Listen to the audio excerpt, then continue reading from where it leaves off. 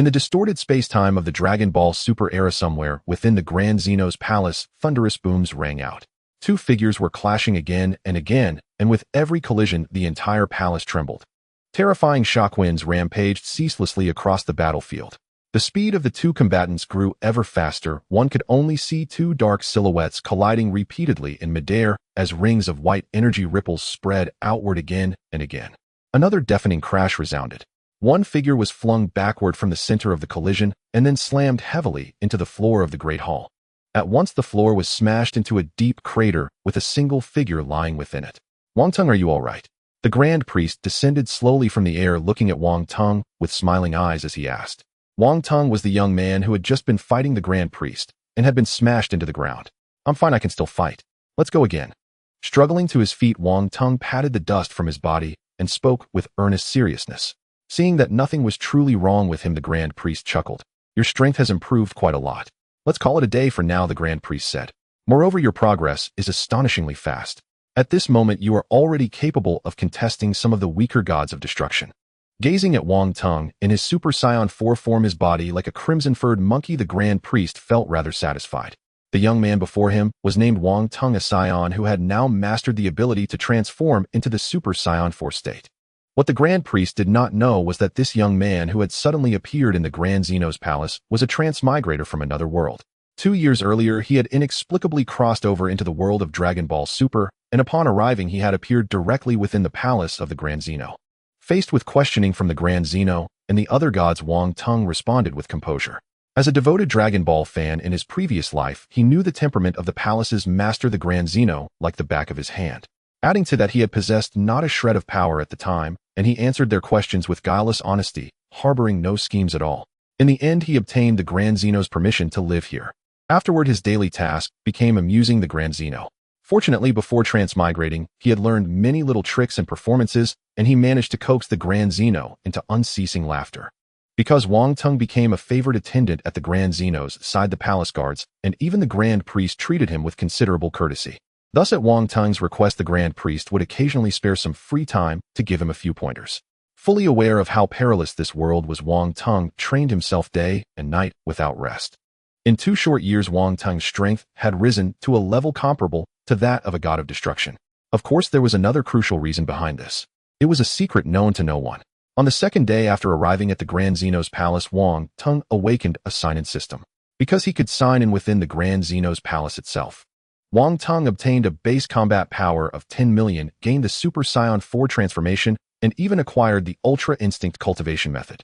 To reach the realm of a god of destruction in a mere 2 years, the system's contribution was beyond measure. Moreover, the Grand Zeno's palace was saturated with divine power. Even an ordinary person living here, without cultivating, would see their strength grow rapidly. With such favorable conditions, Wang Teng's primary goal was to raise his base combat power. Only by elevating this foundation could the Super Saiyan 4 transformation be brought into full play. As for Ultra Instinct, he had yet to grasp its essence, but he believed that understanding it was only a matter of time. "Grand Priest, you flatter me. I know that with my current strength, I am still far from the true gods of destruction," Wang Teng said with a smile. As a transmigrator, he understood clearly how formidable the gods of destruction were, especially the god of destruction Beerus of Universe 7. Even the weakest among them was not someone he, as he was now, could truly be compared to. For Mr. Wang Teng to reach this level within 2 years is already incredibly rare. "One could call you a true prodigy," the Grand Priest said. "Those gods of destruction have been deities for tens of millions of years or more. After tens of millions, even hundreds of millions of years, they finally reached that step. Compared to them, Mr. Wang Teng's potential and talent are the greatest I have seen in my life." The Grand Priest spoke with a smile. Hearing this, Wang Teng immediately bowed to him in gratitude. After all, the Grand Priest had no obligation to offer him such praise. It seemed that as long as he kept the Grand Zeno happy, all other relationships naturally fell into place. No matter how one looked at it, Wang Teng was genuinely delighted that the Grand Priest would say such things. From the bottom of his heart, he was thankful to him. In a couple of days, he would definitely cook a fine dish to treat the Grand Priest in return. Before crossing over, Wang Teng had been a professional chef, and after tasting his cooking by chance once, the Grand Priest had never been able to forget it. Although he had cultivated with utmost diligence these past 2 years, spending nearly all his time training except when he was accompanying the Grand Zeno, every battle with the Grand Priest left him with great gains. It was no exaggeration to say that without the Grand Priest's patience, sparring, and guidance, his strength would never have risen so swiftly. At this moment, his base combat power had undergone a qualitative leap. For a Scion, base combat power was the most crucial thing of all. All transformations were amplifications built upon that base power. Mr. Wang Teng, you are far too polite. It's nothing really. It's just that your last Crucian carp and tofu soup was truly excellent, the Grand Priest said with a laugh. Indeed, the gods of the Dragon Ball world were genuine gourmets, who once you won over their stomachs, everything else became easier to discuss. Please rest assured, Grand Priest. I've been working on a new soup recently. I'll invite you to try it another day, Wang Teng said. At these words, the Grand Priest's brows immediately lifted in delight. In that case, Mr. Wang Teng, continue your training. I must attend to some matters. Don't forget that new soup. As his voice fell, the Grand Priest turned and departed. Just then, the system's cold voice rang out once more. Ding. Congratulations to the host for completing 600 sign-ins within the Grand Zeno's palace. Reward Super Saiyan 5 form. Hearing this, Wang Teng cried out in shock. What? Super Saiyan 5 form? As the system's icy voice echoed in his ears, his entire body trembled violently. Excitement, an excitement beyond compare, surged through him. He had never imagined that this time the system's reward would be the Super Saiyan 5 form itself. Super Saiyan 5 was an extraordinarily powerful transformation that existed in Dragon Ball fan works, and its amplification for a Saiyan's strength could be described as unparalleled. This is perfect. My strength will now soar by leaps and bounds. In our next battle, I'll definitely give the Grand Priest a pleasant surprise, he murmured. Wang Teng was beside himself with joy.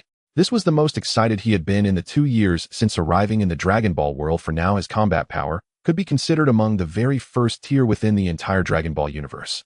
After 2 years of steadily raising his base combat power, now combined with the Super Saiyan 5 form, he believed that even Beerus, the strongest among the 12 gods of destruction, could be fought and defeated. His blood was already boiling restlessly, the Saiyan love for battle surged within him, and he could barely restrain the urge to rush to the Grand Priest immediately and test himself in a fierce bout. At that moment, one of the Grand Zeno's personal guards suddenly emerged from the floor beneath him. Mr. Wang Teng, the Grand Zeno requests your presence. After conveying the order, the Grand Zeno's guard vanished from the spot. Wang Teng did not hesitate any longer. His figure blinked out of sight as he sped toward the Grand Zeno's throne hall at extreme speed. In no time, Wang Teng passed through the long corridor and arrived at the Grand Hall. Upon the lofty throne sat Quan Wang, and on either side of him stood 2 guards whose auras were anything but weak. Lord Quan Wang, I have come, Wang Teng said respectfully toward Quan Wang. Quan Wang replied softly in a childlike voice. Seeing Wang Teng, Quan Wang's already tiny eyes lit up, the corners of his mouth immediately lifting. Little Teng, you're here. Do you recognize the 2 beside me? Only when he heard Quan Wang's voice did Wang Teng notice the 2 figures standing nearby. Looking closely, were they not the angel of the 6th universe Bados and the god of destruction Xiangpa? Just as in the Dragon Ball Super storyline, Bados wore an angelic uniform dominated by dark green, holding an angel's staff in her hand. Her silver-white ponytail was tied high, her bearing both elegant and serene. Her figure was impeccable, full where it should be, slender where it should be. Back when he watched Dragon Ball, he had already found Angel Bados stunningly beautiful. He had never imagined that in person she would be even more breathtaking than on the screen. This was the first time Wang Teng had ever seen an angel other than the Grand Priest, and unexpectedly the one he met was Bados herself. Before his eyes, her temperament, her figure, every aspect was top tier. At the side, the god of destruction Xiangpa was sweating like rain, his body bowed deeply, looking utterly panic-stricken. Lord Quan Wang, this is my first time meeting these 2, Wang Teng said respectfully. Quan Wang suddenly floated up from his seat, drifting to hover right before Wang Teng.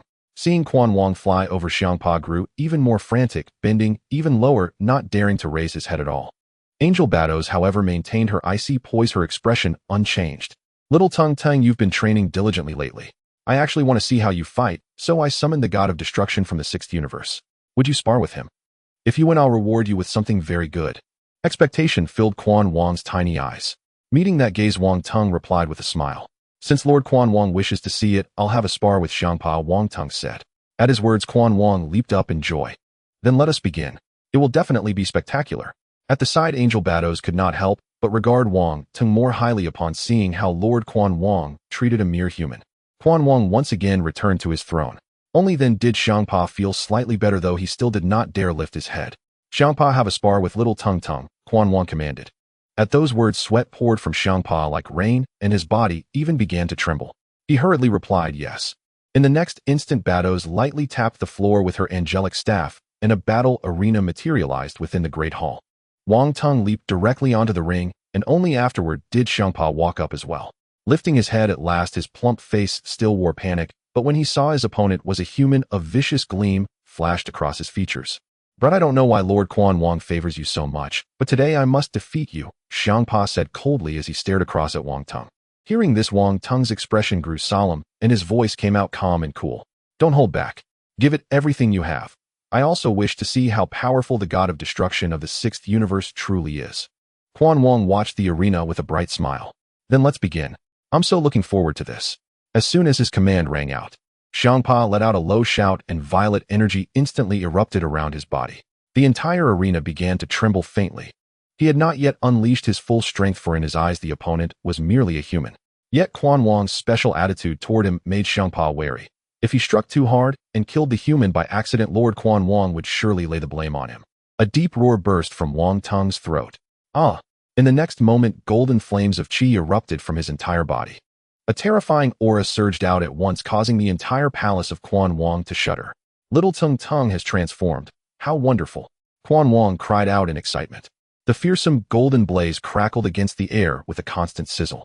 Wang Teng's appearance changed dramatically. Black hair edged with red and a long red tail swayed lazily behind him. Ripples of energy spread outward from his body in a widening ring, while strands of silver-white lightning coiled continuously within the golden waves of qi. Wang Teng had transformed into a Super Saiyan 4th stage. Little Tung Tung looks like he's changed into a whole new person. So amazing. Quan Wong's mood was clearly soaring. Although Batos's face remained composed inwardly, she was more than a little astonished. So Scions could transform into such a form as well. The sixth universe also possessed Scions, but aside from their great ape transformation, she had never heard of any other evolutions. An overwhelming power seemed to fill the entire divine palace of Quan Wong in an instant. "You must be joking," Xiangpa muttered. "How can a human possess such strength? He may not yet have reached the level of a god of destruction, but for a human's power to reach this height." Xiangpa murmured in stunned disbelief. In Xiangpa's mind, no human could possibly be this strong. Humans were ants he could crush with a single finger. Yet the scene unfolding before him today left him utterly astonished. What a tremendous power. "Lord Xiangpa, you had better not lose," Batos said with a faint smile. Hearing Batos's voice, Xiangpa snorted coldly. In the next heartbeat, Wang Teng moved, his figure darting rapidly across the arena. A crimson silhouette streaked again and again across the arena. "Arrogant fool," Xiangpa sneered, charging out as well and driving a fist straight toward Wang Teng. As the rapidly enlarging fist filled his vision, Wang Teng surged forward to meet it. Boom. Their fists collided heat, and in that instant a terrifying shockwave erupted outward. Locked fist to fist, their fearsome energies intertwined in midair. Their roars grew louder, and their auras climbed ever higher, making the entire palace of Quan Wong shake violently. "How marvelous!" Quan Wong exclaimed joyfully. Suddenly Wang Teng shifted from fist to palm, seizing Xiangpa's fist and giving a fierce tug. Using the leverage, he drove his knee hard into Xiangpa's abdomen. Seeing this, Batos could only shake her head. "Lord Xiangpa, this is the price of never losing weight." Enraged by Wang Teng's move, Xiangpa flared with a terrifying violet energy and lunged at him at great speed. Both of them moved at extreme speed. Dark blurs streaked constantly across the arena, and in the span of a single breath, they had already exchanged dozens of blows. Catching Wang Teng off guard, Xiangpa seized his arm and heaved mightily, hurling him away. A violet energy blast instantly followed in his wake. Wang Teng flipped once on the arena and quickly steadied himself. Facing the onrushing violet blast at close range, he swung his arm sharply and batted the energy sphere away. Just as the violet blast was about to explode within the palace, Batos tapped the floor lightly with her angelic staff, and the blast vanished into thin air. Gazing at Xiangpa, who was now bathed in violet energy, Wang Teng said in a deep voice, "You have not disappointed me. You truly live up to the title of God of Destruction of the Sixth Universe. It seems I will have to fight with my full strength." After a fierce exchange, Wang Teng immediately sensed the immense power of the God of Destruction, deciding to unleash all his strength and transform into Super Saiyan Level 5 to battle. Wang Teng was well aware that the enhancement from Super Saiyan Level 5 far surpassed that of Super Saiyan Level 4. Although the boost from Super Saiyan Level 4 was formidable, it was still insufficient to defeat the God of Destruction. Only by transforming into Super Saiyan Level 5 could he truly compete with the God of Destruction. For the past 2 years, Wang Teng had been enhancing his foundational combat power, which had now reached the level of a deity. Now, with the transformation into Super Saiyan Level 5, he felt confident he could withstand the God of Destruction. If Sun Wukong and Vegeta transformed into Super Saiyan level 5, they would still lag significantly behind the God of Destruction. Little Tung Tung actually has an even more powerful transformation. How exciting. I am about to transform into Super Saiyan level 5 Xiangpa, you better be careful. Ignorant little human, even if you transform 100 times your power will still be worlds apart from that of the God of Destruction. As Xiangpa finished speaking, the aura around Wang Tung began to rise. Oh! At the same time, a low roar emanated from Wang Tung's throat. In the next moment, the entire palace of the Omni King began to tremble. Golden energy surged around him, and soon several cracks appeared in the arena, as if a great quake had struck. Aunt! The roar continued unabated. Small stones flew into the air on the arena, the sound of crackling echoing throughout the atmosphere. Golden energy flowed around Wang Tung, and menacing lightning swirled within it, radiating a dazzling brilliance. What a terrifying power! How can this guy possess such formidable power? Xiangpa's face was filled with shock. Wang Tung instantly transformed again, his hair turning white and flowing to his waist while a white tail swayed in the air. The power of Super Saiyan level 5 had qualitatively increased compared to before. He's transformed. What an impressive change. The Omni King seemed to have completely turned into a little fanboy. At this moment, a terrifying surge of power flowed through Wang Tung. No wonder the Omni King is so impressed with this human, or it seems this individual is a genius in cultivation. Angel Beerus chuckled softly, covering her red lips.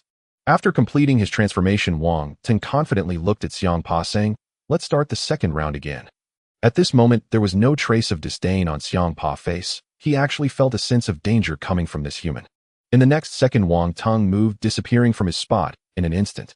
Xiangpa clenched his silver teeth, purple energy immediately rising around him, and he too vanished from his position. Bang, bang, bang. As the battle commenced, the two engaged in high-speed collisions, the air filled with the waves of energy impacts, becoming increasingly frequent, indicating that the fight was intensifying. The Omni King's small eyes were fixed on the air, filled with excitement. What an incredible spectacle. Suddenly, a figure plummeted rapidly. It was Xiangpa. Whoosh. Wang Tung charged forward, quickly unleashing a fearsome punch. A flicker of annoyance crossed Xiangpa's face. He was the God of Destruction from Universe 6, one of the top beings in existence. When had he ever been pressured like this in battle? Oh!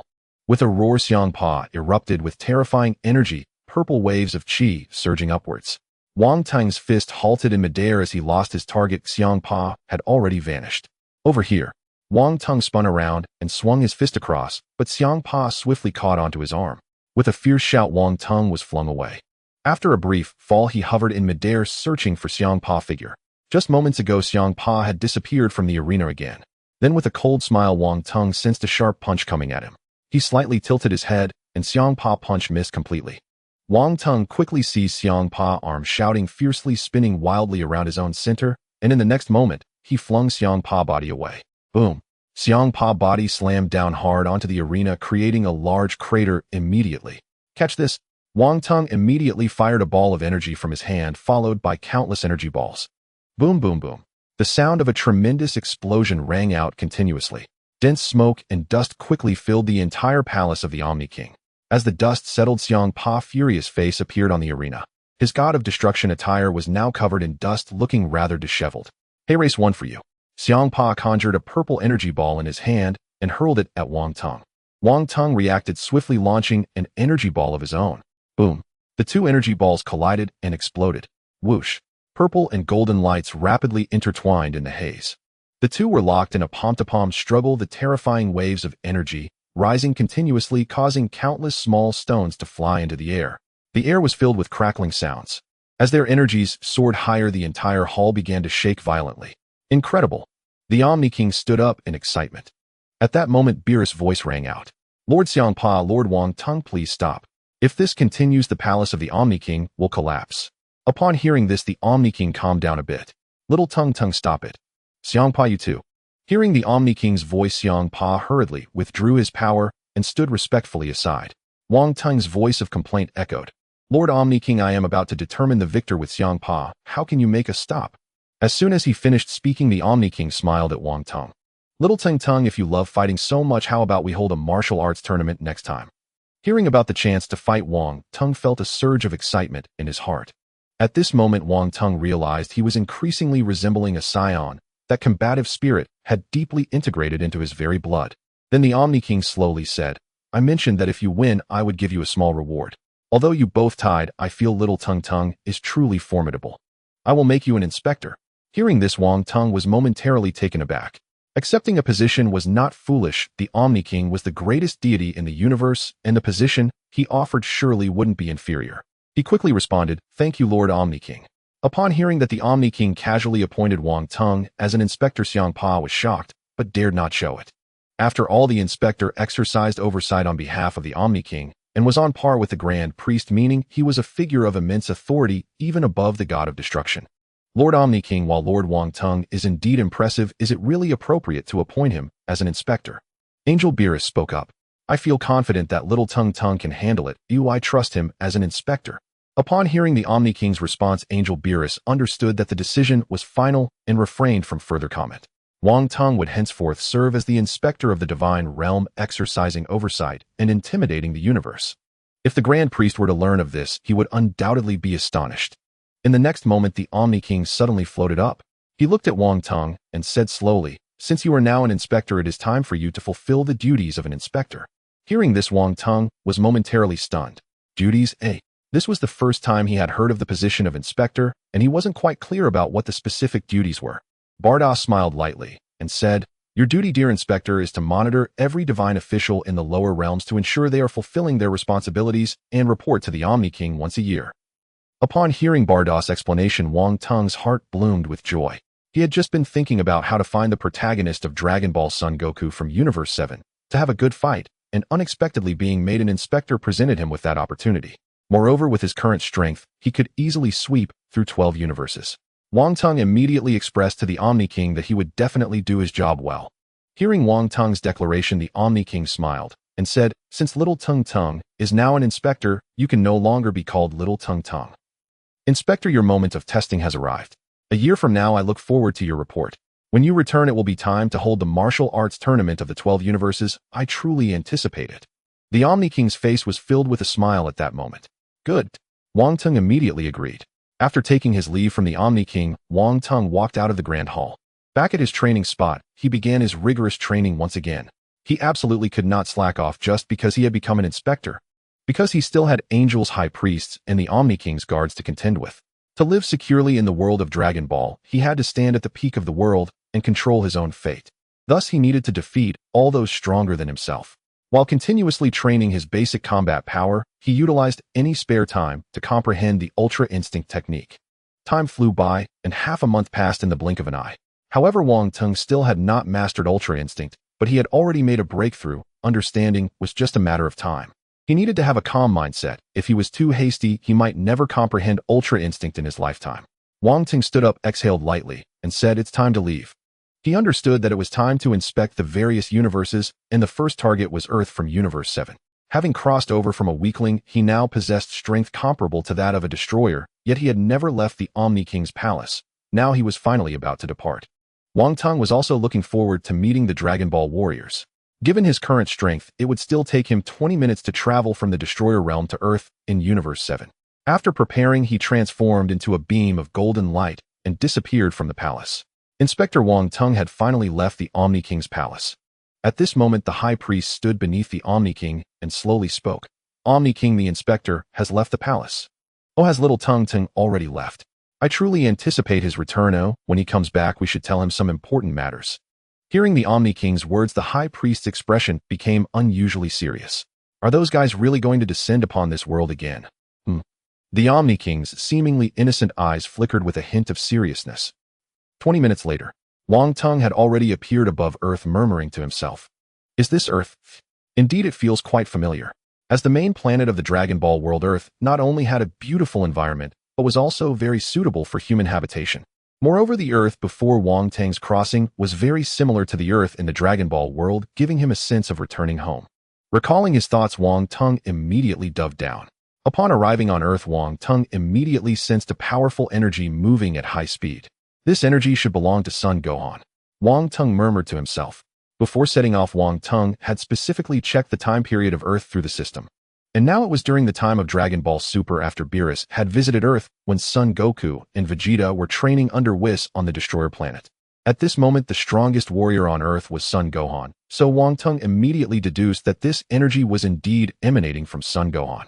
While he was pondering, a voice from the system echoed in Wang Teng's mind. Ding, congratulations to the host for successfully signing in on Earth in Universe 7. Ding, congratulations to the host for obtaining the Kamehameha. Ding, congratulations to the host for obtaining instant transmission.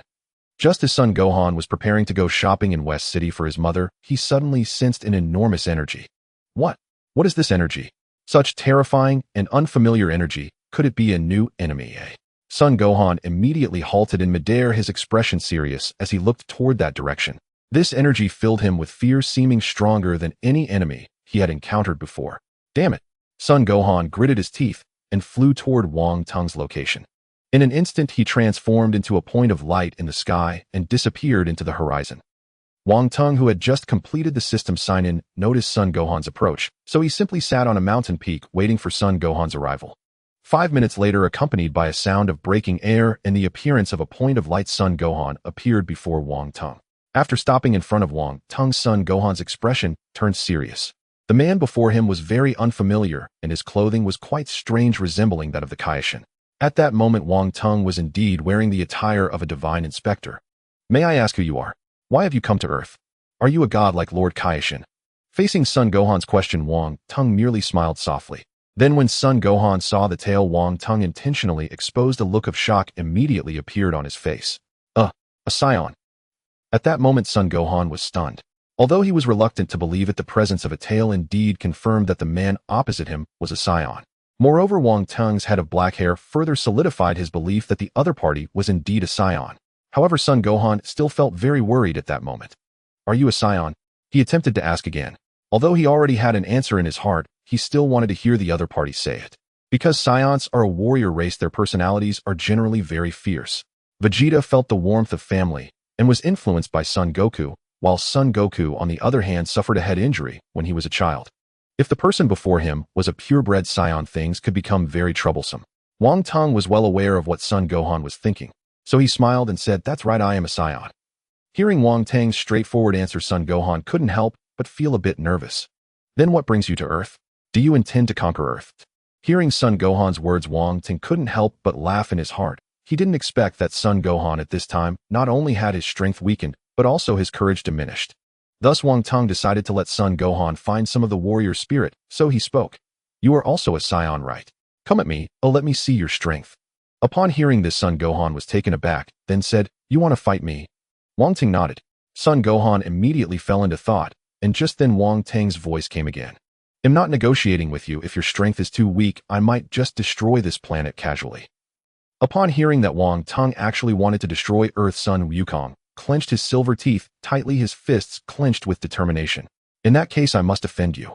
With a serious expression, Wukong quickly removed his glasses and assumed a battle-ready posture. He anxiously gazed at Wang Teng before launching a swift punch. In the face of the rapidly incoming punch, Wang Teng simply extended a single finger to steadily block Wukong's fierce strike. Suddenly, Wukong felt a flash before his eyes and was flicked on the forehead by that finger. In the next moment, he felt the world spinning, his body uncontrollably flying backward. Boom! Wukong crashed heavily into a small mountain, shattering it into pieces, and dust filled the air as he was instantly buried beneath the rubble. Wang Teng's figure slowly descended, saying, Is that all you can do? He hadn't expected Wukong, who had neglected his training, to have weakened to such an extent. Kiki's discipline was indeed too strict. As the dust gradually settled, Wukong shot out from the rubble, his gaze heavy as he looked at Wang Teng. You might as well transform into a Super Saiyan directly. Wang Teng coldly replied. Sun Wukong's expression shifted between uncertainty and anger. He hadn't expected his opponent to know about the Super Saiyan, but Wang Teng's strength was undeniably formidable, so Wukong no longer hesitated. He let out a fierce shout, unleashing his energy as golden waves of power surged upward from his feet, his hair turning instantly golden. Super Saiyan. With a terrifying aura radiating from him, Sun Wukong instantly grew confident. Be careful. Wang Teng looked at Wukong in disbelief. He never expected that the once mighty warrior who could overwhelm Majin Buu would have his combat power reduced to this level. Truly, knowledge changes destiny. At this moment, Wukong didn't realize he had transformed into a Super Saiyan, but Wang Teng still appeared calm and unfathomable. Just then, Wang Teng gestured provocatively towards Wukong. Seeing that taunting gesture, Wukong's anger flared. Damn it, how dare you look down on me? Wukong stopped talking nonsense and disappeared into the sky, transforming into a Super Saiyan as he moved rapidly. He aimed a powerful punch at Wang Tung. In the face of the rapid attack, Wang Tung again extended a single finger, effortlessly blocking Wukong's punch. Wukong was taken aback, gritting his teeth as he shot upward into the sky, continuously firing energy blasts. Tat tat tat tat. The prince's combat technique whistled through the air as countless energy blasts exploded against Wang Tung. Boom boom boom. Huh. Another terrifying energy blast shot out. Boom. Flames roared into the sky and dust billowed. Wukong gasped in the air, saying, "Haha, now you know my power." As the thick dust slowly cleared, Sun Wukong's eyes widened in shock. For Wang Tung had appeared before him unscathed. A faint voice emerged from Wang Tung's lips. "I am so disappointed. I didn't expect your power to be so little." Sun Wukong gazed at Wang Tung in horror. Then Wang Tung unleashed his energy, golden waves surging from his feet, a terrifying aura spreading around him, causing the entire earth to tremble. His hair immediately turned golden, and he became unimaginably powerful. Whoosh, whoosh, whoosh. The golden energy waves continued to surge. Sun Wukong swallowed hard, saying, Super Saiyan. Let me teach you how to use your energy." Wang Tung roared, disappearing into the sky, and when he reappeared, a punch had already struck Wukong's abdomen.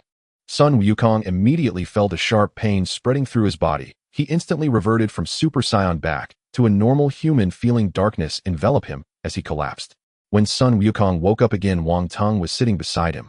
Startled, Wukong quickly got up and distanced himself from Wang Tung. "What do you want? Do you still intend to destroy Earth?" Hearing Wukong's words, Wang Tung smiled and replied, "I have no interest in destroying Earth. I am not a god of destruction." Upon hearing the term god of destruction, Sun Wukong furrowed his brow. "What a god of destruction?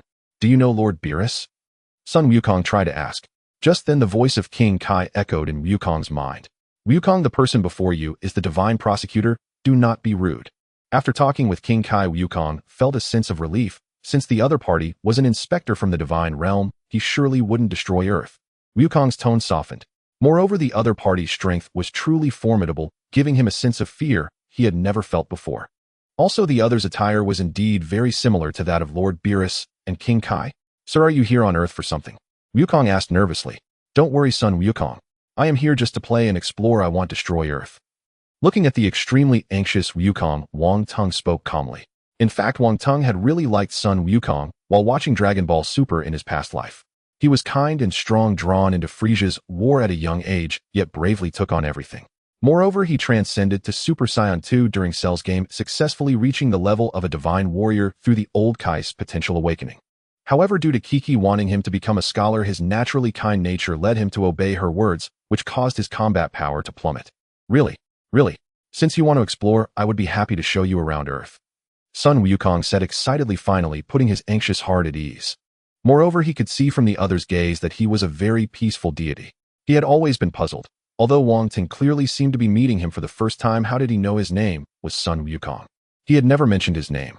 "Sun Wukong, I heard that the food on Earth is plentiful. Well, I wonder if you could take me to taste some," Wang Tung said, because he knew that at this moment the place with the most delicious food on Earth was Bulma's home. As long as he mentioned food, Sun Wukong would definitely take him to Bulma's place, and Wang Tung truly wanted to meet Bulma from Dragon Ball Super. Sun Wukong was clearly taken aback, then immediately said, "So you like to eat delicious food? I understand, please follow me." Soon enough, true to Wang Tung's expectations, Sun Wukong led him to Capsule Corporation. At this time, it was the time period of Dragon Ball Super. He wondered how far Goku and Vegeta had progressed in their training with Beerus. Upon entering Capsule Corporation, they quickly saw Bulma coming out. "Wukong, you brought a friend to play." As soon as Bulma saw Wukong, she greeted him warmly and directly treated Wang Tung as Wukong's friend. Although Wang Tung's attire was quite unusual, Bulma had many friends throughout the universe, so she was not surprised at all. Then Bulma noticed Wang Tung's tail and exclaimed in surprise, "A tail? A Saiyan?" Bulma was astonished to discover that Wang Tung was actually a Saiyan with a tail. "Aunt Bulma, let me introduce you. This is the Honorable Prosecutor." Son Gohan immediately introduced Wang Tung's identity to Bulma. He feared that Bulma's fearless personality might offend this esteemed figure. "Prosecutor? Gohan, are you mistaken? This person clearly looks like a Saiyan. How could he possibly be a prosecutor?" Bulma asked, puzzled. Facing Bulma's skepticism, Son Gohan quietly said to her, "Aunt Bulma, this is what Lord King Kai told me. It cannot be wrong." Just as Bulma was in shock, Wang Tung smiled and said, "Hello, my name is Wang Tung." Bulma immediately extended her hand to shake with Wang Tung. Hello, I am Bulma, welcome to visit. At that moment, Wang Teng began to carefully observe Bulma. The Bulma from Dragon Ball Super truly exuded an extraordinary aura, showing no sign of her age. In Wang Teng's eyes, Bulma and Android 18 were equally beautiful. Aunt Bulma, the honorable prosecutor, came to Earth to taste the delicious food here. Upon hearing this, Bulma immediately understood, then nodded and said, Gohan, you accompany Lord Wang Teng. I will go prepare some food. She then headed towards the kitchen. At that moment, with her intelligence, she quickly realized that this esteemed figure was likely a powerful deity not much weaker than the god of destruction Beerus. Gohan, do you want to regain the powerful strength from back then? Wang Teng suddenly spoke to Son Gohan, who was still showing him respect. Wang Teng did not want Son Gohan, a warrior from the Saiyan race, to end up like Yamcha. I want to become stronger, just like my father, to protect our Earth. Hearing Son Gohan's words, Wang Teng nodded in satisfaction. At that moment, a massive energy entered Earth, immediately sensed by the chatting Son Gohan and Wang Teng. This energy feels so familiar, Frieza. Gohan murmured. At that moment, a giant spaceship quickly descended towards Earth. Inside the spaceship, a group of aliens dressed in battle gear knelt on the ground. Above them sat the Cosmic Emperor Frieza. At this time, Frieza had been resurrected by his subordinates using the Dragon Balls. Beside many soldiers in battle gear stood a small figure who was Sobel, the one who revived Frieza. Lord Frieza, we have arrived at Earth. Sobel said respectfully. Oh ho ho ho, very good. This time I will definitely settle the score with those Saiyans. Frieza's expression gradually became one of gritted teeth. He could clearly remember the humiliation the Saiyans brought him back. Then he, the Cosmic Emperor, was ruthlessly defeated by the Super Saiyan Goku, and later, when he was revived and came to Earth for revenge, he was killed by Future Trunks, which filled him with immense shame. This time, after being resurrected, Frieza was much stronger than before due to his training.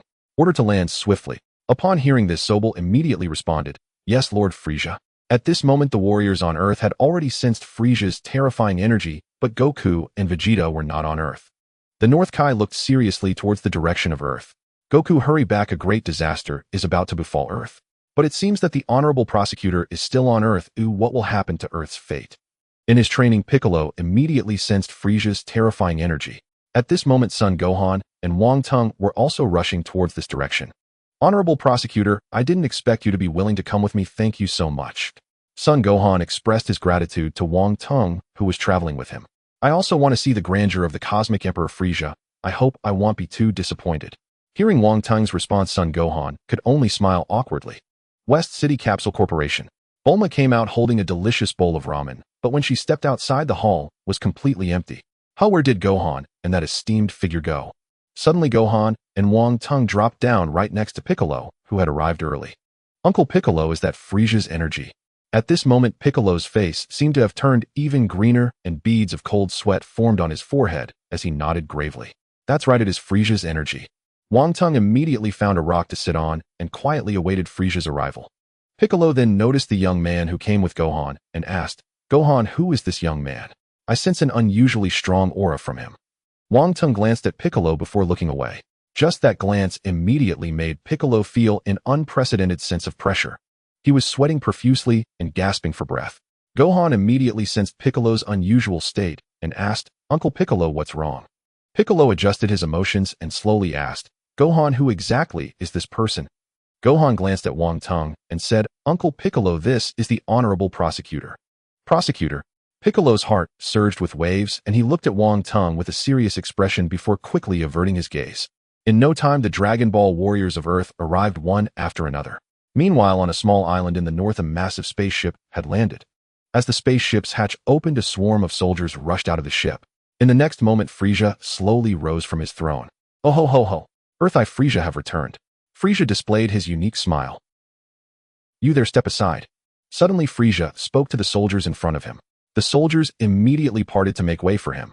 Let me send my greetings to the Earthlings. Frieza lightly pointed his finger, gathering a red energy at his fingertip. Whoosh! In the next second, the red beam shot out from Frieza's fingertip and instantly plunged into the city. Boom! The red beam erupted with terrifying destructive force, reducing the entire North City to ashes. Frieza looked at the destruction he had caused and smiled. This is just a small greeting. Whoosh! Whoosh! Whoosh! 3 figures quickly flew and eventually landing on a giant rock opposite Frieza. It was Wang Teng, Gohan, and Piccolo who had rushed over. Staring at the ashes of North City, Gohan and Piccolo were dumbfounded, while Wang Teng's gaze kept scanning Frieza. So this is the Cosmic Emperor Frieza. He is much more graceful in person than in the anime. This bastard dares to be so arrogant. Gohan glared angrily, his fists clenched and his aura began to rise slowly. You must be Mr. Goku's son, Frieza said gracefully. At that moment a figure quickly descended. It was Tien Shinhan rushing over. Uncle Tien. Son Gohan greeted him with a smile. Tien nodded and then looked at Frieza saying, I didn't bring dumplings or tea, because it looks too dangerous. In the next second Krillin along with Master Roshi arrived on the battlefield. Krillin had shaved his head again, making his companions reminisce about the past. Master Roshi looked at Gohan and asked, Gohan, are you still practicing martial arts? Gohan immediately looked downcast and said, I'm sorry. However, transforming into a Super Saiyan is still no problem. Frieza slowly floated over from his throne and asked, has Son Goku not arrived yet? At that moment a jet plane descended and Bulma jumped down from it. She had been unable to find Gohan and Wang Tung, and upon seeing the news of North City being destroyed, she hurried over in the plane. As soon as she landed, she spotted Gohan and Wang Tung, who had disappeared from her home.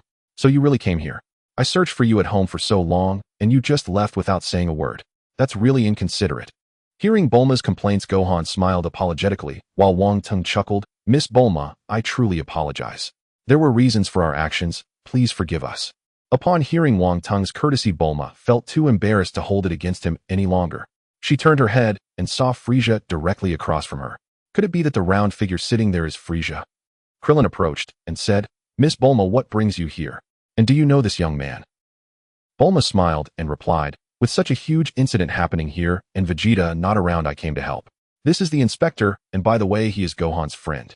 Everyone looked at Son Gohan in surprise. Gohan could only smile bitterly at that moment. Wang Tung said, I am Wang Tung, very pleased to meet you all. Seeing Wang Tung's polite demeanor, everyone greeted him back. Bulma said again, at this critical moment, both Son Goku and Vegeta are completely unreachable. I tried to contact Whis, but he didn't respond. After that, Bulma looked at Frieza again and said, aren't you supposed to be dead? Why are you back for revenge again? How did you come back to life?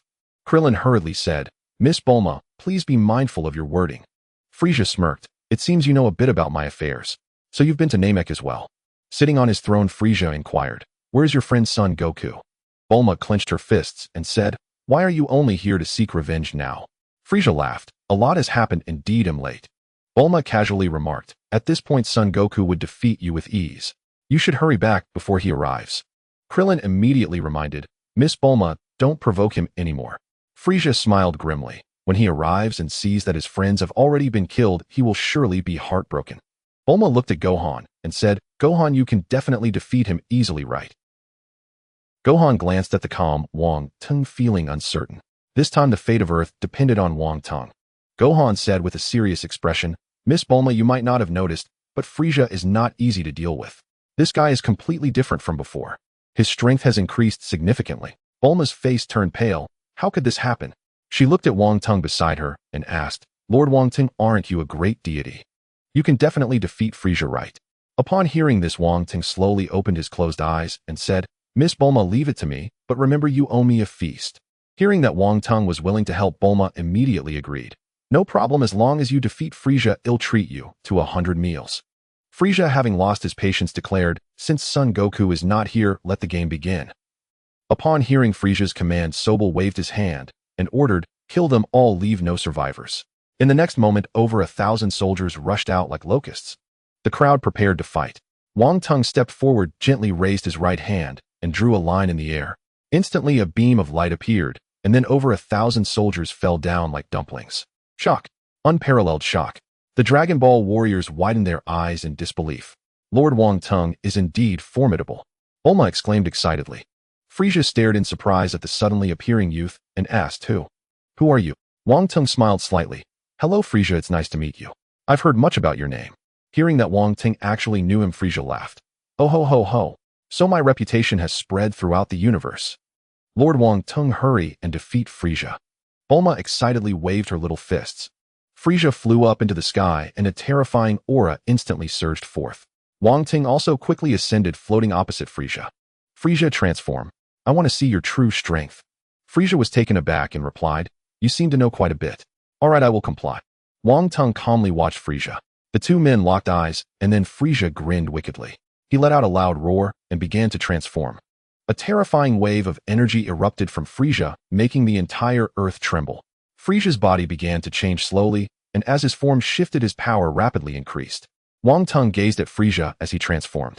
The Ice Demon Clan is indeed a gifted race. After a minute, Frisia finally transformed into his ultimate form. Oh ho ho ho. Sorry to keep you waiting. This is the transformation you were expecting. Without waiting for Wang Tung to react, Frisia moved. He sped away, vanishing in an instant, and when he reappeared, Wang Tung quickly struck, delivering a fierce kick to Frisia's face. Frisia touched his injured face and said, I never expected that Earth has such a master, but you've picked the wrong opponent. Frisia's fingertips quickly gathered red energy. With a low shout, a red beam shot out rapidly. Wang Tung extended his hand and swung it forcefully, sending the red beam flying away. Frisia's face turned furious as he watched his ultimate attack being deflected in an instant. Are you getting a bit too cocky? Frisia charged angrily at Wang Tung. However, his fierce punch hit nothing but air, leaving only Wang Tung's afterimage in the air. From below, Wang Tung's voice called out, Frisia, I'm right here. Where are you swinging at? Damn it, how dare you mock me, the great king. As soon as he finished speaking, Frisia dashed toward Wang Tung below, unleashing a flurry of attacks. Frisia struck like lightning, continuously throwing punches at Wang Tung, but inevitably every punch missed. Frisia, looking at the several afterimages in the air, gritted his teeth in anger and shouted, Kid, all you can do is dodge. Lord Wang Tung is so impressive, a Frisia can't even touch him. Bulma murmured. Gohan nodded in agreement. Lord Wang Tung's power is unfathomable. Ooh, I didn't expect Frisia to struggle so much against him. Facing Frisia's roar, Wang Tung chuckled lightly and said, It seems you still don't understand. Try attacking again. Frisia was completely enraged by Wang Tung's words and let out a roar. How dare you underestimate me, you brat.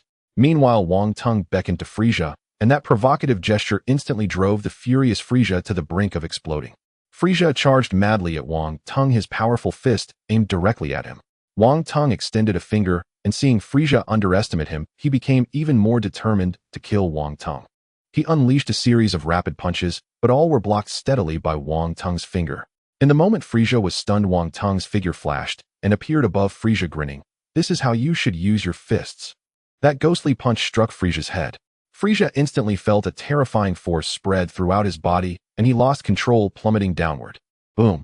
Frisia's body crashed heavily into the cliff, and dust and smoke filled the air. Wang Tung slowly descended and then looked towards Frisia, buried within the pile of stones. The next moment, a loud bang resonated as Frisia shot out from the stone pile, sending countless rocks flying in all directions.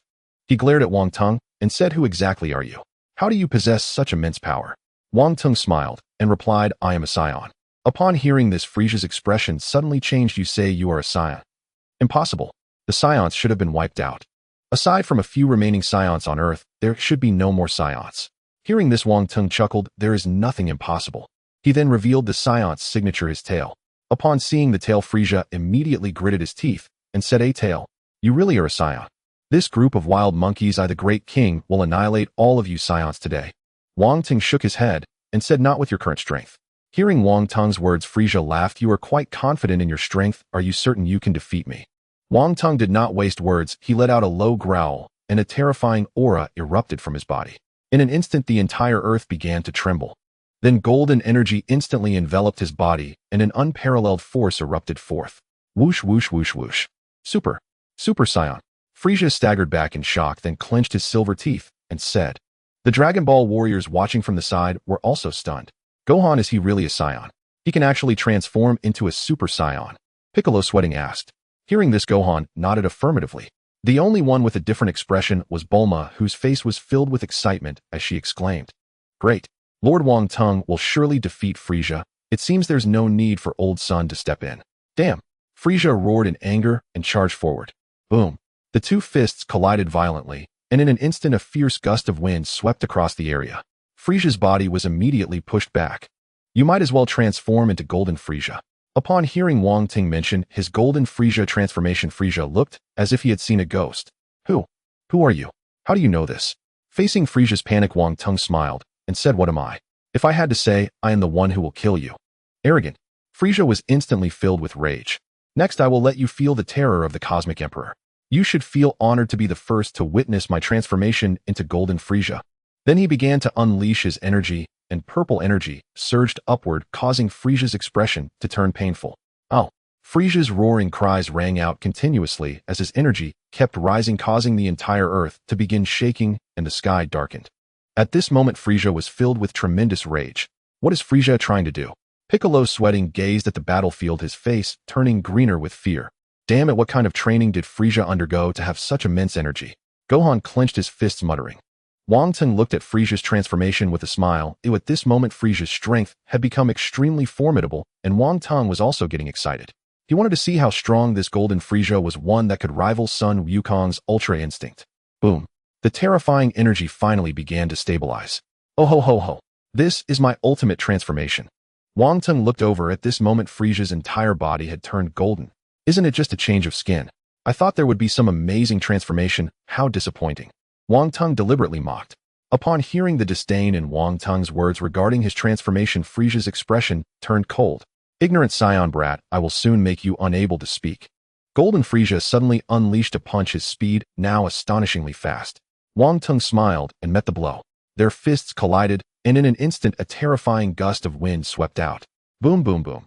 The speed of the two became incredible. In the sky, only rings of white energy ripples could be seen, and their figures were completely invisible. As the white ripples constantly appeared, it indicated that the battle was becoming more intense. With a loud boom, both were knocked back. At this moment, Frisia suddenly appeared above Wang Tung, launching a rapid punch directly at him. Facing Frisia's terrifying blow, he crossed his arms in front of his chest and braced for the impact. Boom! Wang Tung felt a tremendous force hit him, and he was sent flying downward. Bang! He landed heavily on the ground, looking up at the triumphant Frisia in the air, his heart gaining a clear understanding of the power of Golden Frisia. Golden Frisia truly deserved to be a transformation capable of contending with Ultra Instinct. Although Wang Tung's base combat power was immensely strong, surpassing Sun Wukong by more than one level, fighting Golden Frisia with Super Saiyan 1 was still too strenuous. Oh ho ho ho, how about it? Do you feel the fear now? No need to panic, I will soon set you free, Frisia said triumphantly. Wang Tung looked at Frisia in the air and smiled. What of it? You're not the only one who can transform. Now I will show you what a true transformation looks like. Frisia was taken aback and said in surprise, transform? You can't be serious. However, I, the Great King, will give you this opportunity. Come on, show your power. Then Wang Tung suddenly shouted downwards at Son Gohan. Gohan, watch closely. The mighty Scions have no limits. Next, carefully feel the transformation and power of the Scion. Gohan's innate talent had always been quite remarkable, having been the first to reach Super Saiyan 2, which clearly demonstrated his potential. Moreover, the old Kaioshin had unlocked his potential, allowing him to surpass Super Saiyan 3 and become God Gohan. However, the peaceful life had made him neglect training, and with Chi-Chi wanting him to become a scholar, he had further abandoned the training of his powers. Today, Wang Tung planned to help Gohan rediscover that passionate feeling. In the next moment, Wang Tung began to unleash his energy. Oh! A deep roar erupted from Wang Tung's throat. In an instant, the golden energy waves became even more fierce, and the continuously surging energy filled the entire battlefield with his terrifying aura. Boom! Whoosh whoosh whoosh. In an instant, the entire Earth's surface began to tremble violently. Golden energy surged upward, and white lightning flickered like little snakes within the energy waves. Beneath Wang Tung's feet, a terrifying gust of wind swept out like a storm. In the next second, Wang Tung transformed into Super Saiyan 3. His golden hair reached his waist, his expression turned fierce, and his energy became immeasurably powerful. Since Gohan could already transform into Super Saiyan 2, there was no need to demonstrate it to him. This is Super Saiyan 3. You might have seen your father transform into it. Because Super Saiyan 3 is an extremely energy-consuming form, Wang Tung did not intend to fight in this form. At this moment, everyone below was wide-eyed in shock, as aside from Wukong, they were witnessing the second person capable of transforming into this form. Now comes the main event, keep your eyes open. Wang Tung's calm voice echoed. Could this still not be his limit? Has Lord Wang Tung truly surpassed Father? Son Gohan exclaimed in shock. Saiyan power can actually surge to such an unimaginable degree. Was his main event nothing but a deception? Frisia's gaze hardened with profound gravity. At that very moment, Wang Tung's low guttural roar echoed once more, and simultaneously Earth trembled anew. The entire planet convulsed violently, terrifying gales forced everyone nearby to squeeze their eyes shut. It felt utterly like the end of the world. A deep, unrelenting bellow reverberated ceaselessly. Dark storm clouds instantly gathered overhead, and Wang Tung's overwhelming power erupted skyward, shattering the heavens. Whoosh, whoosh, whoosh. Countless white lightning bolts spiraled fiercely within golden energy waves, as his body blazed with radiant, incandescent light. Incredible, absolutely astonishing. Could Lord Wangting truly be this powerful? It's beyond belief. The Scions are capable of such overwhelming strength. An immense pressure bore down upon them. Gohan instinctively staggered backward 2 steps. In the next instant, Wang Tung fully transformed into Super Saiyan 4. A crimson tail swayed effortlessly. His hair had turned jet black, wreathed in scarlet energy. Thick, fiery red fur now covered his entire body, radiating raw primal might. His face now exuded unwavering confidence. This is Super Saiyan 4, a wholly new form, Wang Tung declared calmly. Below, the Dragon Ball warriors stood agape, jaws slack. None had imagined such a transformation existed among Scions. This terrifying aura of utter devastation was truly horrifying. He's simply too strong. Gulp. Son Gohan swallowed hard. Beside him, Golden Frieza stared wide-eyed, utterly stunned. Damn it! A Scion's ki can ascend this far. Frieza's expression twisted into fury. Wang Tung's ki had just barely eclipsed his own. Had he known Earth harbored a Scion of such caliber, he would have trained longer before returning for vengeance. Regret now seethed fiercely within Frieza's heart. Shall we continue? Wang Tung provocatively beckoned toward Frieza with a flick of his fingers. Frieza instantly erupted, veins bulging violently across his temples. You mangy monkey, don't get cocky. Enraged, he shot forward like a golden comet, clashing with Wang Tung once more in explosive combat. Boom, boom, boom. Shockwaves rippled violently through the air as their titanic impacts intensified, speed escalating beyond comprehension. What kind of battle is this? They're both monstrous, Krillin murmured under his breath. Bang! They separated in a blur. Frieza barely stabilized himself, battered and winded, while Wang Tung floated serenely unruffled.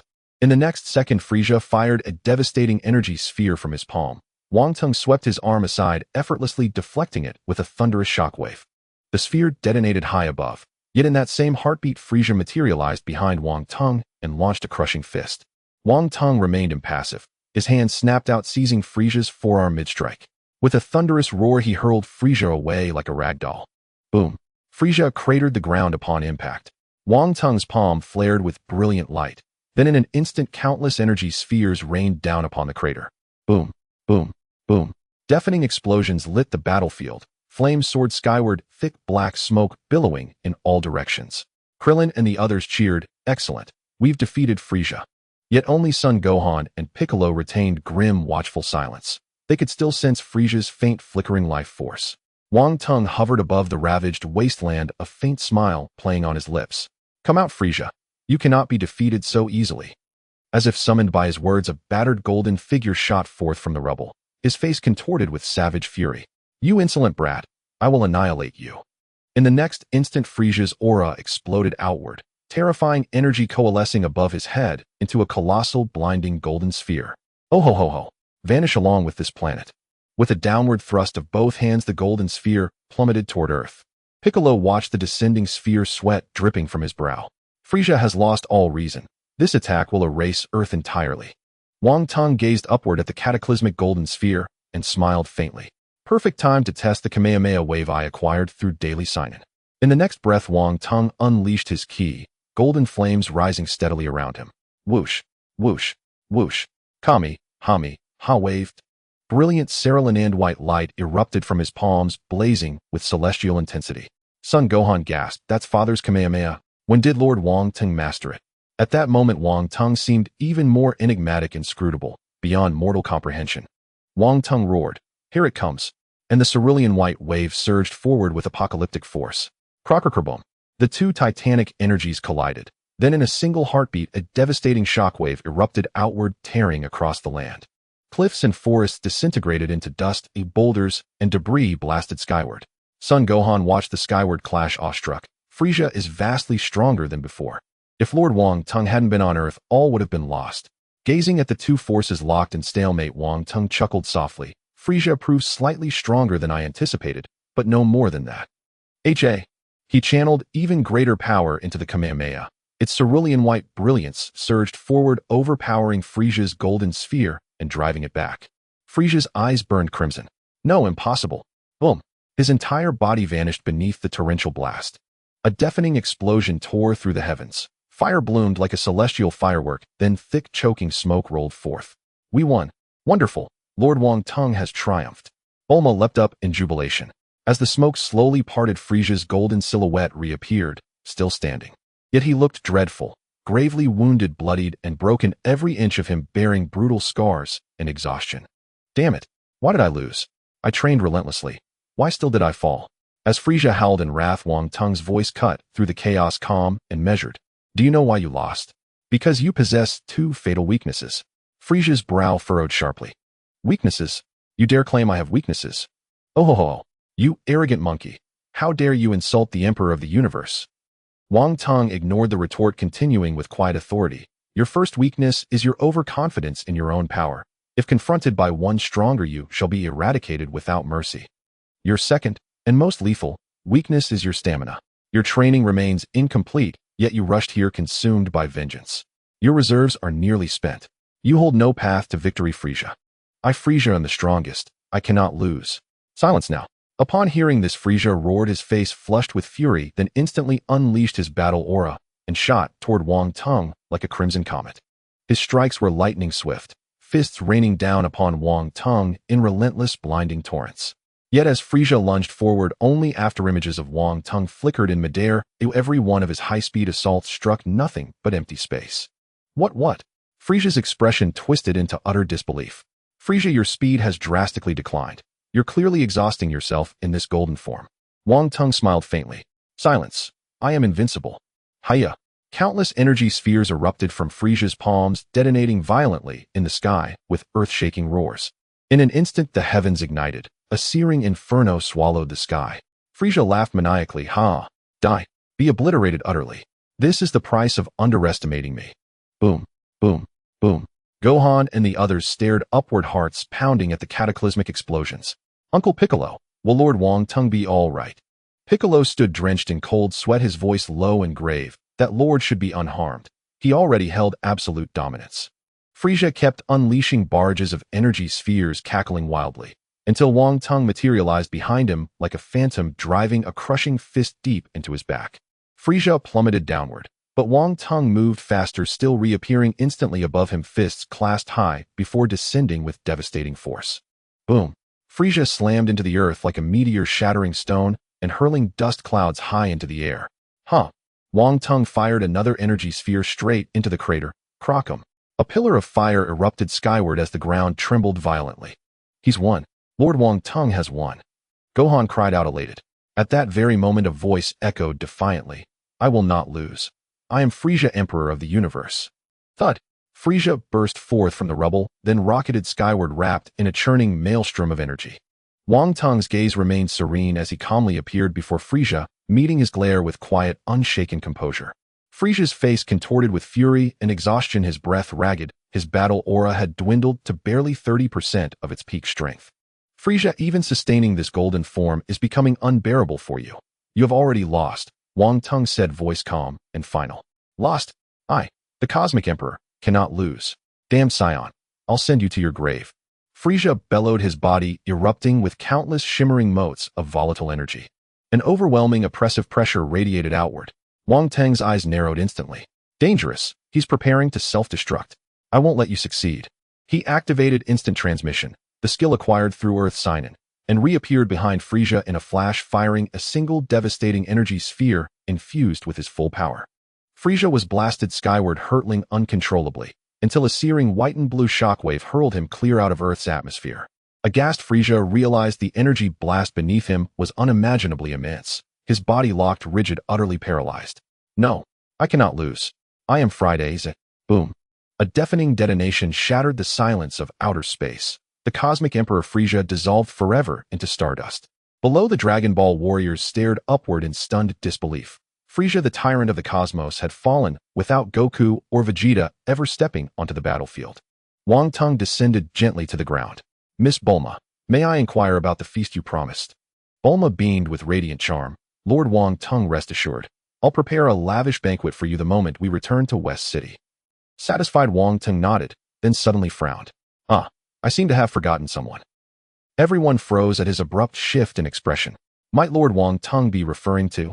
Before the question finished, a scarlet laser beam locked onto Wang Tung, but he moved faster, launching a precise energy sphere in response. Boom! Salby, hidden aboard the spacecraft, perished with a shriek. Another energy sphere followed, obliterating Frisia's ship utterly. Only after clearing all threats did Wang Ting exhale deeply and smile. That concludes everything. Nearly forgot that minor nuisance. Though he deemed such an ambush incapable of harming him, his innate caution forbade unnecessary risk. After all, even Ultra Blue Goku had fallen to it in the original timeline. Lord Wang Tung, what was that just now? Bulma asked, puzzled. Nothing of consequence, merely tidying up a few loose ends. All is settled now. Wang Tung smiled warmly. The others nodded vaguely, still half bewildered, when suddenly Whis' voice resonated within Bulma's mind. Miss Bulma, are you contacting me regarding new delicacies? Bulma blinked, then snapped, you're late. Everything's over. There's no food. True to her bold, fearless nature, Bulma gave no deference, not even to celestial beings. Is that so? How truly unfortunate. Lord Beerus and I had been eagerly anticipating them. No sooner had Whis spoken than Wang Tung's voice echoed seamlessly within the same mental channel. Bulma gasped. Wang Tung's voice had joined the telepathic communion directly. Greetings, Whis. I am Wang Tung. I shall visit the God of Destruction's realm in 2 days. Whis paused, startled, then instantly composed himself. Honorable Inspector. So you are on Earth. Lord Beerus and I extend our warmest welcome for your oversight duties. As the connection severed, Bulma stared awestruck. Lord Wang Tung, you truly are a divine being. Even Whis addresses you with such reverence. Wang Tung responded with an enigmatic smile, saying nothing, deepening the mystery surrounding him. Then with the others he soared toward West City, Destination Capsule Corporation, the God of Destruction's realm. Goku and Vegeta trained relentlessly in heavy gravity suits.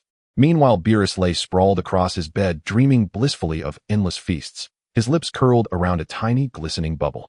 Lord Beerus. Whis whispered softly, but Beerus remained fast asleep.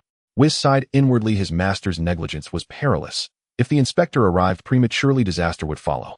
Whis tapped the corner of Beerus's bed with his angelic staff. The bed swayed rhythmically, rocking Beerus gently, while the rest of the chamber remained perfectly still, a testament to Whis' peerless control.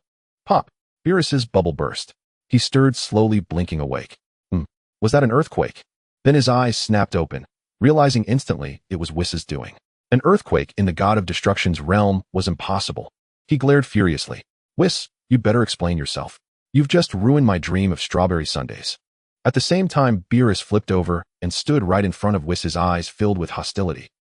In the face of the fierce Beerus, Whis remained calm and smiled, saying, Lord Beerus, you were in such deep sleep that I had no choice but to wake you up in this manner. As soon as he finished speaking, Beerus' big bed crashed to the ground with a loud bang. What is it? You better explain clearly, or else. Whis was Beerus' attendant angel and also his master. However, if Beerus were to perish, Whis would also fall into a deep slumber, waiting for the next God of Destruction to arrive. Although Beerus is the strongest God of Destruction and has comprehended half of the Ultra Instinct in a real fight, he would truly not be Whis' opponent. At this moment, Beerus was merely indignant, wanting Whis to give him an explanation. After all, he was a God of Destruction and couldn't be disturbed from his beautiful dreams without being a bit angry. Lord Beerus, there is a reason for this. Please calm down. There is indeed something important. Whis said calmly. Go ahead, what is it?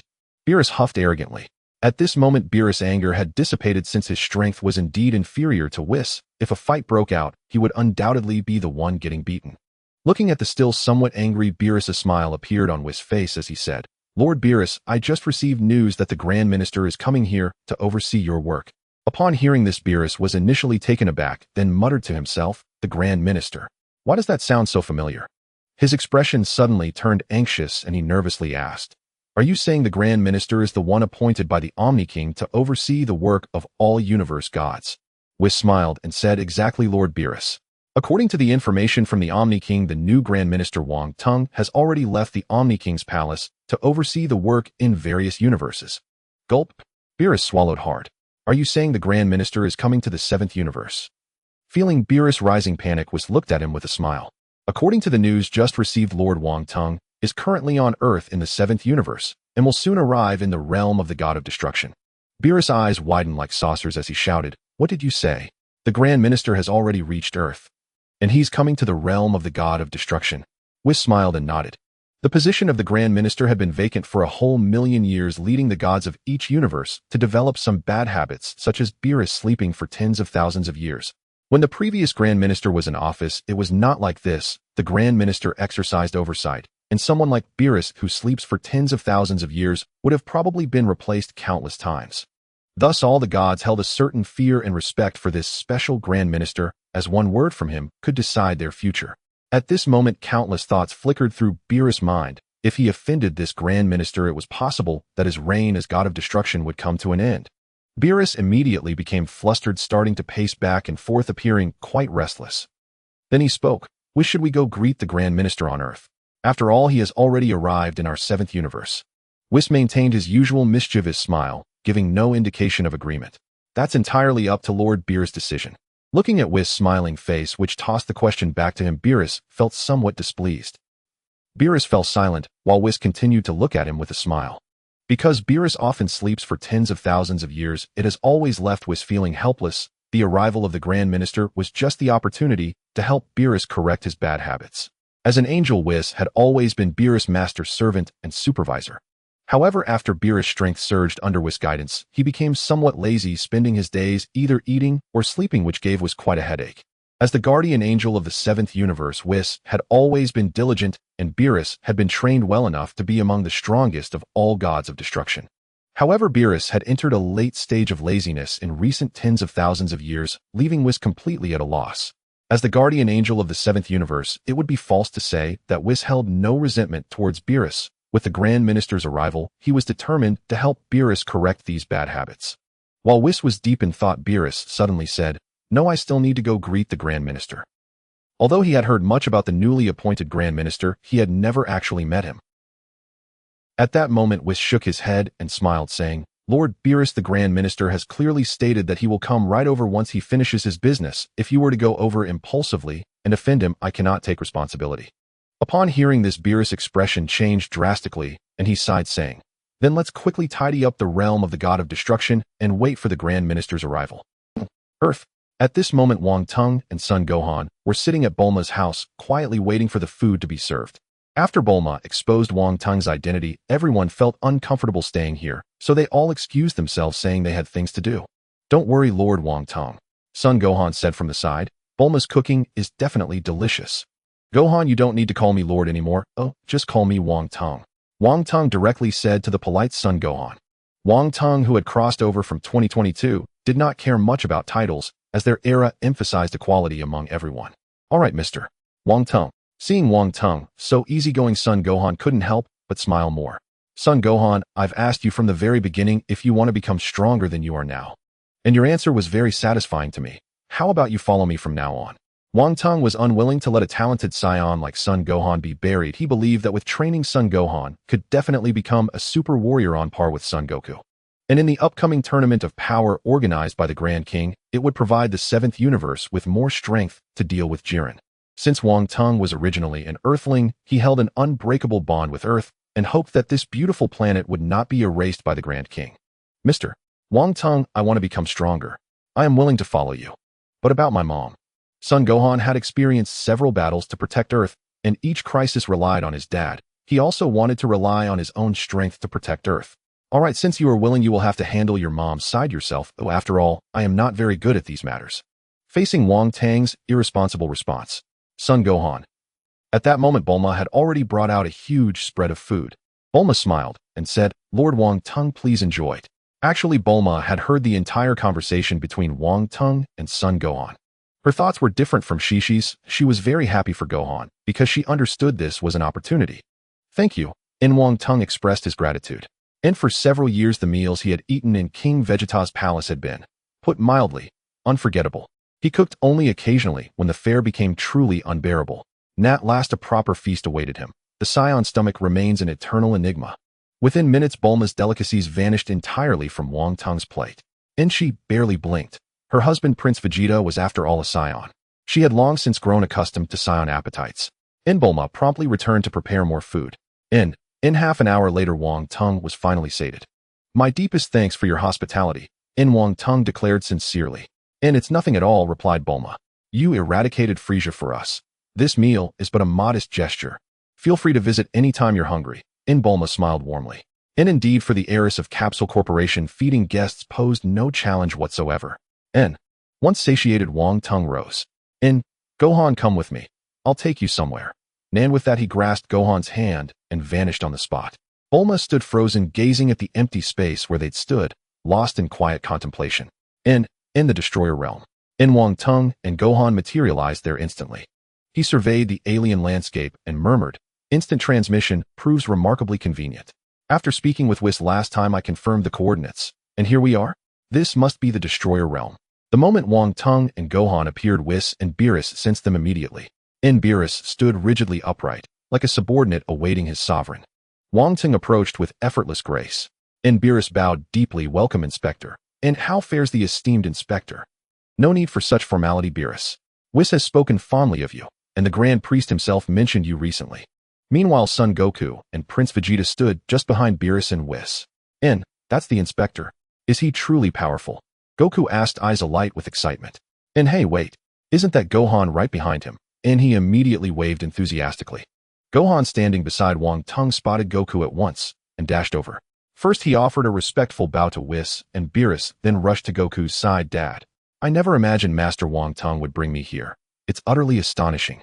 How have you been, Dad?" Before Goku could reply, Vegeta let out a sharp, disdainful snort. Humph. Gohan, why aren't you training diligently on Earth? Your power level appears to have declined again." Gohan scratched his head sheepishly. "I came with Master Wang Tung, Uncle Vegeta. I'll train harder from now on." At the mention of Wang Tung's name, Vegeta paused, startled. Who exactly is this Wang Tung? He commands such reverence from Beerus and Whis, and yet they've repeatedly warned us not to offend him in the slightest. As Vegeta muttered under his breath, Goku leaned in quietly. "Gohan, how strong is Master Wang Tung?" Gohan nodded solemnly. "Dad, you may not know, but Master Wang Tung's strength is unfathomable. It was he who annihilated Frieza when the tyrant returned seeking vengeance." Goku gasped aloud. What did you say?" Frieza. That villain still dares to stir. If he defeated Frieza, his might must be extraordinary indeed." Goku's exclamation drew Beerus's ire. He snapped, "Goku, keep your voice down. You'll disturb the Inspector." Beerus's reprimand reached Wang Tung, who was conversing with Whis. Wang Tung turned and strolled over calmly. "Beerus, may I ask who these two are?" Faced with Wang Tung's question, Beerus broke into a cold sweat, too flustered to utter a word. At that moment, Goku stepped forward, extending his hand. "Greetings, Master Wang Tung. I am Son Goku, a scion. Gohan told me you saved Earth by defeating Frieza. My deepest gratitude." Wang Tung smiled. "No thanks are needed. I hold Earth in great affection. I've heard your strength knows no bounds, Master Wang Tung. Might I request a friendly sparring match?" Goku's boldness sent Beerus into panic. "Goku, what are you saying? The Inspector's station is exalted. How dare you suggest combat with him?" "How despicable!" Kakarot. Vegeta clenched his fists, gritting his teeth. A prince of the Scions, not some reckless warrior, should be the one to test Master Wang Tung's might." Wang Tung's gaze swept slowly across both men, silent, inscrutable. Beerus, utterly baffled by Wang Tung's silence, stammered, "Inspector, these are merely attendants. Their words carry no weight. Please disregard them." Then unexpectedly Wang Tung smiled. How intriguing. Let us spar then." Whis, you shall serve as referee." "As you wish, Inspector," Whis replied lightly. Beerus, now thoroughly alarmed, interjected urgently, fearing any mishap might imperil the seventh universe. "Absolutely not. The Inspector's dignity is beyond reproach. How could he possibly engage combatants like you?" Goku, "Vegeta, cease this nonsense. Withdraw immediately." Goku rubbed his cheek, bewildered. But the Inspector agreed. "Why does Lord Beerus forbid it?" "It's merely a friendly bout." Beerus erupted. "I said no, and no means no." Goku quickly lowered his hand, speechless. Suddenly Wang Tung's gaze sharpened, piercing, unyielding, as he fixed it upon Beerus. "Beerus, do you object to my decision?" Under that incisive stare, Beerus was drenched in sweat. "No, never. I dare not. If the Inspector wishes to spar, then let Goku and Vegeta honor the challenge." Relief softened Wang Tung's features at Beerus's concession. Across from him, Goku and Vegeta exchanged eager, anticipatory glances. Gohan's expression, however, grew grave. "Dad, Uncle Vegeta, please, exercise utmost caution. Master Wang Tung's power is far beyond ordinary measure." Goku's demeanor hardened instantly. He nodded firmly. Don't worry, Gohan. I won't fall so easily." Vegeta crossed his arms. "Kakarot, shall I go first?" Goku grinned. "Naturally. I proposed the match after all." "Humph, how utterly insufferable. Fine. You may begin. But I shall be the one to defeat him." Goku stepped forward without hesitation. Whis and Beerus instantly retreated to the periphery. Beerus whispered anxiously, "Whis, why didn't you stop this? What if the Inspector falters and takes his wrath out on the seventh universe?" Whis remained serene, smiling faintly. And, Lord Beerus, you worry needlessly. Defeating the Inspector. That will prove no simple feat, for either Goku or Vegeta. I sense the aura of Ultra Instinct within him, faint yet unmistakable. That alone confirms his mastery transcends all expectation. Yet Gohan's face remained clouded with deep concern. Wukong slowly walked to the opposite side of Wang Teng. He immediately assumed a battle stance. Wang Teng frowned, surprised that Sun Wukong came out alone and had not transformed into a Super Saiyan.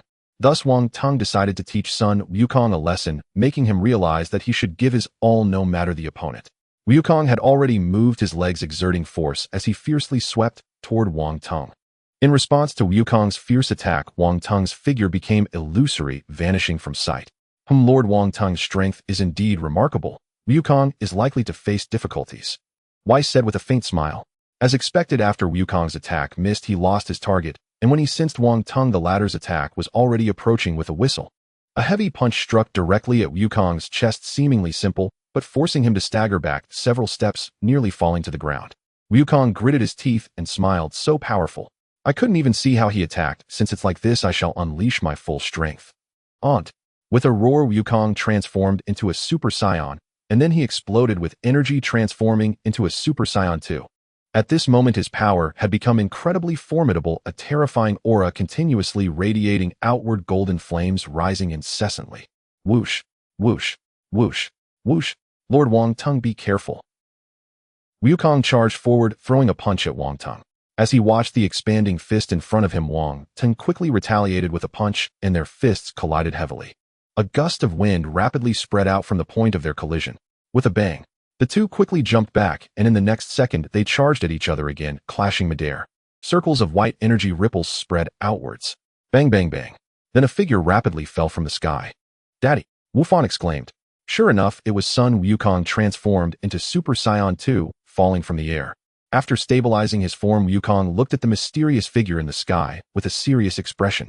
At this moment, the others might not have felt it clearly, but only Sun Wukong, who was in battle, sensed it most acutely. Although they had only exchanged several blows, Wukong felt as if each punch he threw was hitting cotton, lacking any strength, leaving him quite frustrated. Kakarot, use all your strength, the opponent is formidable. Vegeta shouted suddenly. Wukong glanced at Vegeta and said, Vegeta, I was just about to do that. Aunt. Wukong suddenly erupted with energy, and a blue divine aura instantly surged from beneath his feet. A terrifying power immediately surged forth. Wang Teng looked at the blue Super Saiyan Sun Wukong with a serious expression, saying, This is the blue Super Saiyan. Indeed extraordinary. Since it's like this, I shall also demonstrate my strength and have a proper fight with you. I hope you won't disappoint me. Then a deep growl emerged from Wang Teng's throat, and in the next moment a golden flame instantly surged from his feet. Boom. Whoosh. Whoosh. Whoosh. In an instant, the entire God of Destruction realm trembled, with golden flames flashing brilliantly. Around Wang Teng's feet, circles of fierce wind spread outward like ripples. Is he a Saiyan? Vegeta exclaimed, eyes wide with shock. At this moment, Wukong's expression was no better than Vegeta's. His face was also filled with astonishment. So the Inspector is a Saiyan. Beerus murmured. When he saw Weiss' confident smile, he understood that Weiss had known all along. He spoke with a displeased tone. Weiss, did you know all along that the Inspector is a Saiyan? Is that why you agreed to this battle? Weiss replied innocently, Lord Beerus, you are wrongfully accusing me. I just found out about it. Upon hearing this, Beerus snorted coldly and said nothing more. In the next second, Wang Teng transformed into the Super Saiyan 4 form. At this moment, Sun Wukong had transformed into a blue Super Saiyan. Although Wang Teng's base battle power far exceeded that of Sun Wukong, other Super Saiyan transformations might not achieve the same testing effect. In this battle, Wang Teng aimed to test which was stronger, Super Saiyan 4 or Blue Super Saiyan. Wang Teng had now transformed into Super Saiyan 4, a red tail, swaying flexibly behind him. The red power glimmered in his hair, and on his body covered in red fur, exuding a strong sense of power. This is Super Saiyan 4, we can begin. Upon hearing this, Vegeta still couldn't recover from his shock, muttering to himself, Saiyan, how is that possible? There should be no Saiyans left except for me and Kakarot's family. And what is Super Saiyan 4? What on earth is going on? Wukong looked at the newly transformed Wang Teng, his expression gradually becoming very serious. He immediately assumed a battle stance. Bang! In the next moment, Sun Wukong felt as if he had been struck hard. He clutched his stomach and knelt on the ground. So painful. Damn, how did he attack? I couldn't even see his figure clearly. In the next second, Wang Teng appeared beside Wukong, speaking in a flat tone. You better take this seriously, otherwise it won't be interesting. Upon hearing this, Wukong quickly jumped back, creating distance from Wang Teng. So fast, the inspector's strength is already close to that of a god of destruction. It's truly astonishing. Weiss smiled faintly. Beerus clenched his fist tightly, his teeth gritted. No one knew what he was thinking. Kakarot, why don't you let me take over? Vegeta shouted at the stage. Wukong slowly straightened up and said, don't joke around. Getting to fight such a powerful opponent, I'm thrilled. How could I let you take my place? Vegeta, trust me. Just as he finished speaking, a red shadow suddenly attacked again, delivering a heavy kick to Wukong's abdomen. Wukong was sent flying like a cannonball. Boom. He landed heavily on the distant ground. Wang Teng maintained his kicking posture, saying, is that all? Vegeta's expression darkened. How can I trust you given the current situation? After a breath, a furious shout came, damn it. Wukong charged forward directly, a terrifying punch coming at him. Wang Teng immediately met the challenge. Boom. The two fists collided heavily, and in an instant, an astonishing energy wave surged. Boom, boom, boom.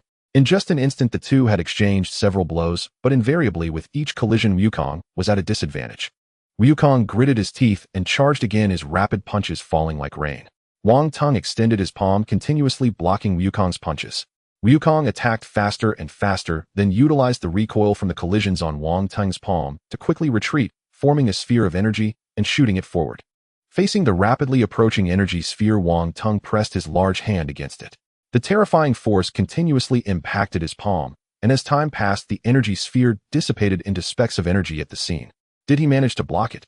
A drop of cold sweat trickled down Wukong's forehead. Destroy the God Realm. At this moment, Wang Teng stood facing Sun Wukong.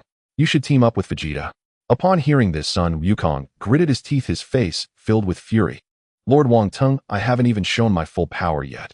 As soon as he finished speaking, Wukong began to unleash his energy. Huh.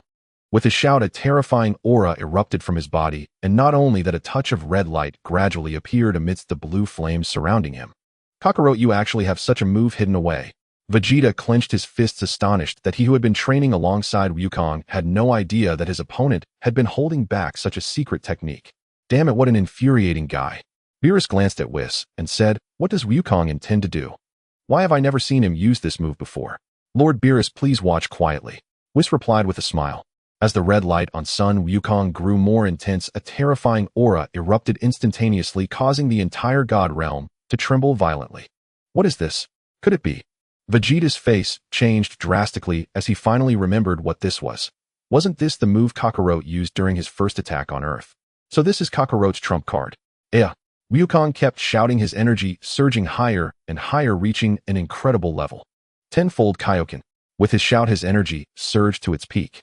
Lord Beerus, this move was originally meant for you. What? Hearing this, Beerus' expression changed dramatically. To deal with me. Wukong actually has that thought, he's hidden it well. Huh. Lord Beerus, are you perhaps afraid? Whis chuckled. Beerus' expression darkened, but he soon calmed down. Am I afraid? Even though he was indeed quite formidable to deal with me, it would still be 100 years too early. As Wukong pushed his power to the extreme, the terrifying energy enveloped the entire God Realm. Son Wukong, you truly are strong, you haven't disappointed me. Go ahead and attack. Wang Teng beckoned to Sun Wukong, his expression remaining unchanged. However, at this moment, Sun Wukong's face was filled with excitement. Lord Wang Teng, be careful, here I come. Whoosh. In that instant, Sun Wukong moved with incredible speed, reaching Wang Teng in the blink of an eye. Boom. Like a bolt of lightning, he threw a punch. Bang, bang, bang. Facing Sun Wukong's terrifying punch, Wang Teng also quickly retaliated with a punch. The two punches collided violently. Stomp, stomp, stomp. After their fists met, both retreated several paces. Not bad, your power has increased significantly. Wang Teng shook his somewhat numb arm, a smile finally appearing on his face. At this moment, he too became excited, the Scion's combative blood boiling within him. In response to Wang Teng's praise, Sun Wukong smiled slightly. I'm also very happy to spar with a strong figure like Lord Wang Teng. Though his right hand was also tingling, he felt an immense thrill within. In the next moment, Sun Wukong moved again. His speed was astonishing as he maneuvered rapidly across the battlefield. At this moment, Wukong had pushed the power of Super Saiyan Blue combined with tenfold Kaioken to its limit. Bang! The two began to engage once more, their strengths astonishing as they moved swiftly in the air, each collision sending ripples of white energy spreading out. Meanwhile, Whis below seemed to have already foreseen the outcome. The inspector should win. Beerus remarked. Whis, how do you know? The two are evenly matched right now. Hearing this, Whis smiled mysteriously. Lord Beerus, please continue to watch. Upon hearing Whis' words, Beerus was left with a headache. Meanwhile, Gohan clenched his fists tightly. The battle in the sky had already surpassed his understanding, yet he only hoped for it to end quickly. Vegeta, equally grave, watched the fierce battle in the sky. Damn it, that Kakarot really is infuriating. At this moment, the two in the sky were exchanging blows fiercely. The battle was extremely intense. Boom. Another clash erupted between them. In the instant they separated, they engaged once more, terrifying energy ripples continuously radiating out. At this moment, the shock in Sun Wukong's heart was greater than anyone else's. He had transformed into Super Saiyan Blue, adding the power of tenfold Kaioken, arguably his strongest move, yet Wang Tung seemed to be holding his ground, even gaining the upper hand. This indicates that the Inspector's strength is unfathomable. Science. So they can transform like that. It seems my training is still insufficient. Scions truly are a terrifying race, capable of growing to this extent. Their potential is indeed frightening. Beerus murmured. Whis smiled. Lord Beerus, you are mistaken again. The terrifying part is not the Scion race, but rather the Inspector. Huh. Boom. Rumble. In the sky, the two had unleashed their enhanced battle powers. The power displayed by the two at this moment was truly frightening. The terrifying power ravaged the God Realm. Even the hard ground of the God Realm had cracked open numerous fissures, and as their battle intensified, the God Realm was being increasingly devastated. Bang! A figure rapidly fell from the sky. At that moment, Vegeta could no longer hold back. He dashed up and caught the falling Sun Wukong. Kakarot, let me take over. Wukong gasped for breath, turning to Vegeta. But Vegeta, you might not be a match for Lord Wang Tung. Vegeta's expression changed. Kakarot, how dare you underestimate me? I am the Prince of the Scions. Do you think I would be inferior to you? Hearing the proud words of Vegeta's son, Wukong knew that reasoning would be futile and could only take a step back. Just then Wang Tung's voice slowly came. Vegeta, I suggest you team up with Sun Wukong. Upon hearing Wang Tung's suggestion, Vegeta immediately flared up. Stop talking nonsense. A divine aura instantly erupted from Vegeta's body, and the next moment blue flames surged up. A terrifying aura immediately erupted from Vegeta. He unreservedly pushed his energy to the limit. Super Saiyan Blue. Vegeta charged forward directly. Wang Tung's gaze turned cold as he instantly vanished from his position. In the next moment, Vegeta was searching for Wang Tung's figure, and just then a fist came rushing toward him. With a surge of power, Wang Tung's fist struck hard against Vegeta's abdomen. Ugh! Vegeta felt as if he had been hit hard, immediately spitting out a mouthful of saliva, his body trembling violently from the pain. Wang Tung delivered another elbow strike, sending Vegeta flying out. Vegeta quickly stabilized himself, kneeling on the ground, clutching his painfully throbbing abdomen. He hadn't expected that just a single strike from his opponent could inflict such damage. It was truly beyond his expectations. Vegeta, let's team up. Wukong shouted from below. Hearing this, Vegeta roared angrily. What kind of joke is this? To ask me to team up with you, I'd rather die. Vegeta quickly got to his feet, erupting with an intense aura as blue divine power constantly flickered around him. At this moment, even the proud Vegeta bore a serious expression on his face. Surrounded by blue light, he charged towards Wang Tung once more. Wang Tung looked at the astonishing aura emanating from Vegeta and calmly remarked, as expected of the Prince of the Scions, quite interesting. With that, he swiftly met Vegeta head-on, and the two once again engaged in fierce combat. The battlefield was filled with the thunderous sounds of their clash. A terrifying gust of wind suddenly swept across the battlefield. With a loud bang, Vegeta staggered back several steps before finally stabilizing himself. Take this! He unleashed his energy to the fullest, an incredible force shimmering in his hands. Goku's expression changed. Could it be that Vegeta is about to use that move? In no time, the power in Vegeta's hands had reached its zenith, a golden energy radiating blinding light. Ultimate Flash. A terrifying shockwave shot forth from Vegeta's hand. The astonishing light immediately illuminated the entire battlefield. Wang Tung instantly sensed the exceptional nature of this attack. He swiftly executed an instant transmission. A resounding explosion echoed as a mushroom cloud erupted in the God of Destruction realm, a powerful gust of wind sweeping across the entire battlefield. Boom. Haha, this is the consequence of underestimating me.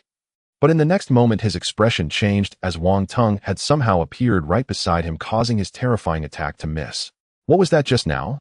Instant transmission. Goku's face changed dramatically, his eyes filled with shock. Not only did the opponent possess unimaginable strength, but he could also use instant transmission, which completely caught Goku off guard. If he had known that Wang Tung still retained the power of Super Saiyan 5 at this moment, he would have certainly advised Vegeta to concede. Wang Tung did not give Vegeta a moment to breathe, delivering a swift elbow that sent Vegeta flying. Why? Vegeta felt a surge of pain, but more than that was a sense of defeat. He never expected his ultimate flash to be so easily evaded. Gritting his teeth, Vegeta erupted with energy, once again charging at Wang Tung. At this moment, Wang Tung showed no intention of dodging, extending his palm to firmly catch Vegeta's fierce punch. Vegeta's eyes widened in disbelief. Let me show you how to use a fist. Wang Tung's punch landed heavily in Vegeta's abdomen. Vegeta was sent flying like a cannonball. Goku quickly leaped up to catch Vegeta, but he still clutched his abdomen, finding it hard to recover. Moments later, Vegeta slowly opened his eyes and glanced at Goku behind him, saying, "Who told you to meddle, Kakarot?" At this moment, Goku's expression was particularly grave as he said, "Vegeta, you can see it too. Master Wang Tung's strength far exceeds ours. If we go in alone, we'll only bring about our own demise. Let's join forces and fight together." Upon hearing this, Vegeta turned his head away. Although he knew it was true, his proud ego could not accept such a notion. At that moment, Wang Tung's voice slowly echoed in the air. "Vegeta, as the Prince of the Saiyans, how can you be so inflexible? Would you rather face total annihilation than cooperate with your comrades? No matter how much you train, you'll still be nothing but trash." Upon hearing Wang Tung's scorn, Vegeta's anger flared. "You call me trash? Do you even know who I am? I am Vegeta, the Prince of the Saiyans. Today I will defeat you. Kakarot, let's work together and show that guy the terror of the Saiyans." Hearing Vegeta's words, Goku touched his face and said, "But Master Wang Tung seems to be a Saiyan too." Vegeta, enraged, shouted, "Enough nonsense, let's move." Vegeta and Goku immediately stood opposite Wang Tung, their auras clashing against each other. "Is it all right for Goku and Vegeta to work together against the Inspector?" Beerus inquired with concern. Hearing this, Whis smiled and replied, "Lord Beerus, just look at how much fun the Inspector is having. Besides, Goku and Vegeta are no match for the Inspector at all, so you can rest easy." Beerus glanced at Whis and then fell silent. In the next moment, Goku and Vegeta moved, both transforming into Super Saiyan Blue. As they had trained together for a long time, their teamwork was remarkably synchronized. The three figures instantly vanished from their spot, with energy ripples from their clashes resonating in the air. The roaring sounds of their battle filled the atmosphere, showcasing the intensity of their fight. "Dad, Uncle Vegeta, and Master Wang Tung," Gohan shouted anxiously from below. Beerus wore a grave expression, clearly not expecting the young inspector to possess such formidable strength. In the sky, Vegeta was hit in the abdomen twice in quick succession, his face filled with fury. The proud Prince Vegeta, representing the pride of the Saiyans, was suffering repeated defeats today. Had it not been for Kakarot holding off the enemy, he would have been defeated long ago. This was something he found hard to accept. As he thought of this, his inner pride was unable to bear it. He suddenly erupted with energy, his blue divine aura growing increasingly brilliant, and its color shifted from light blue to deep blue. While Goku and Wang Tung engaged in battle, they also noticed Vegeta's unusual change. Vegeta's energy seems to have grown stronger. Just as Goku was momentarily distracted, a voice rang out. "When fighting me, you'd better stay focused." A phantom-like punch landed directly on Goku's chest, sending him rapidly retreating. At this moment, Vegeta had pushed his power to the limit. Though he hadn't fully transformed into Deep Blue, yet he was already at the threshold between Super Saiyan Blue and Deep Blue, his strength surging forward. "Kakarot, let's go." As soon as he finished speaking, he charged forward. Goku gritted his teeth and shouted, "Tenfold Kaioken." The blue divine flame engulfed the red energy. A tremendous force immediately surged forth. He too charged ahead with great speed. At this moment, Vegeta and Goku had laid all their cards on the table before Wang Tung. Wang Tung smirked, erupting with energy as golden flames surged, pushing the power of Super Saiyan 4 to its peak. The three of them quickly collided in the air. Goku threw a punch, and Wang Tung effortlessly caught it, then responded with a fierce elbow strike. Vegeta instantly joined the fray. The three engaged in an intense battle in the air, exchanging blows back and forth, locked in a fierce struggle. However, Wang Tung was consistently testing the limits of Deep Blue Vegeta's power, maintaining a balance in their combat. Vegeta and Goku's punches became faster and stronger, each blow packed with immense power. "Lord Beerus, it seems Vegeta has broken through to a new realm, one that no one has reached before," Whis remarked lightly. Hearing this, Beerus glanced towards the sky and said, "That guy Vegeta is far too proud. It's only natural that after suffering such blows to his pride today, he would manage to break through." A thunderous boom echoed. Three figures swiftly scattered apart. The next instant, Vegeta lunged once more toward Wang Tung, and as he surged forward, Goku followed in his wake. Wang Tung, for his part, showed no trace of underestimation. His form blurred into a crimson afterimage as he charged Heaton. Vegeta unleashed a blistering barrage of rapid-fire punches. Countless phantom fists streaked toward Wang Tung, yet each was evaded with effortless grace. In that very instant, Goku's fist rocketed in from the side. Wang Tung pivoted sharply and met it with a devastating counterstrike. Their knuckles collided with cataclysmic force. Then in a flash, Wang Tung's fist twisted into a claw, seizing Goku's arm mid-motion. Goku was hurled violently backward, straight into Vegeta's renewed assault. The two collided with bone-jarring impact, a brutal, unceremonious embrace. Kakarot, get out of my way. Vegeta shoved Goku aside with brusque force. Rubbing his head, Goku winced. Ow, that hurt. Vegeta, your body is far too dense. Shut your mouth. Vegeta roared, fury igniting like wildfire. Both warriors then turned as one toward Wang Tung, standing calmly across from them, a faint, enigmatic smile playing upon his lips. Vegeta's aura erupted anew, a searing cobalt inferno spiraling ever higher. Scions do not yield. The deeper the despair, the farther we transcend our limits. With a guttural bellow, Vegeta launched himself forward once more. Wang Tung's gaze hardened. Immediately, an overwhelming pressure descended like a mountain upon Vegeta. Undaunted, Vegeta's azure aura flared defiantly, clashing violently with that oppressive force, his face etched with unyielding resolve. Vegeta, I'll back you up. Goku ignited his own aura in response. High above the Destroyer realm, the three titanic energies collided and coiled in furious luminous entanglement. The entire Destroyer realm trembled violently, their battle cries swelled to deafening crescendos. And in the next breath, all three vanished from sight. An unimaginable clash. Gohan murmured, gazing upward in awe. Even now the realm's very fabric shuddered, humming with deep, resonant vibrations. Boom. Crack, crack, crack. The aerial conflagration intensified beyond measure. Wang Tung, Goku, and Vegeta raged across the heavens, slammed down to earth, then soared skyward again in relentless whirling combat. The air thickened with volatile energy, piercing detonations rent the silence. Again and again, fists met flesh and spirit in thunderous percussive harmony. Whis, I had no idea the Inspector's power was this formidable. Surely Goku and Vegeta won't lose, even fighting side by side. Beerus observed, eyes locked on the maelstrom above. Whis remained impassive, then smiled faintly. Lord Beerus, whom do you believe will prevail? I don't know. Beerus replied coolly. Heh. Whis merely chuckled, eyes crinkling with quiet amusement. Boom. Thud. A sharp impact rang out from ahead. All present stilled, turning as one, to behold Goku and Vegeta sprawled upon the ground, gasping raggedly, utterly spent. Master Wang Tung is truly extraordinary, huh? I yield. Goku laughed wryly. Vegeta, jaw clenched tight, simply shut his eyes. His pride wounded, his dissatisfaction plain. Wang Tung descended slowly from the sky, breathing heavily, clearly drained by the titanic expenditure of power. As the battle concluded, Beerus and Whis materialized instantly before the three warriors. Suddenly Goku and Vegeta spoke in unison, we will challenge you again. Vegeta recoiled inwardly, mortified to have echoed Goku's words verbatim, and turned his head away, haughty and stiff. Goku only offered a rueful, knowing chuckle. Wang Tung, stirred by the Scion's indomitable warrior spirit, smiled warmly. Very well, I accept your challenge anytime. After this clash, Wang Tung's stature and Goku's and the others' eyes had subtly shifted, from mere curiosity about his title to profound, hard-earned respect for his strength. Whis, please arrange a guest chamber. I intend to stay here for a short while. Whis nodded with a gentle, knowing smile.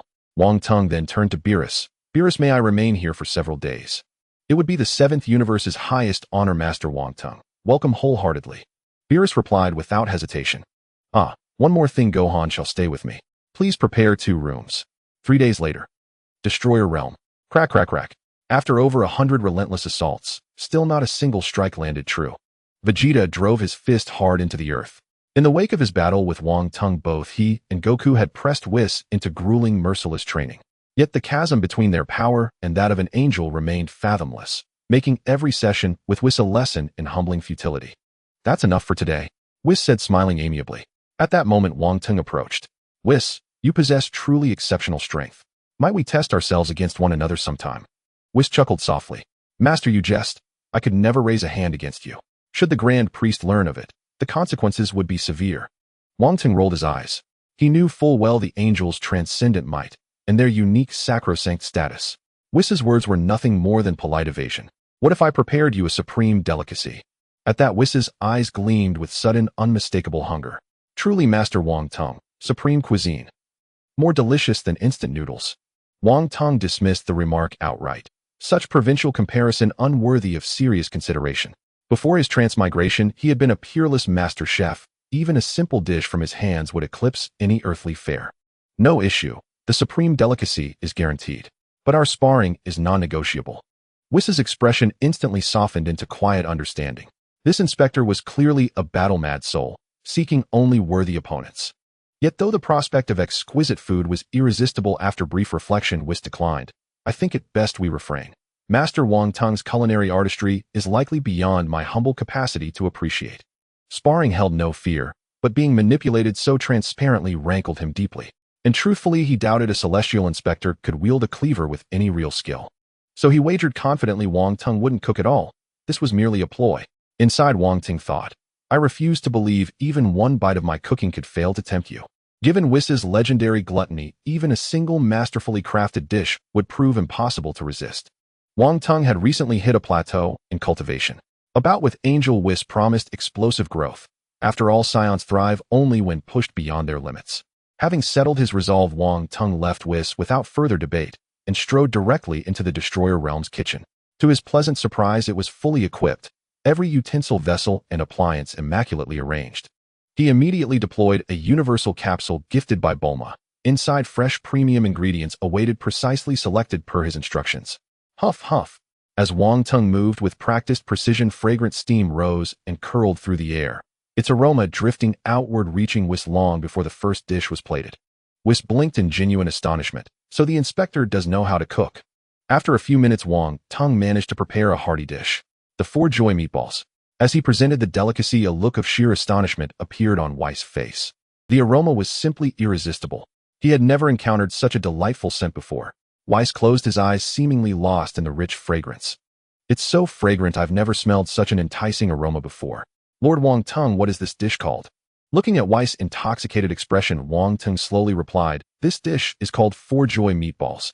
For someone like Wiss, who adored food and was a true foodie, there was no way to resist such a culinary delight. Wiss, about what I mentioned earlier. Immersed in the food, Wiss immediately nodded. Oh, no problem. Wang Tung had anticipated Wiss' unhesitating agreement to his request. Suddenly, a strange thought crossed Wang Tung's mind. Who exactly is the supreme Kai's partner that gave birth to a multitude of angels? Could it be that, like Beerus, he lays eggs, eh? Shaking his head, he dismissed these odd thoughts and said politely, eat up, it was made for you. Wiss approached with small, quick steps, covering his mouth as he laughed. In that case, I won't hold back. Watching Wiss' little steps, Wang Tung was left speechless. Just then, Beerus was also drawn over by the enticing aroma. After greeting Wang Tung, he immediately twitched his nose. Upon seeing the food in front of Wiss, he immediately shouted, Wiss, how dare you hog it all? The two began to argue, though it was of no concern to Wang Tung as his goal had already been achieved. In just a few minutes, the two had polished off a plate of Four Joy meatballs. Roar! This is absolutely delicious. Wiss' voice echoed throughout the realm of destruction. Wang Tung. How was it, Wiss? Beerus. Looking at the two, who seemed unsatisfied, Wang Tung intentionally asked, it was amazing, the best food I've ever tasted. I didn't expect Lord Wang Tung to have such excellent culinary skills. Could you possibly make me 2 more dishes? Hearing this, Wang Tung smiled and said, that's not impossible, it just depends on how you perform next. Upon hearing the conversation between Wang Tung and Wiss, Beerus softly asked, Wiss, what are you and the Lord discussing? Why do I feel like there's a secret being kept from me? Listening to Beerus' puzzled voice, Wiss smiled and replied, Lord Beerus, this is something you could do as well. Lord Wang Tung needs a worthy opponent, and who better than you? Beerus. What? Why do I feel like I'm being sold out again? In the realm of destruction of the 7th universe. At this moment, 2 figures stood in the air. It was Wang Tung and Wiss of the 7th universe. In the next second, Wang Tung erupted with rage, instantly transforming into a super scion, for his golden aura rising fiercely. Whoosh, whoosh, whoosh. Not bad. As Wiss looked at Wang Tung's sudden transformation, he was already aware of his combat power. Though Wang Tung's strength had reached a level comparable to weaker gods of destruction, he still appeared somewhat weak. However, given Wang Tung's age, he could already be considered a genius. Meanwhile, Goku and Vegeta watched intently from below. Gohan clenched his fists tightly, feeling an intense thirst for power at that moment. Although Lord Wang Tung's power is already quite formidable, Wiss' strength is something he can never imagine. Beerus muttered. As the god of destruction of the 7th universe, no one knew Wiss' strength better than him. Even he had never witnessed Wiss go all out. At that moment, Wang Tung's calm voice rang out. I never said my strength was only this much. Filled with confidence, Wang Tung spoke to Weiss. He then turned to Gohan below and said, "Watch closely, Gohan. Next, I will transform into a Super Saiyan 5 surpassing Super Saiyan 4. The power will undergo a qualitative change compared to Super Saiyan 4. In truth, Wang Tung was very clear that Super Saiyan 4 could only contend with weaker gods of destruction. Even against Beerus, Super Saiyan 4 would quickly be defeated, let alone Weiss, who was even stronger. Only by surpassing limits and transforming into Super Saiyan 5 could he truly have a chance to contend with Weiss. Although Wang Tung's basic strength had significantly increased through the system's registration in the realm of destruction, he still lacked confidence in being able to contend with Weiss. After all, Weiss ranked among the strongest among angels. Wah! What? Super Saiyan 5? Goku, Vegeta, and Gohan were utterly shocked. Vegeta clenched his fists tightly, his eyes filled with defiance. Damn it, this so-called Super Saiyan 5 is just empty bravado. The power of Super Saiyan 4 was already so great that he had to team up with Goku to barely manage. How could he accept that Wang Tung claimed there was something even more powerful above Super Saiyan 4? Is Lord Wang Tung speaking the truth? Does Super Saiyan 5 really exist? Goku murmured in disbelief. Weiss chuckled, covering his mouth. Lord Wang Tung loves to joke. Your released aura is already quite strong for your age. Besides, I can't believe you would possess such power after less than a year of being a Supreme Kai. Indeed, reaching the strength of Super Saiyan 4 at this age was already incredibly monstrous. If he were to improve further, wouldn't that mean his potential surpasses that of any angel or god of destruction? Weiss, I feel that Lord Wang Tung isn't joking, be careful. Beerus suddenly said seriously, but he was also deeply shocked. Howa! At that moment, a deep roar slowly emerged from Wang Tung's throat. In the next second, the entire realm of destruction, even the entire seventh universe, began to tremble. As Wang Tung's terrifying power erupted, the entire realm of destruction shook violently. A whirlwind instantly swept across the entire realm of destruction, as if a super typhoon had struck. Oh! The roar continued to echo. Lightning streaked down from the sky, dark clouds gathered above. An overwhelming aura erupted from Wang Tung. The golden aura pierced through the sky like an aurora. Silver lightning coiled around Wang Tung. The dazzling golden aura, its radiant light shining so brightly that one could hardly bear to look at it, gazing at Wang Tung with silvery hair and the terrifying power emanating from him. So powerful is this? Lord Wang Tung's strength. It's simply beyond imagination. Oh, I can't believe Super Saiyan 5 truly exists. Under such overwhelming pressure of power, Goku, Vegeta, and Gohan instinctively took several steps back. If they weren't also powerful beings capable of shaking the universe, it would have been more than just a few steps back. Oh, Lord Wang Tung has hidden his true strength. I didn't expect him to transform into Super Saiyan 5 emanating a powerful energy. Weiss was equally astonished. With his transformation into Super Saiyan 5, Wang Tung's strength had reached a peak. Wang Tung's base combat power was already astonishing. After transforming into Super Saiyan 5, his strength soared to an unimaginable level. Whoosh, whoosh, whoosh. At this moment, a terrifying aura surged from him like a tide, altering the very environment around him. Beerus' eyes widened like saucers. He was profoundly shocked. The power Wang Tung displayed was something he could not fully grasp. No wonder Lord Wang Tung is confident in battling Weiss. This power is indeed astonishing. I never expected that within such a short time he could reach this level. It is truly unprecedented. Weiss had often learned about Wang Tung through discussions with the Grand Minister. The information he received indicated that Wang Tung's combat power was merely that of the weakest destroyer. However, he never expected that the strength Wang Tung displayed today far surpassed the information he had received. According to Weiss' estimation, even the strongest destroyer would not be a match for Wang Tung. As everyone's astonished expressions lingered, the tremors in the destroyer realm gradually calmed. The dark clouds in the sky slowly dispersed. Golden flames enveloped Wang Tung's entire being. Silver lightning flickered in and out of sight. Super Saiyan 5. Is this the strongest form Lord Wang Tung mentioned? This aura is terrifying. Sun Wukong was dumbfounded, staring at the silver-haired Wang Tung and muttering to himself. Wang Tung's current strength had completely exceeded his comprehension. At this moment, he could hardly fathom how powerful this force truly was. With his strength pushed to the limit, Wang Tung finally moved. He dashed swiftly towards Weiss. At this moment, Wang Tung's speed was incredible beyond belief. He transformed into a silver streak, vanishing into the air. In an instant, Wang Tung appeared before Weiss. Then he unleashed a powerful punch. Boom! The force of his punch caused the surrounding air to resonate with a deafening roar. Although Wang Tung did not use all his strength, he still exerted 50%. The onlookers were stunned. They never anticipated that merely testing strength could be so terrifying. Lord Beerus, will Weiss be alright? Wukong asked worriedly. Beerus shook his head saying, I don't know. The situation has exceeded my control. Oh, I can only tell you that Weiss is very strong. Looking at the ever-enlarging fist before him, Weiss extended his palm, a faint blue light surrounding him. About 50% of his strength. Lord Wong Ting truly holds me in high regard. As he felt the power exerted by Super Saiyan 5 Wong Tung, Weiss smiled slightly. In the next moment, amidst the astonished gazes of everyone, the fist collided with Weiss' palm. Bang! A fierce gust of wind immediately spread out from the point of impact. Feeling the terrifying power emanating from Weiss, Wong Tung's heart sank, and he quickly jumped back. Weiss' strength far exceeded Wong Tung's expectations.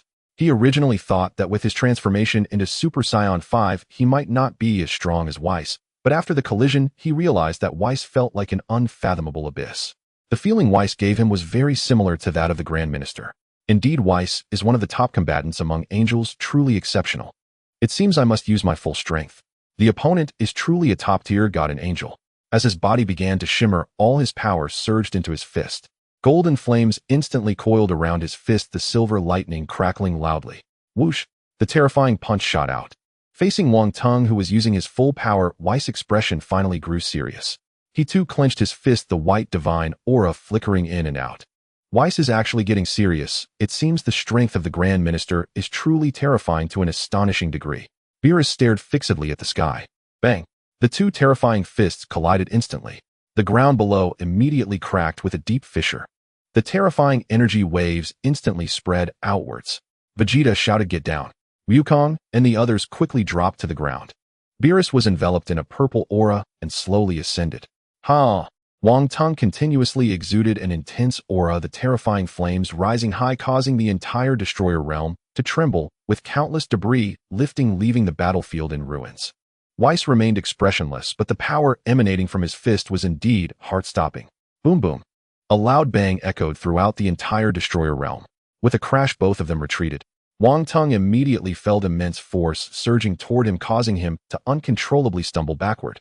He crashed through several mountain peaks, creating a long ravine before finally stopping.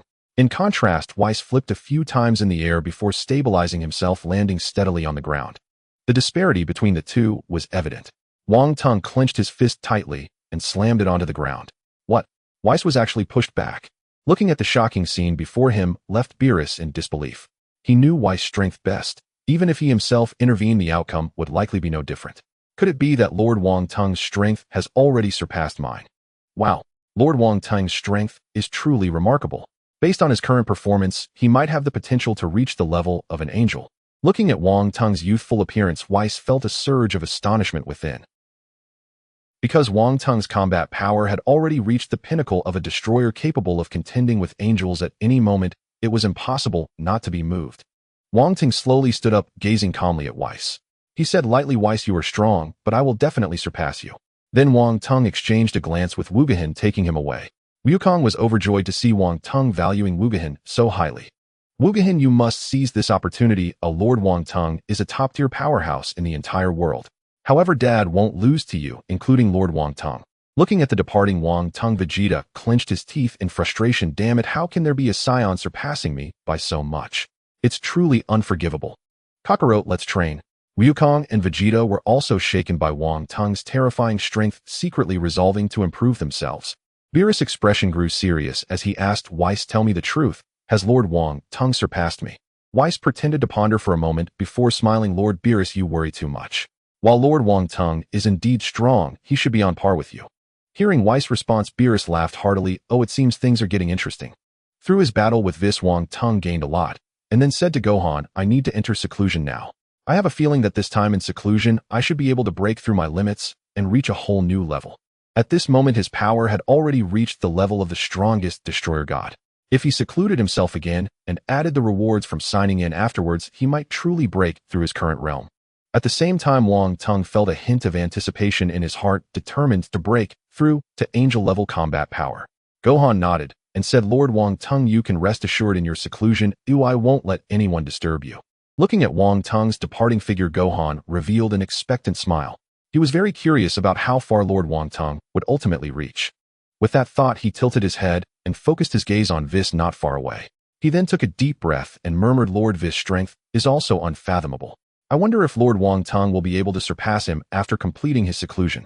Gohan did not have a clear understanding of the combat power of Beerus and Vis. He only felt that both were super strong, and it always seemed to him that Beerus was slightly stronger than Vis, as indicated by the titles they used, with Beerus being the master and Vis the servant. At this moment, Wang Tung stepped into the gravity chamber, specially prepared for him by Vis, where he could freely adjust the gravity. At his current level, gravity was irrelevant regardless of how many times it was increased, but Wang Tung needed to enhance his fundamental combat power, so the gravity chamber was indeed necessary. After finishing his training, receiving the sign-in rewards from the Destroyer God Realm would undoubtedly bring surprises. Although his basic combat power increased very rapidly through training, it was still somewhat insignificant compared to the battle power from the system's signing rewards. Moreover, Wang Tung had a premonition that during this seclusion, he would reach a whole new realm, possibly achieving angel-level combat power, which he was also very much looking forward to. Then Wang Tung began his grueling training. Before long, sounds of rapid movement echoed within the gravity chamber. Time always seemed to fly by quickly. 3 months later, Wang Tung slowly walked out of the gravity chamber. His face was filled with excitement. Through this seclusion, he had finally broken through the bottleneck of basic combat power and reached a new level. And 3 days ago, the rewards from the system had also arrived. Ding! Congratulations to the host for completing 100 days of signing in within the Destroyer God Realm. Ding! Congratulations to the host for obtaining 100 million in basic combat power. Ding! Congratulations to the host for obtaining the King Kai Fist. Ding! Congratulations to the host for obtaining the time reversal skill, reversing time by 3 seconds. Ding! Congratulations to the host for obtaining 20 Senzu Beans. Moreover, Wang Tung's attribute panel appeared in his mind. Host Wang Tung Bloodline Scion Combat Power Angel Level Combat Power Skills Kamehameha King Kai Fist Instant Transmission Time Reversal for 3 seconds. Beginner Level Unfettered Ultimate Skill Items. Own 20 Senzu Beans. Reading the attribute panel in his mind, the system had clearly indicated that his combat power had reached the level of an angel. However, angels also have their strengths and weaknesses. As for which level he had reached, it would still require a real battle with an angel to find out. Moreover, he had unexpectedly acquired the skill of reversing time by 3 seconds, which was extremely useful for a powerhouse at his level. Suddenly reversing time during a battle could yield unexpected effects somewhat akin to Hit's time skip technique. Since Hit could evolve his time skip technique, Wang Tung believed that through training he too could continuously evolve the time reversal ability. If he could reach Vis's level of time reversal, it would become an important trump card for him. Not bad. Wang Tung's mood was very good at this moment, and his goal was not just to become an angel. He believed that in the near future, he would definitely become the pinnacle of the Dragon Ball universe, such that even Xeno would have to bow down to him. Whoosh! Wang Tung's figure vanished from the spot and appeared outside, only to find Gohan sitting at the door in a daze. Gohan. Hearing this, Gohan was clearly taken aback, then excitedly stood up and asked, Lord Wang Tung, you have finally come out. From your expression, it must have been quite a harvest. Looking at the genuine joy in Gohan's eyes, Wang Tung nodded in satisfaction. I was lucky to break through. Gohan, you should rest now. Next time I'm going to conduct special training for you. Hearing that his special training was finally about to begin, Gohan excitedly replied and walked towards his room. During the time Wang Tung was in seclusion, Gohan had indeed guarded outside for a full 3 months, fearing that someone would disturb Wang Tung's training. And the sincerity of the Goku family with no trace of distraction was truly endearing. Wang Tung slowly arrived at the training ground where Goku and Vegeta were training. At this moment, the two were sparring with Beerus. Uncharacteristically, Beerus was not sleeping, but was instead training Goku and Vegeta, which was quite strange. Previously, their training was directly handed over to Vis, and he would get furious if their training made too much noise and disturbed his rest.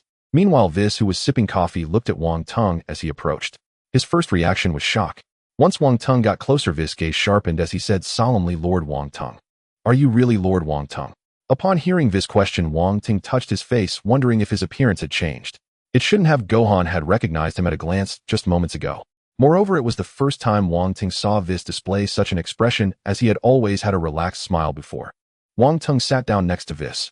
Vis continued to ask, it seems that Lord Wang Tung has gained a lot from this seclusion. Your aura and the power you emit are vastly different from before. Wang Tung pondered for a moment and said, perhaps I've broken through my realm. Upon hearing this, Vis shook his head and said solemnly, the changes in you this time are far more than just a simple breakthrough in realm. At this moment, I can actually sense a sharp aura from you along with an indescribable feeling. Vis then began to contemplate. After a while, Vis exclaimed, that's it. It's the concept. Lord Wang Tung now emanates an extremely sharp concept. Concept. Hearing a term that even he as a transmigrator had never heard of, Wang Tung was taken aback. Concept, also known as intent, is something ethereal and intangible. Vis slowly explained. The main condition for generating intent is breaking through the level of Destroyer God. As of now, even Lord Beerus has not comprehended the existence of intent. To my knowledge, only Lord Hellas from the second universe has comprehended it, and he is also the target Lord Beerus has always sought to surpass. Upon hearing this, Wang Tung was also very shocked. It turned out that breaking through the combat power of a Destroyer God would give rise to something like intent, but he was still unclear about what this intent truly was. What your intent actually is will depend on your own exploration. Once everyone generates their own intent, they can apply it in battle. That is the true transcendence of a Destroyer God. If Lord Beerus were not so lazy with his talent, he would certainly have the hope of comprehending the perfect, unfettered ultimate skill and mastering the power of intent, becoming the strongest Destroyer God. Vis said solemnly, and Lord Wang Tung should have already surpassed the level of Destroyer God. As soon as he finished speaking, Vis began to scrutinize Wang Tung, deeply astonished in his heart. However, Wang Tung was simply too young. To beings like Whis and Beerus, who had lived for countless ages, his age was hardly even a fraction of theirs. At such a young age, he had already surpassed the level of a god of destruction. Whis was utterly shocked beyond measure. After all, to surpass the level of a god of destruction at this age was unheard of for Whis. I'm not sure, but I did indeed break through, Wang Tung said with a smile, clearly in very good spirits. Boom. Vegeta and Goku were sent flying by Beerus' palm. All right, let's call it a day, Beerus said indifferently. The two who had regained their footing immediately shelved their plans to attack again. Lord Beerus, why did you suddenly call it off? I just began to feel something, Goku muttered. Hearing this, Beerus replied sternly. I said that's enough for today, what's wrong? Do you have an objection, Oi? Seeing Beerus looking somewhat angry, Goku hurriedly waved his hands. All right, Kakarot, let's go. Vegeta and Goku then flew off into the distance. As Beerus approached, he saw Wang Tung enjoying coffee with Whis. He immediately saluted Wang Tung, saying, Lord Wang Tung, when did you come out of seclusion? Wang Tung gently sipped his coffee and replied, just now. Although Beerus felt a sharp aura emanating from Wang Tung, his eyes widened in shock. What is this? This aura, could it be? The aura Lord Wang Tung exudes is exactly the same as that felt from Hyles. The realm. Beerus stared at Wang Tung in disbelief. Lord Wang Tung, have you already surpassed the level of a god of destruction? I should have broken through, Wang Tung said with a faint smile. Shock. Unparalleled shock. At this moment, Beerus stood frozen in place. How is this possible?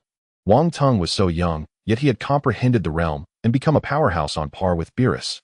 Looking at the stunned Beerus, Wang Tung casually said, I just finished my seclusion, I'm going back to rest. Without waiting for the two to respond, Wang Tung walked away directly. Did Lord Wang Tung really comprehend the realm? Beerus still found it hard to believe and hurriedly asked, Yes, Lord Beerus, you are not mistaken. With Whis' affirmative response, the shock in Beerus' heart could not be calmed for a long time. Lord Beerus, shouldn't you train properly? It seems you haven't made any progress in a long time, and the Grand Minister is surely keeping an eye on you. Upon hearing this, cold sweat immediately dripped down Beerus' forehead. Then surprisingly, Beerus headed toward his training room. Whis couldn't even recall the last time he had been there. Looking at his retreating figure, a smile appeared on Whis' face. A month later, 6th Universe. Bardoss, what are we eating today? I'm absolutely starving. The god of destruction Kampa yelled at the top of his lungs. Bardoss, you're not trying to starve me, are you? Just then the beautiful Bardoss walked over. Lord Kampa, I've thought it over for a long time, and I've decided to tell you a very important piece of news. Bardoss said very solemnly and seriously. Cut the nonsense, what's the news? Let's talk about it after we eat. Kampa didn't listen to Bardoss at all at this moment, he just wanted to eat delicious food. It's about the news of the Grand Minister, are you sure you don't want to hear it? Since Wang Tung was appointed as the Grand Minister, both Bardoss and Kampa understood very well the purpose of Wang Tung's inspections across the various universes. That kid, he's off enjoying himself as a Grand Minister, why would it matter to me if he hasn't come to the 6th universe? Although Kampa was clearly uninterested in Wang Tung, he was still very sensitive about the identity of the Grand Minister. After all, this was someone capable of replacing him. Right now, Lord Wang Tung is residing in the God of Destruction realm of the 7th universe. Upon hearing this, Kampa leaped directly from his chair. What did you say? That kid Wang Tung is in the realm of the Skinny One. From initial disdain to shock, now Kampa furrowed his brow and murmured, why would that kid stay in the realm of the Skinny One? Kampa knew Beerus's nature very well. That guy was notoriously lazy and could sleep for tens of thousands of years. The more Kampa thought about it, the more uneasy he felt. Although they usually seemed to have a poor relationship and always argued, upon meeting Bardoss knew the bond between them was still very deep. Bardoss, we're going to the 7th universe. I want to see what's going on. Why does that kid Wang Tong want to stay in the realm of the Skinny One? This matter must be significant. After all, they were brothers' blood is thicker than water, and they both became gods of destruction at the same time. If the Skinny One wasn't doing things right, he could still plead for him. Kampa had great confidence in his connections. Lord Kampa, are you going to the 7th universe? The Grand Minister hasn't allowed us to go there. Won't it be too presumptuous if we just go? Cut the nonsense. I want you to take me to the 7th universe right now. As for that kid Wang Tong, I have my methods. I can't just stand by and watch the Skinny One get removed. Oh, I must help him. Hearing Kampa's definite words, Bardos could only comply. Just as Bardos was about to set off, Kampa's voice rang out again. Wait a moment, Bardos. Bardos looked at Kampa in confusion. What is it, Lord Kampa? Hearing this, Kampa said, bring along the boiled eggs of Dong Dong Bird. Consider it a gift for that kid Wang Tong. It's best if the Skinny One is fine. If something really happens, I can plead for him. After all, we've met Wang Tong before. If we wait until he returns after a year, everything will be too late. Upon hearing Kampa's words, Bardos immediately halted her actions and said seriously, Lord Kampa, you need to understand that Lord Wang Tong is now the Grand Minister. Whatever you say or do, it's best to be cautious, otherwise both you and Lord Beerus will be implicated. Hearing Bardos's warning, Kampa nodded. I understand, Bardos. Let's go to the 7th universe right away. I just want to see the Skinny One with my own eyes. I hope he doesn't anger Wang Tong. This time with the boiled eggs of Dong Dong Bird, there shouldn't be any issue. The 7th universe doesn't have such delicious boiled eggs. All right. Bardos nodded in agreement. Before telling Kampa about this matter, she had already anticipated such an event since they were brothers. She just hoped that when they arrived in the 7th universe, Lord Kampa wouldn't clash with the Grand Minister, otherwise not just him, but even Lord Beerus would be implicated. After all, Wang Tong was now the Grand Minister appointed by the Omni King, exercising supervisory powers, a power so great that it was difficult to imagine. Then Bardos took Kampa and vanished from the 6th universe. Only a few hours later, they arrived at the 7th universe. The moment they appeared in the 7th universe, Kampa was filled with excitement. Will the Skinny One be so moved upon seeing me that he cries? Then the two quickly flew toward the God of Destruction realm of the 7th universe.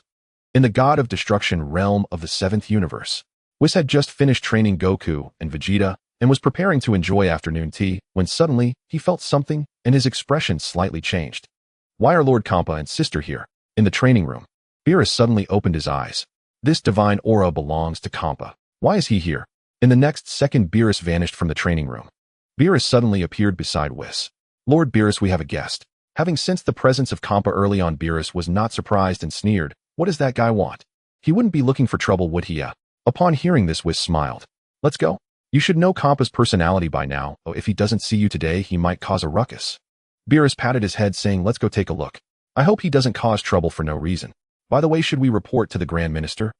Whis pondered for a moment and replied, let's check it out first. You should understand Kampa's character. His arrival is likely just some trivial matters. It's better not to disturb the Grand Minister. Beerus nodded. As Whis and Beerus stepped out of the God of Destruction realm, a roar echoed from outside. Beerus, come out here. Beerus and Whis immediately covered their ears. Lord Kampa, please keep it down. The Grand Minister is in the God of Destruction realm. Bardos reminded. Kampa then realized that this wasn't the usual atmosphere, so he immediately shut his mouth. Bardos shook her head helplessly. Why does Lord Kampa always seem so foolish? At this moment, Beerus's voice came over. Kampa, why are you howling like a ghost? Upon hearing this, a smile appeared on Kampa's face, and he said, Beerus, it seems you're fine. Kampa wobbled his plump body and appeared right in front of Beerus and Whis, with the angel Bardos following behind him. Beerus's expression turned dark as he said, if you don't give me a reason, I'll roast you today. Kampa replied, I was worried about you, yet you're treating me so coldly. Hearing Kampa make such an unprecedented statement, Beerus was momentarily stunned. Worried about me? What could I possibly have to worry about? Kampa glanced at Bardos and whispered, Bardos, what's going on? Didn't you say that Wang Tong was in the God of Destruction realm? Why does Beerus look so calm? Given his personality of being hard to wake up once he sleeps, he should be resentful of Wang Tong. Beerus shouldn't have such a composed expression. If Lord Zeno knew that Beerus was neglecting his duties, the consequences. Hearing Kampa's words, Bardos shook her head. I don't know the specifics. Looking at the two whispering, Beerus frowned. Hey Kampa. What exactly are you here for? Upon hearing Beerus's question, Kampa was unwilling to admit it was out of concern for him. At this moment, Goku and Vegeta rushed over upon hearing the commotion. Who was that person? Why does he look so much like Lord Beerus? Goku asked curiously.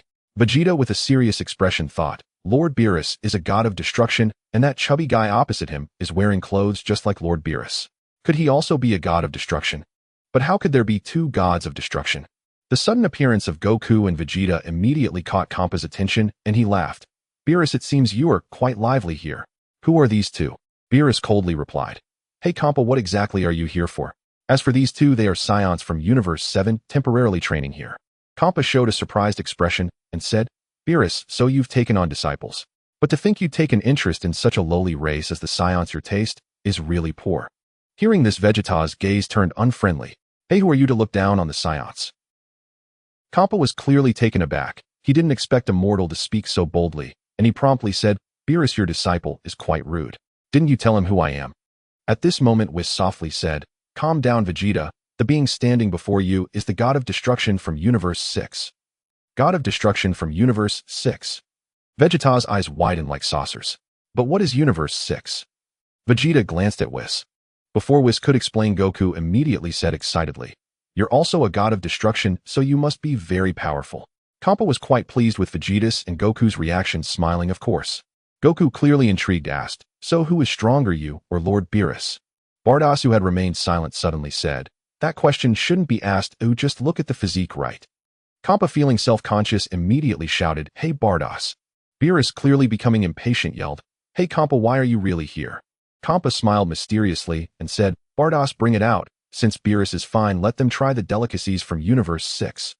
At this moment, Bardoss gently said, Lord Kampa, didn't you say this was a gift for Lord Wong Tung? Hearing this, Kampa immediately remembered that the Grand Minister was still in the God of Destruction realm and shouted, Hey Beerus, I heard that Lord Wong Tung is in the God of Destruction realm. Has he already left? Beerus was taken aback, finally realizing that Kampa's purpose for coming was to see the Grand Minister.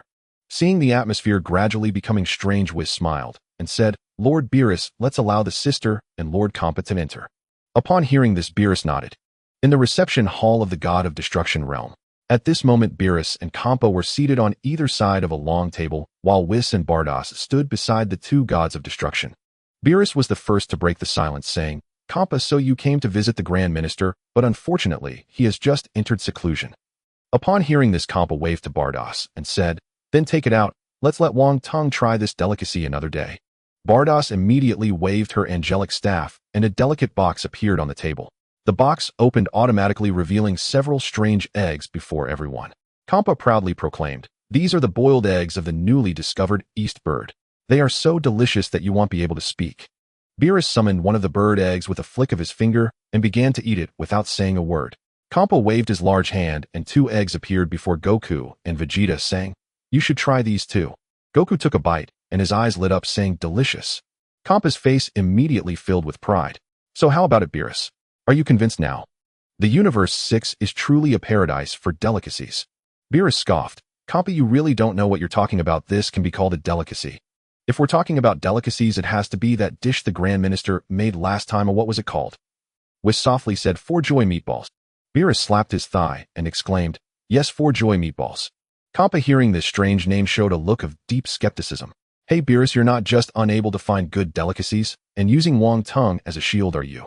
Bardoss immediately reminded him, Lord Kampa, please mind your words, it's Lord Wong Tung. At that moment, a faint voice came, Kid, is that what you're calling him? Upon seeing the newcomer, Xiang Pa's face immediately flushed like that of a pig's liver. Wong Tung. Lord Xiang Pa, please mind your words, it is Lord Wong Tung. Bardoss reminded once again. When Wong Tung appeared, Beerus quickly stood up and offered his chair to Wong Tung, quietly standing to the side. Only then did Xiang Pa realize that Wong Tung's identity had changed completely at this moment. He hurriedly stood up and quickly approached Wong Tung, bowing deeply and saying, Little God, I pay my respects to the prosecutor. Just now I misspoke. I hope you forgive me, my lord. At that moment, the angel Bardoss elegantly walked over. Lord Wong Tung, how have you been recently? Wong Tung lightly nodded in response to Bardoss' greeting. I've been doing quite well lately. Bardoss, you have become even more beautiful recently. In response to Wong Tung's compliment, Bardoss revealed a slight smile. Thank you for the praise, Lord Wong Tung. At this moment, Xiang Pa was drenched in sweat, remaining bent over and afraid to move. Wong Tung waved his finger, and a boiled egg from Dong Dong bird appeared in his hand. After taking a bite, he confirmed that it was indeed no different from an ordinary chicken egg. Xiang Pa, have you been working diligently lately? Why are you always looking for delicacies? Are you a god of destruction or a god of food? Wong Tung spoke lightly. Upon hearing this question, Xiang Pa's heart immediately tightened. He hadn't worked for a long time, having only pursued things he enjoyed.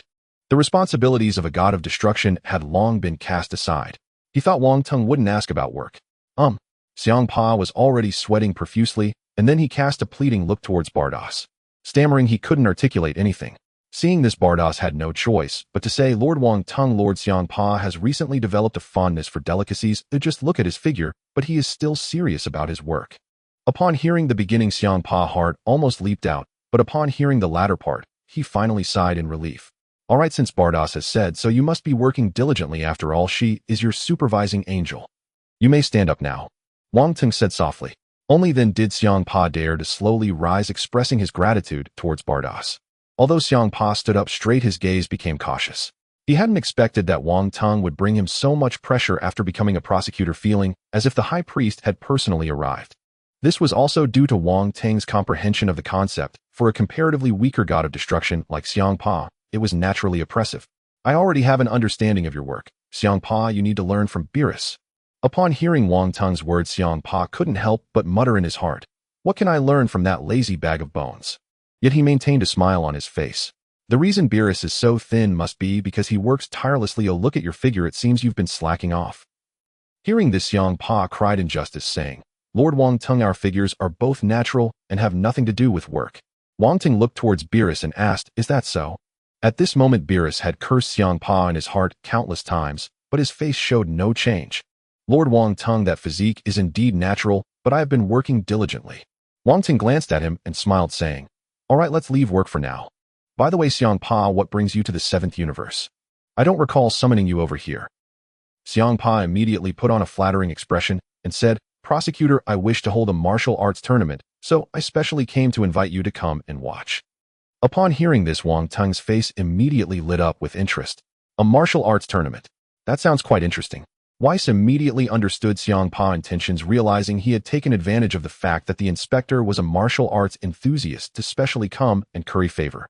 A martial arts tournament. Goku, who had been silent, immediately brightened his eyes. The martial arts tournament of the 6th universe must have many experts. At this moment, Vegeta looked confused and asked, what exactly is this 6th universe you all are talking about? Haha, so you all are unaware there are a total of 12 universes. And the universe we are in is the 7th universe. As soon as he finished speaking, Weiss' angelic staff tapped the ground, and the entire universe immediately appeared before everyone. Then he pointed and said, this is the 7th universe, while my sister and Lord Xiang Pa come from the 6th universe. These two universes are basically the same, like twin brothers, with everything having a positive and negative side, existing in pairs. For example, the 1st universe and the 12th universe are a pair, adding up to 13.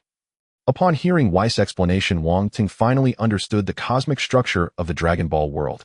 Goku softly said to Vegeta, did you hear that? He called her sister. Vegeta nodded and said, she is also a powerful fighter with no openings in her movements. Goku's eyes immediately lit up. I didn't expect there to be so many experts stronger than us. Wang Teng turned to Beerus and said, Beerus, you all from the 7th universe should join too. Otherwise it would be dull with just the 6th universe. Hearing this, Xiang Pa's eyes brightened. Skinny Bones, what do you think? Are you afraid of my 6th universe? Upon hearing Xiang Pa's provocative words, a hint of anger appeared on Beerus' face. What a boast. Just relying on this fat pig you lead in the 6th universe. Aren't you afraid of being laughed at by the inspector after losing? Xiang Pa's face immediately showed anger as he retorted, mind your words, Skinny Bones. The two immediately glared at each other fiercely. A terrifying aura immediately erupted from the two. Seeing the two suddenly ignite with anger, Wang Teng stood up directly. The two looked at the figure that suddenly appeared between them, immediately retracting their aura and bowing their heads, realizing that they had been too reckless. However, what they didn't expect was that Wang Teng loved watching battles the most, and he had always heard that Beerus was one of the strongest gods of destruction, yet he had never seen it in person. He smiled and said, if you two are going to fight, let's go outside, but it's too cramped here and will affect your performance. But Weiss and Bardas simultaneously interjected, Lord Wang Teng, no battles between gods of destruction cannot happen. If two gods of destruction fight, it means the annihilation of the 6th universe and 7th universe. Hearing this, Wang Teng nodded and said, I understand, but there are always exceptions. Bardas and Weiss create a sealed arena for me, ensuring that no energy escapes. I trust that with your strength you can do it. Upon hearing Wang Teng's command, Bardas glanced at Weiss. At this moment, Weiss' face was also filled with seriousness. After thinking for a few minutes, Weiss smiled and said, Since Lord Wang Tung has such an interest my sister, and I will do our utmost to accommodate. However, with our strength the arena we create cannot be foolproof. I kindly request the inspector to integrate your realm power into the protective shield around the arena to ensure everything is foolproof. Wang Tung nodded and said, "Don't worry, Weiss. Just do as you said." An hour later, a massive arena suddenly appeared in the God of Destruction realm, surrounded by a red protective barrier. Not far from the arena, there was a luxurious resting area. At this moment, Wang Tung was sitting next to Babidi munching on seeds while waiting for the match to begin. After surveying the arena to ensure everything was in order, Weiss gently sat down on the other side of Babidi. Wukong and Vegeta stood at the edge of the resting area, their eyes fixed intensely on the arena. "Vegeta, do you think Lord Beerus will be defeated?" Upon hearing Wukong's question, Vegeta replied calmly, "Kakarot, both are gods of destruction. Their strength should be on par. Let's just watch quietly." On the arena, Beerus and Kampa stood on either side, their gazes locked onto each other. Kampa smiled faintly and said, "Skin and bones, we haven't fought since we became gods of destruction, have we? Now I am not the same as before." If he was indeed no match for Beerus in the past, under Babidi's guidance his strength had skyrocketed. With so much time passed, he believed he had surpassed Beerus by a great margin. Hearing this, Beerus smirked slightly and said, "Fat pig, apart from seeing you getting fatter, I can't see any other changes." Upon hearing Beerus' blatant provocation, a look of anger instantly appeared on Kampa's face. At that moment, Wang Tung shot a key blast that struck the bell on the arena. Both men immediately understood that the match had begun. "Kampa, come on, let me see if your training over the past few million years has made any progress." Beerus' gaze was fixed on Kampa as he spoke indifferently. He understood that since the inspector allowed him to battle Kampa, there must be a reason behind it. If he were to lose today, there would likely be some troublesome consequences. Most importantly, at this moment, he also wanted to see how much Kampa had improved since becoming a god of destruction. "Beerus, come on!" Kampa shouted loudly and immediately soared into the sky. Whoosh! Beerus snorted coldly and also shot up into the sky. In the air above the arena, Beerus and Kampa faced each other. "Beerus, this time I will make you understand that effort surpasses talent." Since Beerus had always had greater talent than him since childhood, he had always been suppressed. Today he finally had the opportunity to prove that his efforts were worthwhile, and he was extremely excited. With a furious shout, Kampa vanished from his position, and the next second, he reappeared right in front of Beerus. Bang! Kampa's speed was at its peak. Beerus smirked and immediately met him, heating their fists colliding together. A fierce gust of wind erupted from the point of collision, spreading around. However, as soon as the gust hit the red protective barrier, it vanished without a trace. In the next moment, the two quickly separated. A purple aura erupted from Beerus, and a terrifying destructive force began to rise. In the next second, Beerus transformed into a purple shadow and disappeared from sight. His speed was at its peak, and even Kampa couldn't react in time as he delivered a powerful punch to him, sending Kampa flying. Whoosh! Beerus seized the advantage and charged at Kampa again, raising his hand and striking towards Kampa's chest with another fierce punch. Bang! Beerus' eyes widened in shock. His fist had actually been caught by Kampa. Not bad in strength, and speed is decent too. At that moment, Kampa smiled and immediately unleashed a burst of purple energy that blasted Beerus away. Ta-ta-ta! Beerus only took a few steps back before stabilizing himself. Whoosh! The two charged at each other again, their fists colliding continuously in midair. At this moment, the entire arena was filled with thunderous sounds. However, outside the arena, everything was calm. It must be said that the protective barrier created by Wang Tung and his companions was extremely sturdy. Right now, the two seem evenly matched.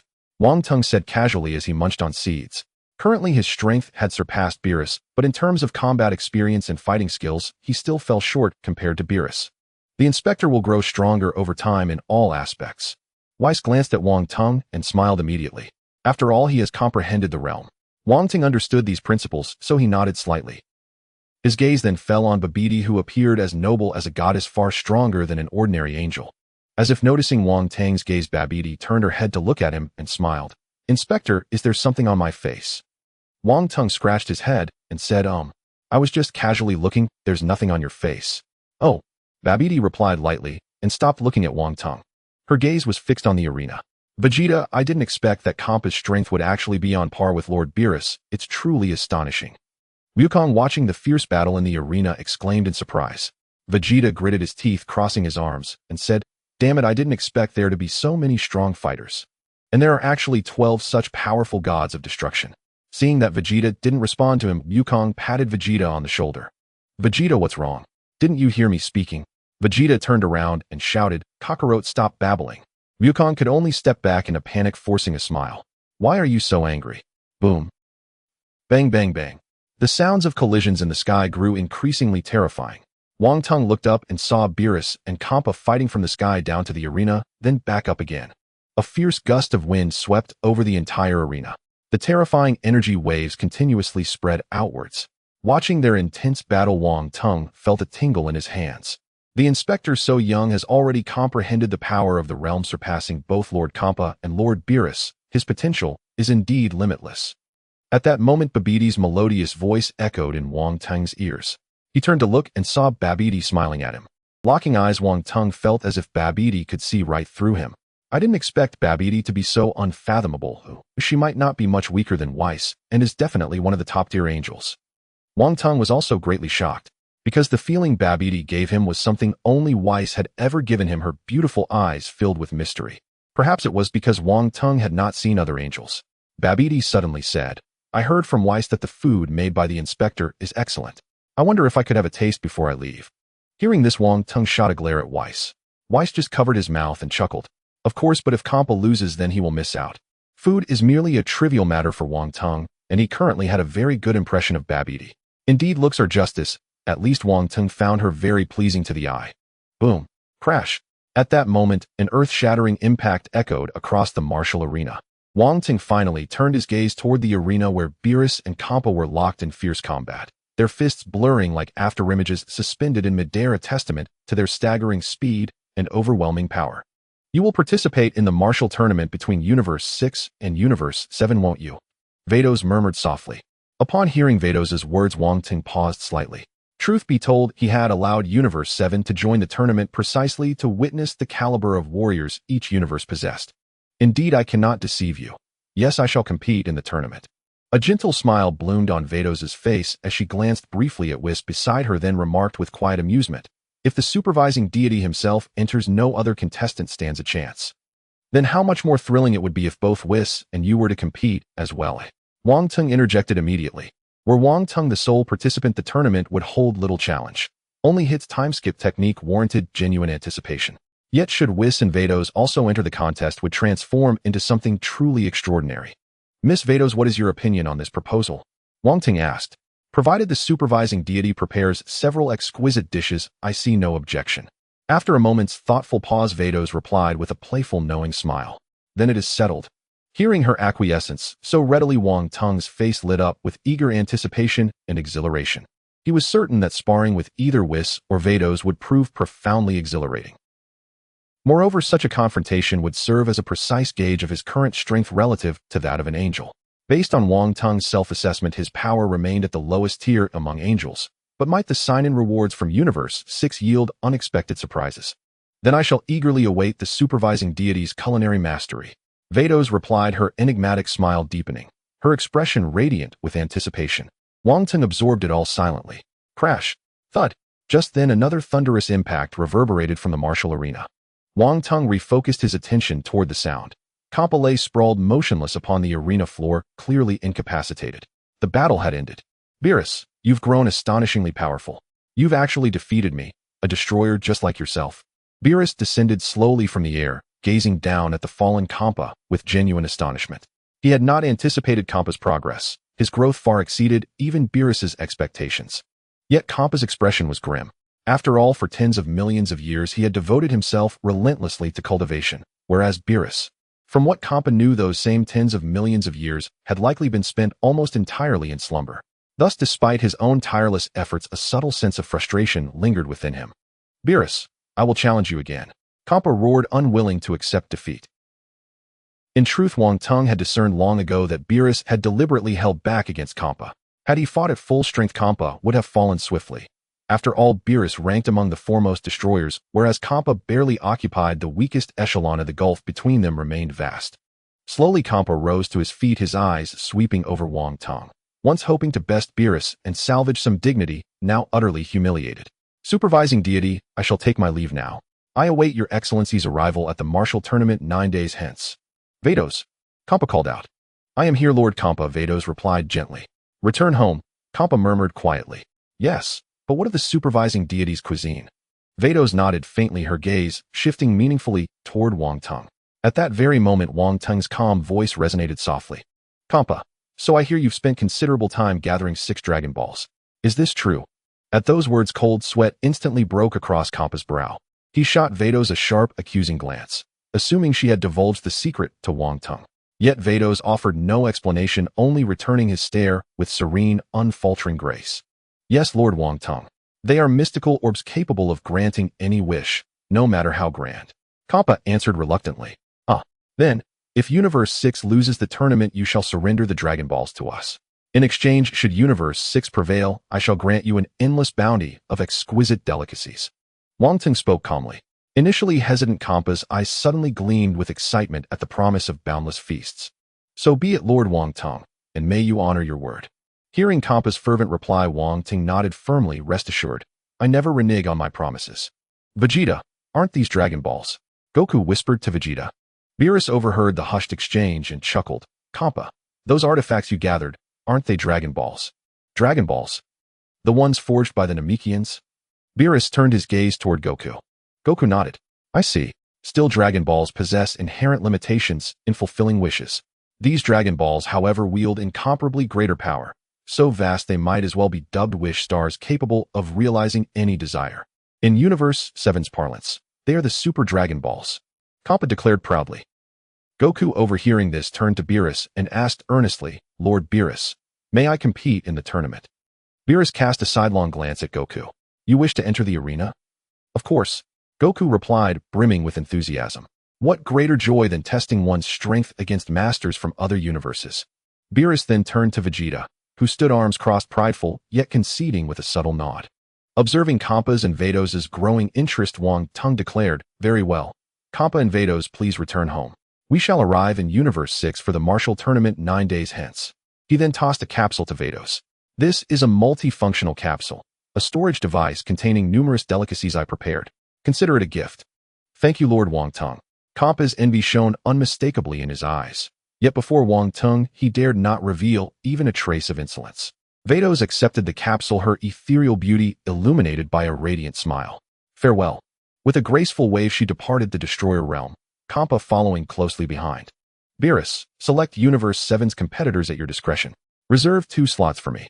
Beerus bowed respectfully in immediate assent. Wang Teng turned to leave, his voice drifting back calmly. I shall take Gohan away for a brief period. 8 days hence, I shall return to the Destroyer realm. Inside the gravity chamber, Gohan darted swiftly through the chamber's intensified gravity field.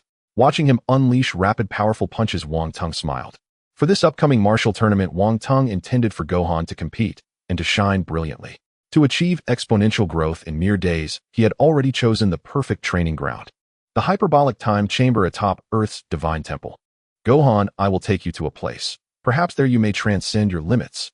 Wang Teng said to Gohan. The hyperbolic time chamber was undoubtedly the most suitable cultivation ground for Gohan at present. Its temporal flow differed drastically from the outside world. 1 year within equaled merely 1 day beyond its walls. Wang Teng planned for Gohan to enter for 2 days, equivalent to 2 full years in the external world.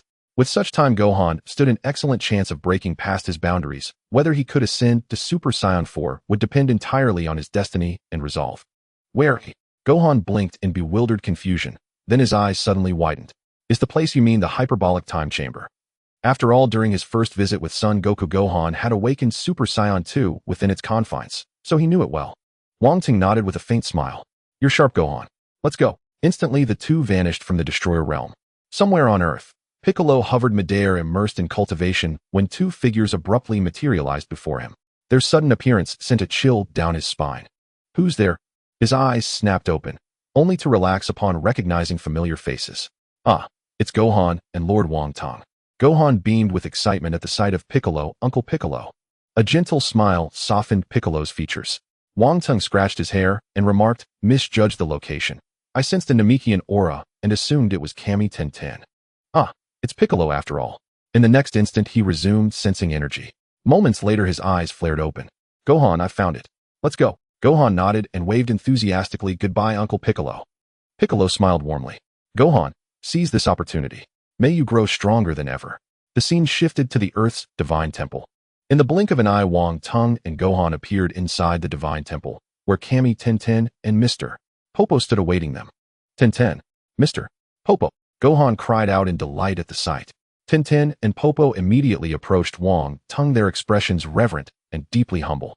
This humble deity bows before Inspector Wang Tung. As they spoke, both dropped instantly to their knees, foreheads touching the floor. Gohan froze, eyes wide with astonishment. Though he knew Wang Tung held high rank in the divine realm, even destroyers and angels had only bowed deeply, not prostrated themselves utterly. And Tenten was Earth's own Kami. How could he kneel so low? What Gohan did not yet grasp was the rigid hierarchy of the divine realm. Such obeisance from a planetary deity was perfectly customary. An inspector ranked among the grand deities, possessing immense authority.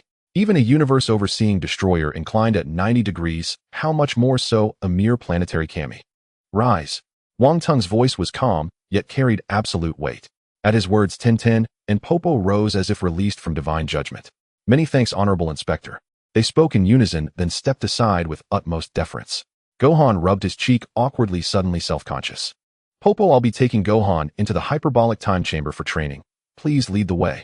Popo instantly offered a formal gesture of invitation, careful never to walk ahead of Wang Tung. Mr. Popo's origins remained shrouded in mystery. No one knew how many generations of deities he had outlived. Even Son Goku as a boy had trained under him. Remarkably, Goku, trained by Popo, had surpassed even the Kami in strength. Later during the Dragon Ball Z era, Popo alone could hold back both Son Goten and Trunks simultaneously. Guided by Popo, the two entered the hyperbolic time chamber smoothly. Once settled, Popo withdrew with quiet reverence. Creak. Wang Tung opened the chamber's heavy door. Blinding light erupted from within. Instinctively, Gohan raised his arm to shield his eyes, while Wang Tung remained unmoved, unaffected by such brilliance. From Wang Tung's hazy recollection, the chamber permitted no more than 2 days' stay, beyond that its exit would vanish, and those inside would be trapped forever. Yet for Wang Tung, whose power transcended mortal comprehension, this posed no obstacle. He could effortlessly pierce the chamber's space-time barrier and return to Earth at will. The moment Gohan stepped across the threshold, crushing gravity pressed down upon him, the air grew thin and temperatures soared. Just as before, even standing here feels like a burden, Gohan murmured. The chamber's gravity is merely tenfold that of the outside world. For you now it should pose little hindrance. First you must reawaken your instinct for battle. Gohan nodded solemnly. Lord Wang Tung, let us begin training now. He seemed eager, desperate to reclaim the strength of his youth and surpass it. Then transform into a Super Saiyan now. No sooner had the words left Wang Tung's lips than Gohan erupted with golden aura, instantly ascending. Whoosh, whoosh, whoosh, whoosh. Golden flames roared skyward. But Gohan's power hovered uncertainly between Super Saiyan 1 and 2. Wang Tung studied him, then said quietly, Gohan, you must first rediscover the sensation of rage. Recall how you felt when Cell murdered Android 16, when he wounded your comrades. At those words, searing memories flooded Gohan's mind. His body trembled violently, veins pulsing fiercely across his temples. Within seconds, he collapsed to his knees. No, I can't find that feeling. Wang Tung approached expressionless. Then begin again. With foundational combat strength. The greater your base power, the greater your transformed might. Remember, this world is ruled by the law of the jungle. Son Goku and the others cannot protect you forever. Only when Earth itself hangs in the balance. Only then will helplessness pierce you like a blade, leaving you shattered beyond endurance. Gohan rose, jaw set with iron resolve, and began training step by deliberate step. 1 month later, Gohan stood transformed into Super Saiyan 2, silver lightning crackling violently around his body. Wang Tung felt genuine satisfaction. In just 30 days, Gohan had not only rekindled his warrior's instinct, but also ascended once more. His base combat strength now far exceeding what it had been during the Cell games. With a thunderous roar, Wang Tung unleashed golden aura. Fearless, overwhelming energy surging forth. Super Saiyan. Incredible. Such power is truly unmatched, truly worthy of Lord Wang Tung. Gohan breathed in awe. Their base strengths differed vastly. Thus their transformed powers diverged accordingly. Wang Tung's Super Saiyan 1 form already eclipsed Gohan's Super Saiyan 2, his foundation having long surpassed mortal limits, reaching the level of a divine being. Enough. Let's begin. Wang Tung beckoned with a slight curl of his fingers. Whoosh. Gohan shot forward, vanishing in a blur of speed. Wang Tung evaded effortlessly, then clenched his fist, golden aura coalescing tightly around it, before delivering a devastating blow straight into Gohan's abdomen. Agony exploded through Gohan's body, but surrender was unthinkable. Gritting his teeth, he lunged again, fists blazing with renewed fury. Clang, clang, clang. Wang Tung's arms moved like lightning, parrying every strike with flawless precision. Wang Tung felt delighted at Gohan's progress as the latter's perseverance exceeded his expectations. Suddenly Wang Tung shot a burst of energy at Gohan. Seeing this, Gohan raised his hands above his head, crossing his palms as power rapidly gathered in his hands. Demonic flash. Boom. A tremendous explosion ensued, flames shooting into the sky and dust swirling everywhere. At that moment, Wang Tung suddenly appeared behind Gohan, who immediately reacted by elbowing towards the rapidly approaching Wang Tung. However, Wang Tung easily blocked it, then launched a counterattack with a punch that directly struck Gohan's body. Gohan plummeted like a cannonball. Wang Tung looked down at Gohan with a serious expression and said, "Get up. This is not enough. You are far too behind. You can't protect Earth like this." Struggling to stand, Gohan let out a furious shout, and the power of Super Saiyan 2 surged to its peak as energy erupted from within him, creating an incredible force that shot into the sky. Noticing Gohan's anger, a smile appeared on Wang Tung's face. For the following days, Wang Tung trained Gohan daily, and the latter's power grew stronger and stronger. In the 7th universe's God of Destruction realm, Whis, have you decided who to send for this tournament? The inspector is placing great importance on this event. Beerus said seriously. Ho ho ho, Lord Beerus, don't worry, the inspector has already given instructions regarding the participants. Upon hearing Whis' words, Beerus' eyes widened in surprise. What? Whis, why didn't you say so earlier? If that's the case, I'm going to take a nap. Wake me before the Lord returns. Looking at Beerus, who had begun to doze off again, Whis shook his head helplessly. Goku and Vegeta stood aside, still pondering the candidate for the tournament. Upon hearing Whis say the participants had been decided, they immediately felt tense. I was going to suggest Krillin for this tournament. After all, he's the strongest Earthling now, but it seems the roster is already finalized. Goku murmured. Vegeta, looking at Whis, asked, "Can I and Kakarot participate?" Goku then reacted, looking at Whis with hopeful eyes. Ho ho ho, rest assured you are indeed on the list of participants. However, you need to find one more person, as Lord Wang Tung specified that there will be 5 participants. Whis smiled. Then let Krillin join. Goku said excitedly. Vegeta scoffed. He can only compete with Earthlings. If he faces experts from other universes, he won't stand a chance. Goku chuckled bitterly, knowing this was the truth. At this moment, the strongest on Earth is Piccolo and Majin Buu, but Majin Buu seems unreliable. Though powerful, he might not be suitable for the tournament. Vegeta said casually, "All right, let's find Piccolo." Vegeta, are you going? Gohan smiled. Vegeta crossed his arms and said proudly, "You go, I want to train with Whis. This time I'm determined to surpass you." Goku paused for a moment and said, "All right, I'll go. I'll bring Piccolo back shortly." The next second, Goku appeared on Earth and quickly found Piccolo. After explaining the situation, Piccolo shook his head, expressing that he didn't want to participate in such a tournament, as he knew with his current strength, he couldn't win against the universe's experts.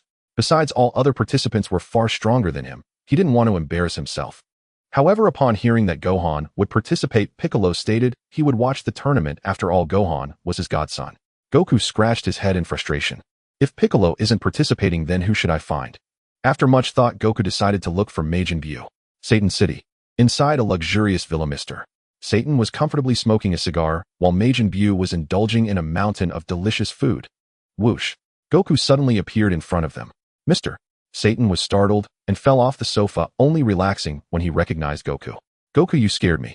Meanwhile, Majin Buu didn't even look up and continued devouring the food on the table. Goku immediately felt hungry as his stomach grumbled. Mr. Satan smiled, and at his invitation, the servant immediately brought forth a feast. Goku's eyes lit up, saying, "Then I won't be polite."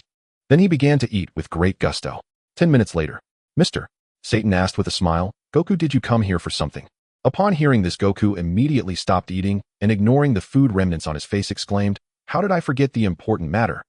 After Goku explained Mr. Satan and Majin Buu understood his intentions, and ultimately with Mr. Satan's encouragement and persuasion, Majin Buu agreed to join. Finally, completing his task, Goku let out a sigh of relief. After confirming the participant, he teleported back to the God of Destruction realm. Since the participants are gathered, let's train hard with Vegeta. Whis smiled at Goku. For the upcoming tournament, the warriors were engaged in intense training. At this moment, Gohan was undergoing Wang Teng's grueling training, while Goku and Vegeta were continually increasing their strength under Whis' guidance. Time always flies quickly. Only a week remained until the tournament. At this moment, the door to the hyperbolic time chamber opened, and Wang Tung walked out with Gohan. "Inspector, Gohan." Tian immediately greeted Wang Tung respectfully upon his emergence. Gohan exchanged a glance with Tian's face immediately broke into a smile. He was equally delighted to see Gohan, as they had been friends who experienced life and death together on planet Namek. Wang Teng looked at Tian Tian and said, "This hyperbolic time chamber is indeed a great place. If only there were no time restrictions." Tian Tian replied respectfully, "Inspector, the power of time exceeds my capabilities. The hyperbolic time chamber has existed since ancient times. Moreover, altering the time limit could cause temporal chaos in this space-time, and Earth might be destroyed as a result." Wang Ting nodded. Who knows which deity created this hyperbolic time chamber, but when it comes to the power of time, only angels can control it. It's unclear what happened in ancient times that allowed Earth to possess a hyperbolic time chamber. At that moment, Gohan suddenly spoke. "Tian Tian, could I ask you for a favor?" Tian Tian smiled and replied, "Gohan, just say it. As long as I can do it, I'll help you.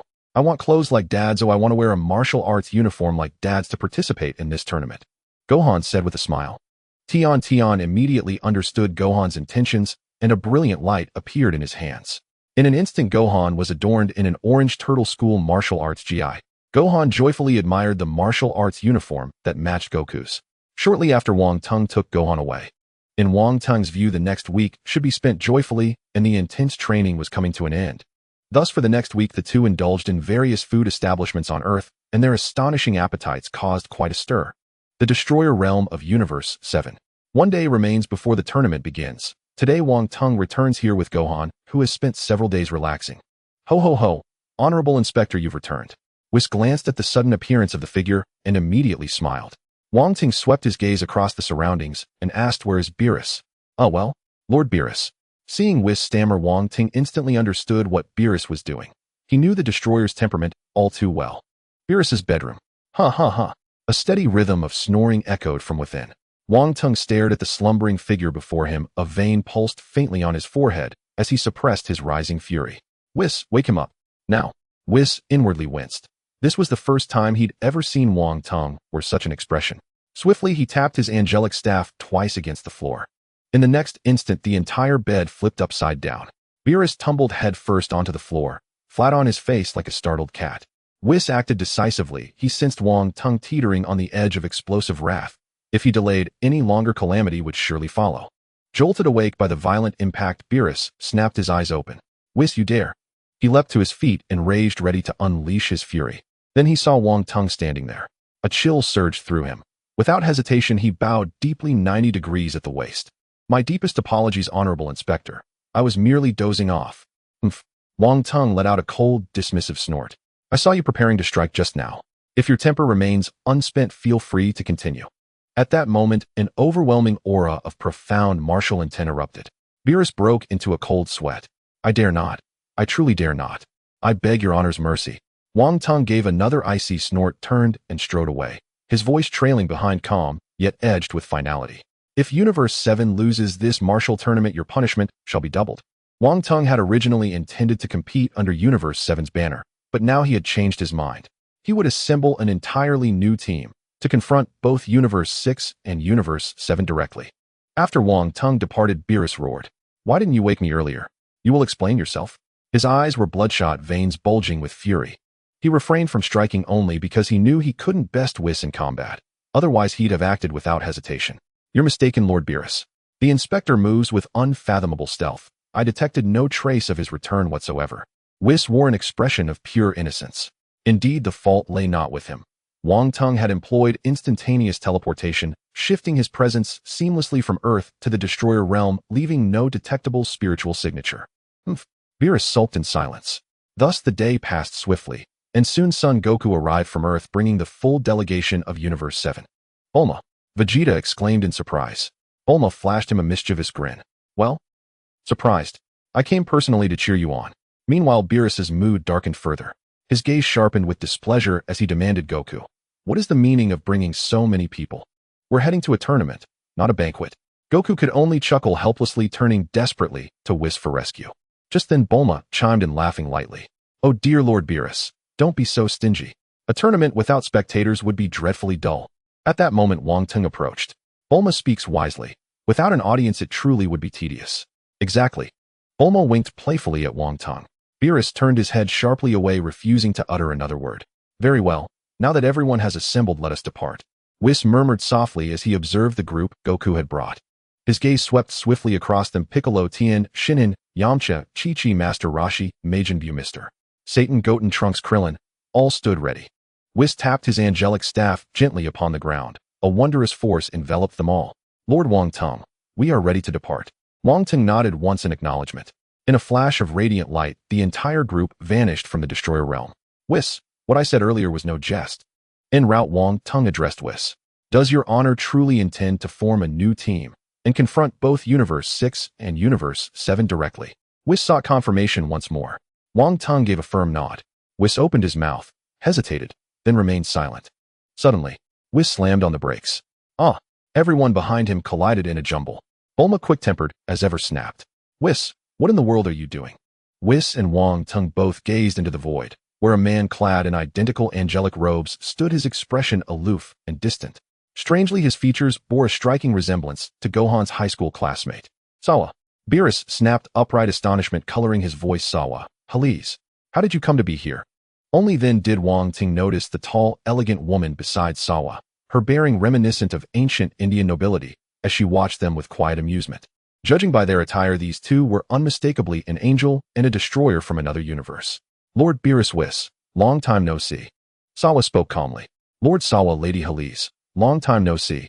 Whis smiled warmly as he greeted the pair, hovering serenely in midair. Oh, Whis, long time indeed, came a feminine voice.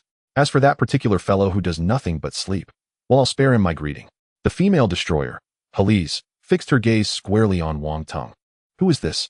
There's a formidable divine aura emanating from him, Heliz observed.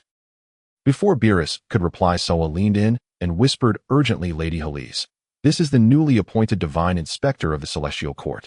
Heliz's expression shifted instantly. Astonishment bloomed across her face. This humble deity, Heliz, bows before the honorable inspector. Sawa offered only a subtle, dignified bow, graceful, restrained, and respectful. Rise, Wong Tung replied, his voice calm and unhurried. Whis lowered his voice and murmured to Wong Tung, this is Lady Heliz, the destroyer of Universe 2, and she too has attained the realm of martial intent. Only by mastering the Ultra Instinct technique could Lord Beerus possibly overcome her. Wong Tung glanced briefly at Beerus. Indeed, the destroyer was no ordinary being. No wonder he bore the title of strongest destroyer. Defeating even an Intenatune deity like Heliz was no small feat. It seemed his current strength still hovered near Beerus's level, somewhere between first-tier angels in power. His earlier assumption of having surpassed Beerus now struck him as premature arrogance. Whis, we depart. Wong Tung turned to Whis. Lord Sawa, Lady Heliz, we are pressed for time. Our sincerest regards. Until we meet again. In response to Whis's farewell, the two waved gently. Heliz bowed deeply once more toward Wong Tung, while Sawa inclined his head in courteous acknowledgement. Farewell, Honorable Inspector. Should opportunity arise, we humbly invite you to visit Universe 2 and guide our work. Wong Tung gave a slight solemn nod. In another shimmering streak of light, the group vanished into the cosmic void. Once they had departed, Heliz furrowed her brow thoughtfully. Sawa, we must visit Universe 7 soon. That inspector is extraordinary. I sense the unmistakable resonance of martial intent radiating from him. Given his close ties to Universe 7, I'm certain we'll cross paths with him there again. Oh. Sawa's eyebrows lifted slightly, unaware until now that such a young divine official had already mastered martial intent. He hadn't paid it much mind at first glance. The sixth universe, a nameless planet. At this moment, a colossal arena had been constructed on this lifeless brown planet by Xiang Pa in advance. On one side of the arena stood a massive sign displaying a photo of Xiang Pa. This was specially arranged by Xiang Pa and Bardos, representing the host as the destroyer of the sixth universe, Xiang Pa. Lord Wong Tung must be arriving soon. Xiang Pa asked with a smile. He's here, Bardos replied gently. At that moment, a streak of light rapidly descended, and Wong Tung, Beerus, Whis, and the members of the seventh universe appeared at the venue. Everyone directly entered the resting area prepared by Xiang Pa. Bulma looked at Xiang Pa, who resembled a plump version of Beerus, and murmured, "That is the destroyer of the sixth universe, Xiang Pa." Xiang Pa and Bardos quickly approached Wong Tung's side. Bardos smiled and bowed slightly to Wong Tung, while Xiang Pa performed a standard 90-degree bow. "Welcome, Inspector, to the sixth universe." Meanwhile, Bulma, hands on her hips, said, "Hey, we came from afar. Are you only welcoming Lord Wong Tung?" Xiang Pa glanced at the still charming Bulma, but with Wong Tung nearby, he said nothing and continued to bow. "All right, get up. All the warriors should be here now," Wong Tung said lightly. Xiang Pa immediately responded, "My lord, everyone is here. If you think it's all right, we can start." Wong Tung nodded. Only then did Xiangpa stand up and prepare to return to the resting area of the sixth universe. At that moment, Bulma sat down abruptly and immediately felt the hardness. Hey, we traveled a long way, and you are making us sit on this. Don't you have any soft seats? A surge of anger rose in Xiangpa's heart. Being yelled at by a mortal had already reached his limit, and he coldly replied, I didn't invite you here. A mere human, what qualifications do you have to point fingers at me? However, unexpectedly, Wang Tung spoke directly. Bulma is right, allowing guests to sit on such stools is truly shabby and not befitting your status, Xiangpa. Upon hearing this, sweat poured down Xiangpa's face. Whis, Wang Tung said softly. Whis lightly tapped his angelic staff on the ground, and a dazzling light immediately enveloped the entire resting area of the seventh universe. As the light slowly dissipated, a complete set of luxurious soft seats appeared before everyone. Xiangpa turned and secretly said to Bardos, why didn't you arrange such luxurious soft seats from the beginning? Bardos looked helpless and said, creating art that even Lord Xiangpa cannot comprehend is a desecration to you. Upon hearing this, Wang Tung laughed and said, as expected of Bardos. Initially, a written test was to be conducted, but under Wang Tung's request, that peculiar written test was cancelled. At this moment, the Kaishins of the 7th and 6th universes prostrated themselves before Wang Tung. Participating inspector. Wang Tung looked at the suddenly appearing Kaishins and smiled. Everyone get up and take your seats. From the 7th universe came the Old Kaishin and East Kaishin Xin, along with the attendants of the Kaishins who greeted Goku and the others with smiles. At this moment, the contestants from the 7th universe also slowly appeared at the venue. Their appearance immediately caught the attention of the 7th universe crowd. Goku suddenly exclaimed, it's Frieza. Is he also from that universe? There's also someone who looks like a bear. Meanwhile, Wang Tung's gaze was fixed on the closed-eyed Hit. The scion from the 6th universe, Kaba, had been eyeing this side the entire time. As the participants gathered, Bardos said slowly, the contestants for this martial arts competition include the 7th universe and the 6th universe, as well as the inspectors from the divine realm. Inspector, do you think we can start? Wang Tung nodded. After receiving a signal, Bardos immediately said, then the competition begins. First, we will hold a free-for-all. The time limit is 30 minutes. Those who remain on stage will advance. Subsequently, all the contestants ascended the arena. Wang Tung stood on the arena and nodded at Xiangpa. Xiangpa immediately shot out an energy blast that struck the large bell in the air. The referee immediately announced the match has begun. After intense fighting, only 6 remained on stage 30 minutes later. They were Frost and Hit from the 6th universe, Goku and Vegeta from the 7th universe, as well as Wang Tung and Gohan. After the free-for-all ended, the 6 advancing contestants returned to the resting area. Meanwhile, the large screen in the sky began to roll rapidly. After a moment, the faces of Goku and Frost appeared on the screen. Xiangpa gazed at Frost with an unkind expression and said, if you lose, you know the consequences. The referee immediately announced, this match is between contestant Goku and contestant Frost. Goku exclaimed excitedly, my opponent is Frieza from the 6th universe. In a short while, the two stood on the stage. Wang Tung closed his eyes, aware that Frost was not a good person. Frost appeared very cultured, bowing to Goku and saying, nice to meet you. For the upcoming match, please be gentle with me. He extended his hand, and Goku without much thought shook it. Let's give it our all. Just then the referee's voice rang out, the match begins. As soon as the words fell, the two charged at each other. Goku took the initiative, throwing a punch, but Frost chose to dodge against Goku's fierce blow. After dodging Goku's fist, Frost swiftly kicked at him. In response to the attack, Goku directly grabbed his ankle and hurled him fiercely away. Goku suddenly laughed and said, transform now, use your final form. Frost slowly got up and said, how did you know I would transform? Goku explained, there's a guy in our universe named Frieza, and he looks exactly like you. Upon hearing this, Frost nodded, so that's how it is. Then I will transform and duel with you. Immediately, he began to unleash his energy, and a purple aura erupted from within him, causing the entire arena to tremble slightly. As he roared, his energy began to grow rapidly. Boom! A massive aura quickly enveloped the entire arena, with purple energy continuously spreading outward. His appearance also began to change. As the light gradually dissipated, his form had completely transformed, but it was not his final form, it was equivalent to Frieza's third form. At this moment, his mouth resembled that of a duck. It seemed Frost still held back. Frost said, this is my final form. Xiangpa looked astonished, clearly not expecting that Frost would transform. Meanwhile, Goku, who had fought Frieza, understood that this was far from the final form. In the resting area, Vegeta was furious. Bastard, pretending to be a fool, what kind of final form is this? Goku smiled wryly, just like this. Then let's do this. Frost immediately unleashed his energy, and the purple aura surged. Whoosh! He vanished from his spot. Facing the enemy's attack, Goku swiftly charged forward. The two moved rapidly through the air. Boom, boom, boom. The sound of explosions echoed continuously. Both of their speeds were astonishing, exchanging blows for dozens of rounds with no clear victor. Bang, bang, bang. With a loud crash, their fists collided heavily in midair, sending waves of white energy rippling outward. Everyone watched in stunned silence. Bang!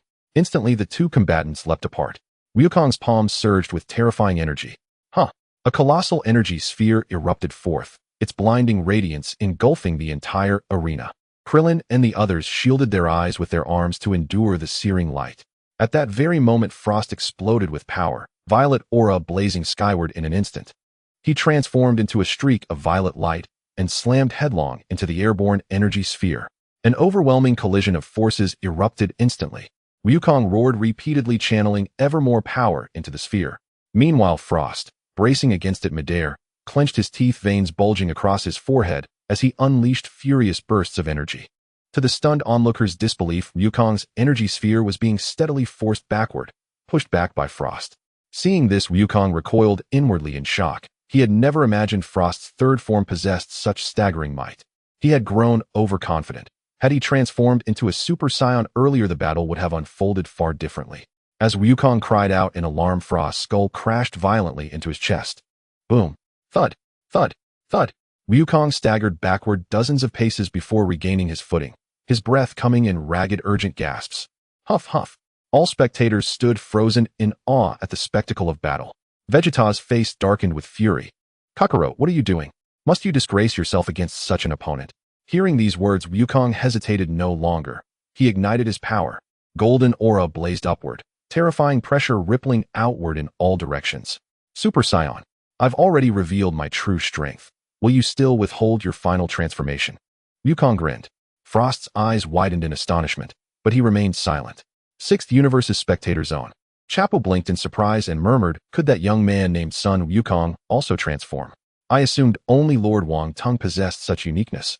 Yet his transformation pales in comparison, not even remotely close to Lord Wang Tung's. Bardock beamed with pride naturally. Lord Wang Tung is no ordinary Saiyan. Meanwhile, Hit, seated quietly at the edge of the spectator zone, opened his eyes for a fleeting glance, then closed them again, radiating enigmatic stillness. Wukong shot toward Frost, his speed now incomparably greater than before, closing the distance in the blink of an eye and appearing directly before him. Startled by the sudden appearance of a golden figure, Frost lashed out with a punch, only to strike empty air where a golden afterimage lingered. In the next instant, a devastating golden elbow slammed into his side. Bang! Frost hurtled backward like a cannonball. Gritting his teeth, he skidded to a halt only at the very edge of the arena. Yet when he raised his head, Wukong had vanished from the arena. I'm right here. A commanding voice rang out.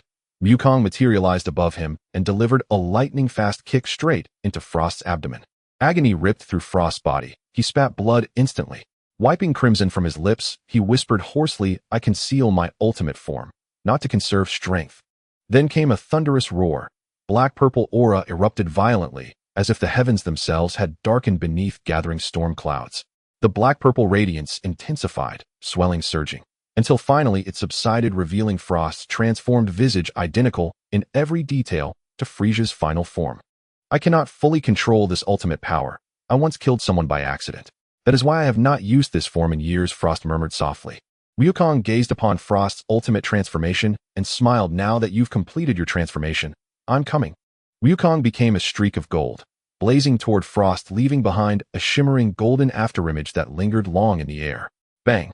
They collided. Heated golden fists and violet fists clashed repeatedly midair, each impact unleashing gusts of terrifying force that blasted downward. Their battle raged, skyward and back down to the arena, then skyward once more, growing ever more ferocious. Bang! They separated abruptly. A smile played across Wukong's face as he declared, if this is your full power, then I claim the first round. Before the words faded, Wukong vanished from sight. Frost's eyes snapped wide open. What? Wukong reappeared instantly before Frost, who had no time to react, before a crushing blow struck him square in the face.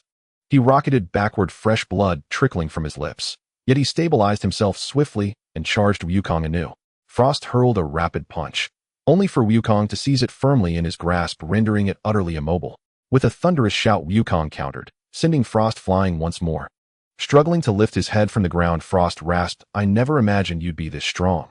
Vegeta crossed his arms and smirked, "That fool Kakarot, dragging this out for so long." Yet at that moment, Wang Tung's gaze hardened upon the arena. He knew the toxin embedded in Frost's needle was nearing its peak effect.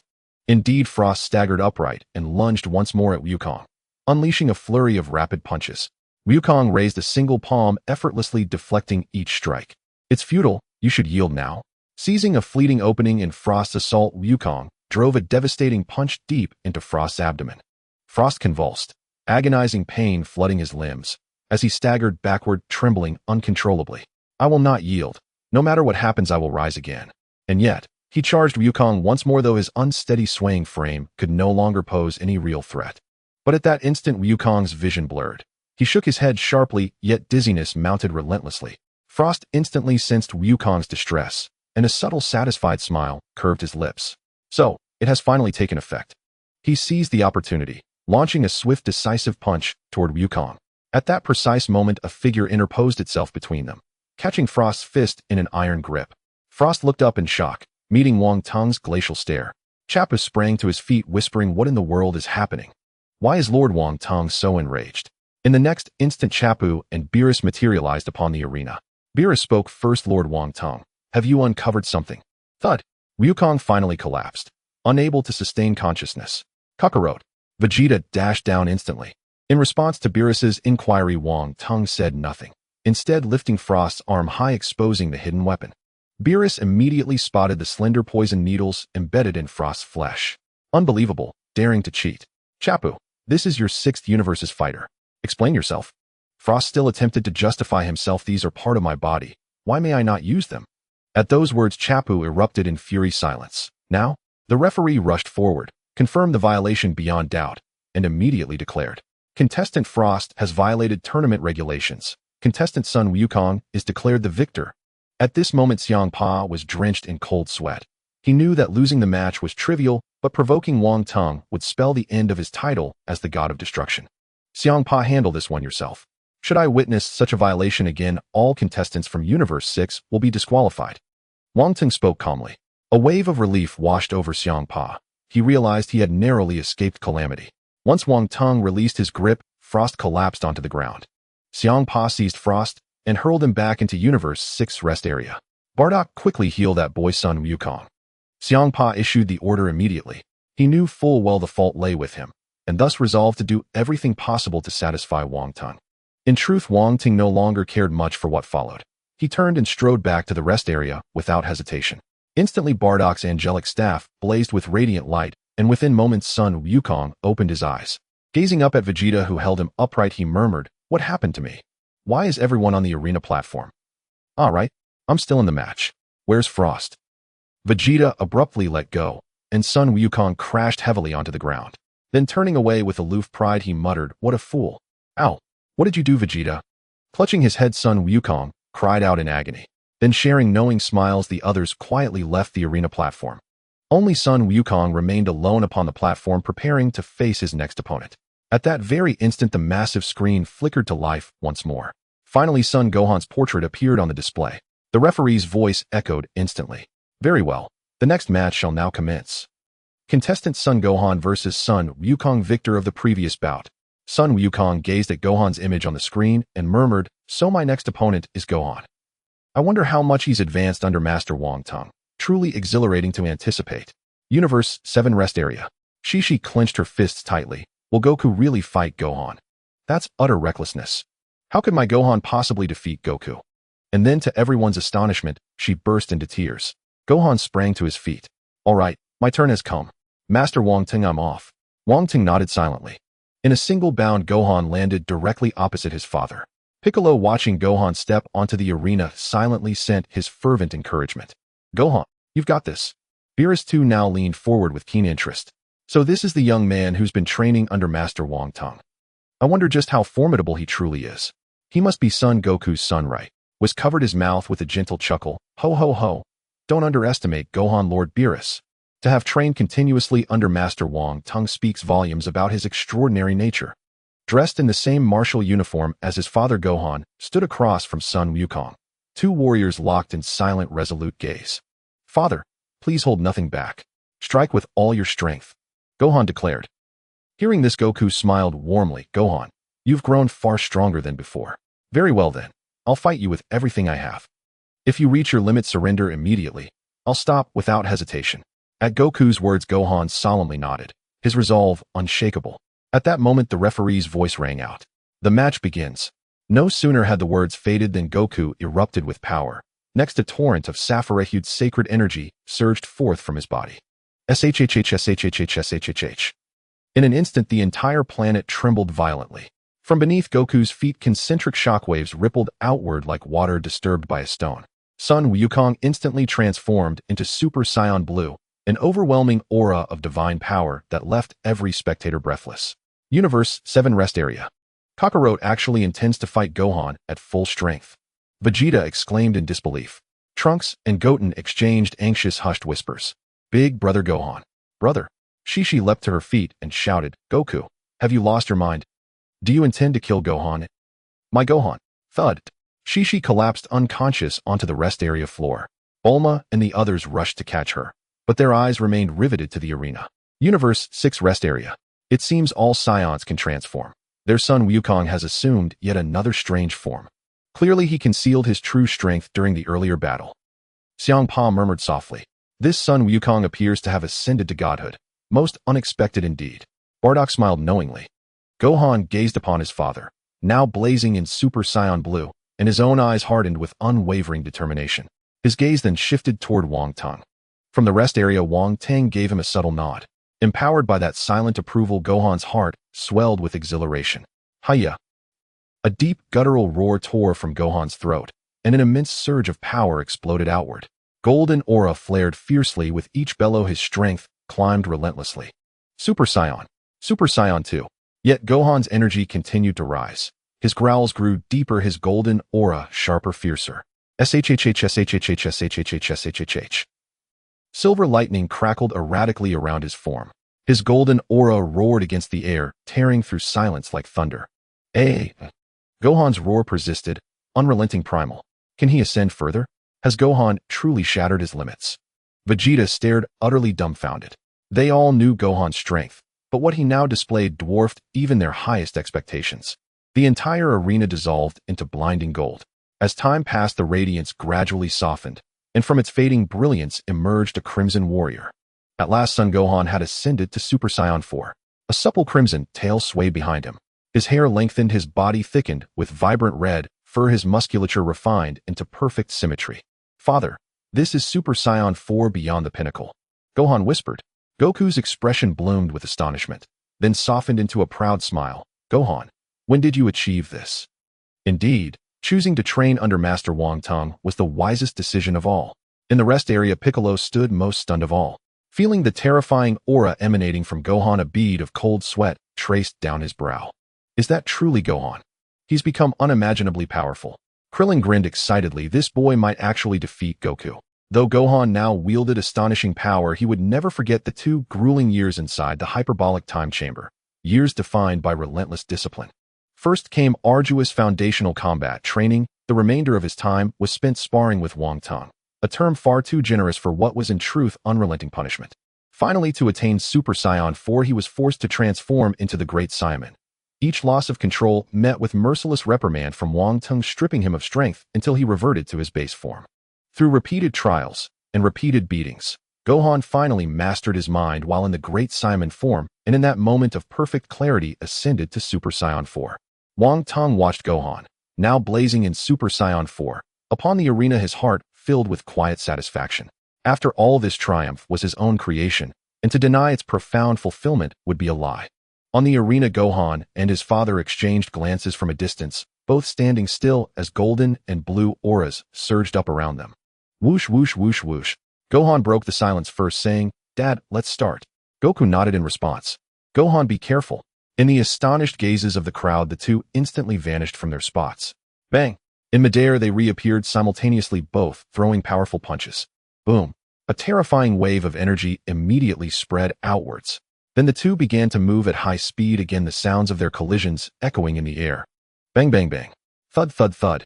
The two stepped back several paces simultaneously. Huff, huff, huff. They gasped for breath a few times before disappearing again, their silhouettes intertwining in the air. Goku and Gohan were growing bolder as they fought, their speed increasing. In the blink of an eye, they had exchanged blows dozens of times. As they continuously crossed paths in midair, Goku's voice rang out, "Gohan, your power has become so formidable. I'm really proud of you, Dad." At that moment, Gohan's heart was brimming with excitement as he had finally caught up to his father's pace. "Dad, your power is terrifying too. If it weren't for King Tung's rigorous training, Gohan would never have been Goku's match." However, even transformed into a Super Saiyan 4, Gohan had to be on high alert because Goku's power and battle experience were exceedingly formidable. Since the match began, Piccolo's astonishment had not faded. Is this really Gohan? It's hard to believe. He can actually match Goku. Beside them, Vegeta gritted his teeth tightly. Damn it, Gohan has become this strong. Huh. A shout echoed as the two collided violently and quickly jumped back. Gohan smirked, saying, "Dad, catch this." Came. Hame. Huh. Gohan's golden aura surged skyward as a terrifying power gathered in his hands, with white and blue light flashing continuously. Goku was momentarily taken aback, then smiled, saying, "So it's the Kamehameha. But this move won't work on me. Here it comes." With a fierce shout, Gohan unleashed the white-blue energy wave which sped toward Goku, turning the entire arena into a sea of white. Goku immediately erupted with power, his blue divine aura surging as he gathered terrifying energy in his hands. Goku pressed both palms against the fearsome Kamehameha, and where their energies collided, a brilliant light erupted, the sound booming like thunder. At that moment, Gohan vanished from his spot. Goku shouted as the Kamehameha was deflected skyward. "See, I told you it wouldn't work." Just then, Gohan suddenly appeared behind him, his fist launching rapidly toward Goku. Goku couldn't dodge in time, and a heavy punch hit him squarely in the face. He landed quickly on the arena, bracing himself with both hands to stabilize his stance. Good kid, not bad. Goku became serious, realizing that Gohan could no longer be viewed through the lens of the past. He had completely transformed, and his power had reached an unimaginable level. Whoosh! In the next moment, both vanished simultaneously. Bang, bang, bang. The two resumed rapid movement on the arena, their bodies constantly shifting, their punches coming faster and faster, leaving only their afterimages visible to the spectators. During their collisions, fierce auras crisscrossed, the winds howling and the sounds of their clashes growing louder. Huh. Seizing an opening, Goku landed a punch on Gohan's face, causing Gohan to stagger before quickly regaining his balance and charging at Goku again. Goku threw another punch and their fists collided violently. Bang. The two figures vanished again, suddenly appearing in midair, trading punches and kicks with great intensity. At that moment, Gohan raised both hands above his head. Special Beam Cannon. A dazzling light shot from Gohan's hands, and Goku had to extend both hands to push against the energy blast. Goku's body was pushed back continuously. His shouts echoed as he crashed into the arena, but continued to slide backward, leaving a long mark on the ground. Only when he reached the edge of the arena did the energy blast dissipate. Goku blew on his smoking palms. "That hurts. Dad, are you okay?" Gohan asked with concern. Hearing this, Goku straightened up and smiled, saying, "I'm fine. Just go all out, you won't hurt me." In the 7th universe's resting area, Krillin smiled, saying, "Gohan has become so powerful, Goku must be happier than anyone." Tian Shinhan nodded in agreement. Yamcha raised his arm and smiled, saying, "Goku, don't lose to Gohan." Meanwhile, the newly awakened Shishi was tearful, calling out, "Goku, Gohan, you guys stop fighting." At that moment, Beerus' expression was unusually grave as he murmured, "I wonder what method the Grand Minister used to train that Gohan to be this strong. Even Goku is in a tough battle." Upon hearing this, Whis laughter floated over. Lord Beerus should be careful then. Ho ho ho. Beerus was completely bewildered by Whis' words and decided not to dwell on it, but instead focused on the arena. Goku and Gohan resumed their high-speed movements. Bang! Their palms clashed together. Terrifying auras surged upward. The two on the arena sank down, creating a deep pit. The two roared continuously, terrifying energy erupting from their bodies. The golden and blue auras filled half the sky. Countless fragments flew into the air, and the entire venue trembled violently. "I didn't expect the Saiyan kid from Beerus' side to be this strong," Xiang Pa exclaimed in shock. "The kid following Lord Tung is no slouch either." Bardoss smiled slightly. Even Hit, who had been keeping his eyes closed, opened them to gaze at the arena. Seated in the 7th universe's resting area, Lord Tung remained unperturbed. He observed the battle between Gohan and Goku and immediately assessed that their powers were evenly matched. Although Gohan had transformed into Super Saiyan 4, his base combat power was still too weak, If his base combat power could match Lord Tung's, he could easily overpower Super Saiyan Blue Goku. Lord Tung silently thought, Gohan, go for it. As their powers continued to rise, the surroundings had already been reduced to ruins. With a loud bang, the two quickly retreated. Huff, huff, huff. They were both panting heavily. Clearly the previous clash had taken a significant toll. Then Gohan shouted fiercely, and his golden aura surged once more. Goku immediately prepared for defense, but unexpectedly Gohan shot out an energy blast in an instant. Boom! A terrifying explosion erupted in the arena. Goku jumped quickly while Gohan seized the opportunity, unleashing a flurry of energy blasts toward Goku. Ah! Facing the barrage of energy blasts, Goku crossed his arms to shield his body. Boom, boom, boom. Energy blasts continued to explode, and Gohan attacked with increasing speed, unleashing more and more blasts. The sound of explosions was relentless. Just then a shout echoed out. Tenfold Kaioken. A terrifying aura erupted from Goku as a red energy wave enveloped the blue one. With the tenfold Kaioken unleashed, Goku's aura reached an extreme level, the immense energy deflecting all attacks, even pushing Gohan back several steps. Gohan stared blankly at Goku, who was unleashing the tenfold Kaioken, feeling a wave of bitterness in his heart. He had never mastered the Kaioken technique, and was surprised to see this ultimate skill again after so many years, especially combined with Super Saiyan Blue. Dad, can you still use the Kaioken technique on top of the Super Saiyan Blue form? Gohan voiced his confusion. Goku smiled and said, Gohan, you are really impressive. You actually managed to push me into this form. After the match, I will teach you the techniques of the Kaioken. Gohan nodded and replied, Dad is indeed very strong. I have put in a lot of effort to reach this point, but it is your progress that truly amazes me. Shall we continue fighting? My strength has already surpassed yours. Faced with Goku's question, Gohan felt a surge of excitement. Although Goku's power exceeded his own, he still wanted to try, as it was the first time he was so close to his father. So Gohan nodded heavily. Looking at the stubborn Gohan, Goku smiled and said, Be careful, I'm coming. Just as the words fell, Goku charged forward with incredible speed, startling even Gohan. Bang! Just as Gohan reacted, a heavy punch hit his abdomen, and he screamed as he was sent flying. So fast. Gohan quickly steadied himself and carefully observed Goku's movements. Goku was moving rapidly in the air, and a faint voice echoed again. Gohan, I'm here. Gohan's expression turned serious, showing no signs of weakness, and quickly rushed forward. Bang, bang, bang. The two clashed rapidly in midair, their fists colliding fiercely. Bang. Goku suddenly erupted with energy, amplifying the Kaioken several times over as red flames surged around him.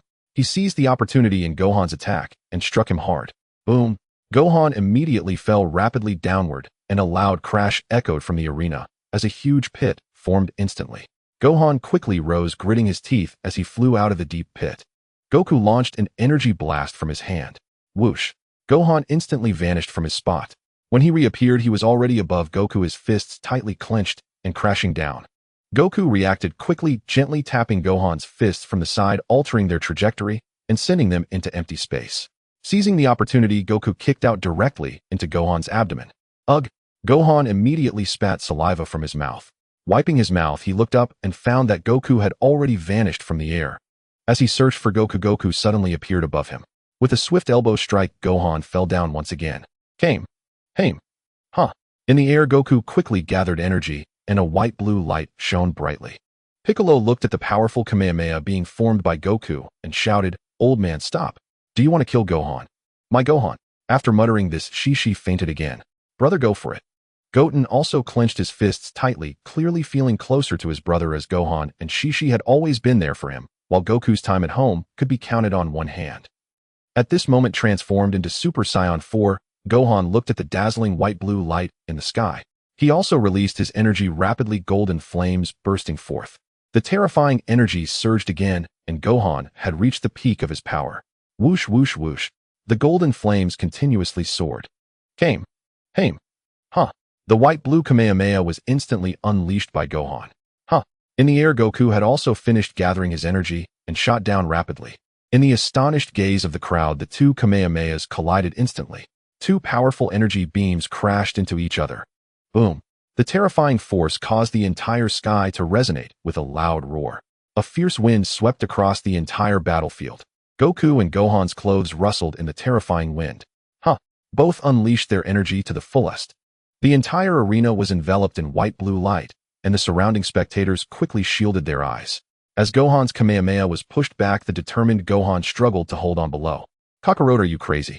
Do you really want to kill Gohan? Vegeta looked shocked. At that moment, Goku moved using instant transmission to appear right behind Gohan in an instant. Gohan, give me your hand. Gohan moved one hand away and touched Goku's hand. Boom. The terrifying Kamehameha completely engulfed the arena. Rumbling, rumbling. The entire arena was shrouded in a white light. Boom. As the light slowly dissipated, thick smoke rose slowly, and the arena had completely vanished, leaving only a giant pit with smoke billowing from it. Piccolo looked at the scene below and collapsed to the ground. Gohan is dead. Goku, you must take full responsibility. Piccolo shouted loudly. Shishi woke up at that moment. What happened to my Gohan? Bulma shook her head at her. Impossible. How could Goku kill Gohan? Tears streamed down Shishi's face. Beerus cautiously glanced at Whis, finding no abnormality, still maintaining a calm expression. So he whispered to Whis, is the prosecutor excessively saddened? Why is there no reaction at all? Just then, whoosh. Two figures appeared in the air, revealing themselves to be Gohan and Goku. Gohan extended his fist to collide with Goku's fist. Thank you, Dad, you've taught me what a life-and-death battle truly is. I feel like I've grown a lot. Goku smiled, patting his head. Gohan, you have indeed grown a lot. Through his battle with Goku, Gohan fully realized that he must go all out against enemies, and being merciful to them is being cruel to oneself. He also deeply admired his father. Because his father's son Goku was a true warrior. At that moment, Gohan's voice rang out. I concede.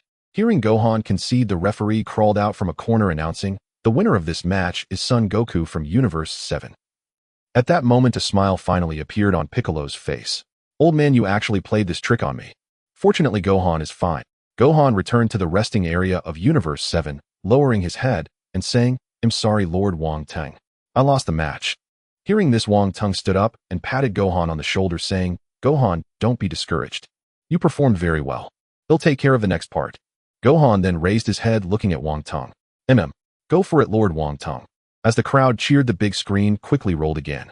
Wang Tang's image appeared right across from Goku. The referee's voice immediately came through. The next match is between the victorious Son Goku and the newly entered Wang Tang.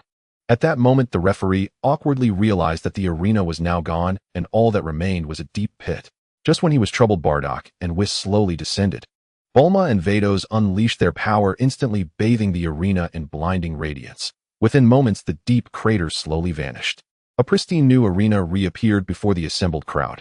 Bulma and Vados bowed respectfully toward Wang Tang seated high above. They then returned to the rest area.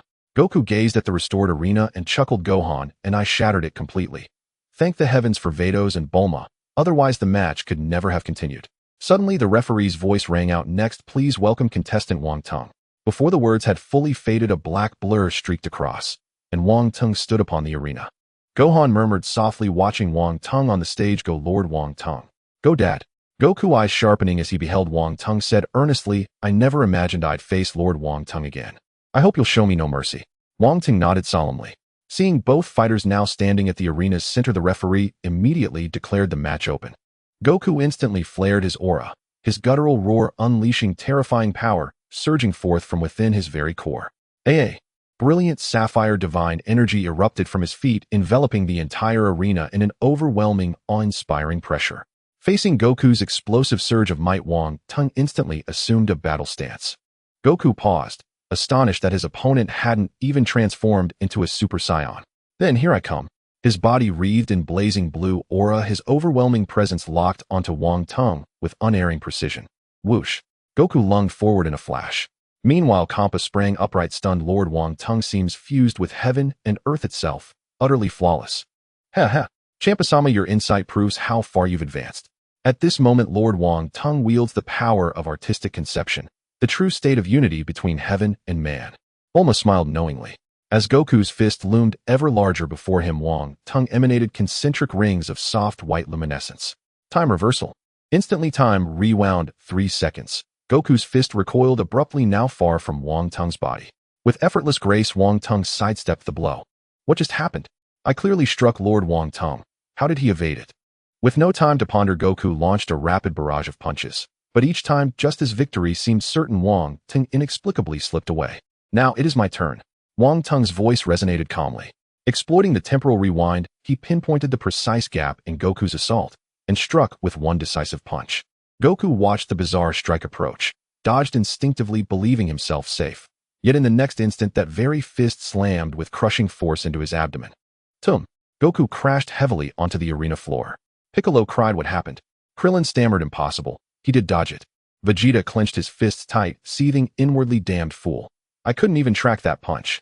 Utterly disgraceful. Whis narrowed his eyes, slightly murmuring, could it be the power of time?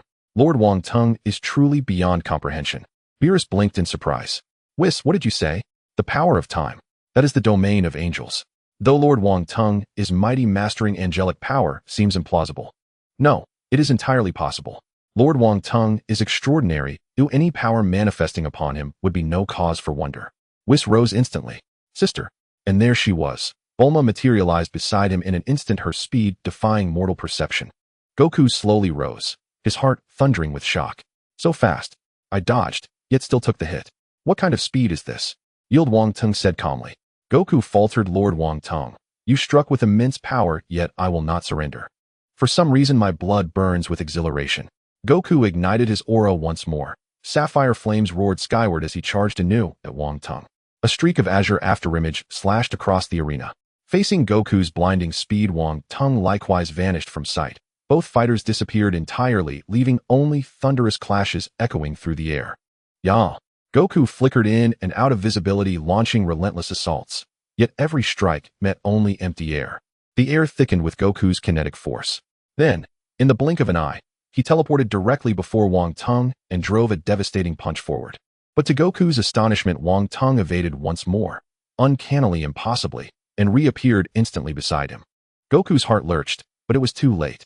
Wong Tung moved like lightning. His fist crashed upward into Goku's jaw with brutal finality. Goku rocketed backward, carving a long, jagged furrow across the arena floor, skidding over 10 meters before finally halting his violent retreat. Can't see it. Why does his attack leave no trace? In the 7th universe's rest area, Piccolo's brow beaded with cold sweat, his already emerald skin seeming greener still. Why can't we see his attacks at all? Vegeta stared awestruck and deeply unsettled, frantically searching for a countermeasure. Wong Tung flowed like a phantom once more. Goku surged back to his feet. Tenfold Kaioken. His aura detonated violently. Crimson energy layered atop sapphire flames, unleashing a wave of oppressive, terrifying pressure. Goku braced himself, utterly senses straining for Wong Tung's next move. Wah! Even in full defensive readiness, Goku was struck hard in the abdomen. Nausea rising so fiercely, he nearly vomited bile. Wong Tung vanished again, and thus Goku endured blow after blow, locked in rigid defense, utterly unable to anticipate the origin of the next strike. He had never imagined, even with tenfold Kaioken, he couldn't detect the faintest trace of his opponent. At that very moment, a chime echoed within Wong Tung's mind. Ding! Congratulations! Sign-in successful. In Universe 6, 1 hour elapsed. Congratulations! Time reversal duration extended to 6 seconds. Congratulations! You have gained 100 million base combat power. Congratulations! You have acquired 1 decoy avatar. Hearing this cascade of rewards, Wong Tung's heart soared. He had not expected Universe 6 sign-in bounty to be so extraordinarily generous. System, what is the function of the decoy avatar? In response to Wong Tung's query, its purpose swiftly manifested in his consciousness. Decoy avatar, when the host faces mortal danger, the avatar may substitute for him to absorb harm. Each use requires 10 days to recharge. Having absorbed this knowledge, Wong Tung could not suppress his elation. This was nothing short of an extra life, reusable and invaluable. Once the sign-in concluded, he turned his gaze upon Goku, still frozen mid-defense. With time reversal now extended to 6 seconds, Goku's chance of victory had evaporated entirely. Wong Tung surged forward once more, and Goku instantly sensed the lethal approach. He raised his guard, but with 6-second temporal reversal now active, Goku stood frozen for a fatal instant, before Wong Tung's fist smashed into his jaw and sent him hurtling backward. Thud, thud, thud. Wukong staggered back dozens of steps before barely stabilizing his form. Huff, huff, huff. Wukong gasped for breath. Damn it, still can't see. He quickly retreated, putting distance between himself and Wong Tung. Huh. Sun Wukong roared, the blue holy aura enveloped in a red flame, surging upwards rapidly. His hands immediately shone with dazzling light. Now how will you dodge this? Huh. The energy bullets shot out in an instant, filling the entire space within a heartbeat. The energy bullets bright as the sun hovered in the air. Piccolo's eyes widened in shock. This isn't. Piccolo was right. At this moment Sun Wukong was using the technique he had employed during his battle with number 17. Wukong smirked. Lord Wangtung, let's see how you escape this. With a firm grip, the energy bullets instantly surged towards Wangtung. However, he vastly underestimated the power of time reversal. In just 6 seconds, even amidst such a dense barrage, Wangtung easily evaded the deadly blow by combining time reversal with instant movement. Boom, boom, boom. The terrifying sound of explosions erupted in the arena. In the next instant, Wangtung appeared right in front of Wukong, delivering a fierce punch directly to his abdomen. Wukong in disbelief exclaimed, "How is this possible? How did you do it?" He clutched his stomach and collapsed onto the arena. The onlookers in the resting area had not seen what had happened at all. Kakarot. Vegeta's face also showed a look of astonishment. Wangtung looked at Wukong and said, "Now you understand the gap, right? Just admit defeat." Sun Wukong lay on the arena wailing, "Admit defeat. How can I lose here?" Beerus calmly replied, "Wukong cannot win, just concede." Ha ha ha, Lord Wangtung has indeed mastered the power of time. It's truly impressive. It's quite difficult for Wukong to win. Whis chuckled. Wukong was even more shocked. He had not expected that even with Super Saiyan Blue and Tenfold Kaioken, he couldn't even force his opponent to transform. Was the gap between them really this vast? Damn it, I'm so unwilling. Wukong slowly stood up. I have to admit Lord Wangtung is indeed powerful. I can't even catch your attacks. But I will not concede. At this moment, a faint white holy energy began to emanate from Wukong, and his aura clearly changed. Wangtung's eyes widened in shock. This is the preliminary form of the Ultra Instinct. Not good. An overwhelming aura instantly expanded outward from Wangtung as he charged towards Wukong. Time reversal was activated immediately. His attacks became unfathomable, landing a heavy punch on Wukong. Wukong instantly felt an unimaginable pain spread throughout his body. Ugh, that hurts. Wukong transformed back into an ordinary person and fell to the ground. Whis continuously focused his gaze on Sun Wukong. Beerus' voice came immediately. Whis, what was that just now? Ultra Instinct. Whis nodded, his expression serious. That's right, Lord Beerus, it's indeed Ultra Instinct.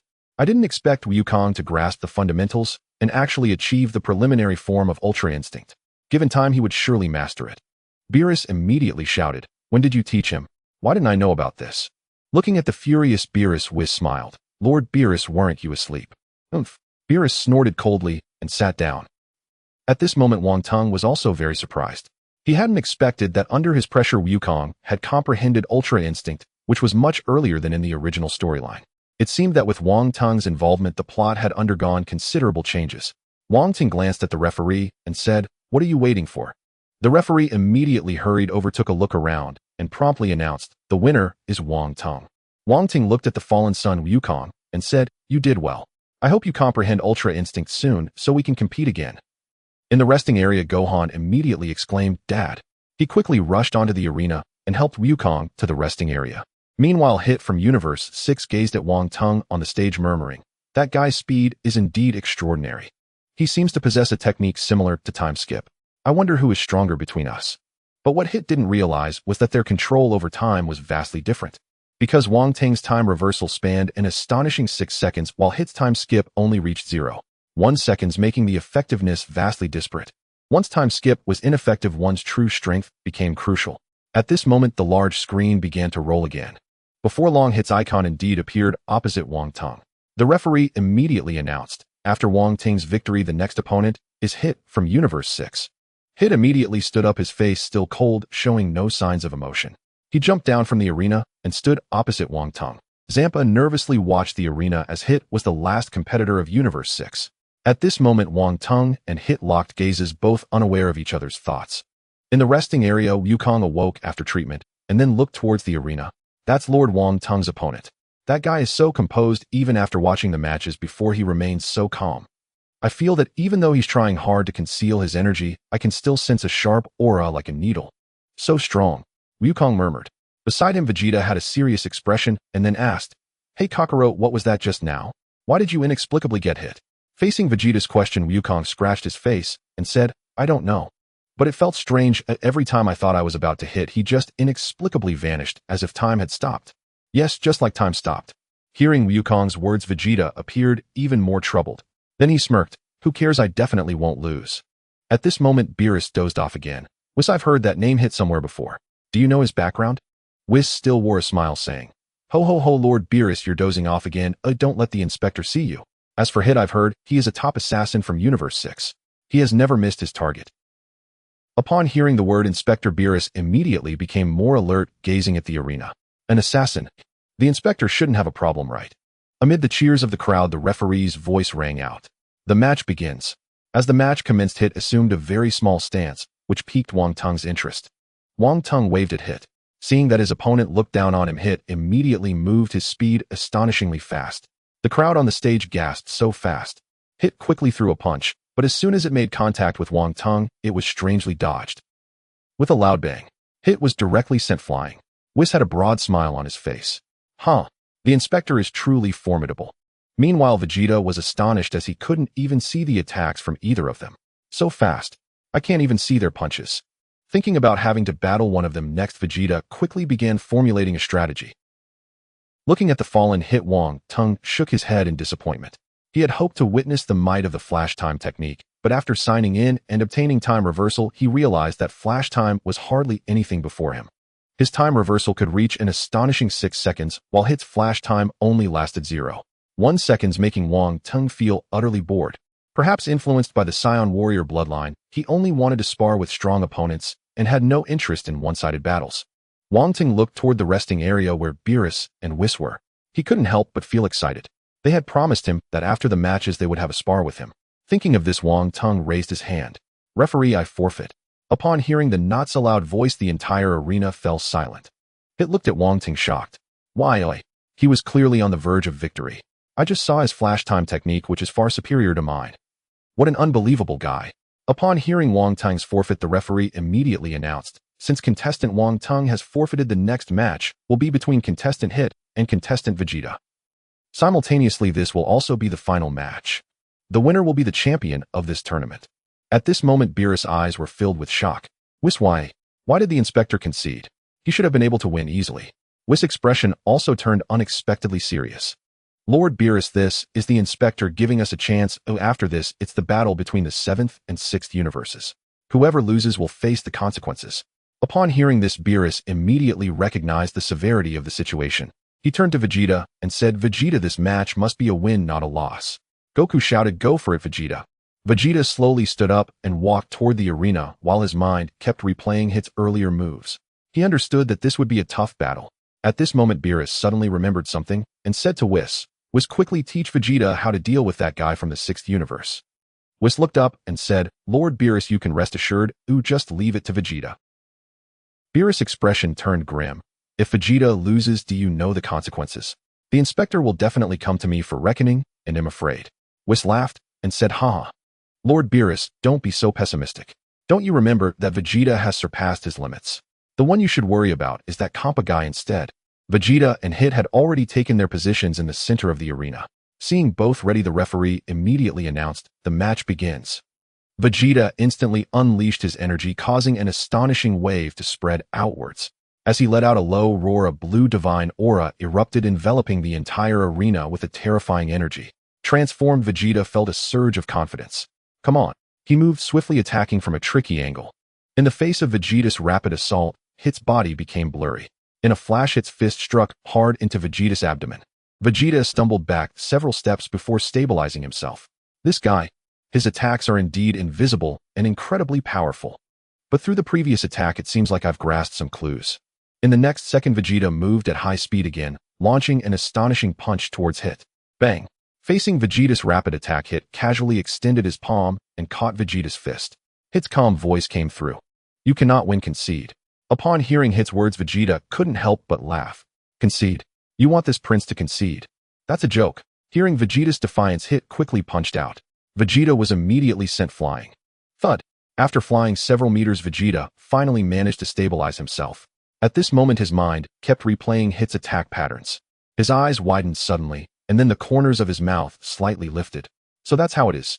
To confirm his thoughts, Vegeta charged toward Hit once more. With a loud roar, Vegeta's fierce punch slammed towards Hit. Hit simply shook his head. Useless. Hit's body became ethereal again, and his ghostly fist bypassed Vegeta's punch, striking toward him. Faced with Hit's fist, Vegeta slightly tilted his head and dodged Hit's punch for the first time. Bang! The two quickly separated. It was also greatly shocked at this moment. He actually dodged it. Was that a coincidence? Meanwhile, Vegeta, standing opposite Hit, was full of confidence. Your attacks are nothing special. But internally, he was equally astonished as the opponent's attack could actually manipulate time. Although brief, discovering the trick allowed him to dodge, but the power related to time is indeed astonishing. Hit could hardly believe that Vegeta had cracked his flash time technique, so he launched another attack. Vegeta immediately focused intensely, his eyes narrowing. Right here, he immediately punched out, colliding heavily with Hit's fist. An astonishing force instantly radiated outwards. Bang! Both retreated simultaneously. At the 6th universe's resting area, Campa's eyes widened in disbelief. How is that possible? He actually managed to hit Hit. Vegeta laughed. Your technique is ineffective now, what will you do? Hit's expression shifted between dark and light, then he smiled and said, it's just a coincidence. Upon hearing this, Vegeta revealed a mocking smile. Coincidence? Since that's the case, he'll let you experience it once more. Vegeta's body moved again, his speed reaching its peak, and on the entire arena only a few shadows could be seen. Hit immediately recognized Vegeta's attack pattern and activated flash time to meet it head-on. The two quickly clashed in midair, and at that moment Hit's eyes slowly widened, realizing that all his attacks were being countered by Vegeta. Bang, bang, bang. After several collisions, Vegeta seized the opportunity and delivered a powerful punch to Hit's chin. Hit let out a cry of pain and immediately flew to the side. His body crashed heavily onto the ground, a trickle of blood flowing from his mouth. Gasping in the air, Vegeta laughed. Now you've seen my power. You bastard. At this moment, the 7th universe's resting area erupted in excitement. Great job, Vegeta. Bulma waved her fist, continuously cheering for Vegeta. Dad. Trunks' eyes were filled with stars. Beerus finally smiled. That Vegeta did well. After the match, I must reward him properly. Goku was also exceptionally shocked. Did that guy Vegeta actually see Hit's movements? He really is something. At this moment, Hit was unclear why the opponent could accurately pinpoint his location. Vegeta's lips curled into a smirk. You still have time to concede. Hit stared at Vegeta's confident face, his eyes particularly cold. In the next moment, an astonishing aura erupted from Hit, with purple flames rising continuously. Looking at the terrifying aura emanating from Hit, Vegeta chuckled. Finally, you're willing to use your full power to attack. Let me see just how strong you really are. With that, Vegeta exploded with energy and quickly charged towards Hit, who was enveloped in purple flames. His swift punches aimed directly at Hit, leaving a blue trail in the arena that lingered for a long time. Faced with Vegeta's rapid assault, Hit quickly met him head-on, and the two began to exchange blows midair. Bang, bang, bang. Waves of white energy rippled through the air. Vegeta's attacks became increasingly rapid, but Hit was equally unyielding, using his incredible strength and time-skip technique to fully counter Vegeta's fast strikes. Hit's eyes suddenly widened, and he swiftly counterattacked during the openings in Vegeta's assault, launching a fierce punch towards him. Vegeta found himself in a passive position, constantly dodging Hit's punches.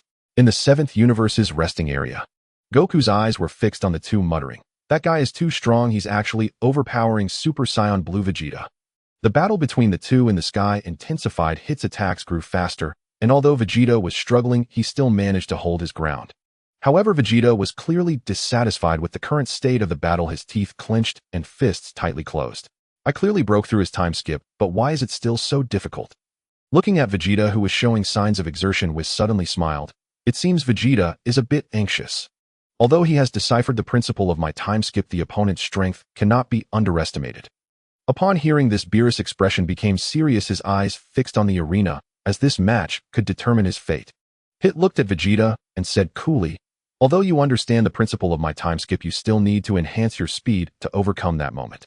This is incredibly difficult for many, and you also need to predict my movements. In this regard, you are the only opponent I've encountered capable of achieving this. However, it ends here. Upon hearing Hit's words, Vegeta's face turned red with anger. An astonishing aura erupted from Vegeta, with blue flames rising continuously, and the blue flames seemed to evolve into a deeper shade. How dare you underestimate me? I am the Prince of the Saiyans, Vegeta. Vegeta charged forward. Bang! Ugh! Hit clearly did not expect Vegeta's speed to suddenly increase so much and was caught off guard, taking a punch to the abdomen. Spitting out some saliva, Hit suddenly burst into laughter. Refreshing. I can't remember the last time I had such a thrilling battle. You are the only one who has deciphered my time skip, but this is not my limit. I grow stronger in the face of strength, and in the next moment I will become even stronger. In the next moment, Hit vanished from his spot. Bang! Vegeta's fist collided heavily with Hit's fist. Bang, bang, bang. The two continued to collide several times, with fierce winds scattering around them. Vegeta was shocked to discover that Hit's speed had actually increased. Just as he was astonished, Hit's fist unexpectedly slammed into Vegeta's chin. Staggering back, Vegeta took several steps before stabilizing himself. Vegeta. Goku's face changed drastically, filled with disbelief. Hit's time skip duration increased from 0.1 seconds to 0.2 seconds. Is he really growing stronger against stronger opponents? Wang Tung murmured. Upon hearing this, Whis replied, Lord Wang Tung, actually Hit has grown. In a short amount of time, Hit has made progress. The surrounding crowd, upon hearing Whis' words, were left dumbfounded, not expecting such high talent from the opponent who could simply grow stronger. Hit withdrew his fist and put his hands in his pockets. I never expected this kind of growth. I had never considered before. After seeing you today, I've realized that even I might need to grow. Now my time skip has indeed expanded to 0.2 seconds. Vegeta's face was full of anger as he shouted, bastard. He had actually been caught off guard, thinking Hit's time skip was only 0.1 seconds, but when it increased to 0.2 seconds, he fell into the trap. Looking at the now even stronger Hit, Kampa from the 6th Universe's resting area was excited, saying, as expected of Hit, truly impressive. Hurry up and defeat him to claim victory, that way the 6th Universe will win. Ignoring the astonishment of the crowd, Hit extended his right hand and waved at Vegeta. Seeing the provocative gesture, Vegeta immediately exploded with rage. He quickly jumped back, rapidly shooting energy blasts from his hand. Seeing the incoming energy blasts, Hit quickly jumped up. Vegeta had already anticipated his movements and shot another energy blast into the air. Then countless energy blasts were fired, and the deafening explosions echoed in the air. Watching the flames and smoke in the sky, Vegeta laughed maniacally, haha, die. Upgrading in battle has always been the Scion's signature move. You think you can quickly surpass me? Now you know the power, don't you? At that moment, Hit instantly appeared behind Vegeta, activating time skip in an instant, and in a split second, he landed several punches. Facing such a rapid attack, Vegeta had no time to anticipate and was sent flying. Then an energy blast shot from Hit's hand. An astonishing explosion immediately followed, filling the arena with thick flames and smoke. At that moment, Hit glanced at the referee, saying, hey referee, aren't you supposed to check on his life or death? In the resting area, Gohan looked tense and said, is Uncle Vegeta okay? Upon hearing Gohan's words, Wang Tung said softly, don't worry Gohan. Vegeta won't lose so easily. Don't forget he is that proud prince of the Scions. Hearing Hit's shout, the referee immediately searched for Vegeta's figure amidst the smoke. At that moment, a blue figure burst out from the smoke. He hovered in the air, teeth clenched, and then shouted, you think this level is enough to make me concede? You underestimate me, Vegeta. As soon as he finished speaking, the blue aura around Vegeta became even more fierce, and the blue seemed to deepen a few shades. Hit looked at Vegeta in the air, his expression showing surprise as well. I didn't expect you to have grown. It seems that Scions can also grow during battle. It appears your obsession with victory is quite extraordinary. Hearing this, Vegeta shouted, you think too highly of yourself, who compared to Scions you're just a tiny grain of sand. Vegeta vanished like a bolt of lightning, his speed having reached an entirely new height. Impossible. Just then, Vegeta's blue figure suddenly appeared before Hit. Cold sweat broke out on Hit's forehead as he was filled with astonishment. What is this speed? He has actually grown that much stronger. In the 7th Universe's resting area, Goku's eyes widened in disbelief, murmuring, Vegeta, it seems he has surpassed the Ultra Blue barrier. Meanwhile, Wang Tung slowly opened his eyes and smiled. Indeed, he is growing towards the deep blue, just one more growth, and he might reach the deep blue realm. Vegeta is indeed the prince of the Scions, showing remarkable talent. Hearing this, Gohan exclaimed in shock, deep blue. Vegeta has actually broken through his limits. It seems the 7th Universe is destined to win this time. Beerus chuckled. Faced with Hit's fierce punches, he quickly retreated, but Vegeta's speed was simply too fast for him to evade. A punch struck Hit hard, sending him flying sideways. Hit's eyes were filled with horror. His speed has increased at least threefold. Truly astonishing. Vegeta rapidly unleashed his energy, the blue divine aura rising as an incredible pressure erupted forth. With his energy at its peak, he charged swiftly at Hit, aiming to finish the battle before Hit could recover. Just as Hit got up, Vegeta's fierce punch struck him on the chin. Thud, thud, thud. Hit staggered back several steps, and when he lifted his head, Vegeta had already charged at him again, quickly adjusting his stance and activating his instant transmission. However, at this moment, Vegeta's power had surpassed the Ultra Blue, his speed now over 3 times that of before. Hit simply couldn't keep up with his movements. Hit exclaimed in shock, his speed is actually ahead of my instant transmission. This is impossible. Just as he finished speaking, Vegeta's punch collided with him. The onlookers were all filled with deep astonishment. Ugh! Hit Hit spat out white saliva, his body trembling uncontrollably. The power of the Science is beyond your imagination. Our pride does not allow for failure. Next, I will determine the victor with one more move.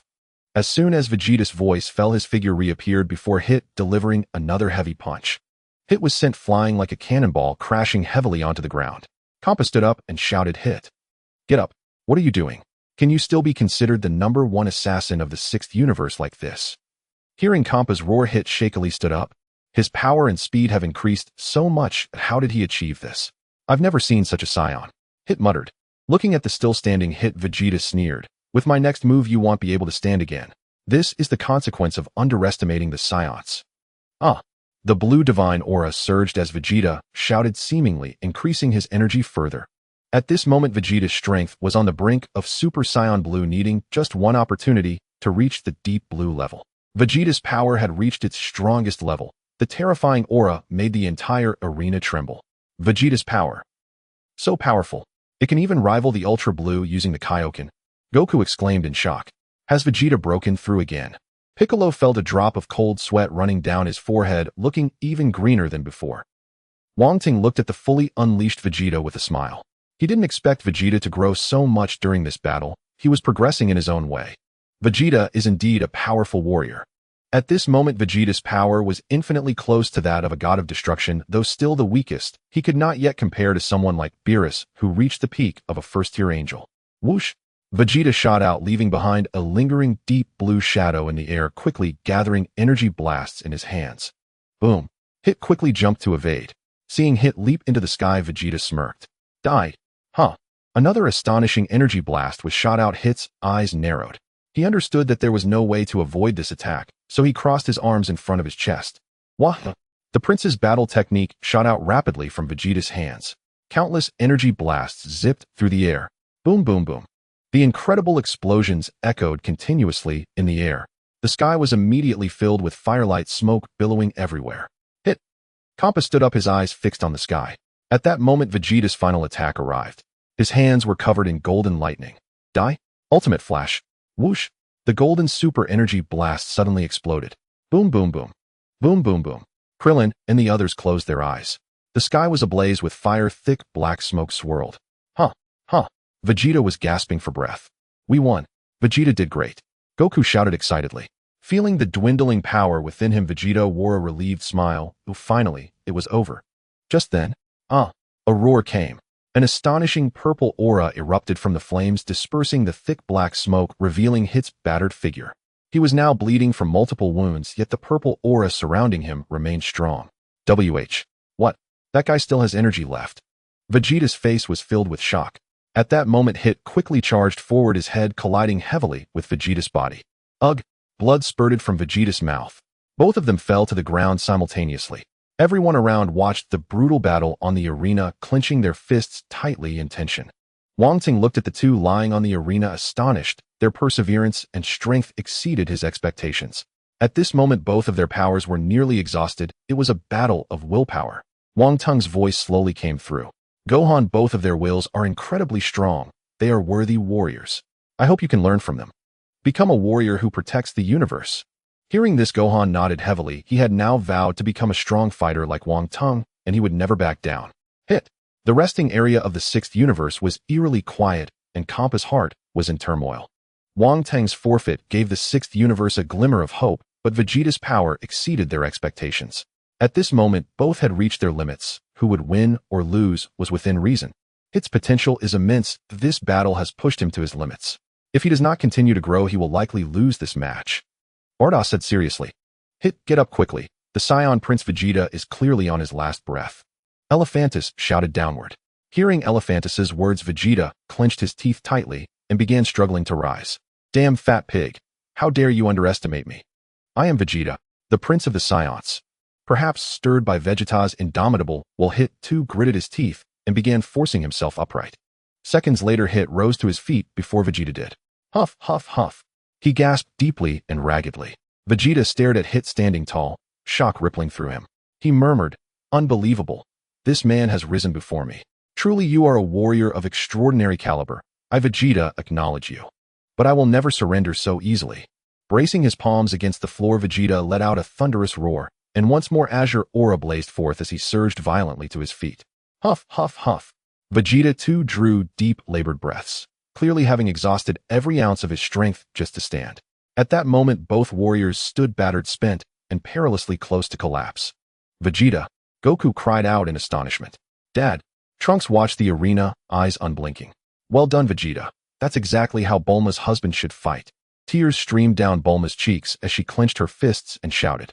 Both fighters have pushed themselves beyond their limits. Victory will belong to whoever lands the first decisive blow. Whispering softly, Vados observed, their stamina is utterly spent. In the next instant, Vegeta and Hit moved simultaneously, rushing headlong toward each other, fists drawn back. Hiya!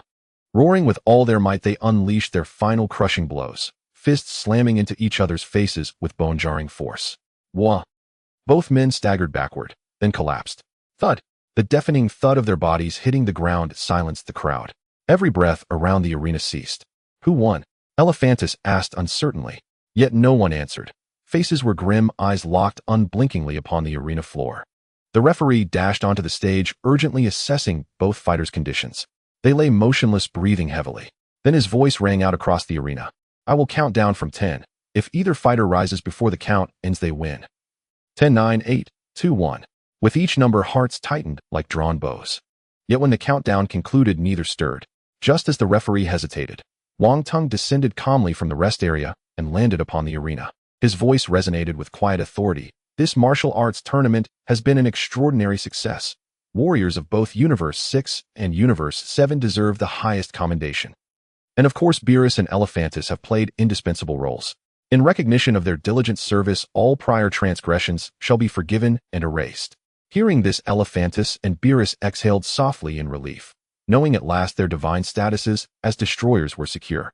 At that moment, Wang Tung spoke again. Vados, shall we begin our match now? Vados and Vados exchanged a glance, then shared a knowing smile before descending gracefully onto the arena. Sister, perhaps you would honor us with a bout against the inspector. I've already experienced his power firsthand, Vados said with a gentle smile. Vados replied, still beaming warmly. Oh Vados, you truly are my own flesh and blood, passing such a delightful burden straight to your elder sister. Vados covered her mouth, chuckling silently. Watching them, Wang Tung furrowed his brow, then relaxed, a faint smile touching his lips. After all, his strength stood only at the peak of a level 1 angel, on par with Beerus at best. Facing two formidable angels simultaneously would surely end in swift defeat, but against one alone, he might yet stand a chance. And if his opponent were Vados, perhaps he could indulge in a little tender chastisement. With that thought, he declared, then let it be Vados and I who face each other in combat. Please escort the two fighters from the arena, Vados. Vados shook his head, realizing with quiet resignation that he alone would bear the burden of labor. His angelic staff flared with radiant light, and instantly Vegeta and Hit floated upward, drifting gently behind him as he carried them back to the rest area. As Vados departed, Wang Tung murmured softly, Vados, let us begin. Vados offered a sweet, serene smile. As you command, Lord Wang Tung. How long, I wonder, can Lord Wang Tung hold out against Vados? Beerus murmured thoughtfully. Vados smiled in reply. Perhaps Lord Wang Tung will surprise us all. Hiya! Without hesitation, Wang Tung erupted with overwhelming energy, a guttural resonant roar rising from his throat. In the next instant, golden aura exploded outward from his body. Crockum! Whoosh whoosh whoosh. The entire planet trembled violently. Golden aura lashed the air, sending shockwaves rippling through the atmosphere.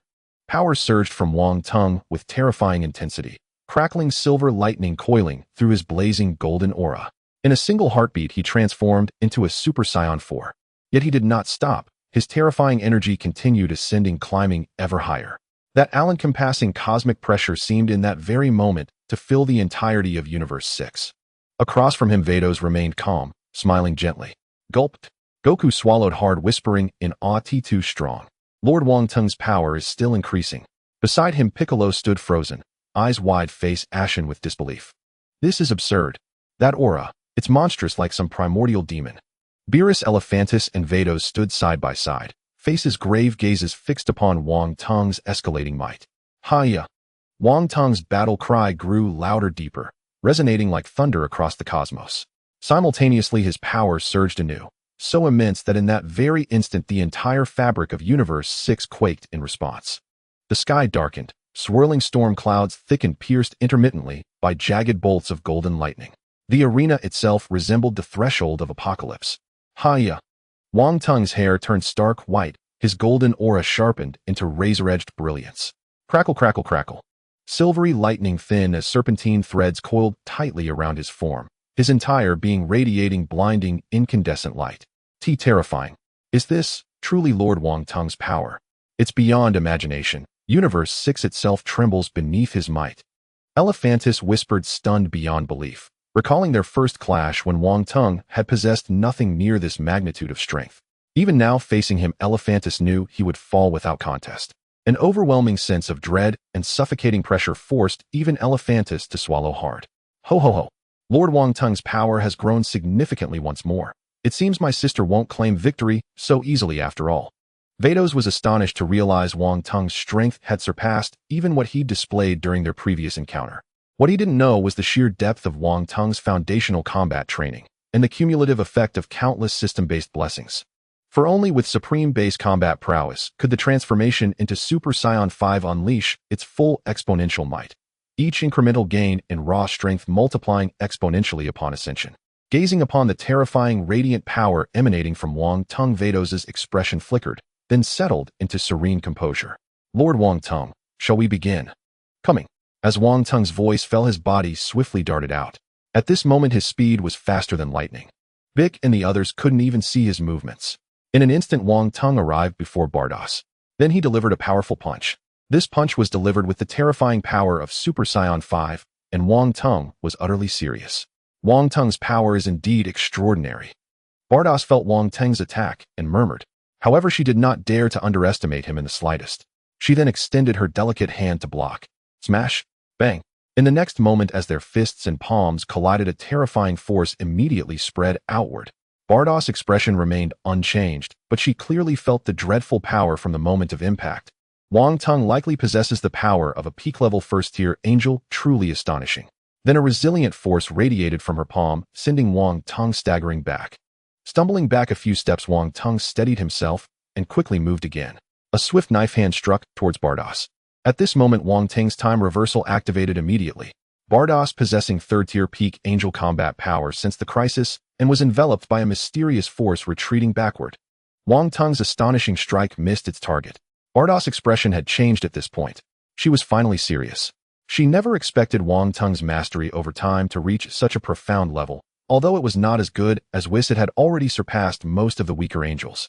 I dodged it. Wang Tung was equally shocked, for he had used all his strength to attack, yet it was effortlessly deflected by the opponent. This left Wang Tung, who had been dominating his opponents recently, feeling somewhat disappointed. Bardos had begun to regard Wang Tung as a peer-level expert. Wang Tung regained his focus and kicked towards Bardos, his terrifying whip-like legs sweeping forward with fierce wind. Facing the fierce assault, Bardos directly slapped her palm against his leg, sending Wang Tung flying at an angle. As he flew, Bardos' hand immediately shone, and an energy blast shot out rapidly. Whoosh! The energy blast shot out, instantly smashing towards Wang Tung. Wang Tung quickly steadied himself and delivered a powerful punch against the energy blast. Boom! An astonishing explosion echoed in the arena. Hee Wang Tung, that thing shouldn't be touched, or it will explode. Bardos said with a light laugh. The thick smoke quickly engulfed Wang Tung. Wang Tung! Gohan exclaimed in worry. At this moment, Whis' voice came through. Ha, don't worry, this level of attack won't hurt Wang Tung. Hearing this, Gohan finally felt relieved. Indeed, the law of smoke equals no harm applies everywhere. When the smoke cleared, Wang Tung's figure darted out quickly. At this moment, he looked somewhat disheveled, but did not sustain any substantial injuries. Wang Tung clenched his teeth, letting out a furious roar as an astonishing golden aura surged upwards. He then rapidly shot out countless energy blasts. This is my return gift. Whoosh, whoosh, whoosh. Wang Tung unleashed the rapidly condensed energy blasts at incredible speed. Boom, boom, boom. Thunderous roars echoed, and clouds of black mushroom smoke surged into the sky. He understood that these energy blasts could not possibly harm the powerful Bardos. However, they could at least boost morale, as he had been in a passive state, continuously being pressured by the opponent. The smoke from the explosions slowly dissipated. Bardos' beautiful figure reappeared in Wang Tung's sight. Sure enough, Bardos had a thin protective shield around her. The previous attacks couldn't even dirty her clothes. Then Bardos laughed. Such energy blasts are merely a waste of power. Wang Tung's actions are not very wise. Hearing this, Wang Tung's expression gradually became serious. Whoosh! The moment her words fell, Wang Tung's body instantly vanished like a specter. When he reappeared, he was already behind Bardos. So fast that even Goku and the others failed to react. So fast, Goku exclaimed. A punch wildly struck towards Bardos. Sensing the danger approaching from behind, Bardos quickly turned and also threw a punch. As a first-tier powerhouse among angels, Bardos, Wang Tung didn't underestimate her in the least and remained fully cautious. Moreover, Bardos' strength exceeded his expectations, so he put forth all his power with each strike. Bang! The two fists collided rapidly. Wang Tung felt a tremendous force surging through him, pain radiating from his wrist to his arm. Then his body was sent flying like a cannonball. Whoosh! Stumble, stumble, stumble. Wang Tung's feet hit the ground several times before he steadied himself. When he raised his head, Bardos had already lifted her leg to sweep towards him. The leg was raised a bit too high, leaving Wang Tung momentarily dazed. A heavy kick landed squarely on Wang Tung's face. Bang! Wang Tung was sent flying to the side. Damn, I was a bit stunned. He pushed himself off the ground several times, quickly regaining his stance. Wiping the blood from the corner of his mouth, he quickly refocused and faced the already charging Bardos. The two engaged in a rapid battle. Bang, bang, bang. White energy ripples continuously echoed in the sky. A gust of fierce wind blew down from the air. Suddenly, Bardos smiled, using the gap in Wang Tung's rapid attacks to stomp heavily on his chest. The long, high-heeled shoe seemed to concentrate all the damage into one point, akin to real damage. Whoosh! Banged. A piercing sound broke through the air, and Wang Tung's body rapidly fell from the sky. Boom! Finally, he crashed heavily onto the arena. The entire arena was immediately smashed by Wang Tung, creating a large hole. Countless fragments flew everywhere. Wang Tung rubbed his painful chest, lamenting the fearsome nature of women, especially those who are both beautiful and powerful. This damage was indeed real. However, Bardos' strength was indeed formidable and entirely different from Whis, which made Wang Tung's blood boil with excitement. He quickly rose, igniting with a fighting spirit, and rapidly returned to the arena, standing opposite Bardos. Bardos looked at Wang Tung, who had endured several heavy blows from her yet appeared unscathed, and couldn't help but express her surprise, saying, Wang Tung, you truly are a warrior race scion. Your resilience is remarkable. Their battle instantly ignited the excitement of the onlookers in the resting area. Incredible, both Wang Tung and Bardos are amazing. Gohan's eyes were filled with excitement. The awakened Vegeta slammed his fist into the ground unwillingly, saying, damn, I never expected my power to be so far behind theirs. At this moment, Champa felt a wave of fear, having forgotten Bardos' immense strength due to their long-standing master-servant relationship. What shocked him was that Wang Tung could actually contend with Bardos. This level of power was far beyond his. Huh, sister is still as strong as ever. Whis laughed. Lord Beerus, you better step up, otherwise you'll be surpassed by Lord Wang Tung. Hearing this, Beerus simply snorted and turned his head away. Wang Tung and Bardos stared at each other, their eyes locked in mutual scrutiny. There was still no sign of heavy breathing. It was completely unnoticeable that they had just gone through such an intense battle. Lord Wang Tung's strength is truly astonishing. I thought the battle would end quickly. Yet I didn't expect that after such a long fight, there was still no substantial damage. In that case, I shall get serious now, Bardos said with a smile, looking at Wang Tung. She didn't expect that Wang Tung could withstand her attacks. She initially thought Wang Tung's strength was only comparable to that of Xiang Pa, but now she felt she had severely underestimated him. Bardos, you don't need to hold back. Feel free to unleash any techniques you have. Wang Tung replied calmly. Although he appeared to have exhausted all his strength at that moment, he still had trump cards he had yet to use. If he revealed all his hidden cards, he could still put up a fight. However, he understood that Bardos' strength was far from just this. She possessed the strength of a third-level angel, while Wang Tung had barely reached the strength of a first-level angel. To win, he would need to employ some unconventional tactics. All right, then be careful, Lord Wang Tung. Bardos nodded with a smile, her expression turning serious as she prepared to strike with full force. Suddenly, an astonishing white energy began to radiate from her. In that moment, the aura of divinity enveloped the entire arena. At that moment, Bardos appeared as an inviolable goddess floating in the air with divine flames slowly wrapping around her. Ha, my sister is getting serious now. Lord Wang Tung is in danger. Weiss chuckled. As the prosecutor of the divine realm, Wang Tung immediately sensed the terrifying divine power emanating from Bardos. The overwhelming pressure even excited him.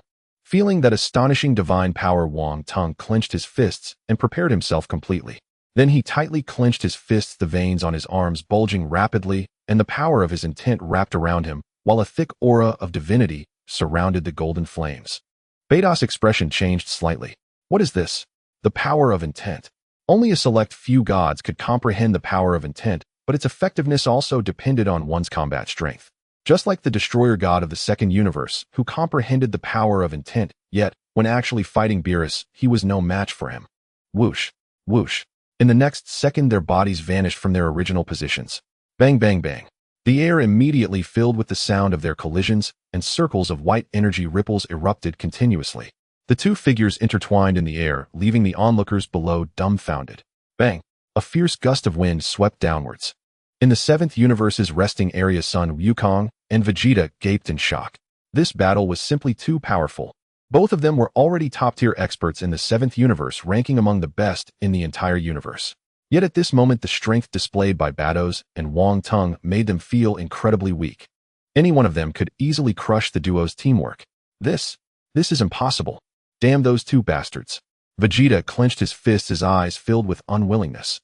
Lord Wang Tung and Battles are too powerful. It seems they might even be stronger than Lord Beerus.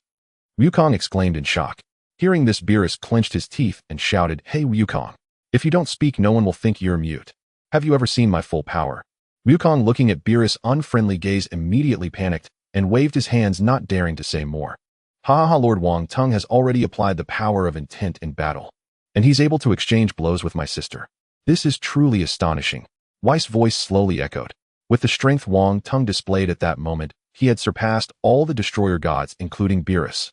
It is estimated that Beerus would only be able to compete with Wang Tung if he fully comprehended the Ultra Instinct. However, compared to strength, Lord Wang Tung's culinary skills are even more unforgettable. Weiss covered his mouth and smiled. As their battle intensified, the entire arena had become dilapidated, with even the protective shield cracking with numerous fissures. White energy waves flashed continuously in the air. Boom. Bang, bang, bang.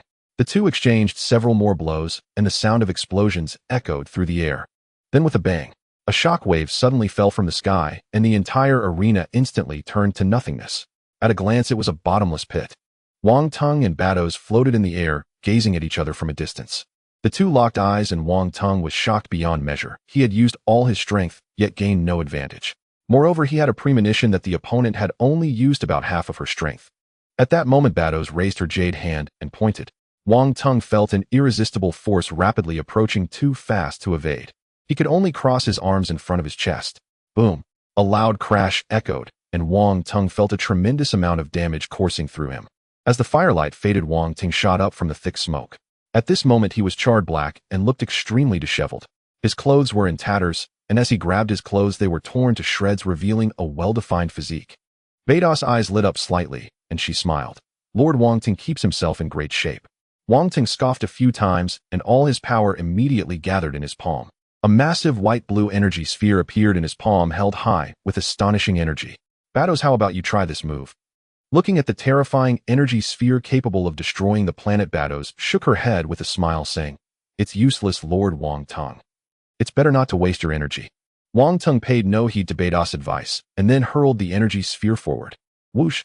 As the energy sphere descended, the air in the battlefield immediately turned violent. Countless small stones began to rise from the deep pit. As she watched the energy sphere plummeting, Battles merely extended her finger and lightly pointed in the air. The astonishing energy sphere halted in midair, unable to advance even an inch. In the next second, the energy sphere actually transformed into countless specks of starlight and vanished from sight. Beidou's beautiful face broke into a smile. "See, I told you it's useless." However, Wang Tung had already disappeared from the spot, and then a voice rang in Beidou's ear. "I have achieved my goal." Battles was startled and quickly turned around, only to see Wang Tung rushing towards her with his powerful arms outstretched. Having never been this close to a man before, Battles immediately panicked. In her fluster, she actually forgot to defend herself as Wang Tung tightly embraced her. The two locked eyes at a distance of less than a centimeter, feeling each other's breath. "Impudent!" A delicate shout rang out, and an astonishing divine power erupted from Battles, sending Wang Tung flying. Bardos floated in the air, her face flushed, immediately realizing that she had lost her composure earlier. After all, Wang Tung was her superior, and she had instinctively called out to him while channeling her strongest power. Is Lord Wang Tung all right?" Bardos asked softly. After Wang Tung dissipated the terrifying force, he waved his hand. It's fine, it's fine. How could I possibly get hurt? Let's continue." Upon hearing this, Bardos gently replied, Then a deep roar emanated from Wang Tung's throat, which instantly transformed into a beam of golden light and disappeared from sight. Whoosh! When he reappeared, Wang Teng was already in front of Bardos, unleashing a torrential assault towards her. His speed was incredibly fast, causing Bardos to momentarily pause, forcing her to evade backwards. It seems Lord Wang Teng's strength has increased. Could it be that he has grown stronger? Is he enhancing his power in battle? If that's true, we need to settle this quickly. Bardos, regaining her composure, exclaimed in surprise. At this moment, Wang Teng's punches grew increasingly powerful, as if his strength was inexhaustible. This was the first time Bardos had encountered such an opponent. Bang! The two collided again. Then they quickly separated. Just then, Bardos kicked out her long thigh, lifting rapidly, momentarily stunning Wang Teng. Another heavy kick landed on his chest, and beautiful scenery flashed through his mind. Though it looks beautiful, the damage is indeed substantial. Wang Teng gritted his teeth, rubbed his chest, and quickly flew backward. He never expected Bardos to be so powerful that no matter how he attacked, he couldn't overcome her. If it were just a matter of fists and feet, Wang Teng felt he could never defeat Bardos. In that case, I guess I have no choice but to take a risk. Although it's dangerous, there's no choice but to try now. Kaioken. Golden flames erupted around him, immediately followed by an unparalleled pain coursing through Wang Teng's body. He roared through gritted teeth, his power increasing the terrifying aura, causing the sixth universe to tremble violently. Wang Teng is using Kaioken. Goku immediately exclaimed. No one understood Kaioken better than him. How is this possible? His Kaioken is even more terrifying than Kakaroto's. What a reckless fellow. Vegeta said through gritted teeth. Kaioken. I didn't expect Lord Wang Teng to master the same technique as Goku. This won't be easy for Bardos. Ho ho ho, Lord Beerus. Although Lord Wang Teng's power has indeed multiplied, the burden on his body has also increased exponentially, complicating the situation. Moreover, my sister is not so easily defeated. Whis chuckled. Bardos looked at Wang Teng, who had suddenly unleashed an astonishing aura, her expression filled with surprise. How could this be? How could Lord Wang Teng also wield such a power that places a heavy burden on the body? She never expected to see it again in Wang Teng, apart from that scion from Universe 7. Tenfold Kaioken. A layer of eerie red flames enveloped the golden aura around Wang Teng. At this moment, his momentum was incomparably greater than that of Goku's. At this moment, the protective shield surrounding the arena finally couldn't withstand the pressure and shattered into pieces. Seeing this, Bardos thought, the cost of eating Lord Wang Teng's food is just too great. It's turning out to be quite troublesome. Then a faint layer of white holy aura appeared around her, which was not to be underestimated. At this moment, Goku felt extremely shocked. He had trained so hard to master the tenfold Kaioken during his Super Saiyan Blue form, and he had learned the Kaioken for an indescribable amount of time before he could barely control it. But Wang Teng, in his current Super Saiyan 5 transformation, had power that was unfathomably greater than Super Saiyan Blue, and he unexpectedly managed to elevate the Kaioken to 10 times. This was a tremendous shock to Goku. At this moment, Goku even doubted whether Wang Teng was human, for his performance was simply too monstrous. As Wang Teng stabilized his power floating in the air, he appeared imposing to those around him, but only he knew he couldn't last more than a few minutes. Thus Wang Teng planned to settle it quickly. In the next moment, he raised his palm. A golden energy sphere materialized instantly, growing larger. Before long, a super energy sphere floated in Wang Teng's palm. Anyone could feel the world-destroying power contained within this energy sphere. Whoosh! Then, amidst the astonished gazes of the crowd, the energy sphere was launched. Bardos' eyes began to sharpen. As she watched the swiftly approaching energy sphere, she had no intention of dodging, for if she did, this planet would likely turn to ashes in an instant. She raised her right hand, and a magenta energy sphere instantly formed from her palm, rapidly expanding. In an instant, it matched the size of the energy sphere Wang Teng had condensed. The magenta energy sphere shimmered with tiny lightning bolts around it, exuding immense power. Go! A faint voice emerged from Bardos. Then the magenta energy sphere instantly surged towards the golden energy sphere. Whoosh! Boom! Rumble! The two energy spheres collided instantly, unleashing a tremendous force, producing a deafening sound. The entire planet trembled violently under the terrifying clash. The fearsome gale made the distant resting area sway like a small boat in a storm. Seeing this, Whis immediately stood up, his body emanating incredible power, instantly enveloping the entire resting area. Everyone immediately felt a gentle force protecting them. Then a loud explosion resounded. The two terrifying energy spheres suddenly detonated, sending incredible energy soaring into the sky. Boom! Boom! The scene before everyone resembled the apocalypse as Wang Teng and Bardos rapidly ascended into the outer space. The planet simply could no longer withstand such a dreadful collision. If it happened again, it would surely turn to dust. Since Lord Wang Teng possesses such immense power, I too will unleash my strongest strength to fight otherwise it will be difficult to determine a victor. Bardos's serious voice slowly echoed. Her words coincided perfectly with Wang Tung's intentions, as he too could not sustain the Kaioken for long and needed to settle it quickly. Be careful. Just as the words fell, Bardos's body vanished like a ghost. Her speed was incomprehensibly fast, leaving only a faint white shadow behind her body had disappeared without a trace. Wang Tung also sensed the chilling divine power emanating from her, realizing she had unleashed her full strength. Whoosh! When Bardos reappeared, she was already behind Wang Tung. He reacted quickly but still was a beat too slow. A fierce strike heavily smashed into Wang Tung. Whoosh! Wang Tung was immediately sent flying. Under Bardos's full-powered strike, Wang Tung was blown away. Whoosh! Bardos's body vanished from its original spot, her figure utterly elusive. Her speed was so astonishing that one could hardly react. Wang Tung constantly controlled his body, murmuring, "Is this the power of an angel?" At this moment, Bardos's strength indeed transcended ordinary power. The peak combat ability of an angel was terrifyingly strong. Both her speed and attacks were overwhelmingly powerful. Boom, boom, boom. Bardos unleashed several strikes in succession, and Wang Tung had no means to resist. He could only passively take the blows. He couldn't even catch a glimpse of her figure, forced to watch helplessly as each attack struck his body. The speed is too fast. Even if I unleash the tenfold King Kai fist with my current power, it's difficult to keep up with Bardos's speed. Is this the power of an angel? Wang Tung quickly pondered. If he could comprehend the ultimate freedom technique coupled with his current strength, could he contend with Bardos and defeat her? Although he had obtained the cultivation method of the ultimate freedom technique since his arrival over the years, he had only barely grasped the basics, not even reaching the minor completion stage, let alone the major completion stage. After battling Bardos, Wang Tung resolved to perfect the ultimate freedom technique so he could stand at the pinnacle of combat power in the Dragon Ball world. It seems that next time he must fight against someone who has mastered the ultimate freedom technique. Only through first-hand experience might he comprehend something. Bang, bang, bang. Bardos continued her relentless assault. Each strike inflicted immense pain upon Wang Tung. Bardos was also surprised that Wang Tung could endure so much. He had been hit so many times and still maintained that astonishing transformation. Wang Tung's mind raced with strategies for if this continued defeat was merely a matter of time. He felt extremely anxious. He wanted to counterattack, not wishing to be beaten passively like this. Unnamed planet of the 6th universe. Everyone watched the aerial battle broadcasted by Whisk, gazing at the continuously battered Wang Tung, swallowing hard, not daring to make a sound. Although the screen only showed Bardos's blurred figure, the fact that Wang Tung was being beaten was clear to all. Son Gohan clenched his fists tightly. It was the first time he saw Wang Tung being so passive, and the situation was extremely critical. At this moment, Wang Tung was completely on the back foot, continuously being beaten. If this development continued, Wang Tung would have no chance of victory. Whoa! How can my sister use such powerful angelic power? Wang Tung is in danger now. Whis also said with a serious expression. Hey Whis, think of a way to stop this battle. If the Grand Minister were to have any mishap, the Grand Zeno wouldn't spare us.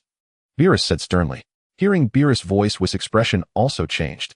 He knew that Beerus was speaking the truth. If the Grand Minister truly perished here, the wrath of the Grand Zeno would likely result in the instant destruction of both the 6th and 7th universes.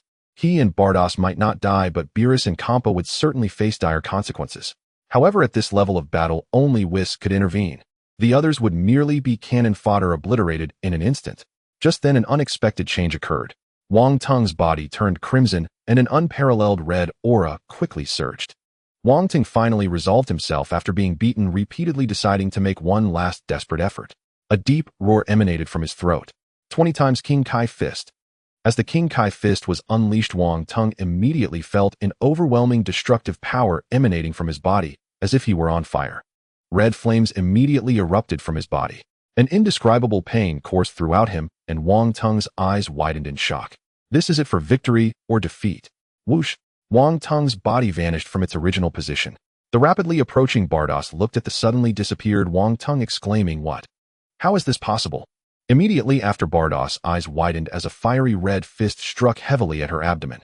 Bardos immediately felt like her last meal was about to come up, and a surge of gastric acid erupted from her mouth. In the next moment, Wang Tung vanished from sight once again.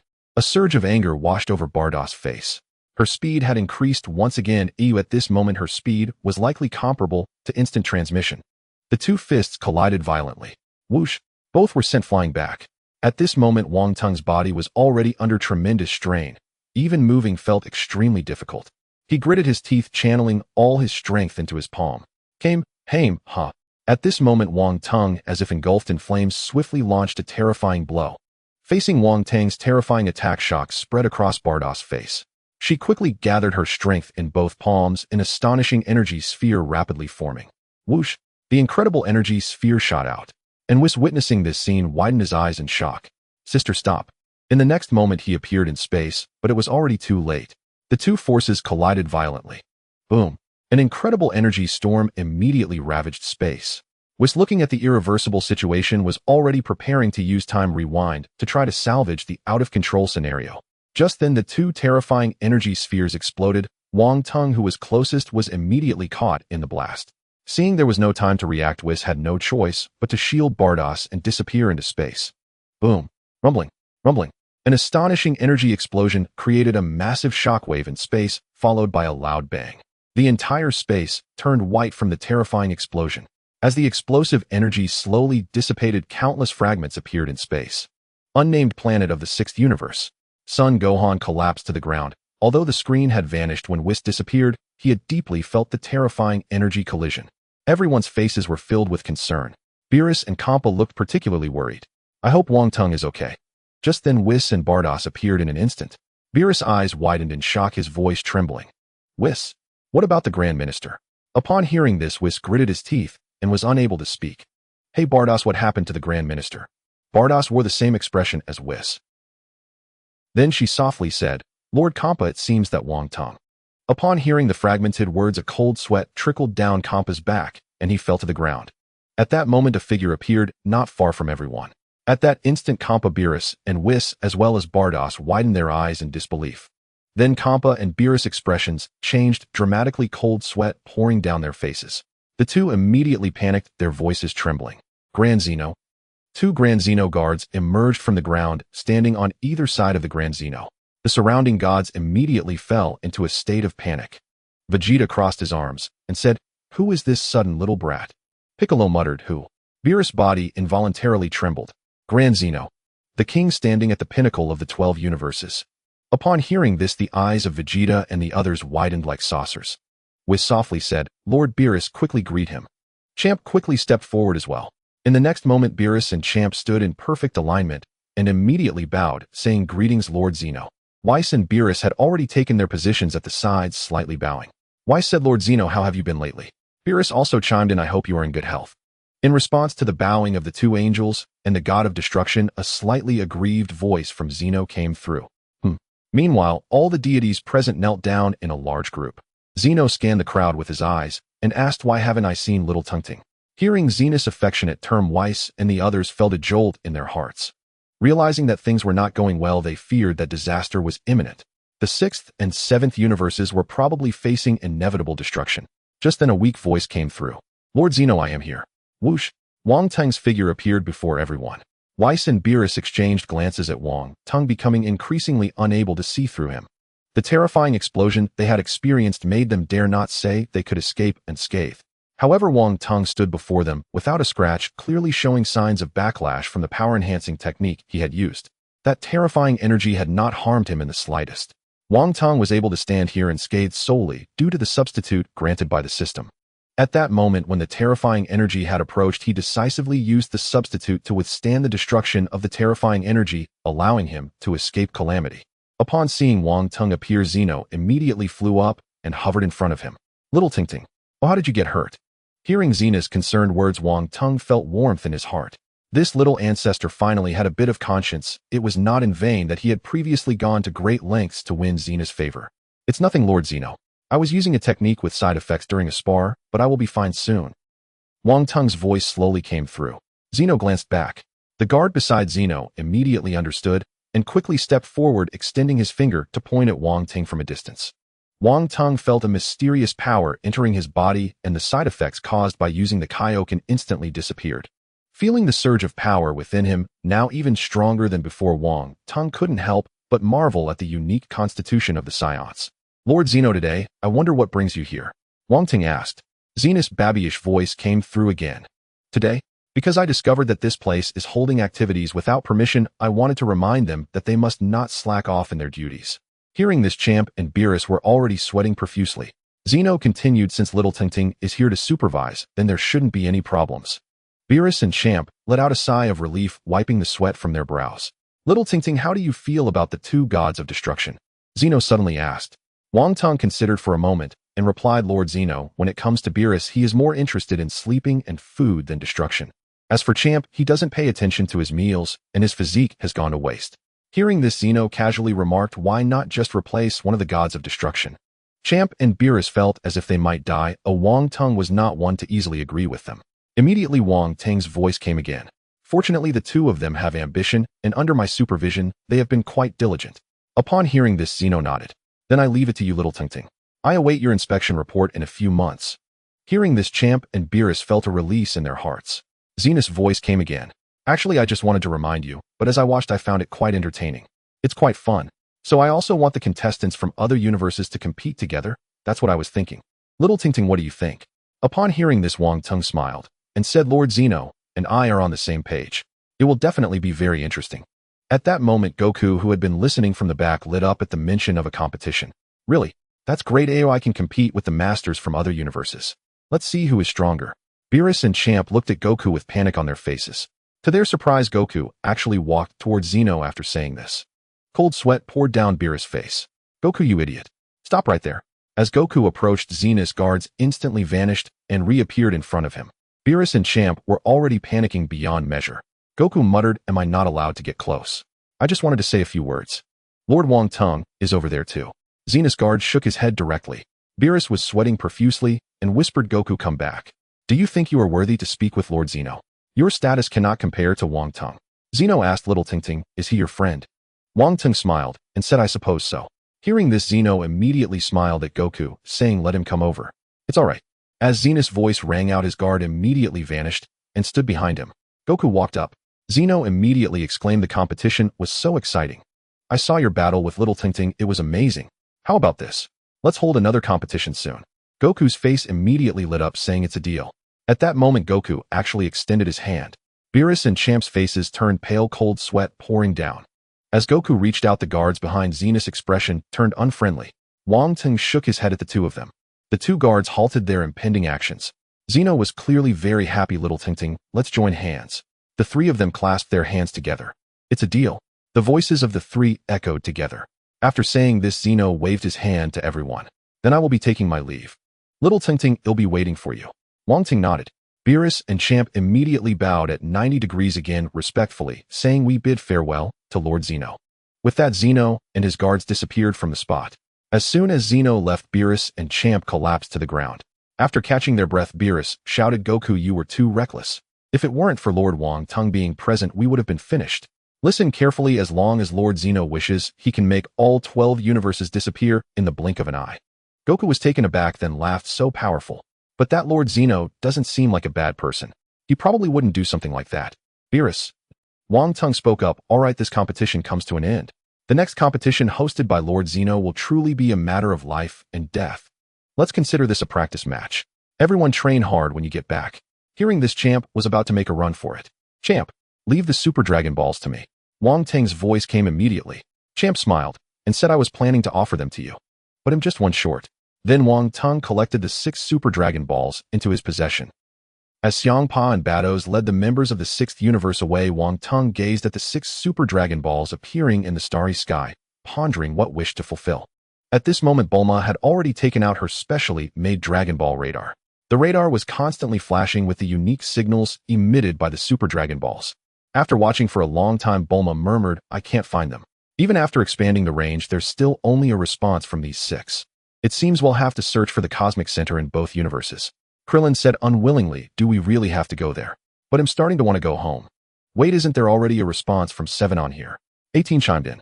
Bulma immediately zoomed in again, exclaiming, there really are 7. However, when Bulma looked up and around, she could only see 6. At that moment, Wang Tung approached and whispered a few words to Whis. Whis nodded and said, everyone please enter the transport cube. Beerus looked surprised. Whis. Ho ho ho, everyone hurry, and it's Wang Tung's order. Upon hearing this, Beerus immediately closed his mouth. After everyone entered the transport cube, it quickly ascended into the starry sky. Whis stood at the front operating it.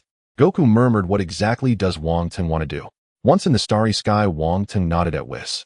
Whis immediately understood, and the next second, he waved his angelic staff. On the nameless planet where the match had just taken place, tornadoes suddenly appeared. As time passed, the surface of the nameless planet cracked open with countless fissures, and golden light instantly emerged. In the astonished gazes of everyone, countless fragments flew into the starry sky as the nameless planet emitted myriad golden rays. After the dazzling light disappeared, everyone opened their eyes, and before them were only 7 Dragon Balls. The nameless planet had vanished without a trace. Bulma exclaimed in shock, "Incredible. I never expected that planet was actually the Super Dragon Ball." Wang Teng's voice resonated. It must be that after the last wish was granted, the Super Dragon Balls scattered everywhere, shattering the original small planets, and the dust from those planets formed what was previously the nameless planet. Goku murmured, "Now that we have all 7 Dragon Balls, how do we summon the dragon?" Wang Teng glanced at Bulma, recalling that in the original story, she was the one who recited the incantation. However, at this moment, she did not speak. Thus Wang Teng said to Whis, "Use the divine language on the 7 Super Dragon Balls, and say, 'Come forth, divine dragon, grant my wish.'" Upon hearing this, Whis immediately replied, "As you wish, Wang Teng." He then spoke the divine language to the Super Dragon Balls. It sounded just like a foreign song. After Whis finished speaking, however, nothing happened. Whis was taken aback, But just a few seconds later, the red stars of the Super Dragon began to shine with dazzling light. In the astonished gazes of everyone, the Super Dragon Balls started to emit brilliant light and move. All 7 Super Dragon Balls released golden light, and the brilliance grew ever more intense, as if the entire universe was shaking. Vegeta exclaimed, "Hey, this doesn't seem good." Whis, standing calmly on the transport vessel, remarked, "Is that so? There won't be a problem." As the light intensified, everyone shielded themselves from the radiating brilliance. Gradually, as time passed, the light dimmed, and a colossal entity appeared in the universe. The transport vessel appeared like an ant before it. The Super Dragon slowly opened its crimson eyes. The gigantic Super Dragon began to speak in the divine language. Krillin murmured, "Is it using the divine language to say, 'State your wish'?" Wang Teng stepped forward, slowly gazing at the Super Dragon, which was as large as a universe, feeling an immense shock within. His voice then reached Whis' ears. Upon hearing this, Whis paused for a moment, then smiled, and said, "Wang Teng truly cares for his sister. All right, let me make a wish." Whis began to make a wish in divine language once more as the foreign song played again. Then the Super Dragon's eyes suddenly brightened. The Super Dragon spoke a long passage in divine language that no one understood, then let out a long roar, transforming back into 7 Super Dragon Balls that scattered across the 12 universes. Bulma looked at Wang Teng, asking, "What wish did you make?" Wang Teng smiled and said, "It's a secret." Goku murmured, "You're such a miser, what's the harm in telling us?" Wang Teng smiled but did not answer. Meanwhile, Bados, controlling the transport vessel, returned to the God of Destruction's realm in the 6th universe, and his angelic staff began to shine. "This is..." A message from Whis reached Bados' ears. "Sister Wang Teng created a culinary planet for you using the Super Dragon Balls. The coordinates are the nameless planet we just competed on." Bados looked momentarily stunned. Immediately, the transport vessel paused slightly. She immediately entered the transport vessel. Xiangpa almost stumbled from the sudden stop and shouted, "Can you drive or not?" Upon hearing this, Bados shook her head. "I was going to share some good news with you, but since you don't want to hear it, forget it." Bados then returned to the top of the transport vessel. With a whoosh, the transport vessel disappeared into the starry sky. In Bados' heart echoed a few words, "Thank you, Wang Teng." Whis led everyone toward the 7th universe. "You truly care for your sister." Whis' calm voice came through. Wang Teng smiled and said it was just a casual act. For Wang Teng did not wish to become stronger through the Super Dragon Balls. He desired to reach the pinnacle of the Dragon Ball world step by step on his own. Before long after Whis returned Goku and the others to Earth, Wang Teng and Gohan followed Beerus and Whis back to the God of Destruction's realm. "Beerus, how about making Gohan the candidate God of Destruction for the 7th universe? You have no objections, right?" Wang Teng said nonchalantly. Upon hearing Wang Teng's words, Beerus was thrown into a panic, but since Wang Teng had spoken, he found it difficult to refuse. Beerus stumbled over his words, unsure of what to say. Wang Teng's expression darkened. "Beerus, do you have any objections? Besides, you won't be stepping down anytime soon. It's just a nominal position. It's merely a title of candidate God of Destruction, making it a bit more convenient for you." Since Wang Teng had brought it to this point, Beerus could only nod in agreement. Whis looked at the kind and diligent Gohan, feeling no resistance to this matter at all. Subsequently, Wang Teng took Gohan back to their residence. Wang Teng chose to enter seclusion again. Although his current strength was already at the peak of a level 1 angel capable of briefly contending with angels using the Kaioken, he still felt inadequate when facing life and death battles. The first small goal was to reach the battle power of a level 2 angel, so that using the Kaioken would truly pose a threat to angels. Alternatively, he could comprehend the Ultra Instinct to a small degree. With his foundational battle power, the strength he could unleash would be incomparable to that of Goku. Thus, Wang Teng began his seclusion. On the third day of Wang Teng's closed-door training in the god realm of the 7th universe, the angel Sava, along with the gods of destruction Hellas and Beerus, sat together with 4 buckets of instant noodles placed on the table. The flavor of this instant noodle is truly exquisite. The angel Sava took a bite of the noodle, a look of satisfaction spreading across his face. Having lived for an unknown number of years, it was his first time tasting such delicious food, and he felt that his trip to the 7th universe was well worth it. Looking at the two who had never seen the world, Beerus couldn't hide his smugness. Ha ha ha, the instant noodles are indeed very tasty, but compared to the dishes made by Lord Wang Teng, they're just not on the same level. Really? Vis said with a smile. Hearing Vis' words, Sava's eyes immediately lit up. Is Lord Wang Teng's cooking really that good? But we've been here for so long, why haven't we seen Lord's figure? Beerus proudly replied. Lord is busy with official duties and should be resting right now. At this moment, a woman's voice chimed in. Do you think everyone is like you? The Lord is definitely busy with official matters. Hellas commented while eating the instant noodles. Upon hearing this, Beerus immediately got angry. Hellas, do you want to fight? Looking at the still temperamental Beerus, Hellas let out a few cold laughs. Huh? Do you really think I'm afraid of you? Hellas slammed the table and stood up. The eyes of the 2 gods of destruction instantly ignited with flames as they confronted each other. Although she knew she wasn't Beerus' opponent, the gap between them wasn't that vast, and if they truly went all out, it was hard to say who would win. Hellas, I've noticed that ever since you comprehended the realm, you've become increasingly arrogant. Although we can't use our full strength against each other as gods of destruction in a regular battle, you probably wouldn't be my match. Despite Hellas comprehending the realm, Beerus showed no fear. The realm is indeed powerful, but it also depends on one's foundational combat strength. If the foundational strength is too weak, the power of the realm cannot be exerted. Hellas smiled lightly. Beerus, it has been tens of millions of years since our last fight, and I assure you, I am no longer the same as before. In the past, she indeed wasn't Beerus' opponent, but ever since she comprehended the realm, she had been training her foundational strength, and now she felt confident.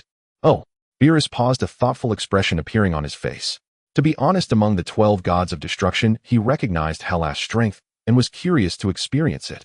Beerus, come on. Hellas rushed forward, first her body floating in the air. Whoosh. Beerus snorted coldly, also soaring into the sky. In the high sky, Beerus and Hellas faced each other. Beerus, we haven't fought for tens of millions of years. This time I will show you the power of the realm. As soon as the words fell, Hellas disappeared from her spot. Seeing that the 2 gods of destruction were about to make a move, Vis and Sava quickly used their angelic powers to create a protective layer shielding the god realm. If a protective layer wasn't set up, a fight between the 2 gods of destruction would mean destruction. In the next second, Beerus quickly burst forth to meet Hellas. The 2 fists collided violently. Bang! The 2 quickly separated. Terrifying energy waves and powerful winds continuously surged downward. Wang Teng, who was in closed-door meditation, suddenly opened his eyes. Who was fighting? Such a strong energy fluctuation. Whoosh. At this moment, a sound of breaking air rang out. Immediately after, Wang Teng appeared in front of Vis and Sava. His sudden appearance became the focal point. Sava immediately bowed and said, Greetings, Inspector. Hellas in the air also performed a 90-degree bow. Salutations, Lord Inspector. Looking at the 2, Wang Teng immediately recalled having seen them on the way to the 6th universe competition. He smiled and said, All right, you may continue. I am quite interested in your battle. Then Wang Teng sat down beside a stone table. With Wang Teng's permission, Hellas turned her gaze back to Beerus. Ha! A deep roar emanated from her throat, and an astonishing purple aura erupted around her. Accompanied by continuous flashes of lightning, in that instant the aura of a god rushed toward them. Beerus snorted coldly. If you actually mean business now, so I won't hold back.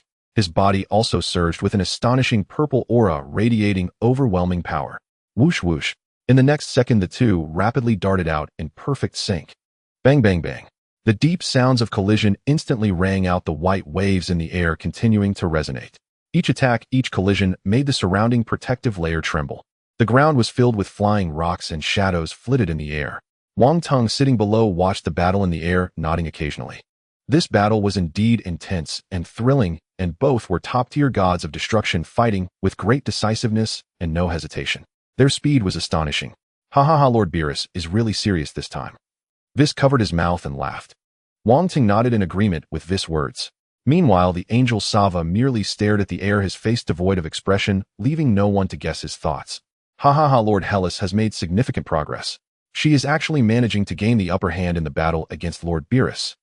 Moreover, it seems both are still holding back their strength. Lord Beerus, you should take this seriously. Vis took a sip of his drink and continued. Boom, boom, boom. Accompanied by the continuous collisions, the entire god realm was shaking incessantly. The white sonic boom rings in the air kept shining. Boom. Bang, bang, bang. After a series of collisions, a loud sound erupted.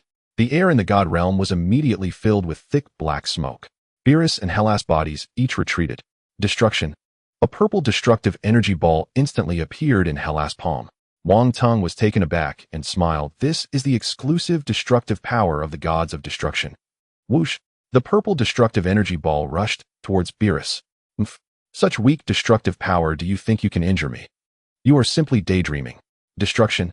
A faint voice came from Beerus, and then his palm quickly manifested a purple destructive energy ball. When the two destructive energy balls collided, it instantly triggered a shocking explosion. Boom. Rumble. Purple energy surged into the sky. The fierce wind spread out in all directions. Dense dust clouds suddenly emerged. Whoosh! Hellas' figure immediately pierced through the black smoke and appeared in front of Beerus. Her attacks came like a torrential storm towards Beerus.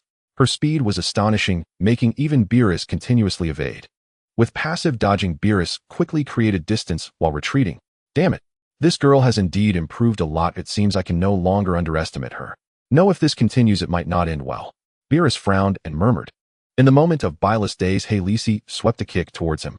He directly grasped his ankle. TCH bastard. Bylus gritted his teeth tightly, not expecting Halisi to become this strong. Since that's the case, let me show you my true abilities. Bylus suddenly let out a cold laugh and directly flung Halisi away.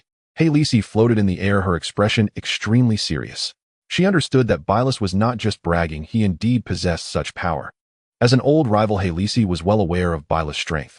Among the 12 gods of destruction, Bylus had always been the strongest, and he mastered the ultimate instinct technique. Although his mastery of the ultimate instinct technique was not perfect, it was still immensely powerful. Even against the other 11 gods of destruction, Bylus was confident he could win. Be careful. Bylus smiled confidently. Suddenly, a milky white divine aura emerged around his body. Then he vanished from the spot like a ghost. The speed was so fast that it was impossible to comprehend. Wang Tung suddenly stood up, muttering, "Is this Bylus' ultimate instinct technique?" Hearing this, Weiss began to explain. Although Lord Bylus has not fully mastered the ultimate instinct technique, it is still extremely powerful. Ordinary gods of destruction are simply no match for him. Upon hearing this, Wang Tung's eyes fixed on the sky, afraid of missing any detail. Whoosh! When Bylus reappeared, he was already behind Halisi. Halisi had no time to react and was directly struck hard in the back by Bylus' punch. Bang! Whoosh! Halisi was sent flying. Bylus' figure was unbelievably fast, transforming into a shadow and disappearing again. The speed was so quick that it was impossible to catch. The ultimate instinct technique is a comprehensive enhancement. Both speed and strength undergo qualitative improvements. Bang! Bang, bang! Bylus' continuous attacks all hit Halisi. She simply couldn't catch Bylus' speed. Such fast speed with my current speed, I cannot compete at all. The ultimate instinct technique is indeed terrifying. Thinking of this, Halisi gritted her teeth, and a surge of mysterious power suddenly rose from her body. A purple aura instantly surged. This is the power of the realm. Wang Tung immediately sensed the mystical power emanating from Halisi. But it was different from his. Realizing this, Wang Tung understood that the power of the realm varies, and the amplifications are different too. The realm power that Halisi possesses amplifies her speed. Sava, who had been silent, suddenly spoke. Then Hylisis' figure also became ghostly. The two figures continuously intertwined in the air. Wang Tung watched their battle, his mind filled with countless thoughts. Over the years, he had been comprehending the ultimate instinct technique, but had only barely scratched the surface. Without guidance from others, trying to comprehend it alone was indeed very difficult. But after witnessing Bylus wield the ultimate instinct technique, today Wang Tung felt as if he grasped some insights. Bang, bang, bang. The two ghostly bodies constantly interchanged in the air. At this moment, their speeds had reached a standoff, and their astonishing fists collided continuously. Bang! After another heavy collision, whoosh! Hylisis' body crashed heavily into the ground. Bylus' body remained suspended in the air. What's wrong? Is this all your strength? Although your speed has caught up to me, your power is still way too far behind. If you have no other trump cards, then I will claim victory. Bylus' words filled Halisi below with anger. She slammed her fist heavily into the ground. Although she was very unwilling, she understood that Byleth was speaking the truth. She didn't expect that Byleth, apart from sleeping and enjoying food, had never worked hard, yet his strength was still so immense. What to do? Am I going to lose to this guy again? Seeing his smug expression, I feel so displeased. Hylice's mind also flashed with many thoughts. Then she gritted her teeth and charged towards Byleth again, their figures disappearing from the spot once more. Hylice seems to be in trouble, Wang Teng muttered. Hearing this, Weiss smiled and said, after all, Lord Byleth has mastered the ultimate instinct technique. Though Hylice has grasped the rare speed realm, her power is still somewhat lacking. If she could awaken the power realm, she might still have a slim chance of victory. Upon hearing this, Wang Teng's eyes widened. He exclaimed, Weiss, can a person really comprehend two realms? Hearing Wang Teng's question, Weiss immediately laughed. Oh ho ho ho. Yes, there is a possibility of comprehending realms when breaking through the power of a god of destruction. The realm is an experience of power, so there are many types. What type one can comprehend depends entirely on personal insight, of course. There are also super geniuses who can comprehend multiple realms. Additionally, it is worth mentioning that the power of the realm can be combined with the ultimate instinct technique. Upon hearing this, Wang Teng felt as if he had discovered a new world. It turned out there were so many ways to become stronger. It seemed that his previous vision was too narrow. Bang! Boom! Just then a loud noise came from the ground nearby, and thick dust filled the entire battlefield. Wang Teng gathered his thoughts and looked over. He saw Hylice falling to the ground again, while Byleth in the air was also gasping heavily. Clearly, the ultimate instinct technique had taken a significant toll on him. Byleth, I lost. I admit you are strong, but next time I will definitely not lose to you. Hylice's defiant voice rang out. Byleth also slowly descended, his eyes filled with admiration for Hylice. However, Hylice got up, snorted coldly, and turned to leave. Byleth's admiration was completely unacknowledged by her. Hylice's face was full of unwillingness. She had been constantly seeking strong opponents to train her power over these millions of years. But what about Byleth? As far as she knew, he had spent most of these millions of years asleep. So she was very dissatisfied with the result today. Hylice walked over and bowed to Wang Teng. She no longer had the mood to stay here. Sava. Hylice called out.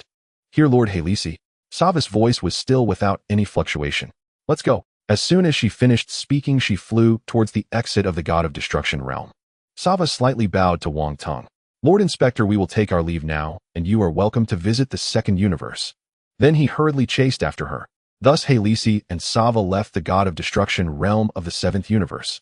After their departure, Byleth also felt the threat. First he was surpassed by Wang Teng, then confirmed as a candidate for the God of Destruction, and now Hylice had also become so powerful. Byleth had already sensed a strong crisis. Therefore he decided to give up sleeping in the future and start cultivating. Weiss, continue to guide me in the ultimate instinct technique. Hearing that Byleth was finally willing to train again, Weiss immediately smiled and said, Yes, Lord Byleth. Wang Teng also nodded with a smile, for this was what made it interesting. 3 days later, inside the Destroyer's castle. A banquet. So that means an array of sumptuous delicacies, correct? How utterly splendid. Vados and Bulma were conversing. At the mere mention of delicacies, Beerus, who had been cultivating the Ultra Instinct technique in the adjacent chamber, instantly dashed over. He seized Vados' angelic staff and declared, Of course I shall attend. Bulma's voice chimed through, Please join us tomorrow at noon, Your Excellencies. And Master Wang Teng. Oh, and don't forget to bring Gohan back. Chi-Chi has been longing for him for ages. Very well. See you tomorrow. After ending the call, Beerus resumed his cultivation. Vados chuckled softly, covering her mouth. Lord Beerus has grown remarkably diligent of late. I must admit, I'm still adjusting to it. She then relayed the news to Wang Teng. Wang Teng paused and thought. Gohan has been training with me, but I haven't yet informed Chi-Chi. Then let this banquet serve as the perfect opportunity. Earth, Bulma's banquet venue. The table was already laden with exquisite dishes. Bulma continued greeting arriving guests, while Chi-Chi, Goten, and Trunks sat at the table awaiting the others. When will Gohan arrive? He didn't even say a word before leaving. The boy, Chi-Chi murmured under her breath. Bulma approached and asked, Chi-Chi, hasn't Son Goku arrived yet? He went to the fields and hasn't returned since. Wait, he might just appear out of nowhere any moment. Bulma smiled. Ah, I see. Then let us begin. Vegeta spoke sternly. We'll wait until Master Wang Teng and Lord Beerus arrive. Don't forget, one careless word from them could obliterate Earth. We must do everything possible not to offend them. Tien Shinhan added gravely, if they lose their temper, things could turn dire. Bulma glanced at Vegeta. Fine. And meanwhile, Majin Buu indulged himself freely, devouring food without regard for anyone else. Just then a radiant light split the sky, and Vegeta stiffened there here. And as the light faded, 4 figures stood within the banquet hall. Wang Tung greeted them warmly. Greetings, everyone, and it is a pleasure to meet you again. And Vados covered her mouth, chuckling, ho ho ho. My sincerest apologies for keeping you waiting. Gohan smiled and exchanged cheerful salutations with all present. And Beerus swept his gaze across the room. Son Goku hasn't arrived yet. And at that very instant, Goku materialized behind him. Hi, Lord Beerus. And Beerus flinched. And hey, don't just pop up like that. And you'll give an old man a fright. The moment Goku spotted Wang Tung, he rushed forward eagerly. And, Master Wang Tung, you've come too. And lately I feel I've made considerable progress. Shall we spar? Faced with Goku's unrelenting martial obsession, Wang Tung exhaled gently and shook his head. And son, why are you dressed like that? Gohan murmured, bewildered. And Goku looked down and realized he was still wearing his muddy fieldwork attire. And Chi-Chi charged over instantly. Goku, how dare you show up like this? That's utterly disrespectful. And go back now and change. And Goku stammered, flustered, yes, right away. He hurried off in disarray. And Chi-Chi then noticed Gohan standing beside Wang Tung. And, Gohan, where on earth have you been? Not a word from you in days. Gohan flushed with panic. And mother, please hear me out. But Chi-Chi cut him off, stepping forward and seizing his arm to pull him away. You're a married man now. No more reckless wandering. Don't take after your father. At that moment, Wang Tung spoke calmly. I wish to train your son in martial arts and take him as my disciple. And what? Absolutely not. I refuse outright. And Chi-Chi roared, fierce as a tigress. And Beerus cleared his throat twice. Kindly address Master Wang Tung with proper respect. And consider his words most carefully. And hearing this, Chi-Chi erupted anew. Enough. No means no. And not under any circumstance. Not for anything. In Wang Tung. And Beerus. The next breath, Beerus's expression turned glacial. Bulma, recognizing that chilling shift in Beerus's countenance, recalled her own birthday banquet and swiftly pulled Chi-Chi aside to reason with her. Wang Tung spoke deliberately. The upcoming martial tournament hosted by the Grand Supreme Kai will draw warriors from countless realms. And, should Universe 7 suffer defeat, Earth's fate would become perilously uncertain. My training of Gohan serves one purpose, to ensure Earth's survival. Nonly then did Chi-Chi reluctantly nod. In the next instant, Goku reappeared, now clad in his familiar martial uniform. And, I'm back. And, Master Wang Tung, let's spar at once. Beerus immediately restrained him. And, no, you shall not act so recklessly. And, Master Wang Tung has no time to indulge your sparring whims. Goku clasped his hands together earnestly. Please, Lord Beerus, and let me face Master Wang Tung once more. Ever since his defeat by Wang Tung's time reversal technique, when his opponent hadn't even assumed Super Saiyan form, Goku had brooded relentlessly. He'd studied the encounter exhaustively, burning with desire for another confrontation. In hearing this, Wang Tung stepped forward. A match is possible, but you are simply too weak. I hold no interest in such a one-sided contest. And Goku deflated instantly. And then Wang Tung added almost casually, unless you fuse with Vegeta. Agree to that, and I will grant your request. And Goku lit up, truly. And Wang Tung gave a quiet nod. And Goku darted toward Vegeta without hesitation. Vegeta, we must fuse. And Vegeta clenched his teeth. You imbecile. And Kakarot. And why must you insist on sparring with Master Wang Tung? And why drag me into it? Please, just this once. And Goku pressed his palms together again. And I beg you, Vegeta. Impossible. And Vegeta bellowed. Don't even dream of it. Wang Tung paid no heed to their quarrel, smiling instead at Vados and Beerus. Shall we enjoy the feast? At those words, Vados and Beerus beamed with delight. And, as you wish, Master Wang Tung. Nas Wang Tung and the others savored the banquet. Goku's voice rang out once more. Master Wang Tung, Vegeta has agreed to fuse with me. We're ready to spar. Wang Tung paused, genuinely surprised. Vegeta's pride had always made fusion unthinkable, even in life-or-death moments during the Dragon Ball Z era. Yet since Vegeta had consented, Wang Tung rose without hesitation. Then let us begin. Vados, Earth is entrusted to your protection. Vegeta approached with palpable reluctance. Kakarot, you wretched fool. This is the last time. I'll never tolerate your pestering again. Goku grinned, understood Vegeta, and they took their positions, standing apart, poised. Vegeta's face burned crimson, his spirit recoiled inwardly. Damn it, performing such a humiliating act before everyone. Goku urged impatiently, hurry up, Vegeta. Earth at Bulma's banquet scene. Vegeta shouted, it's so noisy, Kakarot. He then gritted his teeth and posed with Goku for the fusion. Fusion, the two shouted in unison. In the next moment, a dazzling light appeared. Amidst the shock of the crowd, a strange figure emerged. A terrifying aura immediately howled out. Bulma murmured, "Is that the warrior formed by Goku and Vegeta's fusion?" Trunks exclaimed, "What an incredible aura. It's exactly the same as Gotenks' outfit." Shishi pondered, "What should we call the fusion of Goku and Vegeta?" Vegeto. Gogeta. They don't sound very good. Wang Tung laughed, "What should we call it? Why not just ask him directly?" Hearing Vegeto's arrogant words, Wang Tung felt helpless and spread his hands, saying, "Then let me see how you plan to defeat me." The two then flew into the air. Vegeto and Wang Tung locked eyes from afar. Wang Tung's eyes were filled with excitement. This is Vegeto, the so-called strongest warrior in the universe. He really is a bit different. Looking at the confident Vegeto, Wang Tung charged forward immediately. Bang! The two collided. Bang, bang, bang. White sonic booms echoed through the air. In the next moment, Wang Tung's body transformed into a white streak of light. He instantly appeared in front of Vegeto, then threw a punch. Vegeto raised his palm. Slap! He effortlessly blocked Wang Tung's fist. Whoa! What? Their power after fusion is actually this strong. Wang Tung immediately became serious. He never expected Vegeto to easily catch his attack, and the most important thing was that his body remained completely still. "Lord Wang Tung, do you think I am still the same as before? I am now the strongest warrior," Vegeto said coldly. Then his other fist shot out like lightning. Boom. Wang Tung quickly dodged, barely avoiding the punch, with incredible speed. That speed was indeed shocking. Whoosh. Wang Tung quickly flew backward, creating distance between himself and Vegeto. In the next moment, Vegeto blinked and appeared above Wang Tung, then delivered a powerful kick. Wang Tung swiftly extended his arm to grab his foot. "Huh!" he shouted and forcefully threw Vegeto away. Vegeto's body flipped in the air several times before stabilizing. The crowd below stared dumbfounded. "Whis, this Vegeto is indeed quite strong. Why haven't I heard of this fusion technique before?" Indeed, Beerus slowly spoke. Whis smiled and said, "Lord Beerus, to be honest, this is the first time I've seen it too."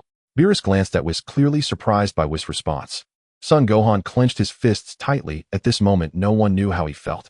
Vegeto looked at Wang Tung and then smirked. "Oh!" The golden aura surged instantly, and Vegeto transformed into a Super Saiyan. "Now it's Super Vegeto." Whoosh. As soon as he finished speaking, Vegeto quickly charged at Wang Tung, delivering a heavy punch. At this moment, Vegeto's speed had become unbelievable. Even Wang Tung couldn't react in time. A powerful punch struck Wang Tung's back. Whoosh. Boom. Immediately after, Wang Tung's body crashed into the ground like a cannonball. The ground shook violently.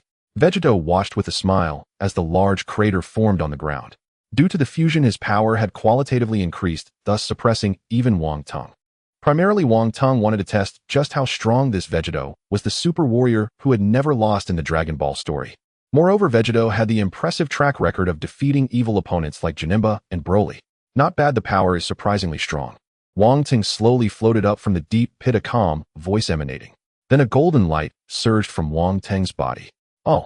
At the same time, Wang Tung's aura underwent a tremendous transformation. What immense power is expected of Lord Wang Tung. As Vegeto sensed the astonishing power unleashed after Wang Tung transformed into a Super Saiyan, he couldn't help but praise him. Whoosh, whoosh, whoosh. In the eyes of everyone in shock, the incredible aura immediately spread outwards. Fierce winds rushed downwards. Then the Super Saiyan Wang Tung and Super Vegeto exchanged glances from a distance. At this moment, Wang Tung had begun to appreciate Vegeto a little more. In the next moment, the two shot out simultaneously. Their speed was as swift as lightning. Wang Tung instantly reached Vegeto's front, then quickly threw a punch. Watching the incoming punch, Vegeto smiled. He merely tapped his toes, and his astonishing speed was immediately revealed. He leaped into the air, dodging Wang Tung's attack. What? How is that possible? This kid actually dodged my attack. Could his speed be greater than mine? Wang Tung's face instantly showed a look of horror upon realizing his attack had been evaded. Then his expression changed immediately, and he laughed. It was just a coincidence. Miracles do not happen twice. He then charged out again. Whoosh! A fierce punch struck again. This time, Vegeto actually did not dodge or evade and met it head-on. The two fists collided violently. Bang! The astonishing power immediately dispersed. Bang, bang, bang. The two exchanged numerous blows. In the sky, only the shadows of their fists could be seen continuously colliding. He actually blocked all of them. Wang Tung's eyes once again filled with astonishment.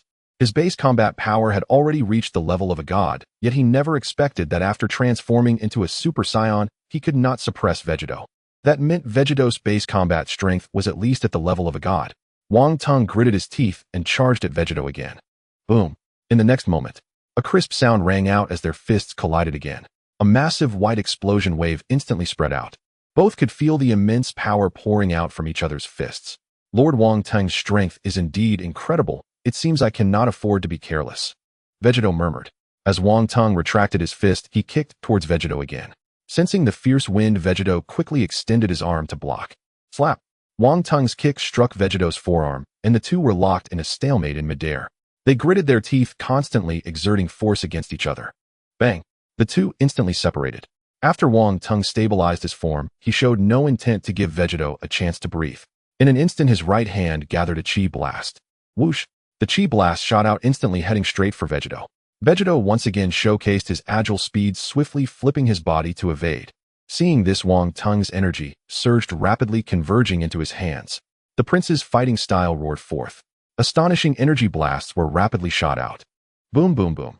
The sound of explosions was incessant as Vegito continuously dodged the incoming energy blasts in midair. His body was elusive like a specter. Boom, boom, boom. The loud explosions echoed in the air as Vegito dodged with incredible speed. Boom. The thick smoke filled the sky. Below, the crowd shielded their eyes with their arms, unable to open them against the fierce winds blowing from above. As the smoke slowly dispersed, huff, huff, huff, Wang Tung gasped for breath. In the next moment, Lord Wang Tung, am here. A sudden voice rang out behind Wang Tung, who quickly turned around. Swish! The opponent's fist was already charging towards him, and Wang Tung immediately met it head-on. The two engaged in battle, and as time went on, Wang Tung felt increasingly pressured. It must be said that Vegito's strength was growing stronger. Take this! A loud voice came from Vegito, and he instantly shot a ball of energy from his hand. Wang Tung was startled, realizing there was no time to dodge, and could only cross his arms in front of his chest. Boom! In the next second, thick black smoke rose, and Wang Tung's body was sent flying out of it. Lowering his arms, Wang Tung looked at Vegito and smiled. You've got some skills. Vegito also wore a proud smile on his face. But I've had enough fun now, I will attack seriously. Wang Tung clenched his fists tightly, then shouted, unleashing an astonishing aura that surged forth, golden flames rising as power flowed out from within. The entire earth began to tremble violently. Aren't they going too far? Do they really want to destroy the earth? Piccolo murmured. Weiss, think of something quickly. Bulma yelled anxiously.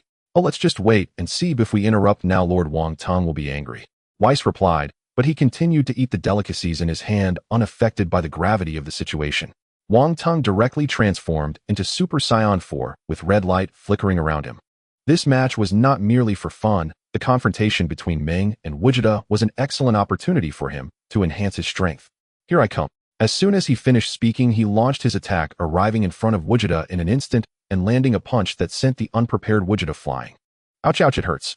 Lord Wang Tung, you have no honor in martial arts, unexpectedly launching a sneak attack. Vegito said, covering his face. Wang Tung shrugged and said, didn't I say I was coming? Vegito hovered in the air, saying, then I will unleash my full strength. Super Saiyan Blue. Then a blue divine aura erupted from Vegito's body. Oh. A deep growl echoed, and the surrounding sky darkened. At this moment, Vegito's energy had surged to an astonishing level. Wang Tung's expression grew serious as he realized that the decisive moment was approaching. Vegito, having completed his transformation, smirked. Be careful. Whoosh. He vanished from his spot, reappearing right in front of Wang Tung, his fingers darting towards him like daggers. Facing the swift assault, Wang Tung quickly retreated. Swish, swish, swish. The two figures intertwined in the air. Golden and blue phantoms continued to appear, lingering in the sky. So strong. Their power is truly astonishing. Krillin murmured, his eyes fixed on the sky. The crowd around them looked up, eyes glued to the air, not daring to breathe. Only Beerus and Weiss held a giant cake, enjoying their meal with gusto. Vegito launched another rapid attack. Seeing the astonishing onslaught, Wang Tung quickly gathered a ball of energy in his hand and threw it towards the speeding Vegito. Vegito reacted immediately, gathering an even more powerful ball of energy in his hand. Boom! An incredible explosion erupted in the air. Thick smoke spread out in all directions. Then the two charged into the smoke, and a series of sounds immediately followed. Ya. The two quickly attacked each other, their fists colliding in the air. Waves of white sonic booms echoed throughout the sky. Bang! In the next second, whoosh! Vegito suddenly disappeared, reappearing above Wang Tung. He clenched his fists tightly, delivering a powerful blow downward. Whoosh! Bang! Wang Tung's body fell like a meteor from the sky, crashing into the ground. The earth trembled once again, and it must be said that since the two began to fight the earth had been shaking in fear. Lord Wangtung, do you see how powerful it is now? Wichita hadn't finished speaking when, whoosh, a shadow shot up its speed, unbelievable, landing a heavy punch on Wichita's chin. Wichita flipped back in the air, stabilizing himself and wiping the blood from his mouth. Damn it. He then began to retaliate once more. Bang.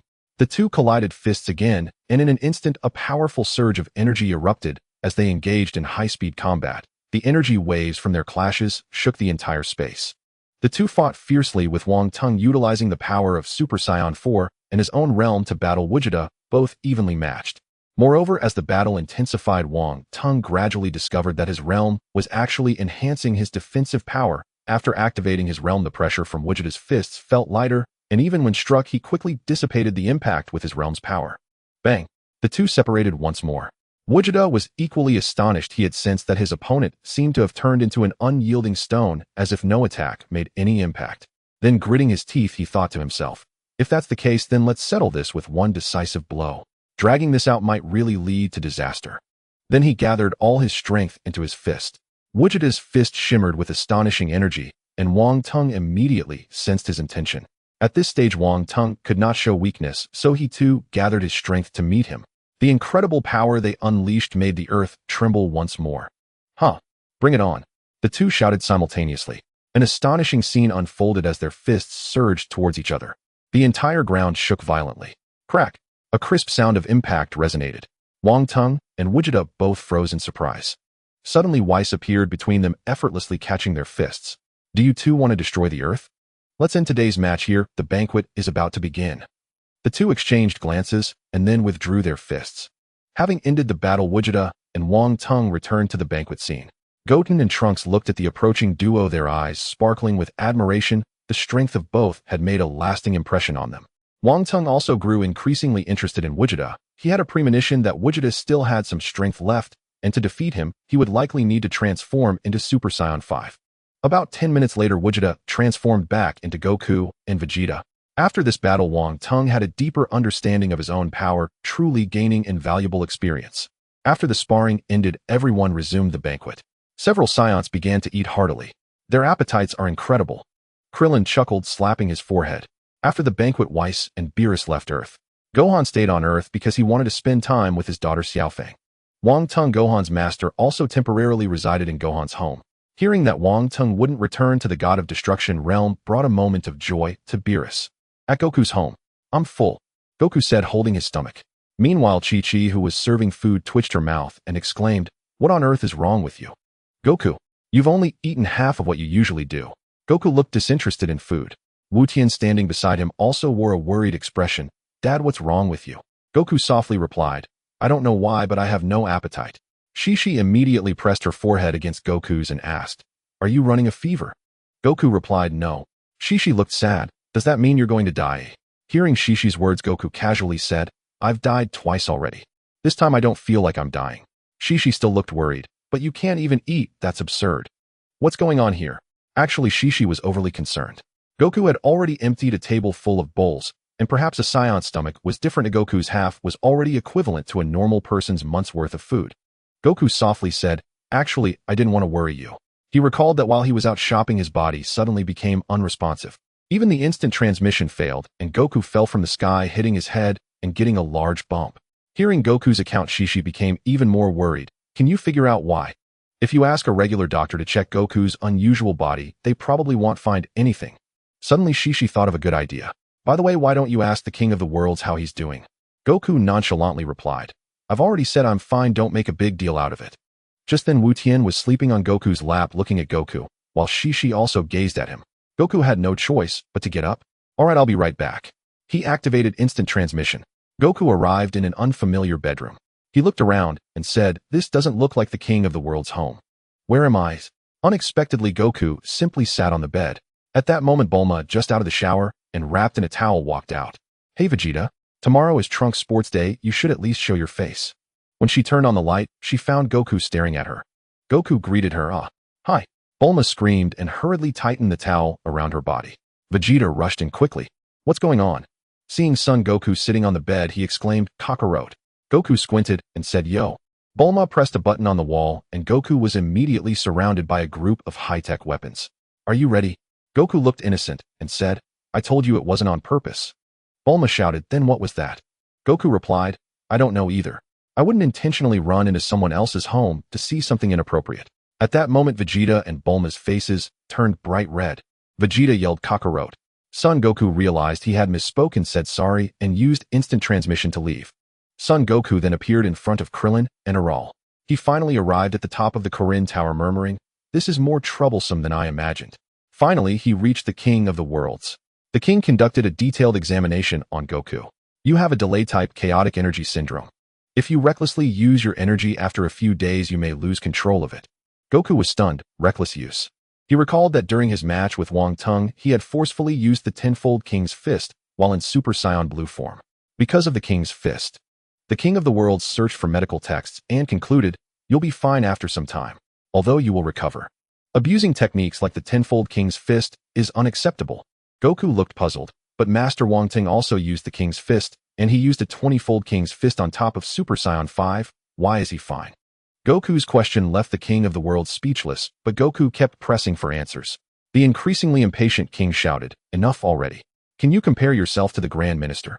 He is a great deity, even greater than Lord Beerus. You are just a mortal. Hearing the king's response, Goku's face fell. What should I do then? Next time there's a martial arts tournament hosted by the Omni King. The king said he must go home and lie down obediently, and he must not become stronger. With no other choice, Goku planned to ask Wang Tung for advice. Shishi and Wu Tian were still at home waiting for Goku to return. Looking at the sleeping Wu Tian, Shishi murmured, I wonder if Goku has a problem. This is when I need to be stronger. I must make some delicious food that will attract him to eat it all at once. To lift his spirits. Just then the house began to shake. Shishi instinctively hugged Wu Tian. With a loud bang, the house exploded. Goku walked out from the smoke. As expected, I can't control instant transmission and flight. At that moment, Chi-Chi, pulling the awakened Wu Tian, looked angrily at Goku. With a loud crash, the house behind them was instantly reduced to rubble. Goku smiled awkwardly and said, I'm back. The veins on Shishi's forehead bulged. Goku. The house was destroyed by Goku. Goku had no choice but to go to Gohan's house with Shishi and Wu Tian. At this moment, Gohan was training with Wang Tung. The two of them were seen floating in the air, radiating mysterious light. Meanwhile, Piccolo was lovingly caring for Gohan's daughter. Goku immediately greeted Gohan and Wang Tung. Hi, Gohan, Master Wang Tung. Upon hearing the voice, Wang Tung and Gohan immediately ceased their training and slowly descended to the ground. Oh, it's Goku. What brings you here? Gohan ran over excitedly, saying, Dad. Goku replied bashfully, something happened, and I plan to stay for a few days. Then Goku told Wang Tung about the recent occurrences regarding him. After speaking, both Goku and Gohan looked nervously at Wang Tung. Wang Tung was startled, slowly closing his eyes. Goku, this is a side effect of the King's Fist. The main issue is that this could be a sign of successfully cultivating the Zizai Ji Gong. During the martial arts tournament, he had already grasped the preliminary form of the Zizai Ji Gong, so it seems to be true. After opening his eyes and looking at the anxious Goku and Gohan, Wang Tung thought for a moment and slowly said, It's not a big problem, don't worry. Come sit down. Wang Tung immediately helped Goku to stabilize the chaotic energy within his body. Goku felt it and exclaimed in delight, I'm better. That's amazing. Thank you, Master Wang Tung. Upon hearing Goku was better, Gohan immediately showed a smile. Wang Tung looked at Goku and said, You should train with me and Gohan for the next few days. Once your technique is stabilized, your condition will disappear. I only temporarily help you stabilize the chaotic energy. Hearing that he could train again, Goku became even more excited. When the King of the Worlds told him not to train and just lie down, he truly felt like something was off. Chi-Chi looked at her granddaughter with a happy expression. However, it seemed that her granddaughter Xiaofang only wanted to be held by Piccolo. As soon as Chi-Chi tried to touch her, Xiaofang would immediately cry out. Goku, Gohan, and Wang Tung walked in. Seeing the three enter, Piccolo immediately stood up. Chi-Chi asked Piccolo, Where are you going? Piccolo softly replied, I'm going home. At that time, Gohan needed to train, and I agreed to help take care of the child. It's fine to leave her with you. I'm not that free either. Then Piccolo pointed at Chi-Chi. Chi-Chi, can you prepare the weaning meal? Chi-Chi was taken aback and said, After all, I have taken care of 2 kids, so you can rest assured. Piccolo continued, Xiaofang loves to eat vegetable pancakes made with tuna and tofu scraps. First, chop the carrots, onions, spinach, and broccoli, and prepare them in advance. Chi-Chi stared at Piccolo in shock. Piccolo glanced at Xiaofang and said, She can already walk around by herself. You need to keep an eye on her. Then Piccolo pointed again, The picture books are over here, and the toys are over there. Play her some songs when she cries at night. Goku was taken aback. Songs. Do you sing to her? Piccolo's cheeks flushed slightly. Wang Teng was even more dumbfounded. During the past few days of training, he hadn't noticed that the once fearsome Piccolo had actually become a devoted dad. Gohan and Goku escorted Piccolo to the door. Just before leaving, Piccolo said one last thing: Xiaofang is afraid of strangers. Only I can hold her without her crying. If you really can't manage, you can call me, Piccolo said with a proud expression. Then he turned and walked away. Goodbye, Piccolo. Uncle Piccolo, come again. Goku and Gohan bid farewell to Piccolo. Just a few steps after Piccolo left, he stopped and turned back. Also, don't forget to brush her teeth before bed. You need to make her develop the habit early. Looking at the chattering Piccolo in the yard, Wang Teng shook his head with a smile. It seems Piccolo really regards Gohan as his own son. Compared to Goku, Piccolo is more like a competent grandfather.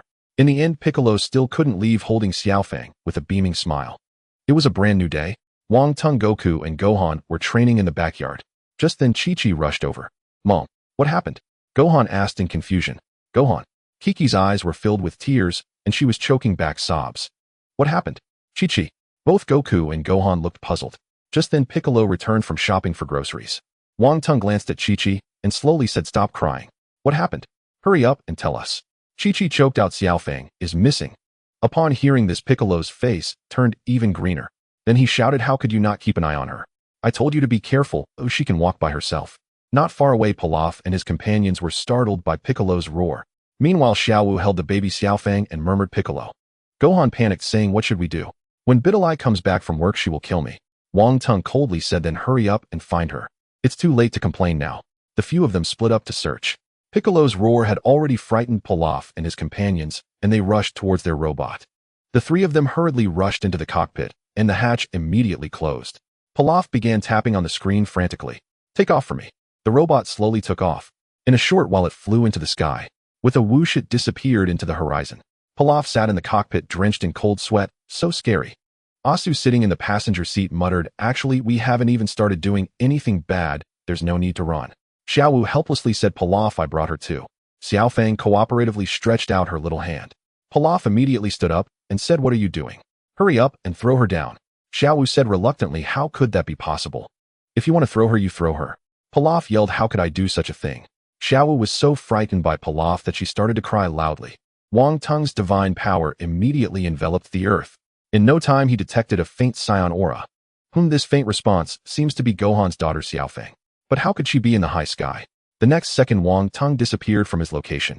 A faint voice reached Goku and Gohan's ears. Leave Xiaofang to me. I will definitely bring her back safely. Inside the robot, Asu's dog nose immediately caught a foul smell. Pilaf, did you fart? Xiaowu immediately sensed something. Could it be poop? Asu shouted, Quick, open the window. My nose can't stand this smell. Xiaofang looked at Asu and burst out laughing. Then she lunged at Asu, crashing heavily into his belly. But the smell was already unbearable for Asu. Don't face me. Ouch. Pilaf looked at Xiaofang, who was laughing heartily. Why are you still laughing? In his anger, Pilaf slammed his fist onto the control panel. A crack immediately appeared on the control panel. The robot instantly emitted a red alarm sound. Seeing the crisis unfolding, the three of them turned green. Asu quickly swallowed the contents. He was about to vomit in shock. The robot's engine had already stopped working. At that moment, Wang Teng had arrived in the high sky. Just as he was about to take action to save her, an unusual power suddenly radiated from the baby. Gohan's daughter is remarkable. Interesting. Then Wang Teng's figure vanished into the sky. After the engine stopped the next second, even more terrifying firepower surged out. The robot swiftly shot up into the sky. Pilaf and his companions were already scared stiff, huddling together, shouting, It's over. The machine can't be controlled anymore. Xiaowu yelled, Oh God, let's give up. No matter what, I beg you to save this child. And as the robot ascended, Xiaofang stood on the control panel, radiating a mysterious white power from her body. She laughed joyfully, and then a white energy wave immediately surged from her body. Pilaf and his companions were dumbfounded. Then the white light shone through the robot and dispersed into the sky. Whoosh! Xiaofang shot out directly. The robot was immediately shattered. Pilaf and his companions grabbed Xiaofang and were lifted up. Xiaofang transformed into a beam of white light, instantly disappearing into the sky.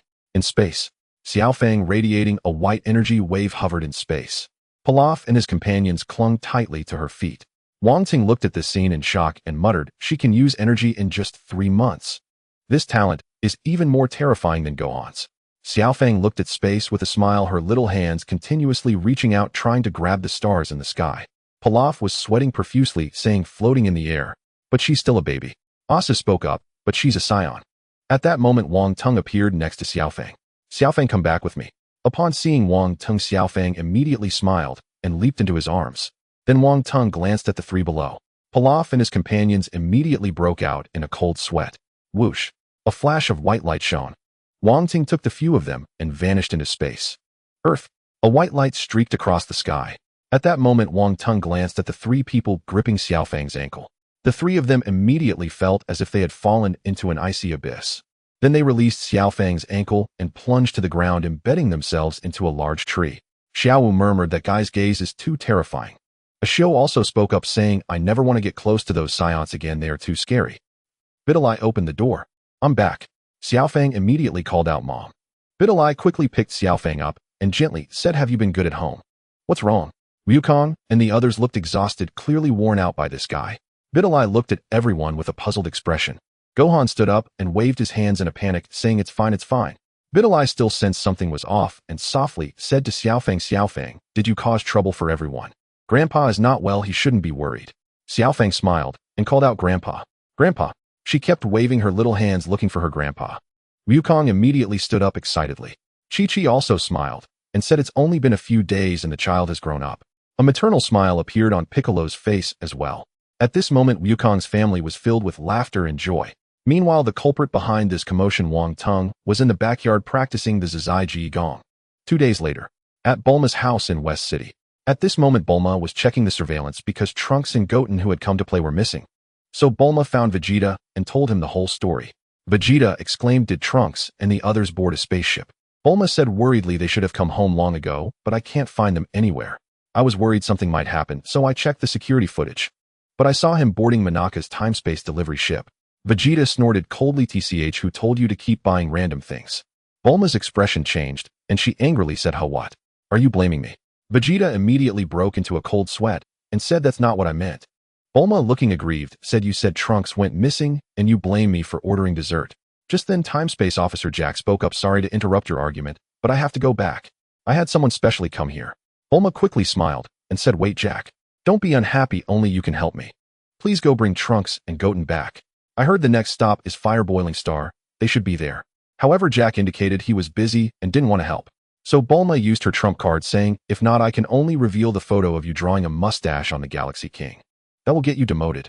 In the end, Jack had no choice but to compromise, saying, alright, I'll bring them back, okay. Bulma smiled and said thank you. Jack climbed onto the spaceship wearing a bitter expression, saying being close to Bulma never leads to anything good. Vegeta snorted, him being ordered around by you. Bulma said Vegeta has to go too. Vegeta was taken aback, I have to go too. Bulma reminded him, of course you have to, it's to pick up Trunks and Goten. So Jack took Vegeta and headed toward Fire Boiling Star. Later Bulma informed Chi-Chi that Goten had gone to Fire Boiling Star. Chi-Chi immediately panicked. She ran to Gohan's backyard to tell Wang Tung and the others the news. Upon hearing that Goten had gone to Fire Boiling Star, Wang Tung immediately realized that the super water had appeared. Thus Wang Tung calmly said, Ryukong, Gohan, let's go together. Fire Boiling Star. A group of pink aliens wielding high-tech weapons were indeed chasing after Goten and Trunks. Goten and Trunks were caught in a fierce battle to protect an elderly person and Monaka.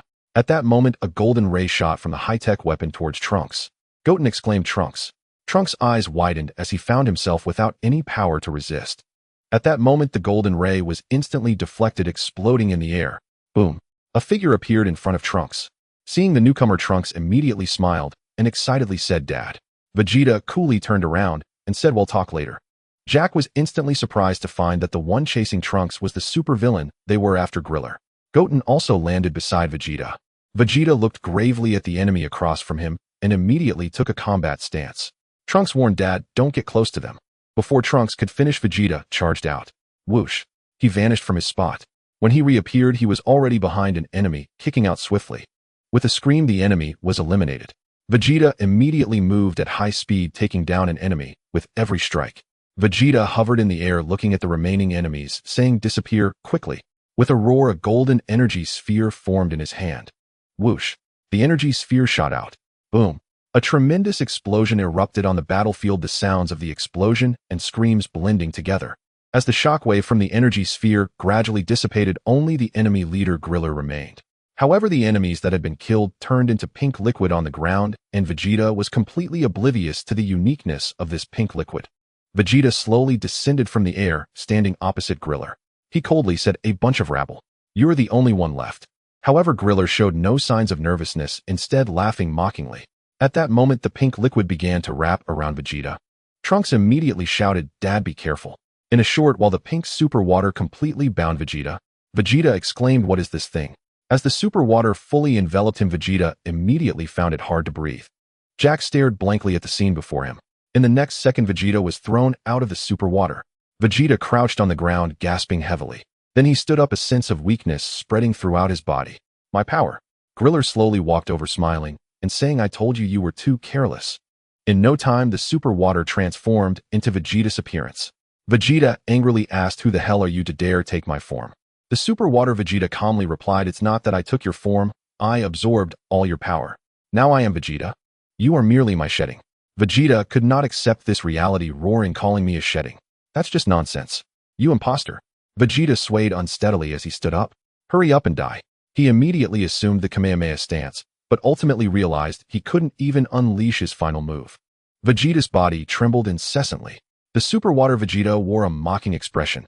"Are you trying to use this move?" He immediately gathered an astonishing purple energy in his hands. Kamehameha. With a furious shout, an incredible shockwave shot out rapidly. Boom! A terrifying explosion sounded behind Vegeta and the others. A thunderous explosion erupted directly behind Vegeta and the others. A bead of cold sweat rolled down Vegeta's forehead as he murmured, "What in the world is happening?" "So you finally understand." Super Saiyan Water Vegeta grinned. "I am the true Vegeta." At that very moment, Grill rushed forward from behind, bowing obsequiously. "Your power is utterly astonishing. No one's strength has ever been this overwhelming. Keep absorbing the power of the others." "And what about that one?" Grill turned his gaze toward Trunks. Super Saiyan Water Vegeta whispered, "Trunks." Then his expression twisted into one of conflicted hesitation. Vegeta observed every nuance of that expression. Grill laughed and barked, "Attack now. Absorb their power." In that instant, Super Saiyan Water Vegeta unleashed several torrents of Super Saiyan water from his palms. Vegeta cried out, "Stop!" Trunks and Goten stood frozen in terror. Just then, Gak clenched his teeth, raised his pistol, and fired several searing energy beams, shattering the oncoming torrents of Super Saiyan water. Gak chuckled, rescuing others at the brink of annihilation. "That is the mark of a true elite." Vegeta roared, "Trunks." Trunks immediately signaled to Goten with a sharp glance. Goten seized Monaka, Trunks grabbed the Elder and Vegeta, and together they fled far into the distance. By the time Gak finished basking in his triumph, he found himself utterly alone. Only two enemies remained, glaring at him with lethal intent. Super Saiyan Water surged toward Gak, turning his face ashen with fear. He collapsed onto the ground, and a shockwave erupted beneath his feet. Blinding light flared, blinding his foe's vision. Then, like Astro Boy himself, he rocketed away at blinding speed. "That was close. We barely escaped." But after flying only a few meters, the shockwave beneath him vanished. Gak panicked. "Damn it. This technique can only be used once per day, yet without it I'd already be dead." With a final agonized scream, Gak plummeted from the sky. Boom! A deep crater split the earth, swallowing him in a storm of dust and smoke. Super Saiyan Water Vegeta raised an arm to shield his eyes from the billowing ash. "Cursed fools, I must absorb their power." Meanwhile, Goten, Trunks, and the others took cover in a secluded mountain ravine. After narrowly escaping through sheer ingenuity and raw power, Gak watched the fleeing figures vanish into the distance, and muttered, "They've already forgotten their savior." Hidden in the ravine, Vegeta's face remained locked in stunned disbelief. Who are those beings? That skyward cannon blast. It wasn't mere mimicry. "Let me explain," said the Elder, rising to his feet. "We were attacked by Super Saiyan Water." Returning, Gak exclaimed in astonishment, "What? Super Saiyan Water?" The Elder gasped, "You know of Super Saiyan Water?" Gak stammered for some time, but offered little clarity. Seeing this, the Elder continued, "Super Saiyan Water is a weapon engineered by our people, the Huoshengwo Starlings, for self-defense alone." "You call it a weapon?" Vegeta asked, startled. The Elder affirmed gravely, "Yes, a terrifying one." The Elder then recounted how Super Saiyan Water was a sentient liquid weapon capable of draining life force and replicating its victims perfectly, and villains like Grill foolishly believed drinking it would multiply their strength 100-fold. Soon after Grill and his band discovered it, they were consumed by it. Hence today's calamity. Hearing this, Vegeta rose abruptly, Now I understand everything. Yet 2 questions remain. That replica shares my appearance and abilities, meaning Super Saiyan Water has fully usurped me. The elder nodded, precisely so. Vegeta pressed on, yet he hesitated before absorbing Trunks' power. Why would a being forged of Super Saiyan Water show such restraint? The elder smiled faintly. That reveals the brilliance of Huo Shangguo craftsmanship. It faithfully replicated even your innermost heart. Vegeta murmured, my heart. Indeed, I would never seize another's power to grow stronger. The elder crossed his arms, yet his heart remains enslaved by Super Saiyan Water. Vegeta roared, that wretch. To bear my face, and yet obey a monstrous will. One last question, what becomes of those whose power Super Saiyan Water steals? At this the elder paled, they die. Their bodies turn translucent. Mere 3 to 5 minutes remain. Meanwhile Grill and his cohort, the first consumed, had already vanished without trace. Gak cried out, is there truly no way to save them? If Vegeta perishes, Bulma will never forgive me. The elder stated firmly, there is only one path, to defeat Super Saiyan Water itself. So we must defeat me just as before. After deliberation, the group resolved that Gotenks would confront the threat. Super Saiyan Water Vegeta and Super Saiyan Water Grill soared high above, scanning the skies for Vegeta and his allies. Suddenly a voice rang up from below. We're right here. Trunks and Gotenks shouted in unison. Instantly Super Saiyan Water Vegeta and Grill materialized above them. So you emerged willingly. Super Saiyan Water Vegeta remarked, knowing certain defeat, yet still stepping forward. Truly you are my son. But how could you possibly defeat me? At that moment Goten glanced at Trunks and declared, Trunks, crush this impostor. Right? Goten, let's go. Trunks replied instantly. Both assumed the fusion stance. Fusion. As their fingertips touched, blinding radiance erupted across the battlefield, growing ever more intense, until Gotenks burst forth from the light. Gotenks lifted his head and snarled, you fake. Gotenks will teach you a lesson you'll never forget. Super Saiyan Water Vegeta sneered, utterly contemptuous. In the next instant Gotenks vanished, reappearing instantly before Super Saiyan Water Vegeta. He launched a furious barrage, fists flew like wind-driven rain, striking with relentless precision. Yet Super Saiyan Water Vegeta stood motionless, arms crossed, effortlessly evading every blow. Then, snap! He seized Gotenks' fist midair and smirked, is that what you call an attack? In the same breath, he drove a devastating punch, sending Gotenks hurtling backward. Boom! Gotenks crashed violently into the earth. Thick plumes of dust billowed upward. Ugh, it hurts. So this won't work after all. Slowly Gotenks staggered upright. Fine then. Hiya!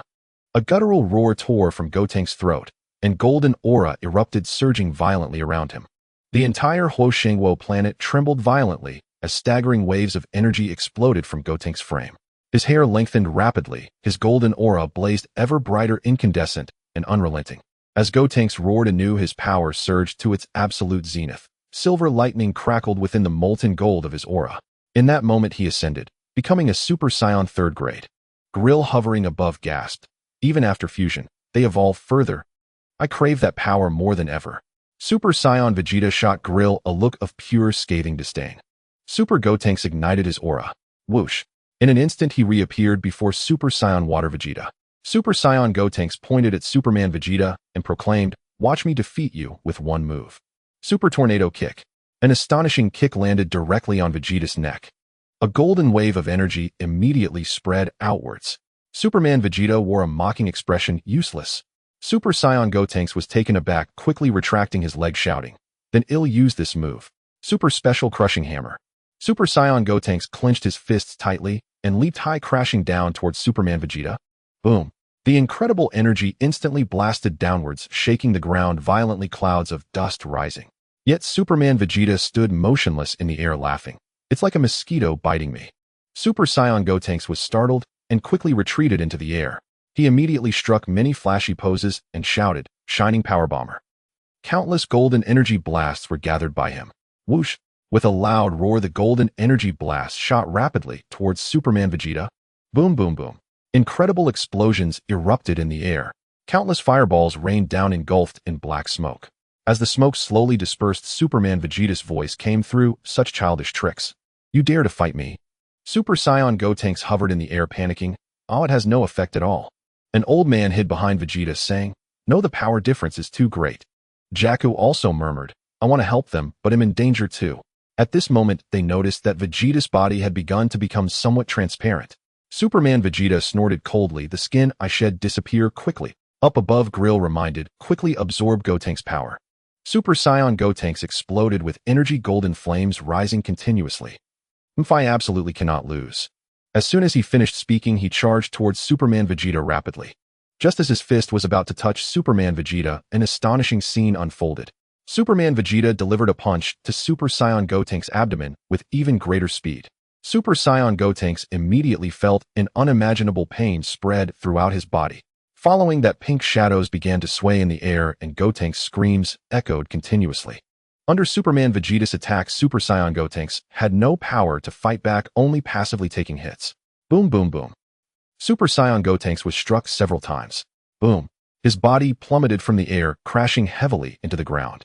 Thick clouds of dust immediately soared into the sky. In the next second, Super Saiyan Gotenks split into Goten and Trunks. Whoosh. Superman Vegeta instantly appeared in front of the two, then smiled. As expected of my son, truly impressive spirit. But it's time to end this. As his fist struck out, Wong Tung suddenly appeared, grabbing Superman Vegeta's arm.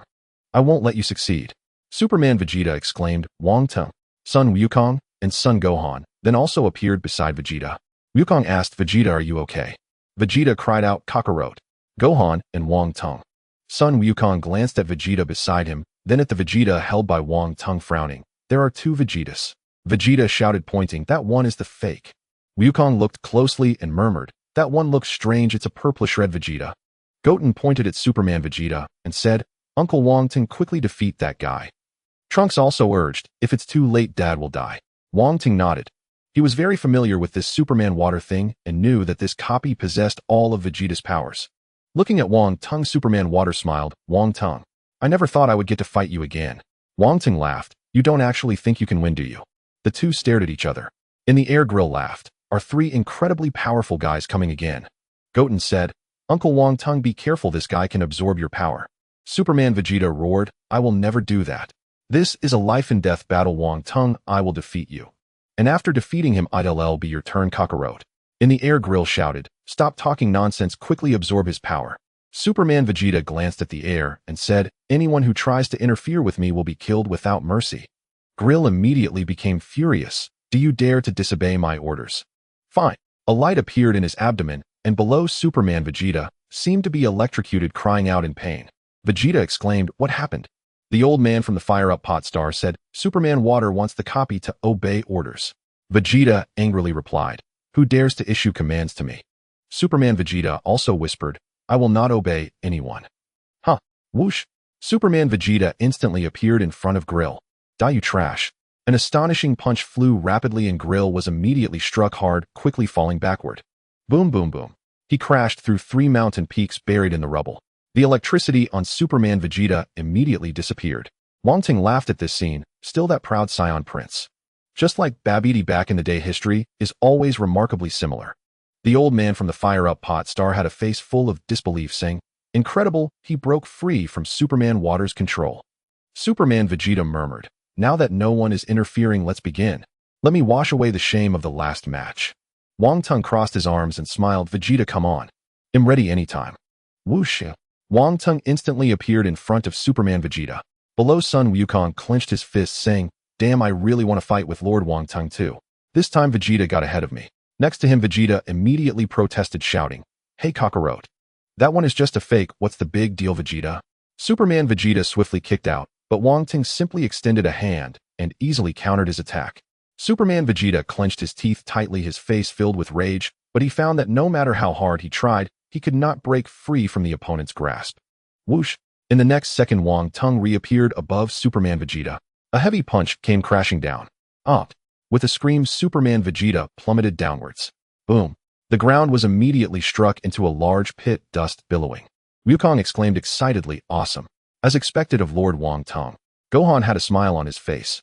Superman Water slowly stood up. Impressive. Wong Tung, you're still so strong.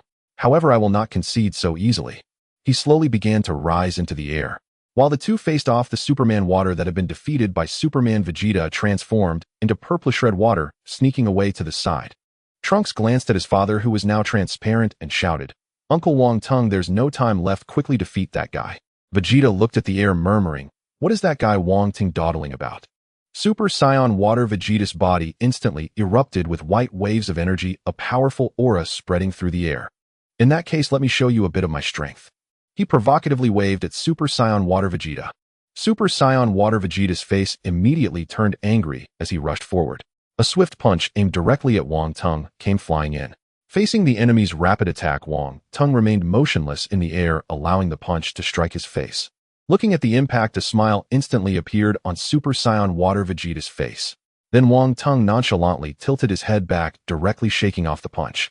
Super Saiyan Water Vegeta's face showed shock. Looking at Wang Tung in midair, Vegeta cursed. Wang Tung, you bastard, even at this moment you're still playing around. This is impossible. Super Saiyan Water Vegeta's expression turned grim as he kept retreating. That's not how you use your fists. Wang Tung's calm voice came through. Whoosh. He instantly appeared in front of Super Saiyan Water Vegeta, his terrifying punch landing heavily on Vegeta's abdomen. Super Saiyan Water Vegeta immediately felt a sharp pain spread throughout his body. He clutched his stomach, unable to straighten up. Wang Tang's strength is so formidable it seems to have grown even stronger, truly astonishing. Goku watched the scene in the sky, clearly stimulated by Wang Tung's display. Damn! Super Saiyan Water Vegeta stood up angrily, his energy instantly gathering in his hands. Sky Cannon. Whoosh! A purple energy blast shot out instantly. Wang Tung extended his right hand and pressed down on the energy blast. The entire sky turned purple. Looking at the familiar technique in the air, Vegeta clenched his fists tightly, muttering, "That imposter." In the next moment, the light gradually dissipated and black smoke emerged from Wang Tung's palm, the energy blast having vanished without a trace. Super Saiyan Water Vegeta, furious, exploded with energy and transformed into a Super Saiyan. He then quickly surged towards Wang Tung. Facing the swiftly approaching enemy, Wang Tung quickly reacted, delivering a punch to Super Saiyan Water Vegeta's stomach, and then kicked out, sending Vegeta flying. Whoosh! Boom! Super Saiyan Water Vegeta crashed into a small mountain. Wang Tung dusted off his hands with a smile, saying, "I didn't expect our powers to be so similar. You made me look forward to this for nothing." Hearing this, Vegeta's face flushed red as he shouted, "Wang Tung, what do you mean? Am I that weak?" Wang Tung glanced at the now transparent Vegeta, chuckling, "Just a tiny bit, otherwise you wouldn't be in such a sorry state now." Vegeta furiously shouted, "You!" Bang! Super Saiyan Water Vegeta rocketed upwards from the rubble. "I will kill you." Ah! A deep roar erupted from Super Saiyan Water Vegeta's throat. A blue divine aura instantly surged upwards. An astonishing aura exploded forth, shaking the entire Fire on Pot star. Wang Tung gazed at Super Saiyan Water Vegeta. Although his body was purpler, the blue aura enveloping him was identical to that of a true Saiyan. It seems Vegeta was completely devoured, not even leaving behind his shoes. Wang Tung, prepare to die. Super Saiyan Water Vegeta shouted arrogantly. In the next second, Wang Tung appeared before him. Watching the rapidly thrown punch, Super Saiyan Water Vegeta swiftly dodged to the side, narrowly escaping. Ugh! Wang Tung's punch landed heavily on Super Saiyan Water Vegeta's abdomen. He spat out both stomach acid and bile. What just happened? I clearly dodged. Super Saiyan Water Vegeta exclaimed in disbelief. Goku and Vegeta exchanged glances, 3 words appearing in their minds. Time Flash Technique. Wang Tung is indeed using the Time Flash Technique. That imposter Vegeta is finished now. Goku laughed. Wang Tung had no intention of giving Super Saiyan Water Vegeta a breather. He rushed forward again, activating the Time Rewind once more. He landed another powerful punch to Vegeta's face, sending him flying. Wang Tung's body vanished again, instantly appearing above the rapidly flying Super Saiyan Water Vegeta, his fists clenched tightly as he delivered a heavy blow. Whoosh! Boom! The rapidly descending Super Saiyan Water Vegeta crashed through 3 mountain peaks. Boom! He was instantly buried under a pile of rocks. This should be the end. Wang Tung's calm voice echoed as he immediately gathered a golden energy blast in his hand. Whoosh! The energy blast was instantly hurled. Boom! A tremendous explosion occurred amidst the rubble, a pillar of fire shooting into the sky, the terrifying destructive force obliterating the surrounding 3 small mountains. Boom! Thick clouds of dust immediately enveloped the explosion's center. Vegeta's fists were clenched tightly with no sign of joy at the enemy's defeat. That imposter was practically identical in power to him, yet he didn't even touch a finger of Wang Tung's and was reduced to this state, which greatly displeased him. Then Vegeta shouted, "Hey imposter, does this really count as Vegeta?" The elder hiding behind Trunks suddenly exclaimed, "Hey, why are you cheering for the enemy?" Vegeta turned angrily, "Shut up. What do you know?"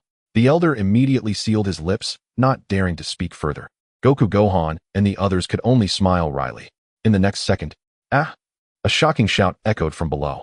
A surge of blue aura rapidly rose, the entire sky suddenly darkened, an astonishing energy shooting upwards. What is this? Goku glanced at Vegeta in surprise, asking, Vegeta, what kind of power is this? Vegeta gritted his teeth, his eyes fixed intently on the dust below. As Super Saiyan Water Vegeta gradually ascended, it was no longer a simple blue, but a deep blue. Wang Tung exclaimed, indeed, it's Super Saiyan Deep Blue. This imposter actually broke through the limits that even Vegeta couldn't surpass.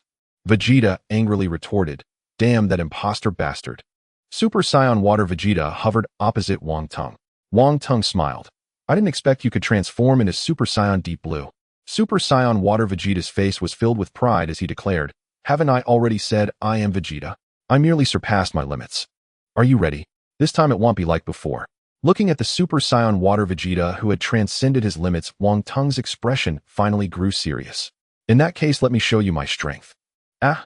A deep roar erupted from Wang Tung's mouth, and golden energy surged upward, his power rapidly rising. The entire planet began to shake violently, fissures opening up in the ground below. Huh! Wang Tung's appearance began to change, and his energy reached its peak. Wang Tung is about to transform into Super Saiyan 4. Gohan gazed at the sky, murmuring. Vegeta and Goku's expressions also turned grave. With a mighty roar, a red warrior appeared on the battlefield. A stunning aura erupted continuously in the air, golden flames shooting up into the sky. Soon after, Wang Tung instantly transformed into a Super Saiyan 4. With a body covered in red fur and well-defined muscles, his powerful presence instilled fear. Let's get started, Wang Tung said with a smile. The golden flames and deep blue aura painted the sky in two contrasting colors, subtly hinting at a standoff. At that moment, Jack exclaimed, Hey Vegeta, your body seems to have faded a bit more. Your time of death has finally come. Super Water Vegeta taunted. But don't worry, before you die, I will make sure you see Wang Tung's miserable state. At that moment, the old man from Fire Pot extended his hand and said, Quick, hold this. This is the key to sealing Super Water. It might buy us some time. Vegeta was taken aback, quickly took it, and put it in his mouth. Goku, Gohan, Trunks, and Goten were all stunned. Vegeta was actually sucking on a pacifier. Looking up at the sky with the pacifier in his mouth, he secretly thought, I must hold on and see the battle to the end. Wang Tung was stunned. He almost burst out laughing at the sight of the proud Saiyan Prince Vegeta sucking on a pacifier. Jack immediately took out his camera. This scene is truly one in a million. Just as he was about to take a picture, the camera surprisingly showed that the battery was dead. Oh, it ran out of power at a time like this. Wang Tung looked at Super Water Vegeta again and muttered, Vegeta, since you have such a cute side, I'll save you and defeat this imposter. In the next moment, Super Water Vegeta swiftly kicked out. Wang Tung directly blocked it with his left arm. Bang! Then Super Water Vegeta threw a punch, and after Wang Tung swiftly dodged, he reached out and grabbed Super Water Vegeta's face. Whoosh! Boom, boom, boom. Wang Tung then slammed his face into the mountain behind him, piercing through 3 peaks in an instant. Countless fragments fell from the peak. Thick clouds of dust blew downward. Whoosh! Super Water Vegeta quickly darted out from the mountain, with Wang Tung hot on his heels. Bang, bang, bang. The two quickly collided in the air. A series of white sonic booms echoed through the sky. Their battle was becoming increasingly fierce. Super Water Vegeta launched another punch, and Wang Tung seized the opportunity, driving his knee into Vegeta's abdomen. Vegeta instantly covered his stomach, while Wang Tung's fist struck heavily against him. Whoosh! Boom! Super Water Vegeta was heavily smashed into a mountain, causing it to collapse instantly, with debris rolling downward continuously. A long crack appeared on the ground. Goku and Vegeta immediately flew to the side. The place they had previously stood was now shattered. Whoosh! Super Water Vegeta charged at Wang Tung again. The sound of fists colliding filled the air. Bang, bang, bang. White sonic booms erupted once more. The group landed on a high peak. The old man from Fire Pot anxiously asked, Is this really safe here? Trunks worriedly said, Their fight is getting more and more intense. I don't know how long it will take to save Dad. I hope it's not too late. Hearing this, Gohan said, Please trust Lord Wang Tung. Brother Gohan. Trunks cried, looking distraught. The old man from Fire Pot said, I suddenly remembered we just need to defeat the main body. As long as we shatter the core of Super Water, all the replicas will weaken. Trunks exclaimed, Why didn't you say so earlier? The old man slapped his forehead, saying, I forgot because it happened 100 years ago. Everyone immediately recalled the Super Water Vegeta that defeated Greer. After confirming with the old man that was indeed the core of Super Water, Gohan and Goku flew towards the direction where Greer had been defeated. Meanwhile, Vegeta remained in place, his eyes fixed on the sky. When Goku and Gohan arrived at the place where Greer was defeated, they found that Super Water had disappeared. The old man stepped forward to say goodbye. Don't worry. Super Water must also want that power, and I guess it's hiding nearby waiting for the right moment. Wang Ting kicked Super Water Vegeta away. Thud thud thud. After stabilizing himself, Super Water Vegeta charged toward Wang Ting again. He threw a punch at Wang Tung, who grabbed his fist and delivered a heavy kick to his abdomen. Super Water Vegeta was sent flying backward. Wang Tung's aura immediately concentrated in his hand. The prince's battle technique held out. Whoosh whoosh whoosh. Countless energy blasts shot out. Boom boom boom. Astonishing explosions filled the battlefield. Wang Tung continuously fired energy blasts toward the center of the explosions. The sound of massive explosions echoed continuously. Flames spread and clouds of dust rolled. Wang Tung stared at the thick smoke at the explosion center. He understood that since that guy was Vegeta, he wouldn't go down so easily. Sure enough, there was smoke, but no injury. As the dust slowly cleared, Super Water Vegeta's figure gradually emerged. At this moment, he looked extremely disheveled, completely losing the imposing aura from earlier. He lowered his arms that had protected his body, a face full of anger. Damn it, this bastard. Why am I still losing? I have clearly surpassed my limits. Why can't I defeat that guy? I will never admit to such a thing. The astonishing deep blue aura surged once more with strong winds blowing outwards. Watching Super Water Vegeta erupt with astounding power again, Wang Tung muttered, I almost took him down. No wonder he's an imposter Vegeta, he's quite resilient. Since there's nothing else to do, I might as well play with you a bit more. Fortunately, Wang Tung was high in the air so Vegeta couldn't hear him, otherwise he would faint from crying in the restroom while Wang Tung was just playing around. Then the two charged at each other again, the deep blue fist and the golden fist colliding fiercely. Boom, whoosh. The two engaged in rapid combat in the air with astonishing white sonic booms echoing again. Vegeta stood on a high platform, a face full of unwillingness. Damn it, why isn't it me fighting up there? The one who should defeat Wang Tung should be me. On the other side, the core of Super Water chased after Goku and Gohan. Due to Super Water, physical attacks were ineffective and they dared not get close. Approaching would drain their strength. Goku shouted, Gohan, run. This thing is too strange. The two erupted with energy and flew into the air. Super Water Vegeta was sent flying again by a punch. Huff, huff, huff. Super Water Vegeta gasped heavily, clearly exhausted. I didn't expect you to be this powerful. I'm starting to be tempted by your strength. But I won't do such a thing. I will thoroughly defeat you. Because I am Vegeta. Wang Ting looked at the imposter across from him and smiled. I didn't expect an imposter to completely inherit Vegeta's proud character. What a surprise. Super Water Vegeta immediately shouted loudly. The deep blue aura surged upward. An astonishing aura spread throughout the air. Wang Ting looked at him as he erupted with energy, smiling and saying, looks like he wants to settle this once and for all. Come on. The Super Saiyan Vegeta erupted with an astonishing aura, the deep blue flames continuously rising. Let's settle this once and for all. Wang Tung roared back, come on. The two charged towards each other, their incredible strength converging into their fists. The deep blue and golden fists violently collided. In an instant, the entire space transformed into a realm of white. Terrifying winds and energy waves spread outwards. The massive rocks and mountains below were shattered to dust. Goten and Trunks beside Vegeta could barely open their eyes. At that moment, Super Saiyan Water surprisingly abandoned the pursuit of Goku and Gohan, quietly crawling towards Vegeta. In the next second, Super Saiyan Water appeared behind the peak where Vegeta and the others stood, its target locked on Trunks. By the time Trunks noticed, it was already too late. Trunks exclaimed in shock. Hearing the cry, Vegeta turned and shouted, Trunks. The pacifier in his mouth immediately fell out. As the pacifier flew out, purplured energy immediately appeared around Vegeta, and his body became ethereal. Trunks extended his arm and shouted, Dad. As soon as their hands touched, they surprisingly passed right through each other. Vegeta had already become transparent. Trunks gasped, his eyes wide open. Vegeta passed directly through Trunks, standing in front of him. Super Saiyan Water immediately devoured the vanishing Vegeta. Trunks screamed in agony, Dad. At that moment, Wang Tung, who was in a standoff with Super Saiyan Water Vegeta, noticed the dangerous situation. He understood he had to eliminate this guy or Vegeta would be doomed. Then with a roar, Wang Tung unleashed his full power. A tremendous energy erupted from his fist, directly blasting from Super Saiyan Water Vegeta's fist. With a scream, Super Saiyan Water Vegeta was shattered to pieces.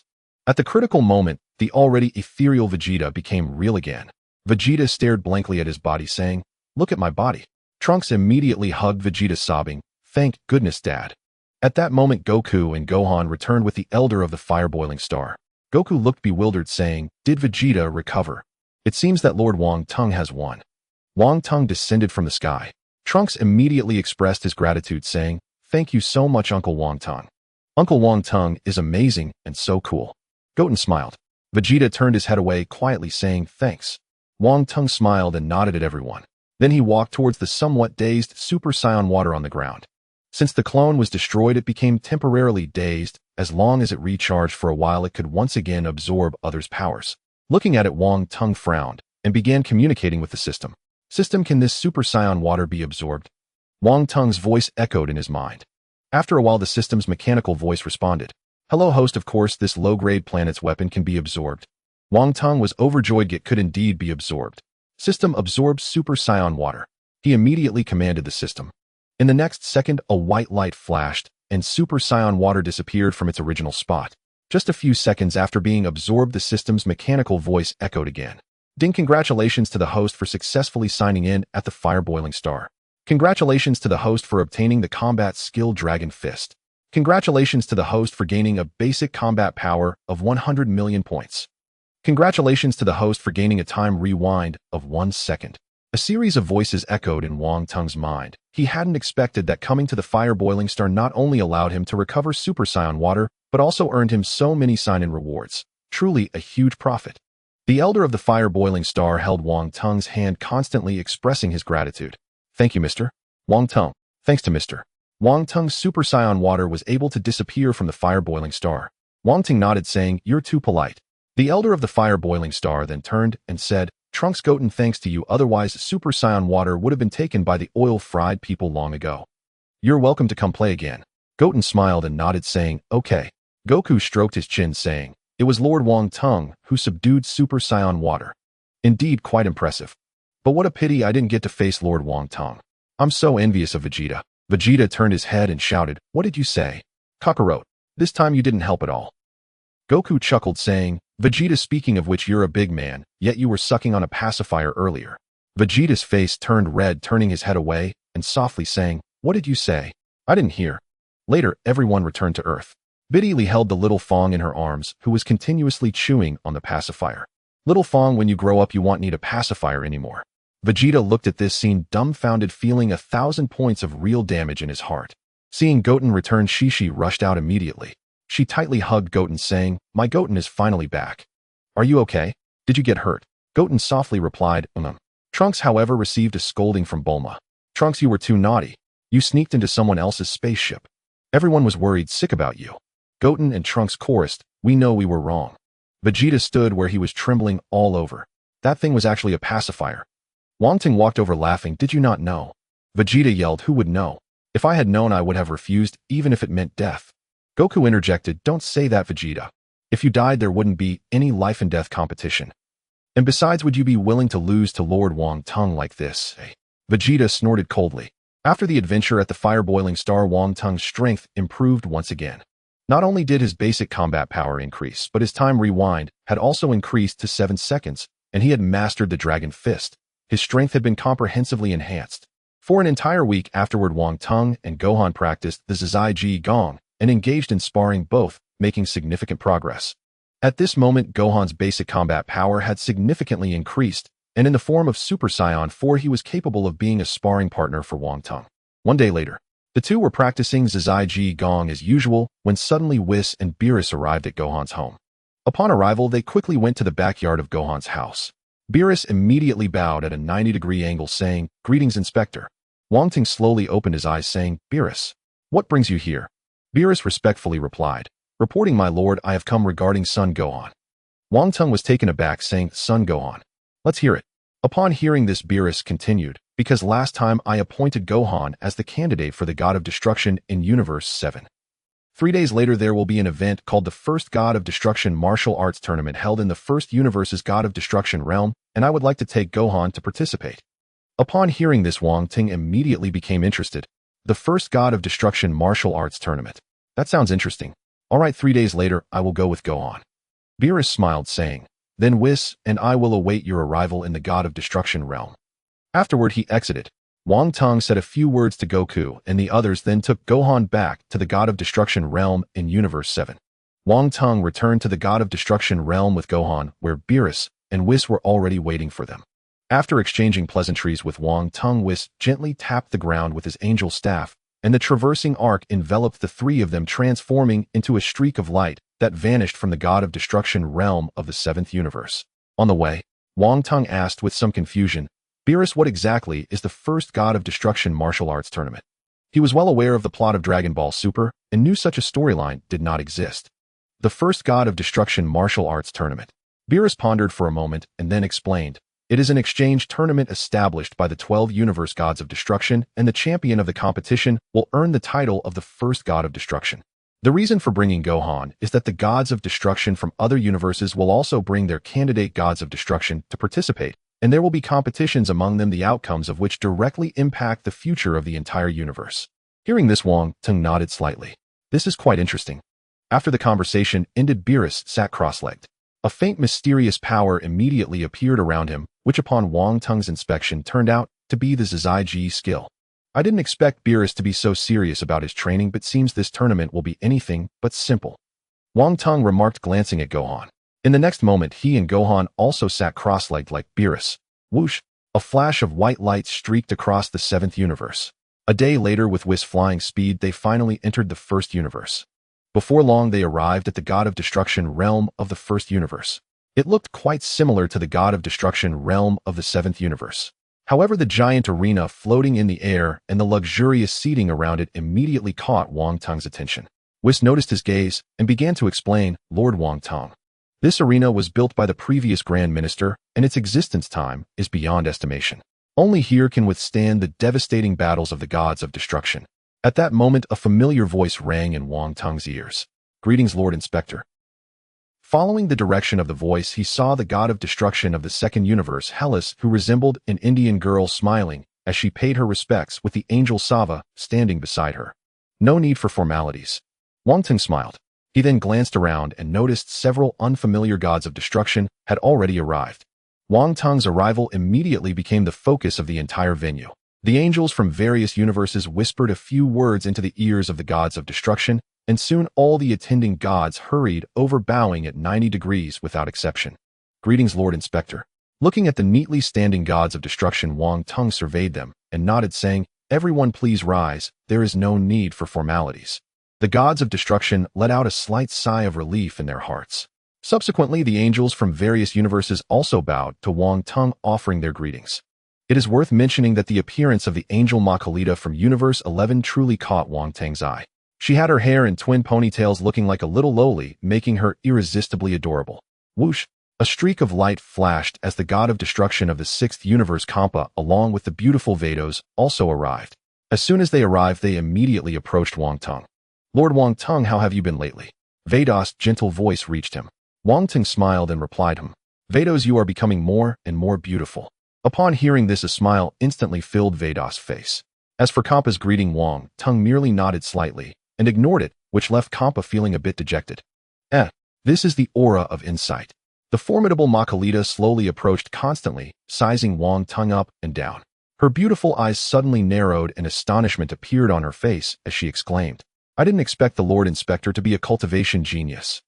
Makalita's words immediately drew everyone's attention. Many angels looked towards Wang Tong, gradually realizing that this Lord Inspector was not merely someone who rose to power through connections as rumored. As time passed, one by one, the gods of destruction, angels, and even candidate gods of destruction from various universes arrived. Everyone's gaze was fixed on Wang Tong, as he had clearly become the central figure of this martial arts tournament. Gohan, following Beerus and Wang Tong, also drew the attention of many. The kid hanging out with Lord Wang Tong must be the candidate god of destruction of the 7th universe. He wouldn't be standing right next to Beerus otherwise. His strength seems decent, but isn't that face a bit too youthful? But that guy Beerus is also full of contradictions. He clearly said he would never appoint a candidate god of destruction before. It seems this first God of Destruction martial arts tournament will not be simple. After the murmurs gradually subsided, everyone was waiting for the tournament to commence. The reason it is called the first God of Destruction martial arts tournament is that if a God of Destruction can consecutively win 3 championships, they will earn the honorary title of the first God of Destruction. Having this title means rising above the other 11 gods of destruction, which is why all the gods of destruction take the tournament very seriously. Beerus has already won the championship twice in a row. If he wins again, this time the title of the first god of destruction will truly belong to Beerus. This is something all the gods of destruction cannot tolerate.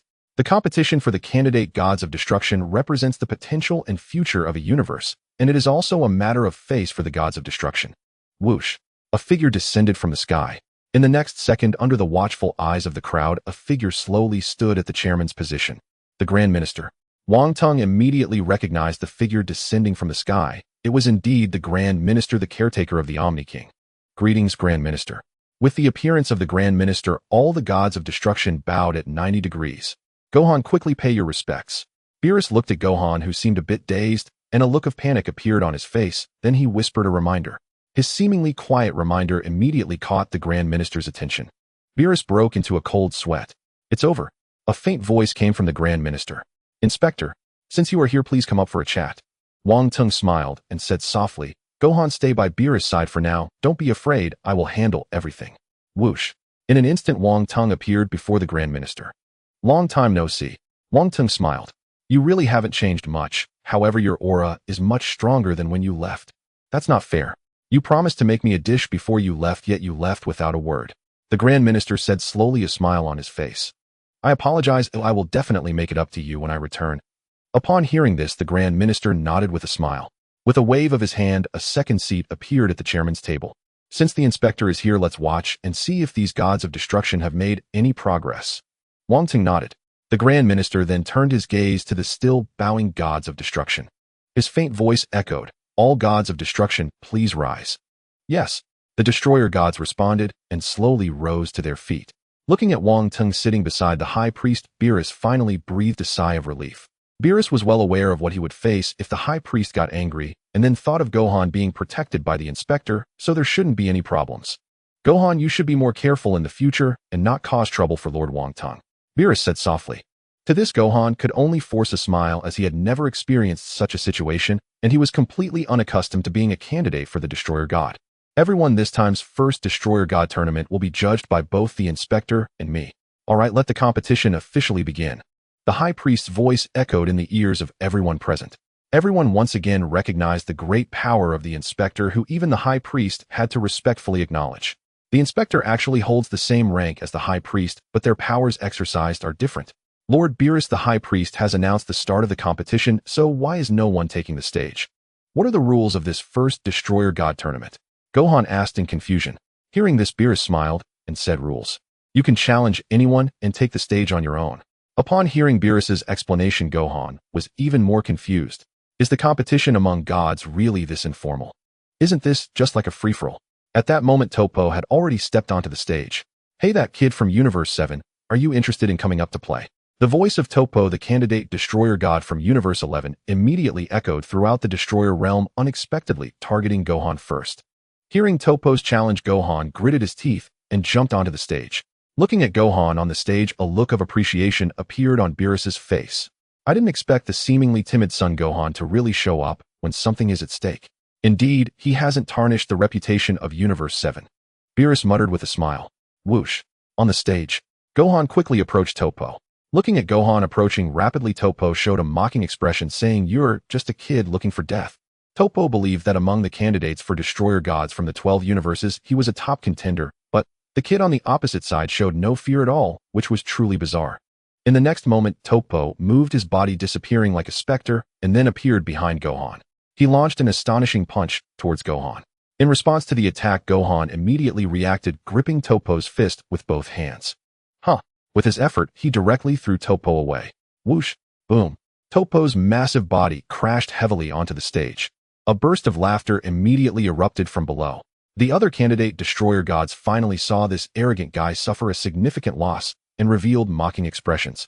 High Priest, what do you think of this young man? Wang Tung suddenly laughed. Hearing this, the High Priest was taken aback, then smiled, and said, this young man must have some special connection with you. Wang Tung knew he couldn't hide it from the High Priest, who had managed the universe for countless years, and then smiled, saying, indeed, the High Priest has a discerning eye. The other Destroyer Gods from surrounding universes were amazed by the scene. They didn't expect that the kid from Universe 7 would suddenly be so strong. At this moment, Topo slowly stood up. His face was dark, clearly on the brink of fury. Huh. The purple aura immediately surged rapidly and Topo's shirt exploded. Encased in the purple flames, Topo said in a deep voice, I originally wanted to spare your life, but since you seek death, I won't be polite. Gohan was taken aback, not expecting the opponent to hide such great power. Indeed, not a single candidate destroyer god is easy to deal with. Gohan's gaze turned towards Wang Tung at the judge's table. Wang Tung nodded at him. Gohan's heart surged with joy and a low roar immediately erupted from his throat. An astonishing energy continuously erupted and golden flames surged rapidly. The entire destroyer realm trembled and the sky darkened. As Gohan shouted, his form began to change.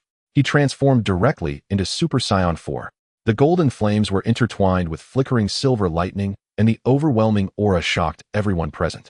The surrounding destroyer gods all showed expressions of surprise, clearly not expecting that a mere candidate destroyer god would possess such immense power. Topo, looking at the transformed Son Gohan, was equally shocked, but now that it had come to this, he had to give it his all. Whoosh! While Topo was stunned, Gohan had already appeared in front of him in an instant, delivering a heavy punch to his jaw. Topo was sent flying. What? The entire arena was shocked. Not to mention the candidate destroyer gods, even some weaker destroyer gods felt their hearts racing. Because Son Gohan's speed was simply too fast. The destroyer god from Universe 11 had a grim expression. Suddenly Topo stood up again, and a tremendous force erupted from within him. The ground around them immediately shook, followed by a violent aura that erupted from Topo's body. This is the aura of a destroyer god. I underestimated him. Beerus's expression also became serious at this moment. Where did this guy from Universe 11 find this talent? It's truly rare. I didn't expect a mere mortal to possess the power of a destroyer god. Whis smiled.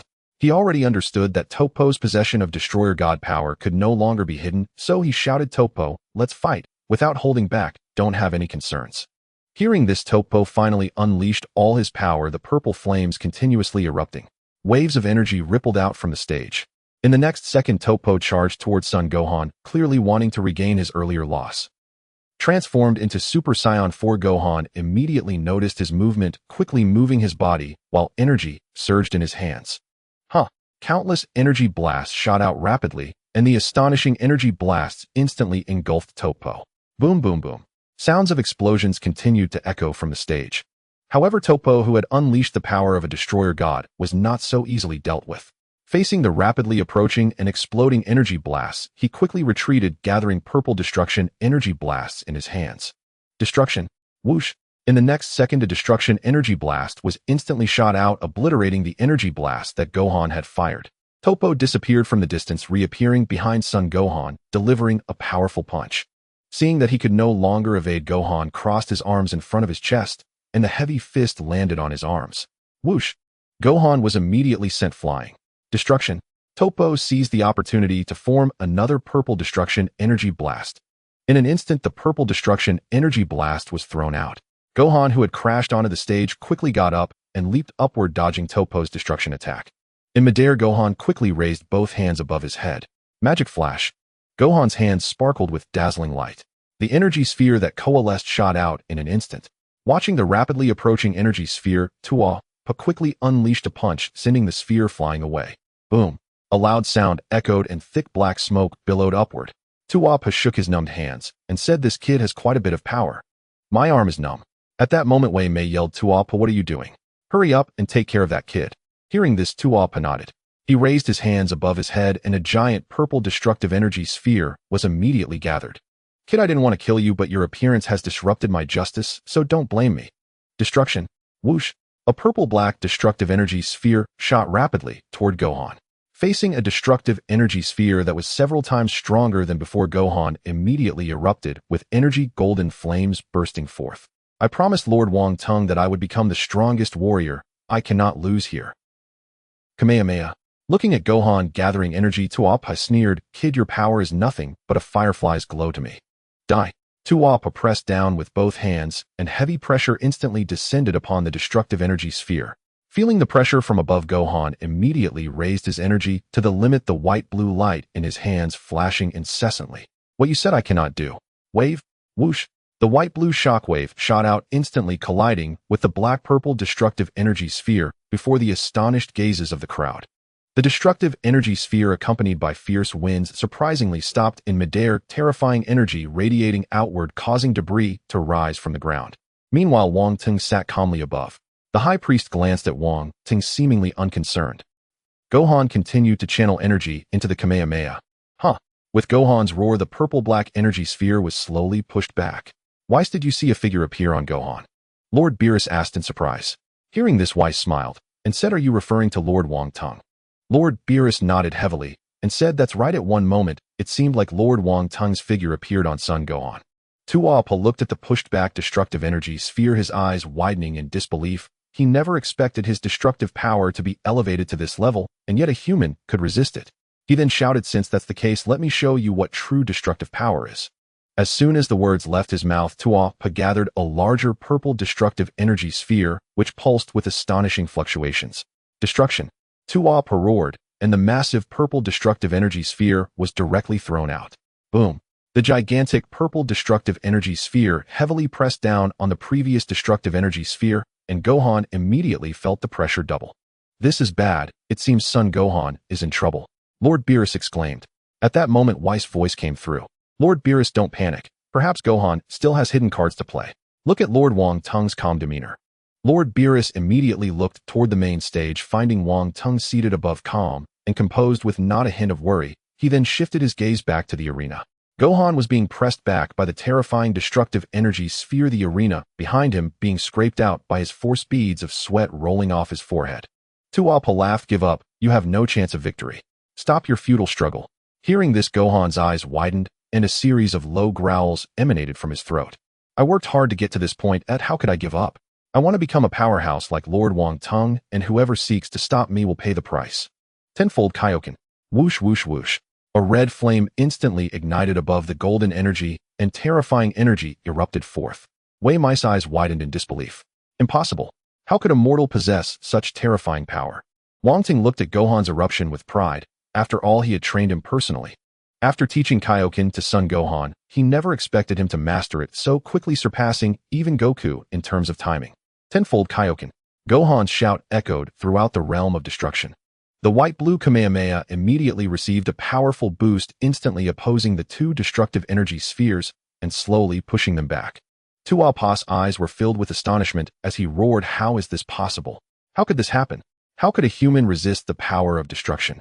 He then let out a furious shout, pushing with all his might against the destructive energy sphere. Gohan's body immediately took a step back, and then his expression changed to one of determination.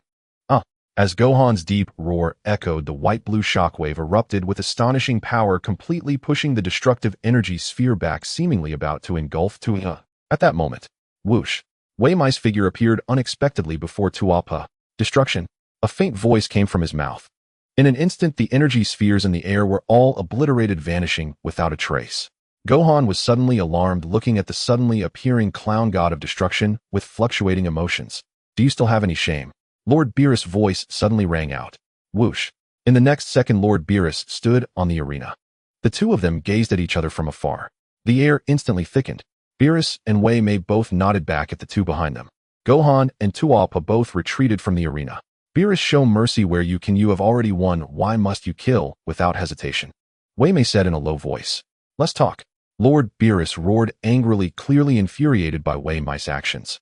In the next second, Lord Beerus moved. Whoosh! He vanished from his spot, and the ultimate instinct technique erupted, a white divine power enveloping Lord Beerus. When he reappeared, he was already before Wei Mei. Slap! A loud slap echoed. In the astonished gazes of the crowd, Wei Mei inexplicably received a slap and flew backward. What? The gods of destruction exclaimed. Even the powerful gods of destruction had not seen Beerus strike. This shows just how fast Beerus had become at this moment. Boom! Wei Mei crashed heavily to the ground. He looked at Beerus in shock, not expecting that such a casual strike could leave him so disheveled. His teeth clenched, and a wave of indescribable humiliation surged in his heart. As a fellow god of destruction, he was knocked to the ground by a mere slap. If this got out, he wouldn't be able to survive in the circle of gods of destruction. At that moment, under his shocked gaze, Beerus vanished again. Whoosh! When he reappeared, he kicked Wei Mei heavily. With a cry of anguish, Wei Mei flew off the arena, crashing heavily into a large boulder. Wei Mei was buried under the rubble. A cold voice from Beerus echoed, in my eyes, you are even less than a bug. Beerus stood on the arena like a god of war looking down on everyone, while the gods of destruction below could only fume in silence. Beerus looks quite imposing. However, the other gods of destruction are just too weak, not a single one can fight. Upon hearing this, the Grand Priest smiled and nodded, clearly agreeing with Wang Tung's words. Beerus looked down at the crowd and said lightly, "If you are afraid, you can all come at me together. I am not afraid either." He stood on the arena exuding an astonishing aura, a powerful and domineering presence suppressing the entire venue. Under this overwhelming pressure, the crowd below was so silent that one could hear a pin drop. Time passed minute by minute. 5 minutes had gone by since Beerus took the stage, yet no one dared to challenge him. At this moment, the entire realm of the gods of destruction felt deserted. Suddenly a voice rang out. "Beerus, do not go too far." Because Beerus' combat power had reached an astonishing peak of a level 1 angel among the many gods of destruction below, only the god of destruction Quitella from Universe 4 and the god of destruction Hellas from Universe 2 were able to match him. Whoosh! 2 purple beams of light flashed by. Lord Quitella and Lord Hellas struck simultaneously. It seems Lord Beerus has truly angered them this time. Wis looked at the 2 figures suddenly appearing on the arena and said softly, "On the arena?" Beerus laughed and said, "2 defeated opponents think they can win by teaming up. While it is indeed somewhat disgraceful for 2 gods of destruction to team up against one, they simply could not tolerate Beerus' previous actions. However, neither of them felt confident enough to confront him alone, which led to the situation at hand." Retracting his gaze, Beerus stepped forward and then directly vanished from his original spot. Quitella and Hellas immediately became vigilant. Whoosh! In an instant, Beerus appeared before the 2 while the other gods of destruction below had yet to react. Boom! A loud sound erupted. Thud, thud, thud. Quitella and Hellas were actually blasted away by Beerus' attack, stumbling back several steps before stabilizing themselves. The faces of the gods of destruction below were filled with shock. How has Beerus become this strong? Xiangpa said in disbelief. Hearing this, Babidi smiled slightly and said, "Lord Beerus has made further progress in his Ultra Instinct. Perhaps Lord Xiangpa should consider losing some weight and training." Upon hearing Babidi's words, Xiangpa's face immediately turned angry, shouting, "Shut up, Babidi." On the arena, the 3 were already engaged in battle, with white sonic booms ringing out in the air. Bang, bang, bang. The sound of incredible collisions was constant. A terrifying gale swept downwards. Boom.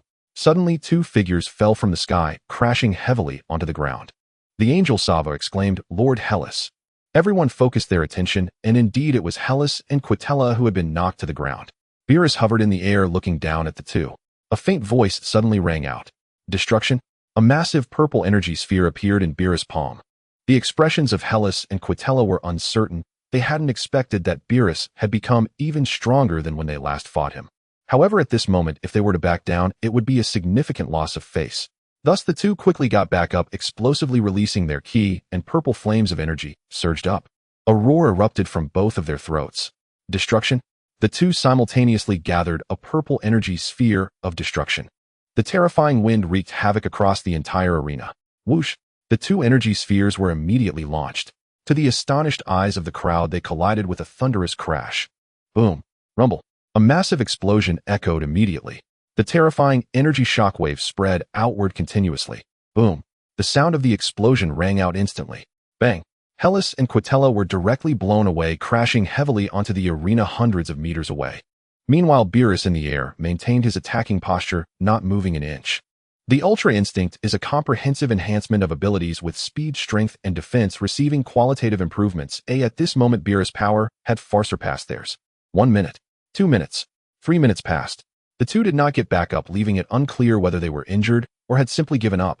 Seeing this scene, the remaining gods of destruction gasped in awe, quickly calculating their odds of defeating Beerus. Ultimately, a bitter smile appeared on all the gods of destruction's faces. There was no chance of victory at all. After calculating, they found that even 2 gods of destruction against Beerus stood no chance. However, to have all the remaining gods join forces would be a blow to their pride. Gods of destruction are equals. If they teamed up against Beerus, the Grand Priest above would likely not stand by idly. Yet they had overestimated themselves. Even if all the remaining gods of destruction joined forces, they might not be able to match Beerus. After exchanging glances, the remaining gods of destruction spoke in unison, "We concede."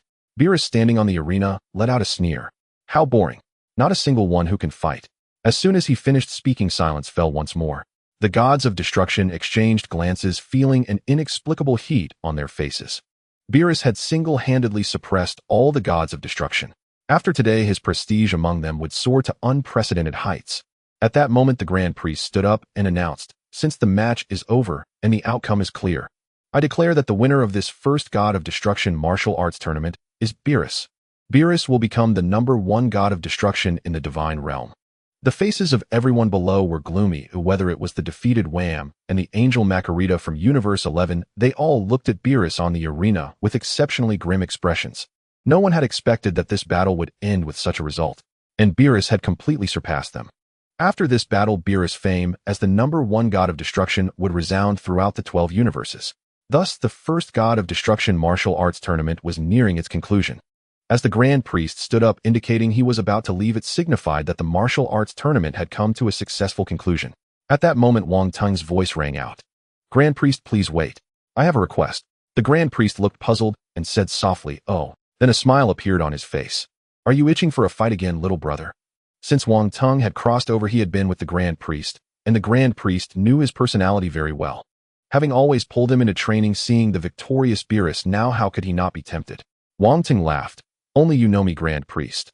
Thinking of Beerus' fully mastered Ultra Instinct, Wang Tung indeed had the intention to compete. After all, such a good opportunity was not one he wanted to miss. The Grand Priest sat back down, and a calm voice echoed, "One additional match, the Inspector against the #1 God of Destruction." Upon hearing the Grand Priest's voice, the gods who were planning to leave all halted in their tracks. Wang Tung's figure transformed into a streak of light and appeared on the arena. Looking at Wang Tung's appearance, Beerus immediately bowed. "Beerus, give it your all, do not hold back, you can't hurt me."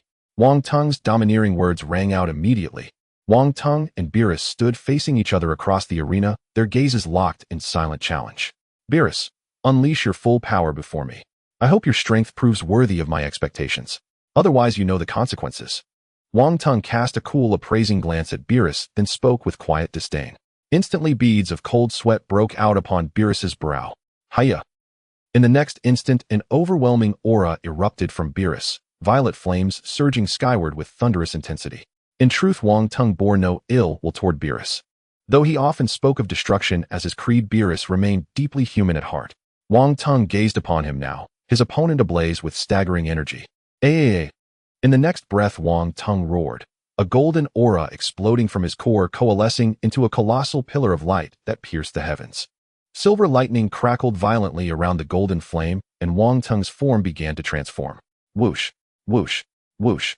His ascending aura shook the entire destroyer realm to its foundations. The sky darkened abruptly. Then with a deafening bellow, golden radiance shattered the clouds. Torrents of blazing energy surged outward from his feet, fracturing even the indestructible arena floor with hairline fissures. "Hiya!" At Wang Tung's thunderous cry, he ascended instantly into Super Saiyan 5. Silvery white hair billowing like liquid moonlight, his pristine white tail swaying effortlessly. "Beerus, we may begin." Though not his first time witnessing this transformation, Beerus still felt his pulse quicken with visceral awe. Lord Whis, could Lord Wang Tung possibly be in danger? After all, Lord Beerus is now the supreme destroyer. Gohan asked anxiously. "Ho ho ho. Gohan, there's no need for concern. In truth, it is Lord Beerus who should be wary." Whis replied with a gentle, knowing smile. Without warning, Wang Tung launched his assault. A streak of gold flashed across the arena, and in an eye blink, he stood before Beerus, delivering a devastating, unadorned punch. Whoosh! A razor-sharp shockwave rippled outward. Facing Wang Tung's onslaught, Beerus dared not falter. His Ultra Instinct activated instantly. Beerus shifted his body with minimal, elegant motion, evading the blow with effortless grace. Boom, boom, boom. In the same breath, Wang Tung pivoted midair and unleashed a tempest of strikes, relentless, precise, and blindingly fast. Thud, thud, thud. Their figures blurred as they clashed midair, two streaks of light weaving, separating, colliding again at speeds beyond mortal perception. Below, the assembled destroyers stood frozen in disbelief. None had imagined that this youthful overseer possessed such mastery, his might rivaling Beerus himself. Awe flickered across every destroyer's and angel's face. Boom! They separated in a violent recoil. Then Wang Tung's lips curled into a faint, confident smile. Beware! His domain of intent surged forth, and time itself began to reverse imperceptibly, inexorably. Whoosh! Wang Tung became a phantom darting across the arena with impossible velocity. His movement defied sight. Below, not a single destroyer could track him. Only the angels of the multiverse moved swiftly enough to follow. Brother Wang Tung's cultivation has soared beyond measure. He is utterly transformed from when he departed. The Grand Priest murmured softly from his elevated seat. In a single heartbeat, Wang Tung closed the distance, materializing inches from Beerus, and struck with crushing force. This strike was unlike any before, infused with the domain of intent and sustained by reverse time. Beerus's motion slowed to a crawl before Wang Tung's eyes. Beerus instantly calculated the trajectory, twisting aside just in time. Wah! Yet the blow landed without warning, deep in his abdomen. Agony seared through his body. Gritting his teeth against the pain, Beerus retaliated instantly, a swift, brutal kick lashing out. Slap! Boom! His foot slammed into Wang Tung's forearm with cataclysmic force. Crackling resonance exploded outward in a perfect expanding ring of sonic devastation. Fierce gales howled outward, scattering dust and debris. Beerus's expression twisted. Within that instant of impact, he felt raw, terrifying power surge toward him like a collapsing star. Damn it! I never imagined the Overseer would be this formidable. I thought I'd already overestimated him, yet I still fell short. Beerus's face hardened, cold resolve settling deep within his gaze. Wang Tung seized the opening, thrusting Beerus backward. He followed with a straight piston-like punch. Sensing the apocalyptic force gathering in that fist, Beerus recoiled. Propelled by ultra instinct, he vanished from view, reappearing yards away in the blink of an eye. Incredible speed. Truly the pinnacle of ultra instinct. Not yet perfected, but already perilously refined. Wang Tung observed Beerus's astonishing acceleration, murmuring quietly to himself. Even as Beerus retreated, strategizing mid-flight, the assault came again. A ki blast erupted from Wang Tung's palm. Whoosh! Beerus shot upward. The blast detonated violently beside the arena, carving a crater in its wake. Wang Tung locked onto his target, palms flaring with incandescent light. Golden aura roared to life once more. Hiya! Whoosh! Whoosh! Whoosh! Dozens of ki blasts erupted in rapid succession. Wang Tung's royal battle formation reignited. Each orb of condensed energy hurtled toward Beerus with lethal precision. Boom! Boom! Boom! Deafening detonations swallowed Beerus whole. Thick smoke billowed, obscuring all sight. Swish! Swish! Swish! Wang Tung granted no respite, firing barrage after barrage, each blast vanishing into the churning smoke before the last echo faded. Boom! Boom! Boom! Kaboom! Kaboom! Kaboom! Thunderous explosions rent the sky. Fire bloomed crimson, ash spiraled outward in thick, choking waves. The watching destroyers winced in unison, profound sympathy flooding their expressions. Huh! A violet barrier shimmered into existence above the arena. Every blast detonated harmlessly against its surface. Ha ha ha! Beerus gasped for breath. As the dome expanded, the smoke dissipated like mist before dawn. Wang Tung watched Beerus lower the barrier, his expression shifting subtly, calculating, unreadable. Then Beerus's voice echoed, resigned yet edged with quiet dignity. Lord Wang Tung's assault was simply too overwhelming. I had no choice but to deploy the barrier. From here on, please remain vigilant. Hovering in midair, Beerus raised his hand and manifested the destroyer's signature power destruction. A violet sphere of annihilation coalesced, humming with primordial fury. Destruction? Whoosh! The sphere rocketed toward Wang Tung, its velocity defying comprehension. Wang Tung met it heat-in, activating time reversal in the same breath. Before his eyes, the sphere slowed to a crawl, then vanished. Whoosh! Wang Tung dissolved from sight. Boom! Kaboom! A thunderclap of cosmic magnitude shook the arena. Violet energy pulsed outward in concentric waves. Wang Tung had no doubt one direct hit would reduce an entire planet to scattered stardust. Beerus hovered motionless, eyes fixed on the epicenter, until a sudden primal sense of danger flooded his awareness. With ultra instinct active, he perceived in all directions. No blind spots, no openings. Except for Wang Tung, whose command over time rendered Beerus's movements infinitely sluggish, turning perfection into vulnerability. Boom! A shattering blow landed squarely on Beerus's jaw. Whoosh! He plummeted downward like a meteor, body spinning, momentum unstoppable. Seizing this rare opportunity, Wang Tung would not let it slip away. In an instant, he concentrated and formed a chi bomb in his right hand. Whoosh! Before Beerus could react, the chi bomb was already launched. Suddenly, flames soared into the sky and thick smoke enveloped the area. Wang Tung swiftly shot out 3 more chi bombs. Boom! Boom! The explosions continued, and black smoke rose rapidly. The gods of destruction below were left dumbfounded. They clearly never expected that Beerus, who had just ascended to the throne of the first god of destruction, would be in such a predicament. Wang Tung, my younger brother, has truly made remarkable progress. It has only been a few days since he left the Divine Realm, and his combat power has already reached this level. The Grand Priest remarked with a hint of surprise. Wang Tung understood that such an attack would not defeat Beerus. The smoke from the explosions gradually began to dissipate over time. Beerus' figure appeared in Wang Tung's line of sight. Although the previous attack had not harmed Beerus, his God of Destruction attire was already covered in dust, looking quite disheveled. However, excitement blazed in Beerus' eyes at that moment. It has been a long time since I've had such a thrilling battle. Wang Tung, let us continue. Whoosh! As soon as he finished speaking, he charged forward, his body radiating a mysterious white power, moving at an incredible speed. In an instant, he transformed into a beam of white light. Facing Beerus' swift attack, Wang Tung was already prepared, his body flashing forward to meet him. Whoosh! Beerus' fist directly struck the air, creating a sound of sonic boom as his fist collided with the air. After the strike, Beerus realized that he had only hit Wang Tung's illusion. Upon missing his attack, he gritted his teeth and moved at high speed once again. Bang, bang, bang. The air was filled with the energy aftermath of their clashes, and fierce winds blew downward incessantly. Wei Mei looked up at the terrifying battle in the sky, her teeth clenched tightly. Clearly, they did not expect Beerus, who had easily defeated others, would find himself in such a hard-fought battle. Wang Tung, go for it. Gohan watched the intense battle in the sky with nervous anticipation. Beerus became increasingly astonished as he battled. He had not expected that even when pushing the Ultra Instinct to its limits, he would not gain the upper hand. Even he was shocked by Wang Tung's strength. Whoosh, whoosh, whoosh. Every collision between the two sent shockwaves through the air that sounded like bursting air. The deep rumbling of their impacts grew louder as their speeds increased and attacks became more rapid. Boom, boom, boom. With their continuous heavy punches, the entire God of Destruction realm shook violently, powerful winds blowing toward the ground, creating deep craters. The realm could barely withstand the pressure. White sonic shockwaves appeared continuously in the air. Boom, boom.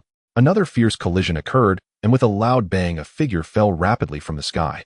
Beerus came to a stop at the edge of the arena, looking grimly up at the sky. Came. Haim. Huh. A faint voice echoed from the sky, and soon the entire sky was filled with a white-blue glow. At this moment, Wang Tung unleashed the Kamehameha technique of the Turtle School, and now that he was employing it, its destructive power was beyond comprehension. Whoosh! Huh! As Wang Tung shouted, the white-blue shockwave surged toward Beerus. You think you can defeat me with this move? You underestimate me. Destruction? A cold voice emanated from Beerus' throat, and his palm quickly formed a massive purple destructive energy bomb. Whoosh! In the next second, the purple destructive energy bomb collided with the Kamehameha wave. The astonishing destructive force relentlessly clashed with the fierce Kamehameha. Huh! Wang Tung roared, and an incredible golden aura erupted from his body, his power surging as the impact of the Kamehameha suddenly intensified. Beerus immediately felt the pressure mounting, cold sweat trickling down his forehead. Damn it! His body was pushed back across the arena, leaving a long mark behind. Give me destruction. The white divine flames surged, and Beerus pushed the Ultra Instinct to its utmost limit. The destructive energy bomb began to exhibit incredible destructive power, and Wang Tung's Kamehameha showed signs of faltering. Seeing this scene, Wang Tung was shocked. He had not expected Beerus' combat power to be so formidable. At this moment, the destructive force was exceedingly overwhelming. If things continued like this, it would not bode well. Wang Tung's gaze sharpened. Wang Tung, do you intend to? Gohan immediately guessed his thoughts upon seeing Wang Tung's expression. Ho ho ho. This is the first time I've seen Lord Beerus so serious. Wang Tung's combat power is truly growing stronger. Perhaps he has already broken through the barrier of the first-level angel. Moreover, the Lord is still hiding that technique to enhance his power. The outcome of this battle is truly hard to predict. Whis murmured. Boom. The collision of the two forces produced astonishing sonic booms in the air as energy shockwaves spread outwards, and everyone present exerted their power to resist the incoming energy waves. The entire God of Destruction realm shook violently. The Grand Priest's eyes sparkled with intensity. No one knew what this great being was contemplating. Tenfold Kaioken. Huh! A fierce roar echoed from the sky. Wang Tung's golden aura flared, and a red flame surged around him. A terrifying aura erupted instantly. The Kamehameha charged like it was electrified, unleashing incredible power, and the white-blue light became increasingly brilliant. Boom! The Kamehameha was gradually pushing the purple destructive energy bomb back, and deafening roars echoed continuously. The entire first universe seemed to tremble slightly. Boom! The terrifying energy finally exploded at the center of the arena, flames shooting into the sky as dreadful energy spread from the center of the explosion. Beerus, Kampa exclaimed, clearly shaken by the recent power. He did not believe Beerus would emerge unscathed after that blow. Lord Kampa, please watch closely. Beidou's voice slowly echoed. Huff, huff, huff, huff. Wang Tung was panting heavily. He gazed at the astonishing explosion below, his lips moving slightly. You actually managed to evade it, truly impressive. Just as he finished speaking, whoosh, Beerus' figure suddenly appeared behind him, delivering a heavy punch. Unexpectedly, at the most critical moment, Beerus' Ultra Instinct erupted with astonishing speed, evading that horrific shockwave in an instant. Facing Beerus' rapidly approaching heavy punch, Wang Tung charged directly forward. Their fists collided with a resounding boom. An astonishing wave of energy spread outward from the point of impact. In the next moment, Wang Tung's figure vanished like a ghost. His speed, boosted by the Kaioken, was unbelievable. In the air, only a red afterimage remained while he had completely disappeared. When he reappeared, he was already behind Beerus. Beerus couldn't possibly react in time, as Wang Tung delivered a heavy punch right to Beerus' body. Bang! Whoosh! Beerus was sent flying by a single punch. Beerus' body flew directly downward. Whoosh! Wang Tung's body vanished again, now as swift as lightning. The speed was so fast that it was nearly impossible to capture. This was the terrifying result of stacking 10 times the Kaioken on top of Super Saiyan 5, primarily due to Wang Tung's recent Saiyans battles and training that significantly enhanced his base combat power. Bang! Bang bang bang! Wang Tung unleashed a flurry of attacks and Beerus was struck up and down like a punching bag, unable to retaliate at all. Under the overwhelming power and speed coupled with the time reversal, Beerus had no chance to defend himself, left only to passively take the hits. So fast at my current speed, I can't keep up with Lord Wang Tung's pace. Could it be that he has been hiding his strength all along? As he continued to be attacked, Beerus thought to himself. Before coming to participate in the first Destruction God tournament, he had already perfected his Ultimate Instinct technique, just a step away from the perfect realm, never expecting to be defeated by Wang Tung. Bang bang bang! Wang Tung continued to attack the defenseless Beerus. Each strike landed precisely on Beerus. Each attack inflicted unimaginable pain on Beerus' body. Beerus, what's wrong? Have you exhausted your power already? If this is your limit, then it's truly disappointing. As Wang Tung launched his attacks, he also verbally assaulted Beerus. Having always held a high position as the god of destruction, he had never experienced such humiliation. An indescribable sense of humiliation surged in Beerus' heart. He had never wanted to become stronger this badly. At that moment, a torrent of white, terrifying power erupted from within Beerus. A vast expanse of holy energy caused Beerus' momentum to change instantly. Smack! Wang Tung's fist was firmly grasped by Beerus' hand. Huh! An astonishing aura burst forth, sending Wang Tung flying. Wang Tung looked at Beerus in shock, managing to utter a few words with difficulty. Perfect Ultimate Instinct. The High Priest's eyes brightened momentarily. Oh, have you broken your limits? Not bad. Whoosh! Wang Tung's body vanished again, his fist striking like lightning. With such rapid attacks and time reversal, Wang Tung's fist moved at an inconceivable speed. In an instant, it reached Beerus' face. As he looked at the incoming fist, Beerus' gaze sharpened. He tilted his head slightly and miraculously dodged it. What? How is this possible? This guy Beerus actually dodged my attack. Has the perfect Ultimate Instinct enhanced him so much? A look of shock appeared on Wang Tung's face. He had put all his effort into this attack enhanced by the power of time, yet Beerus managed to evade it effortlessly. What a joke, I won't lose. Wang Tung roared in his heart and charged at Beerus once more. Whoosh! A punch was launched again. Beerus easily dodged again. Whoosh whoosh whoosh. After several rapid attacks, as expected, every time he was effortlessly evaded by Beerus. Wang Tung was starting to lose his composure. He never expected that reaching the perfect level of Ultimate Instinct would enhance him so greatly, when just moments ago, he had been dominating the battle. While the battle has actually turned around, Lord Beerus has completely caught up with Lord Wang Tung's speed. In just a moment, Lord Beerus has comprehended the perfect Ultimate Instinct. His talent is indeed extraordinary. Even Whis was astonished. All the gods of destruction stood frozen in place, their complex feelings beyond words, as Beerus' power had once loomed over them like a mountain. In just a few minutes, the already frightening Beerus had broken through again, leaving some weaker gods of destruction with no will to fight.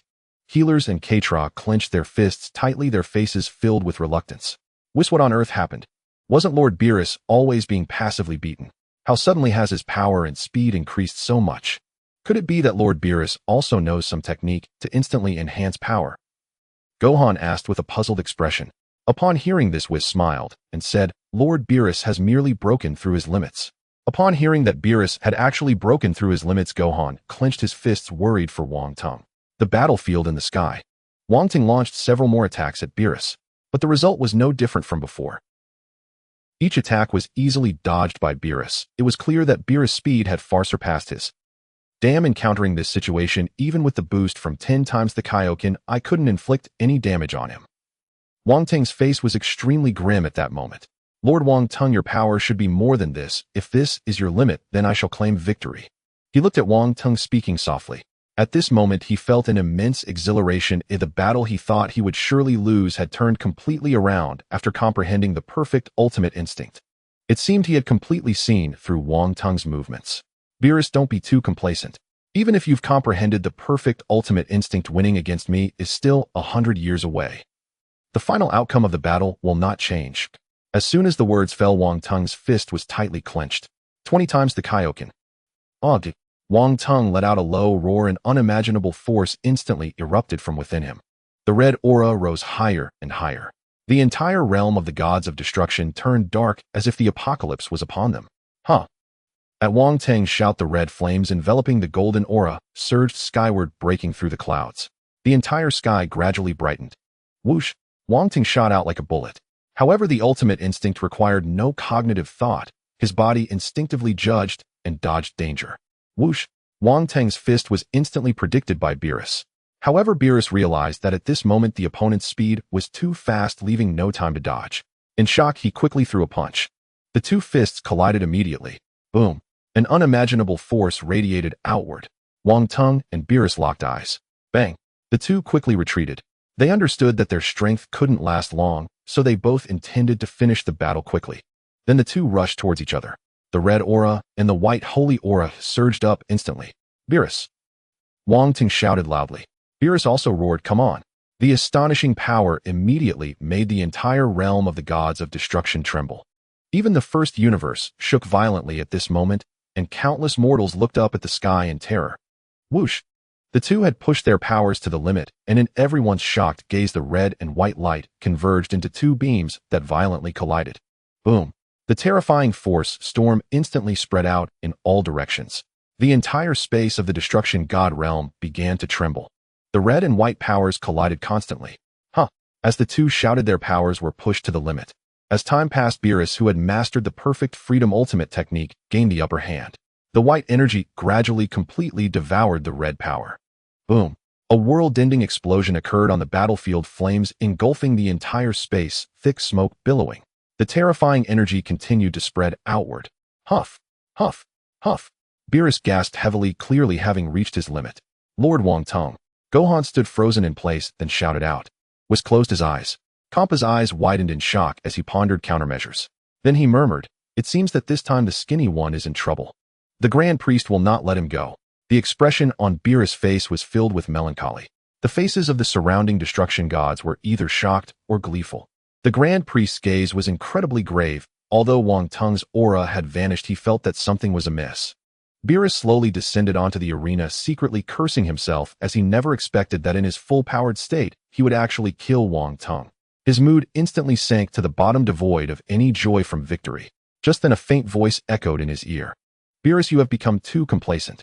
In the next second, Wang Tung, enveloped in red flames, appeared behind Beerus. His finger pointed at Beerus' head. If he wished, he could take the other's life at any moment. Beerus' eyes widened, murmuring. Impossible, he was clearly. At the same time, he felt a wave of relief within. The surrounding destruction gods were dumbfounded, their eyes filled with disbelief. Even the angels from other universes showed surprise in their eyes. At this moment, the expression on the Grand Priest's face remained relatively unchanged, knowing in his heart that anyone who could catch the attention of the Omni King would not easily perish. Wang Tung recalled the earlier situation with a sense of dread. If it weren't for the substitute technique, he would have suffered serious injuries today, even if he did not die. A cold sweat dripped from Beerus' forehead. His power had been exhausted, leaving him with no strength to fight. Yet he could never have imagined that Wang Tung could escape such a terrifying blow. Taking a deep breath, 4 words slipped through Beerus' teeth.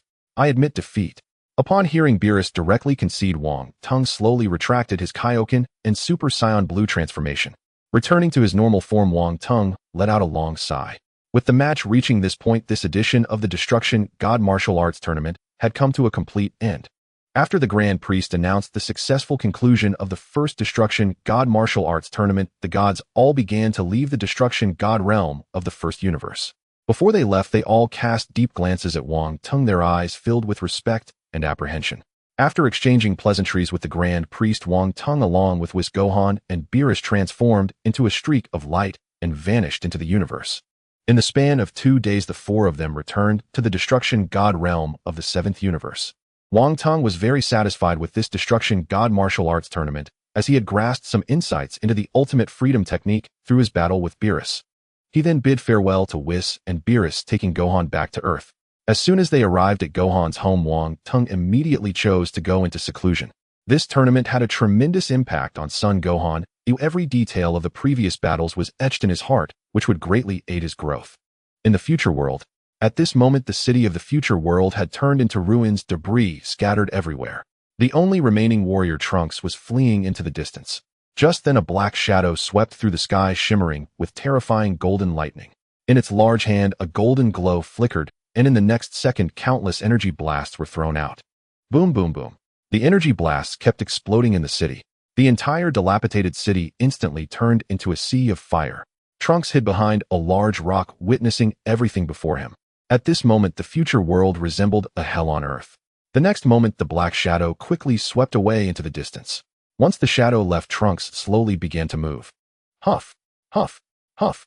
Trunks arrived breathlessly at Bulma's laboratory door. Meanwhile, Bulma was seriously operating the machinery in the lab. At that moment, Trunks' voice echoed. Mom. Bulma was taken aback, quickly turning around to see Trunks not far away. A charming smile immediately appeared on her face. It's Trunks. Trunks also smiled and walked towards Bulma. Bulma smiled and said, Great, are you all right? Hearing this, Trunks responded with a smile, I'm fine. How about you, Mom? Then he noticed the fuel for the time machine on the machine. Bulma said, This is only enough for a one-way trip. I spent a year, and this is all I have. Trunks' face showed a look of disappointment. Bulma immediately comforted him, saying, Don't be like that. As long as it's enough for a one-way trip, there will be a way. Trunks looked at Bulma and said, But if I go one way, I won't be able to come back. Bulma confidently replied, There will be a way to come back, although it might be a little risky. Hearing this, Trunks' face also broke into a smile. You should rest here, hurry up, and take a break. Hearing this, Bulma smiled and said, Don't worry about me now, every second counts. Then Bulma operated the control panel, and the fuel for the time machine separated from the machine. Bulma said, We need to get this to the Capsule Corporation quickly. Trunks immediately stated, It'll run there, Mom, you can rest here. You haven't slept at all. Hearing Trunks' words, Bulma smiled and said, It'll go with you, but it's better to deal with anything together. If you get attacked by that guy alone and this canister gets destroyed, all the effort from this year will be in vain. Saying this, Bulma picked up the canister containing the time machine fuel. Seeing Bulma so insistent, Trunks had no choice but to compromise, saying, All right then. Seeing Trunks relent, a smile returned to Bulma's face, but her expression grew serious again. Also, Trunks' many lives were sacrificed to create this energy. Don't forget, there are some things that you must accomplish even at the cost of everything, because you are everyone's hope. Hearing this, Trunks' expression turned incredibly serious. Yes. Then Bulma immediately said, Then let's go, Xiao Wu is also waiting. Just then a terrifying explosion erupted above the laboratory. Suddenly flames filled the air and thick smoke billowed. Trunks immediately exclaimed, Mom. He protected Bulma behind him. After the explosion, Trunks pushed aside the stone slab in front of him. In the next second, Bulma, who was hiding behind Trunks, had a look of shock on her face. The equipment has been. Just then Bulma felt the danger approaching and shoved the fuel into Trunks' arms, shouting, Trunks, hurry and run. As soon as her words fell, a huge explosion occurred again, and the laboratory burst into flames once more. After the explosion, Trunks found Bulma vanished from his side, and he frantically searched for her. Mother! At that moment, a dark figure appeared in the laboratory doorway, holding Bulma aloft in his grasp. Trunks sprang to his feet and cried, Mother! Bulma shouted back, Run now! Trunks! His teeth clenched, his entire body trembled with seething rage.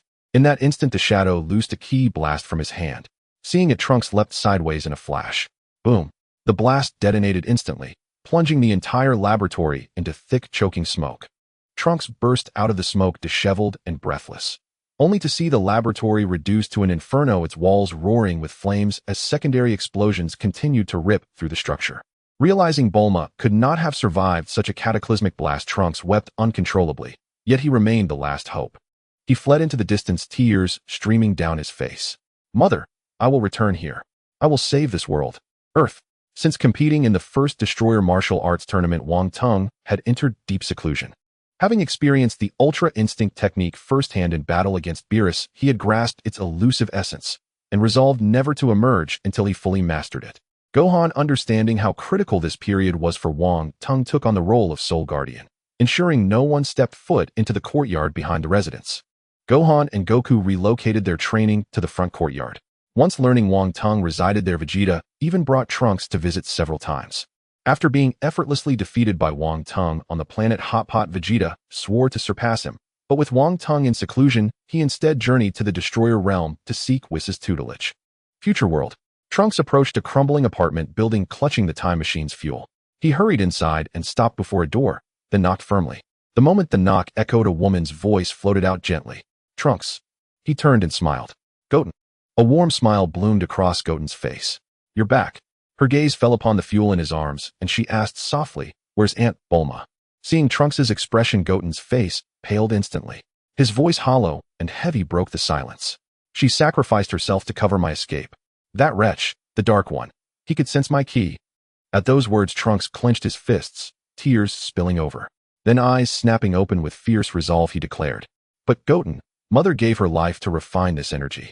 It will let us return to the past. As he spoke, a deafening roar split the sky. Trunks instantly suppressed his ki and darted to conceal himself at the stairwell. Then, a swirling black vortex tore open overhead. Trunks knew at once the Dark One was returning. He thrust the time fuel into Goten's hands, drew his sword, and charged out of the building. Golden lightning crackled across the heavens. Then a shadow shot forth from the clouds. Trunks lunged forward, blade raised. The Dark One's palm flared. Another ki blast launched.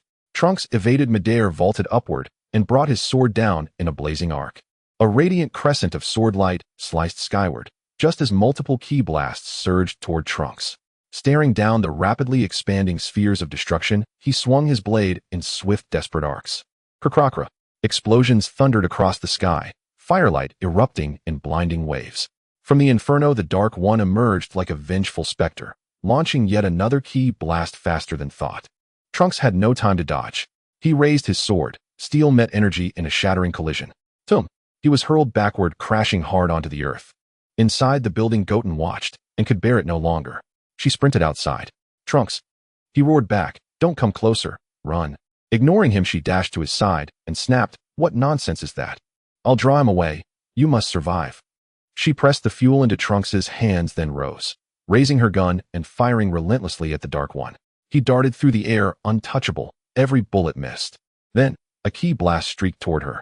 In Goten's widening, terrified eyes, it engulfed her whole. Boom. A monstrous detonation erupted, fire and fury swallowing the sky. Goten was blasted clear across the street, slamming into the far building, motionless, fate unknown. Trunks erupted in blind fury, scooping her up, his face contorted with anguish and wrath. The Dark One landed nearby, calm and unhurried. Trunks bellowed, You monster. At last the figure revealed his true visage, his face an exact mirror of Son Goku's. Wang Tung, were he present, would have named him instantly. Black Goku. With a chilling smile, Black Goku intoned, Time's up. Today ends your breath. You Saiyan scum. Trunks glared with burning hatred. Black Goku continued, voice dripping with disdain, Say goodbye to this world, Saiyan. Trunks scanned the ruins, calculating swiftly. The structures aren't fully collapsed yet. He doesn't know about the time machine. Perhaps I can activate it unseen. Fine. Black Goku sneered at Trunks' defiance. You truly intend to oppose me? Knowing you cannot win, yet refusing to yield. How stubborn. Saiyans are all fools. They stood locked in silent, lethal confrontation. Black Goku added coolly, Don't worry, I'll reunite you with that girl shortly. For fools like you, death is mercy. Trunks could endure no more. A guttural volcanic roar rose from his throat. A golden aura erupted, blazing, overwhelming, surging outward like a storm unleashed. Trunks ascended, Super Saiyan. You bastard. How dare you? Kill. Goten. Enveloped in golden fire, he laid her gently aside, then exploded forward in a torrent of grief and fury. His speed surged. He drove a crushing fist into Black Goku's abdomen. Pressing the advantage, he followed with a sweeping kick, only for Black Goku to block it effortlessly with his forearm. In the next heartbeat, Trunks unleashed a tempest of blows, furious, unrelenting, each deflected with contemptuous ease. Thud. Trunks was hurled backward, staggering. Whoosh. Black Goku vanished, reappearing instantly before Trunks, driving a devastating kick straight into his chest. Bile and acid erupted from Trunks' mouth. He skidded backward, carving a long smoking furrow across the ground. Black Goku granted no reprieve, attacking again without pause. Trunks barely raised his arms in defense. And so the duel reignited, two titans clashing in fury. Crack, crack, crack. White shockwaves pulsed outward, ripples of raw sonic force. The battle intensified, feral desperate. Then Black Goku seized an opening, launching a brutal kick. Boom. Trunks slammed into the wall of a nearby building, crumbling brick and dust exploding outward. Black Goku followed with rapid-fire kicks, driving Trunks deeper, burying him within the rubble. Krakrakra. Black Goku leapt back, palms blazing, as dozens of ki blasts erupted toward the ruin. Boom. Boom. The detonations shook the earth, black smoke billowing skyward, swallowing every shape and sound. When the dust finally settled, Trunks knelt amid the wreckage, bruised, bleeding, broken. Black Goku floated in the air laughing. Is this the end? As a proud warrior of the Battle Nation, this is rather embarrassing. Trunks glared angrily at Black Goku in the sky. In the next moment, a golden energy sphere once again gathered in Black Goku's hand. Disappear. Trunks took a step back, directly falling to the ground, his palm just touching the fallen sword. Black Goku roared and was about to throw the golden energy sphere. Seeing the terrifying energy sphere forming in Black Goku's hand, Trunks grabbed the sword and threw it out. The sword moved at incredible speed, surprising Black Goku. What? The swiftly approaching sword crashed directly into the energy sphere Black Goku was gathering. Boom. An astonishing explosion sounded in the sky. In an instant, flames burst forth and thick smoke billowed. The sword spun back into Trunks' hand, and as soon as he grasped it, he sheathed it seamlessly into its scabbard. Trunks shouted furiously, "Die!" Magic flash. The golden energy sphere shot out instantly from his palms. Seeing that he had no time to evade, Black Goku immediately crossed his arms in front of his chest. Boom. The golden energy sphere completely engulfed Black Goku. Thick smoke filled the area. The ground trembled continuously. As the smoke slowly dissipated, Black Goku appeared unharmed on the battlefield. He gritted his teeth, swinging his arms. Damn it, where did he run off to? Trunks had already vanished from sight. Trunks quickly arrived at the Capsule Corporation, standing in front of the time machine, and then inserted the blue energy source in his hand. The time machine immediately shone with blue light. Trunks gritted his teeth and jumped onto the time machine. He operated the main control panel, and the time machine began to emit a rumbling sound with white mist appearing below it. The time machine slowly started up. Meanwhile, Black Goku roared from the air, trying to hide. Don't waste your effort. A strange glow appeared around him, searching for Trunks' energy. Suddenly, he turned around sharply and saw the time machine floating in the air, enveloped in white light. Trunks sat inside the time machine and murmured, "Dark man." Black Goku's hands shone with light, and a purple-black energy sphere quickly formed. Don't think you can escape just by getting on a plane. You're finished, Trunks. The purple-black light flickered and shot out fiercely under Black Goku's roar. The energy sphere sped towards the time machine Trunks was in. Whoosh! The time machine vanished from its place. Black Goku exclaimed in shock, "What?" Boom! The energy sphere exploded in the city, instantly engulfing the area in flames, and thick smoke rose. Black Goku searched everywhere for Trunks' figure. Where did he escape to? Over there. He immediately sensed Trunks' energy again. However, Black Goku was astonished to find that the entire future world had no trace of Trunks' energy. He disappeared, completely vanished. Earth. Trunks was having lunch with Pilaf and the others. Suddenly, a golden light appeared in the sky, and a fierce wind began to blow around. Trunks stood up in shock, gazing at the sky. Whoosh! The time machine suddenly appeared in the air. In the next second, the time machine crashed heavily to the ground. Trunks immediately flew towards the time machine. He wiped the dust off the already obscured window and discovered someone fainted inside. "There's someone in here." Pilaf and the others exclaimed, "What?"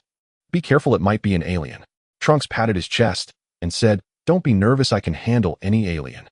Xiao Wu pointed at the time machine and said, "Trunks, look. That machine says Capsule Corporation." Trunks exclaimed, "It's real. Do we have such a product at home? Go get my mom." Upon hearing this, Pilaf said, "Ash, why don't you go?" Before long, Bulma rushed over. Trunks asked, "Do you recognize this person?" "The person who fainted inside." Bulma stood below and said, "Is it a boy with blue hair?" Floating in the air, Trunks nodded. "Yes, that's right." Bulma gasped. "This is bad." After some effort, they quickly carried Date to a room. Bulma said, "Hold on, I'll go call Vegeta." She immediately dashed towards another room. Ash was taken aback. "Why call Vegeta?" Xiao Wu exclaimed, "What does he have to do with Uncle Vegeta?" Pilaf's eyes widened. "Look at this situation, could he be an illegitimate child?" Pilaf and the others looked at Trunks. Are the two of them brothers? Xiao Wu looked at little Trunks, then glanced at Date. They look very much alike, it's almost identical. Trunks felt as if struck by lightning, muttering, no. It can't be. Bulma searched everywhere for a way to contact Whis. After a lot of effort, she finally found the device. Bulma immediately spoke into the device, Whis, hello Whis. Hurry up and pick up. In the Destroyer realm, Whis, Beerus and Vegeta were enjoying a meal when suddenly the angel's staff lit up. Whis smiled and picked up the staff. I'm here. Bulma's face immediately appeared on the angel's staff. Whis, is that you? Whis smiled and said, looks like my communication device has been put to good use so soon. Are there any other delicious foods? Bulma was taken aback. What? Whis continued, thank you for your kindness. But we just finished our meal. Bulma said anxiously, I have something urgent, hurry and call Vegeta. Vegeta immediately responded from the side. What happened? And Beerus was completely displeased, shouting, nonsense, who told you to use this thing for such a boring contact? Hearing this, Bulma shouted, it's not boring, it's an emergency. Then Bulma quickly rushed into the room where Date was lying. She showed Date's condition on the communicator. Trunks came back like this. Date showed a painful expression and Vegeta immediately shouted, what? Meanwhile, Trunks immediately became uneasy, shouting in his heart, how? Does he also have the name Trunks? Pilaf's forehead instantly broke out in cold sweat. Two brothers actually have the same name. Trunks' expression grew even more grim. At that moment, Bulma shouted to everyone, shut up. Vegeta looked at Trunks, who showed a pained expression, and his face grew tense. Bulma asked, Vegeta, do you have any Senzu beans? Oh no, not right now. Vegeta replied. By the way, Bulma, what about Kakarot? He must have Senzu beans. Meanwhile, Beerus chuckled. Hey Whis, it seems like this is quite interesting, let's go. Whis stroked his chin. Good idea, and we can have dinner together. So Whis took the two and transformed into a streak of light, heading towards Earth. Bulma immediately called Gohan, briefly explaining the situation.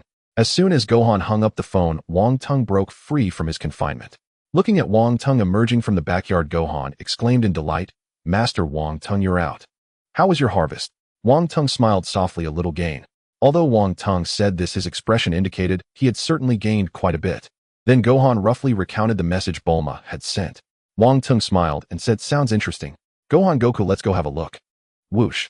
Wang Tung immediately sensed Trunks' aura and activated instant transmission, bringing the three of them to Bulma's house in an instant. Looking at the sudden appearance of the three, Bulma exclaimed in delight, Lord Wang Tung, Gohan. Goku is here too, that's wonderful. Wang Tung stepped forward slowly and saw the pained expression on Date's face. With a swift motion, he revealed a Senzu bean in his hand. When Wang Tung first arrived on Earth, he had taken a few Senzu beans from Korin Tower, and he hadn't had the chance to use them until today for Date. In the future world, Black Goku hovered in the air, gritting his teeth, his face filled with rage. How could this be? That guy's aura suddenly vanished from this world. It doesn't matter, I will definitely find you. Who do you think I am? Black Goku erupted with rage, his dark purple aura flaring up, a fierce wind blowing downwards. On Earth, Wang Tung threw the Senzu bean to Bulma. Bulma walked up to Trunks, her face filled with sorrow. I don't know what happened, he's hurt so badly. She gently lifted Date's head. Trunks, this is a Senzu bean. Quick, eat it. Little Trunks looked at his mother's concerned demeanor towards Date and began to question his life. Date, having consumed the Senzu bean, slowly opened his eyes. Bulma asked with concern, are you all right? Goku stepped over and said, Trunks, hang in there. Meanwhile, Wang Tung stood with his arms crossed, waiting for Trunks to recover. Suddenly, Date opened his eyes and saw Goku first. He immediately recalled Black Goku killing his mother and his girlfriend Little Mai, and his anger boiled over. Date surged up violently, throwing a punch at Goku. Quick-witted Goku grabbed his wrist directly. An astonishing gust of wind spread outwards. Everyone stared in shock at this scene. Date shouted, you bastard. Seeing Date's desperate stance, Goku was equally astonished and unsure of what had happened. Goku looked innocent and said, what's wrong, Trunks? It's me. Date yelled, you bastard. At that moment, Bulma slapped Date across the face. What are you doing? Date was instantly awakened. It's Uncle Goku. Are you really the living Uncle Goku? Did you not perish with Cell? Goku chuckled. Actually, a lot happened afterward. I came back to life. Just then a flash of light shone. Whis, Beerus and Vegeta had already arrived. Vegeta rushed in quickly and breathed a sigh of relief upon seeing Trunks was unharmed. Whis and Beerus quickly approached Wang Tung to pay their respects. Wang Tung nodded, saying, everyone's here. Let's hear this young man's story. All eyes focused on Trunks. Trunks continued to gaze at Goku. Uncle Goku. He bowed respectfully to Goku. I'm sorry for attacking you suddenly. Goku smiled and said, you startled me. It's been a long time since we met. Bulma said solemnly, Trunks, what happened? Date turned to Bulma and said, Mom. Hearing Date call her mom Little Trunks immediately felt uneasy. Poir Pilaf and Shu huddled together and whispered, "Something's wrong, this is serious." Date trembled as he approached Bulma, then knelt before her. "Mom," Bulma gently asked, "what's wrong, Trunks?" "What happened?" Beerus crawled beside Little Trunks and said, "Hey little brat. Your name is also Trunks, right?" Little Trunks nodded, yes." Whis stroked his chin and said, "I see. Time has been tampered with." Beerus looked surprised and said, "What?" Date knelt before Bulma murmuring, "I finally arrived. I came to the past." "Mom," Bulma softly asked, "are you calm now?" Date stood up and said, "I'm fine now." He turned to Vegeta and said, "Dad." Poir Pilaf and Shu quickly huddled together again and whispered, "He called him Dad." Little Mai softly said, "I smell a complex scent." Ash also said, "So he really is a bastard child." Pilaf laughed, "We must uncover this secret." All three of them smiled. Pilaf directly shouted, "Hey you adults." He pointed at Little Trunks. "Look how anxious this young master is. This young master is Trunks. And this guy is also named Trunks. Both Trunks call their parents. The child simply can't understand what's going on." Bulma punched to silence the three. "You're so loud. Both are the children of me and Vegeta, so what?" Pilaf and the others were dumbfounded, "Huh?" Bulma patted Date. "This child is the child from the future. And this is Little Trunks." Beerus said, "Just as I thought." Little Trunks stared blankly at Date and murmured, "This person. Is he the future me?" Date said, "Please take care of me." Upon hearing this, Little Trunks also softly said, "Please, take care of me." Just then Wang Tung walked towards the yard looking at the gigantic time machine. Everyone followed him into the yard. Whis looked at the time machine and said solemnly, "Surprising events keep occurring." Beerus was also astonished. "I didn't expect there to really be a time machine. I thought humans could never create such a thing." Wang Tung quickly approached, constantly examining the time machine. Time had always been a power that only angels could control. "Oh, I didn't expect Bulma to use high technology to create a machine that could distort time." Then Wang Tung spoke, "Bulma, you truly are a genius." Bulma smiled and said, "Are you looking at me with new eyes?" Wang Tung said solemnly, "This is indeed remarkable. Traversing past and future, manipulating time. However, this is a serious crime, do you know?" Both Bulma and Date were taken aback. Whis, standing in the back, also nodded, clearly in agreement with Wang Tung's words. In the future world, Black Goku was constantly searching the entire planet. "What's going on? I've searched this planet thoroughly. Yet I still can't feel his aura. Trunks, where are you?" Furious Black Goku erupted with rage, continually firing energy blasts. Boom, boom, boom. Terrifying explosions erupted throughout the dilapidated city. Instantly, the already ruined city turned into a sea of flames. Suddenly, Black Goku remembered that Trunks had vanished in an instant. In that moment, he disappeared. Right in this time and space. He pointed his finger, wondering, could it be the time ring? Earth. Whis reminded again. Although Lord Wang Tung has mentioned it, I will say it again. Manipulating time and traversing past and future is a serious crime. Time must flow in one direction. If you reverse it and change the past, even if it's just picking a flower, it will affect the history of future generations, altering cities and causing civilization to undergo tremendous changes. Ultimately, it could even cause a planet to disappear from the universe. Hearing the gravity in Whis' words, Bulma glanced at Wang Tung and softly said, "I understand this is a serious matter. However," upon hearing this, Whis continued, "thus even the gods are strictly prohibited from easily manipulating time." Wang Tung nodded and said, "You're right." Date murmured, "The gods." Shao Trunks explained, "These three come from the realm of the gods." Date was taken aback. Beerus suddenly spoke, "You can't complain even if you face destruction." Date was stunned. "Destruction?" Bulma exclaimed, "What nonsense are you talking about? The time machine was built by me, but not by my current self." Beerus laughed, "It makes no difference." Bulma's face instantly turned angry, shouting, "There is a difference." Unexpectedly, Date directly knelt before Whis. "No, please wait. Lord God." Whis pointed at Beerus and Wang Tung, saying, "These two are the gods. I am merely a subordinate." Bulma quickly ran over and softly said, "Trunks, they are not gods. They are the Inspector and the God of Destruction." Trunks sincerely knelt on the ground, saying, "Inspector, God of Destruction, my mom is not wrong. If punishment is to be given, let it fall on me." Goku pleaded, saying, "I beg you, Lord Wang Tung, Lord Beerus, please show mercy, will you?" Whis softly said, "What do you think, Lord Wang Tung?" Upon hearing this, Wang Tung looked at Trunks and softly said, "In consideration of Trunks' filial piety, I will not pursue this matter this time. It will not happen again." Hearing Wang Tung's words, Beerus wanted to say something, but had to hold it back. At that moment, Piccolo and Krillin were gathering vegetables for Goku's family. The two sat atop the vegetable crate, wiping away sweat. Krillin softly said, "This reminds me of my training with Master Roshi." Just then, Shishi flew over with Goten. "Hey, this is bad, as something big happened." Piccolo was taken aback. Did Gohan get into trouble? Shishi landed on another crate and shook her head. Goten said the time machine has arrived. Krillin was startled, saying, "You mean the time machine?" Upon hearing this, Piccolo murmured, "Oh, is it Trunks?" Shishi immediately said it's quite lively at the Capsule Corporation right now. I heard Goku and Vegeta have gone there. Piccolo immediately realized that something must have gone wrong in the future, saying something must have happened in the future. Krillin said to Piccolo we should go take a look. Piccolo nodded at Krillin, and the two floated into the air. "We'll be right back." The two immediately erupted with white energy waves and vanished from their spot. Goten also rushed into the air, saying, "Wait for me." Shishi quickly jumped up and grabbed Goten, saying, "No, you can't go, you need to stay home and study."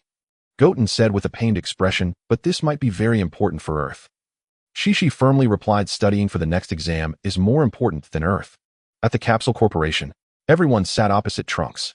Wang Ting asked what happened in the future. Vegeta speculated, could it be Majin Buu? Date's expression turned serious, saying no. The appearance of Majin Buu. The battle was exceptionally perilous, but I followed the Supreme Kai's orders and finally defeated Dabura and Babidi. I prevented the emergence of Majin Buu. But then, a more terrifying enemy appeared. Goku asked curiously what kind of enemy. Date once again stood and bowed to Goku, apologizing. "I truly apologize for earlier. I shouldn't have suddenly attacked Uncle Goku." Goku waved his hand, saying, "It's fine, don't worry about it." Date raised his head, saying, "Actually, I mistakenly thought I couldn't return to the past. He was right in front of me." Goku was stunned, saying, "Are you saying?" Vegeta's expression turned serious, saying, "What's going on?" Date replied, "He claims to be Son Goku." Vegeta's face immediately changed, exclaiming, "What?" A cold sweat trickled down Goku's forehead, saying, "Is it me?" Upon hearing this, Wang Tung's mind immediately conjured the image of the cold Goku in black clothing. Indeed, it's him. Whis and Beerus both looked at Trunks. Vegeta pointed at Goku and said, "Are you saying the enemy claims to be Son Goku, looking exactly like this guy?" Date nodded, saying, "Exactly." Goku's expression became comical. "How could this happen?" Date continued, "We refer to the person in black as Black Goku." Goku was taken aback, saying, "That's outrageous. He seems even cooler than me." Just then Bulma walked over. "That name is way too cliché." Date helplessly said, "But that was named by my future mom." Bulma's face immediately turned awkward, laughing, "Yes, it's me, but not exactly me." Date continued, "Then that guy. When he appeared on Earth, he said to us that for the sake of justice, he would annihilate all Earthlings. He said he has already destroyed several planets and their inhabitants. After a year of fighting, almost no one was left on Earth. Mom also. Just before I came to this era." Upon hearing this, Bulma shouted, "Did I die?" Date sadly nodded. Vegeta angrily said, "So you shamelessly fled to this era?" Date was startled, saying, "Dad." Goku immediately tried to mediate, saying, "Don't talk like that, Vegeta." Yet Vegeta completely ignored him, pointing at Son Goku, saying, "Shut up." A proud scion actually turned his back on the enemy and fled here. Faced with Vegeta's accusations, Date's expression turned agitated, saying, "No." Hearing this, Vegeta angrily said, "Stop making excuses." At that moment, Bulma held up her future self's notebook in front of Vegeta, saying, "Don't misunderstand, Vegeta. The answers are all written here. My future self left a message." Seeing Bulma, Vegeta immediately softened. Bulma opened the notebook for everyone, saying, "My future self said to refuel and organize the machine in this era, and then return to the future with you." Vegeta excitedly said, "So I'm supposed to clean up the future Kakarot?" Upon hearing this, Goku helplessly said, "That's not me. He just looks a lot like me." Wang Ting suddenly stood up, saying, "Sounds interesting, I'll go play too." Vegeta was startled, saying in a panic, "Lord Wang Tung, you must not intervene. Let me handle Kakarot." At that moment, Bulma happily raised her fist. "Then it's settled. Fly to the future and take revenge for me." Everyone's faces broke into smiles, clearly deciding to go. At that moment, while Bulma was preparing the fuel, Wang Tung directly called Trunks to an open area. "Trunks, let me see your strength. If it's too weak, you won't be able to protect the future world." Gohan immediately laughed. Great Lord Wang Tung intends to train Trunks. Vegeta also showed a smile, clearly looking forward to it. Goku helplessly said, "I also want to spar with Lord Wang Tung." Wang Tung and Trunks stood in the open area, gazing at each other from afar. "Make your move, Trunks." Trunks' eyes suddenly sharpened. "I understand." "Huh." A low roar emanated from Trunks' throat, and golden flames immediately rose, a powerful aura surging forth. As Trunks roared, his aura grew larger. Lightning flickered continuously within the golden flames. Trunks pushed his energy to the limit and transformed directly into Super Saiyan 2. Wang Tung's expression remained utterly unchanged as Trunks transformed into Super Saiyan 2. The moment Trunks ascended, the entire Earth trembled. Cities nearby were already engulfed in violent storms. Bulma gazed upward at the two figures hovering in the sky and murmured, "This is not good. Don't both of you go all out." She then pressed a button on a remote control in her hand. Instantly, a beam of emerald light shot from the roof of Capsule Corporation, unfurling a shimmering green net-like barrier that enclosed them both. With a smile, Bulma declared, "Now you may fight to your heart's content." Wang Tung chuckled, "Very well. Go ahead. Don't disappoint me." "Yes, sir," exclaimed Future Trunks immediately. Young Trunks cheered, "Go for it, future me." With a fierce roar, Trunks lunged toward Wang Tung, unleashing a torrent of blistering punches. Wang Tung stood motionless, eyes closed, his body swaying effortlessly left and right. Trunks' astonishing speed failed even to graze him. Razor-sharp shock waves blasted downward, but vanished without a trace the instant they struck the barrier. Young Trunks gasped. What? Not a single blow landed. Not once. Trunks launched another devastating punch. Crack! Wang Tung raised his palm with effortless grace and caught Trunks' fist midair. A faint smile curved his lips. "Trunks, is this truly the extent of your strength? No wonder you couldn't protect your future world." Trunks withdrew his fist, his face clouded with desolation. "Even against Black Goku, it was the same. My attacks were utterly meaningless. Am I really this powerless?" Watching Trunks' dejection, Wang Tung spoke softly yet firmly, "You are a scion. Lift your spirit. Give me your absolute best." At those words, confidence rekindled in Trunks' eyes, and his hand drifted to the sword sheathed across his back. "Then I shall strike with everything I have." Wang Tung nodded. Trunks drew his blade. The air itself recoiled as a torrent of overwhelming aura surged forth. He leapt high into the sky and drove the sword downward in a lethal thrust. The barrier shuddered violently, then shattered. Sparks erupted from Bulma's remote. Beerus watched from afar and grinned. That boy isn't half bad. Yet even so, he still can't defeat that Dark One. Vegeta and Goku stared in stunned silence at the spectacle above. Wang Tung had blocked Trunks' cataclysmic strike with a single finger. Trunks strained with every fiber, pressing down with all his might, but the finger did not budge an inch. His mind reeled in disbelief. A full power assault, blocked by a single finger. A subtle smirk flickered across Wang Tung's lips, and with the faintest pressure he pushed. Boom! Trunks was hurled backward like a meteor. Whoosh! In an instant, Wang Tung appeared directly above Trunks, and extended that same finger once more, pressing down lightly. A piercing cry tore from Trunks' throat as he plummeted earthward. Crash! Plowing deep into the ground with bone-jarring force. Wang Tung descended slowly from the sky.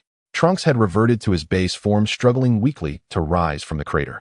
Without looking back, Wang Tung turned and walked away, his voice drifting calmly behind him. "Gohan, Trunks is now under your tutelage. Take him to the hyperbolic time chamber." Whoosh! He vanished from sight. Bulma and the others rushed forward. "Trunks." After a brief pause to recover, he staggered upright. "That divine master is extraordinary. His power dwarfs Black Goku's by far." Vegeta scoffed coldly and leaned against a nearby pillar. Gohan hurried to support Trunks. Tears welled instantly in Trunks' eyes as he cried, "Master Gohan." Gohan blinked, then recalled future Trunks' strength had been forged entirely by his own future self. He whispered, "My future self. Then let me continue training Trunks." At that moment, Piccolo and Krillin descended from the sky. "Long time no see, Trunks." Trunks beamed Uncle Piccolo. "Uncle Krillin." Krillin extended his right hand with a friendly wave. "Hey, how have you been lately?" Piccolo cut straight to the point. "Trunks, has something gone wrong in your future?" Trunks' expression shifted instantly. "Yes, I'll tell you the truth." Just then, golden lightning crackled across the sky. Beerus and Whis gazed upward, transfixed. In the next breath, a shadowy figure materialized midair. Black Goku had arrived. He murmured, "Where am I?" Trunks cried out, "The Dark One." Black Goku scanned the ground below and smiled. "So Trunks is here." He then spotted Goku and laughed. "Well, if it isn't Son Goku." Goku stepped forward. "You're the Dark One." The golden lightning swirling behind Black Goku faded. He glanced at the ring on his finger, and a knowing light gleamed in his eyes. "I see. I have crossed time itself." Bulma stared up in astonishment. "He's identical in every detail. But Master Wang Tung just left." Krillin squinted skyward. "Who is that guy?" Fury burned fiercely across Trunks' face. Suddenly Whis spoke, "Lord Beerus, please observe the ring on his right hand." Beerus studied the ring intently. "Indeed, that is." Black Goku swept his gaze across the scene, first landing upon Vegeta. Then he noticed the two figures behind, and his eyes widened. "Even the god of destruction, Beerus, stands among you." Trunks roared, "Hey, how did you get here?" A sinister grin spread across Black Goku's face. "I followed the temporal rift you opened. I suspect you summoned me hoping I'd kill you." Trunks snarled, "What?" He tensed to attack, when Vegeta's voice cut through the air. "Hold. You cannot win against him. Not yet." In the next instant, Goku shot skyward. "Then allow me to begin." He hovered opposite Black Goku and smiled. You truly mirror me in every way. Black Goku returned the smile. It's an honor, Son Goku. As the titanic clash loomed, Gohan hastily retrieved the communicator Wang Tung had given him and attempted contact. But there was no reply. In truth, Wang Tung, inspired by a sudden insight into Ultra Instinct during the earlier battle, had retreated to Gohan's home to resume seclusion. Once he emerged, he would immediately notice Gohan's message and come without delay. Goku gazed at Black Goku and smiled. I don't know who you are, but never mind that. I hear you're formidable. Let me test your mettle. Every eye locked onto the heavens. Black Goku bowed slightly. The honor is mine. I too long to pit this body against yours. Goku blinked in surprise. Huh, what do you mean? Black Goku chuckled. You needn't know. In that very instant, a golden energy sphere coalesced in his palm. Whoosh. The golden sphere hurtled toward Goku. His expression hardened. He crossed his arms before his chest, just as impact exploded between them. The blast unleashed crushing pressure. Goku skidded backward, his boots carving a smoldering trail of dust and debris through the air. The golden energy blast pushed Wukong backward relentlessly. The terrifying sense of oppression left Wukong utterly unable to escape. Boom. Wukong was directly slammed into a mountain by the golden energy blast. A thunderous explosion echoed. Black Wukong rushed towards the direction of the explosion. Looking up at the sky, Piccolo asked, "Who is that guy?" Hearing this, Bulma replied, "He is my enemy." Piccolo was taken aback. An enemy. The others quickly followed the direction where the enemy had flown away. Beerus muttered, Wukong fighting Wukong. This is getting more interesting. But I didn't expect Lord Wang Tung to have left.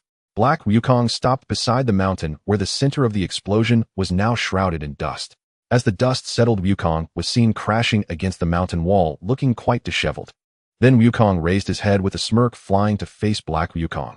Wukong laughed. Your strength should be far beyond this level. Unexpectedly, the previous exchange was merely a test for both, which was quite astonishing. Black Wukong smirked. How delightful to receive such praise from you. Wukong smiled slightly. Huh. He suddenly unleashed his energy, and a golden aura immediately surged with silver lightning appearing directly within the flames. A terrifying aura continuously erupted. Son Wukong transformed into Super Saiyan 2. Watching Wukong's transformation, Black Wukong murmured, "It's Super Saiyan, right?" Wukong smiled and charged towards Black Wukong. Now it's my turn. Facing the rapidly approaching Wukong, Black Wukong met him head-on without fear. Bang bang bang. The two immediately engaged in battle, their rapid punches colliding continuously. The sky resonated with a series of white circular sonic booms. Taking advantage of Wukong's momentary lapse, Black Wukong struck Wukong's outer thigh with a kick, causing Wukong to instantly lose his balance. Seizing this opportunity, Black Wukong threw a powerful punch.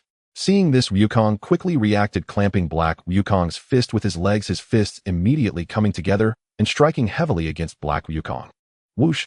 Black Wukong immediately plummeted. Wukong's hands shone with dazzling light. The prince's battle technique held away. Whoosh whoosh whoosh. Countless energy blasts were instantly shot out. Just as Black Wukong stood upright, the energy blasts were upon him. Boom boom boom. An incredible explosion sound erupted immediately. Flames shot into the sky, thick smoke filled the air. A massive, deep pit appeared on the ground. Piccolo and the others slowly arrived at the battlefield, gazing at the deep pit emitting thick smoke. In the next second, a black aura surged upwards. The smoke was immediately dispersed. Black Wukong appeared unscathed at the center of the deep pit. Wukong looked at the emerging Black Wukong with a faint smile on his face. Meanwhile, Black Wukong burst into laughter. Impressive. Is this the power of Super Saiyan Son Wukong? Wukong floated in the air with a smile, saying, "You really resemble me. You get excited when facing a strong opponent." In the next moment, Black Wukong unleashed a surge of energy, and the black aura instantly soared. The black-purple light enveloped his entire body, and his power surged significantly. Seeing this, Son Wukong's eyes suddenly brightened, exclaiming, "His aura has increased." Black Wukong, surrounded by a black-purple aura, slowly ascended, saying, "Let me see the power of the strongest warrior from the fighting race." In the next moment, Black Wukong quickly charged towards Wukong. His fierce punches relentlessly bombarded Wukong, forcing Wukong to defend passively. The sounds of their fists colliding echoed continuously as shockwaves of energy surged in the air. Black Wukong's fists became increasingly rapid, and Wukong was unexpectedly struck hard in the abdomen. Immediately after, another kick landed on Wukong's body. Wukong flew away into the distance. Black Wukong raised his right hand, and energy blasts immediately shot towards Wukong. Wukong quickly adjusted his body, dodging the energy blasts while maneuvering through the air. Boom boom boom. The energy blasts exploded from above all the way to the ground. After quickly spinning on the ground, Wukong soared back into the air. Krillin, sweating profusely, said that Black Wukong's energy is constantly increasing. Date asked in disbelief, "What's wrong with Uncle Wukong? Why isn't he using his full strength?" Vegeta added, "Not using full power from the beginning is his bad habit." Date was surprised, saying, "Bad habit?" Black Wukong and Wukong clashed again, their battle growing increasingly intense. A fierce wind blew downwards from where the two collided. Their fists met, and their knees collided, making for a fierce stalemate. They were surprisingly evenly matched. The two retracted their fists slowly, separating while gazing at each other from a distance. Wukong smiled. "What are you testing?" Hearing this, Black Wukong angrily replied, "I was just about to ask you the same thing." Upon hearing Black Wukong's words, Wukong responded, "I'm waiting to see your full power." Black Wukong smiled, saying, "Don't be so impatient. Let's take our time and enjoy this." Weiss murmured, "This dark figure is indeed strong." Hearing this, Beerus nodded, saying, "He resembles Sun Wukong, yet he is not Sun Wukong. I sense a very peculiar aura from that dark figure." Wukong stood in the air, saying, "It seems I need to push hard to force you to use your full power. Come on." He suddenly erupted with energy and charged at Black Wukong. He launched a flurry of attacks against Black Wukong, his punches growing faster. Several punches struck Black Wukong's body. Suddenly, Black Wukong fiercely grabbed Sun Wukong's fist, and the black aura around him exploded, flinging Wukong away. Wukong was heavily slammed into a mountain. Boom! Rumble! Dust billowed everywhere. At that moment, Black Wukong traversed the sky, unleashing purple lightning, while white energy waves spread out. Black Wukong felt as if his body was being torn back. At that moment, Wukong charged and swiftly landing a heavy kick directly on Black Wukong. Black Wukong was immediately sent flying, soaring several meters before stabilizing his form. Wukong slowly flew over. Black Wukong clutched his chest, wailing continuously, then suddenly lifted his head, laughing. "Wonderful. This kind of pain will make me stronger." Wukong was taken aback, saying, "You really make me uncomfortable." Black Wukong unleashed his energy, the black aura rising fiercely, his power strangely increasing again. Krillin exclaimed, "That guy's power has increased again." Black Wukong quickly condensed a golden energy blast in his right hand, several times larger than before. Whoosh! In the astonished gazes of everyone, the energy blast was swiftly shot out. Watching the rapidly approaching energy blast, Wukong extended both hands to push against it. Wukong shouted, unleashing an astonishing golden aura that pushed the energy blast skyward. However, just as Wukong diverted his gaze from the golden energy blast, Black Wukong had already reached his side, delivering a powerful kick. Wukong let out a cry as he plummeted downwards. Boom! He crashed into the ground, thick dust immediately enveloping the entire space. The incredible shockwave rapidly blew to the side. Little Trunks shielded Bulma from the oncoming gusts of energy. Meanwhile, the time machine on the ground was blown over by the fierce shockwave. Date exclaimed, "The time machine." Hearing this, Black Wukong's expression changed drastically, glancing at Date before his gaze fixed on the time machine on the ground. "The time machine? Is that it, eh? Is that it, eh?" Finally, amidst Trunks' exclamations, Black Goku discovered the time machine, and he understood how Trunks had returned to the past. He gazed down at the time machine, murmuring, "Is it that one that takes me here?" Just then a loud explosion was heard, and Goku was enveloped in golden flames shooting up from the deep pit. "You're distracted." A heavy punch struck Black Goku's abdomen. Black Goku immediately felt a surge of excruciating pain spread throughout his body, and the contents of his stomach were expelled. Goku seized the opportunity and shouted, launching a powerful punch. Seeing this, Black Goku rapidly powered up, black flames surging around him, and he also thrust his fist forward to meet the incoming punch. Bang! The two immense forces collided instantly. Boom! A wave of terrifying energy immediately radiated outward. The two continued to channel their power into their fists, fierce roars echoing around. Their fists were locked in a stalemate in midair as the terrifying force was engaged in a relentless struggle. At that moment, the time ring on Black Goku's hand emitted a dazzling light. A black hole suddenly appeared behind him. In the next second, Black Goku was pulled towards the black hole. Goku, having retracted the power of the Super Saiyan, murmured, "Hey, what's wrong with you?" Black Goku summoned all his strength, still struggling, but the black hole generated a powerful suction that made his body tremble before it. Black Goku exclaimed in shock, Perhaps the distorted time and space are trying to return to their original state." Just then, Black Goku cast another glance at the time machine, clenching his teeth, and a golden energy sphere rapidly coalesced in his hand. The energy sphere shot out quickly, and an eerie smile appeared on Black Goku's face. The crowd exclaimed, "This is bad." Just then, whoosh, Wang Tung's figure suddenly appeared, and seeing the energy sphere that had suddenly appeared, he extended his right hand and directly knocked it away. The energy sphere was immediately deflected into the sky. Boom! The sound of an astonishing explosion reverberated.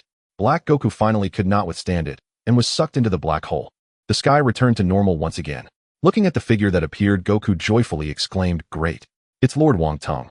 Piccolo gazed at the place where Black Goku had vanished and said he disappeared. That guy completely vanished.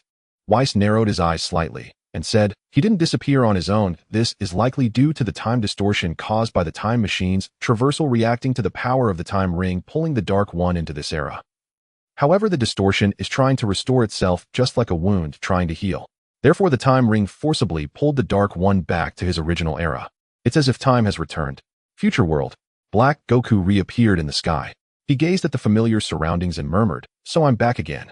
He felt the pain in his chest, and suddenly a manic smile appeared on his face. Just then the intense pain in his body made him lose control, and he began to slowly fall from the sky, crashing to the ground. He clutched his chest lying on the ground, and howling then murmured, "Sun Wukong. This is the power of Super Saiyan Sun Wukong. I successfully recorded his fighting style in my body. This should make my strength impeccable." He looked at the black hole that was vanishing in the sky. "I can never return to that era again." Then Black Goku stood up, his body slowly rising into the air, anger flashing across his face. "It was just a little bit. Who was that guy that appeared at the end? He actually stopped me from destroying the time machine. Soon Trunks will come back here again. How infuriating." Earth. Trunks slowly descended, expressing his gratitude. "Thank you so much, Lord God." Wang Tung smiled and said, "It was just a casual act." He looked around and found that there was no trace of Black Goku. "Did I arrive late? Did that guy Black Goku escape?" Goku suddenly asked Trunks, "How did that guy perform compared to our battle in the future?" Trunks recalled the future where he had no chance to fight back against Black Goku. "In the future, he seems to be even stronger." Goku exclaimed, "Not by much, just a bit." At this, Trunks nodded. A smile immediately appeared on Goku's face. Just then Vegeta's voice came quickly, "Then you can rest assured. Kakarot's true battle power is far beyond this. By the way, so is mine." Trunks' face was filled with astonishment. Just then Piccolo suddenly said, "The Dark One's aura strengthened continuously while fighting you." Upon hearing this, Goku said seriously, "It always feels unfathomable." Wang Tung slowly walked forward. Whis and Beerus immediately bowed to him. He nodded slightly and said, "Beerus, Whis, did you notice the ring on the Dark One's finger shining brightly when he disappeared? It doesn't seem like something a human can possess." Trunks exclaimed, "What?" Upon hearing Wang Tung's question, Whis immediately replied respectfully, "Lord Wang Tung, that is called the Time Ring, a ring that only the Kaioshin can use." Everyone was shocked. "The Time Ring?" Piccolo exclaimed, "That Dark One is a Kaioshin." Beerus pondered for a moment and said, "Not really, none of the Kaioshins look like Goku." Wang Tung glanced at Whis. Whis continued, "It is generally believed that the Time Ring can only go to the future or return from the future to the present. It cannot go back to an earlier past. Even in the realm of the gods, returning to the past is strictly prohibited." Goku scratched his head, looking puzzled. "The future, the past, and the present are all confusing me." Trunks asked, "So as long as you have that ring, can you return to the future?" Wang Tung's calm voice came, "Only the Kaioshin can use the Time Ring. Moreover, going against the flow of time has very severe consequences. Humans are not allowed to use it." Trunks murmured, "I'm sorry." Goku excitedly said, "Then the Dark One has the Time Ring. Will he come again?" Upon hearing this, Whis said, "Who knows? I feel that the Dark One's traversal through time was not his intention." Goku's expression turned disappointed. "Then we can only wait for Bulma to make the fuel so we can go to the future and confront him." Future world. Black Goku continuously recalled the battle with Goku. "The memories of the battle are deeply engraved in my body and heart." His body began to adapt to Sun Wukong's fighting style, and then an energy wave shot out, instantly smashing a building to pieces. Black Goku clenched his fists and murmured, "These movements perfectly integrate with my body. Is this Sun Wukong?" Then a more powerful golden energy sphere appeared in his palm. Whoosh! The energy sphere was shot out rapidly. Boom! An astonishing explosion echoed throughout the city. Instantly flames soared into the sky, and the already dilapidated city was once again destroyed, turning into ruins. Black Goku floated in the air, murmuring, I really want to understand Sun Wukong more. As long as I understand him, I can become stronger." After everything was settled, Trunks followed Gohan into the room of spirit and time for training. Meanwhile, Wang Tung, Beerus, Whis, and Goku were heading to the 10th universe. On the way, Goku exclaimed excitedly, "Whis, is that guy really from the 10th universe? What kind of person could he be?" I am so excited. Whis smiled and said, based on his energy, he is quite similar to the beings from the 10th universe. Wang Ting calmly responded, let's hurry up. Under Whis' guidance, the group quickly made their way to the divine realm of the 10th universe. After traveling about halfway, Goku trembled with excitement, saying, oh, I can't hold it in anymore. Master Wang Tung, who is that Zamasu? Wang Ting shook his head and said Whis. Upon hearing this, Whis immediately replied yes. This person, by the way, he used to serve as a Kai in the 10th universe. He was recognized for his genius-level combat abilities. He is currently being groomed to become the next Kai. Goku was taken aback, asking, is that true? Looking at the excited Goku, Whis smiled and said, yes, that's correct. Seeing Goku so eager, Wang Tung felt a headache coming on. Wang Tung understood that in the original story, it was precisely because Goku loved to fight and defeated Zamasu that a series of calamities followed. In the divine realm of the 10th universe, Zamasu poured a cup of tea for Gawasu. Please enjoy the tea. Gawasu sniffed and said, it has a subtle sweetness and a fragrant aroma. He'll be polite then. After taking a sip, Gawasu smiled and said the tea brewed by someone with a pure heart is clear in color and extremely delicious. Zamasu immediately responded politely, thank you for the compliment. Master Gawasu, there is something I have been thinking about for a long time. I wonder if humanity is truly worth protecting. So far I have witnessed countless activities of humanity, prosperity disputes, and destruction. It keeps repeating endlessly. In my view, this is an utterly foolish thing. Gawasu calmly replied, that is humanity. Zamasu suddenly stood up excitedly, stating, is a being that only repeats such extreme foolishness really worth protecting? Why not let us end this erroneous cycle instead? Hearing this, Gawasu said, the duties of the Kais and the gods of destruction are to create, not to intervene directly. You should understand this. Upon hearing this, Zamasu remained agitated, asking, are you asking me to watch humanity make mistakes while remaining indifferent? Gawasu glanced at Zamasu and said, it is not indifference. Your role is to protect and cultivate them. That is our duty. Only one individual is permitted to intervene, and that is the god of destruction. Zamasu's expression changed dramatically. Gawasu's tone suddenly became stern. Zamasu, listened carefully. You must be clear about your position and also learn more about humanity. Zamasu closed his eyes, seemingly ignoring Gawasu's words. Gawasu raised his voice slightly. Zamasu. Finally, Zamasu reluctantly replied yes. Just then a flash of light appeared. Wang Tung and the others arrived at the divine realm. Gawasu looked up in surprise. Upon seeing Wang Tung and Beerus, he and Zamasu immediately knelt down. We pay our respects to the inspector. Wang Tung nodded and said hello. Only then did Gawasu turn to Beerus, saying, I apologize for the lack of a proper greeting, Lord Beerus. Beerus nodded with a serious face. Whis greeted with a smile, saying, long time no see. After the greetings, Gawasu raised his head respectfully and said, Inspector, this is my disciple Zamasu. Zamasu immediately looked up and said, it is a great honor to meet you, my lord. Just then Goku stepped forward and came to Zamasu. Zamasu looked at the suddenly appearing Goku in surprise, saying, a human. Goku excitedly replied, you must be the Kai who is recognized as a genius expert. Zamasu's face immediately darkened with anger. How could a human come here? Whis whispered to Wang Tung. It seems this is his first time meeting Goku. Wang Tung nodded and said, Goku, don't be rude. You need to greet him properly. Goku immediately straightened up comically and said, my name is Sun Wukong, nice to meet you. On this auspicious day, it is a small matter for me to travel such a long way. Gawasu looked at Goku in surprise and said, Sun Wukong. Wang Tung's voice slowly came, please rise, Kai. Gawasu and Zamasu dared to stand up respectfully, standing aside. Zamasu, bending at the waist, secretly glanced at this human who could actually step into the sacred realm, feeling deep disdain in his heart. Seeing that both were very concerned about Goku, Whis said softly, he lives on the planet 4032 Green 874 in the 7th universe. Beerus also spoke up, saying, right, he is a scion living on the food star Earth. Zamasu muttered, Scion. Who is this guy? How could he be with the inspector and the god of destruction? The next moment, Goku started rummaging through Zamasu's clothes. You really are quite skilled in the Kai training. Zamasu's face showed anger as he said, don't touch me casually, human. He just raised his right hand when Gawasu grabbed it. Stop, Zamasu. You must not be disrespectful in front of the inspector. Hearing Gawasu's reprimand, Zamasu finally came to his senses and respectfully stood aside. Gawasu immediately knelt down again.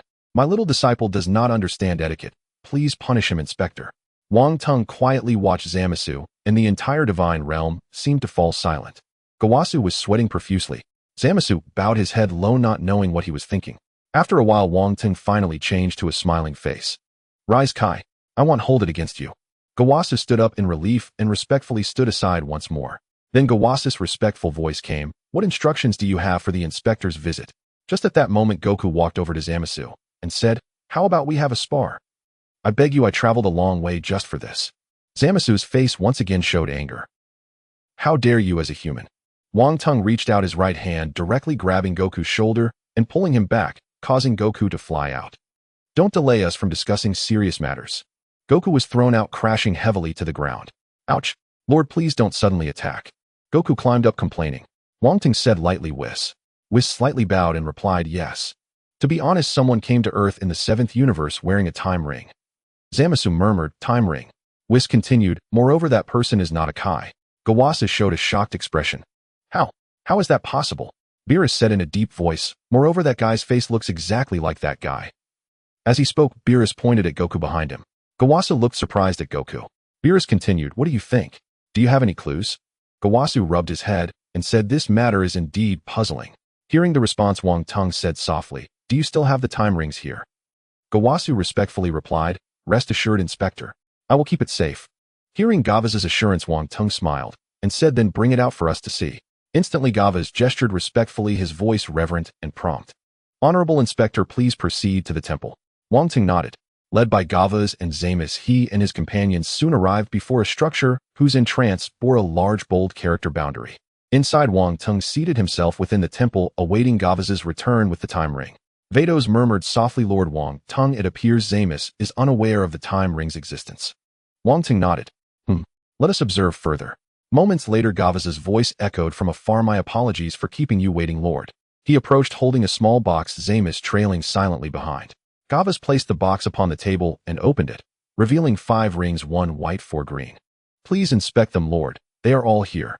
Wang Tung glanced briefly, then said quietly, "Beerus, Vados, come take a look." Both stepped forward immediately. "Authentic. No discrepancies," they murmured in unison. Hearing their affirmation, Gavas exhaled in quiet relief and bowed with a smile, "Now I may rest easy." Yet if trouble has arisen in the 7th universe, why have the lords come to our 10th universe? Vados' eyes flickered shrewdly. "We are presently conducting inspections across multiple universes." Gavas wiped the cold sweat from his brow. "Ah, I see," he added, bowing deeply, "Still your presence honors us beyond measure." Thereafter, Wang Tung departed the boundary god realm of the 10th universe with his entourage. En route home, he asked calmly Vados, "Have you discerned anything?" Vados replied, gently, "Do you refer to Zamus?" Beerus and Son Goku stood bewildered, utterly perplexed as to what might be amiss with Zamus. Wang Tung nodded. Zamus, though only an apprentice boundary god of the 10th universe, radiates palpable malevolence and harbors deep-seated prejudice against humanity. Vados stroked his chin, lost in thought for several moments. "You suspect the dark figure is linked to Zamus?" Wang Tung met his gaze and smiled. "Precisely. Zamus is undeniably entangled with the dark figure." Beerus started, then quickly responded, "What is your command, Lord?" Wang Tung's eyes sharpened, cold, incisive, unyielding. "Eliminate Zamus." Beerus's face flashed with shock, but meeting that gaze he knew no appeal was possible. Beerus bowed solemnly. "Yes, Lord." A fierce calculating light gleamed in Wang Tung's eyes as he reflected the 3 Zamuses across timelines must never meet, else the situation will grow perilously complex. Let Beerus eradicate the Zamus of the primary timeline. The Zamus of Son Goku's fallen timeline has already become the Black Scion. Only the Zamus of the future timeline remains. At that, Wang Tung gazed into the star-strewn void, his eyes piercing, resolute. Earth, the hyperbolic time chamber. Boom, boom, boom. A deafening explosion shattered the air. A figure hurtled downward, crashing violently onto the ground. Gohan descended slowly from the sky. "Trunks, are you all right?" Trunks shook his head, replying, "I'm fine, Master Gohan." "Give it your all." Hiya. In the next instant, Trunks erupted with overwhelming power, golden aura surging fiercely upward. Then future Trunks launched a relentless assault, blindingly swift like storm-driven rain. Yet Gohan remained impassive, defending with serene, effortless precision. Trunks stared in disbelief. Every strike either slipped past Gohan or was effortlessly blocked, utterly ineffectual. Trunks swiftly leapt back, palms blazing as golden energy coalesced into a radiant sphere, a massive energy blast. Whoosh! The golden sphere shot toward Gohan. As it loomed ever larger, Gohan roared. "Ay!" His golden aura exploded skyward, titanic, oceanic, unstoppable. Clenching his fists, Gohan slammed them into the blast, sending it hurtling away. Kaboom! A cataclysmic detonation rent the air, Fire bloomed across the heavens, thick black smoke billowing. Gohan bellowed, Trunks, unleash your absolute limit. Trunks' knotted hand flying to the sword sheathed across his back. Suddenly, a razor-edged aura erupted around him. Here I come. He raised the blade and lunged, lightning fast. Gohan's expression twisted sharply. In a flash, he caught the lethal edge between two fingers. Yet the sword's terrifying aura pressed relentlessly. Though Trunks wielded only Super Saiyan 2 strength, its synergy with the blade elevated his power subtly beyond that threshold. Trunks surged with explosive ki, the guttural roar rising from his throat, golden aura flaring so violently the hyperbolic time chamber itself trembled. Hey! Gohan instantly felt the blade's ferocious pressure intensifying in his palms. A faint smile touched Gohan's lips. He ignited his ki, golden hair lengthening instantly as he ascended into Super Saiyan 3. Trunks stared dumbfounded. The blade remained utterly motionless in Gohan's grip. His lips trembled. This is a transformation beyond Super Saiyan. Gohan withdrew his hands. Trunks staggered, suddenly weightless, nearly toppling backward. From Father's battle with the Black Saiyan, we know that foe grows stronger mid-fight. But with this level of power, before he could finish, Gohan's low thunderous roar shook the chamber. An immense wave of ki erupted, his golden aura sharpening, hardening, becoming almost blade-like. His energy surged at an impossible rate. Impossible. At such a peak, how can it still rise? It's terrifying, Trunks whispered, awestruck. Unconsciously, he retreated several paces. As Gohan roared again, a crimson warrior materialized before Trunks' eyes. Black hair, red-trimmed fur crimson, tail swaying with predatory grace, radiating sheer, soul-chilling dread. Gohan's voice resonated calmly. This is Super Saiyan Grade 4.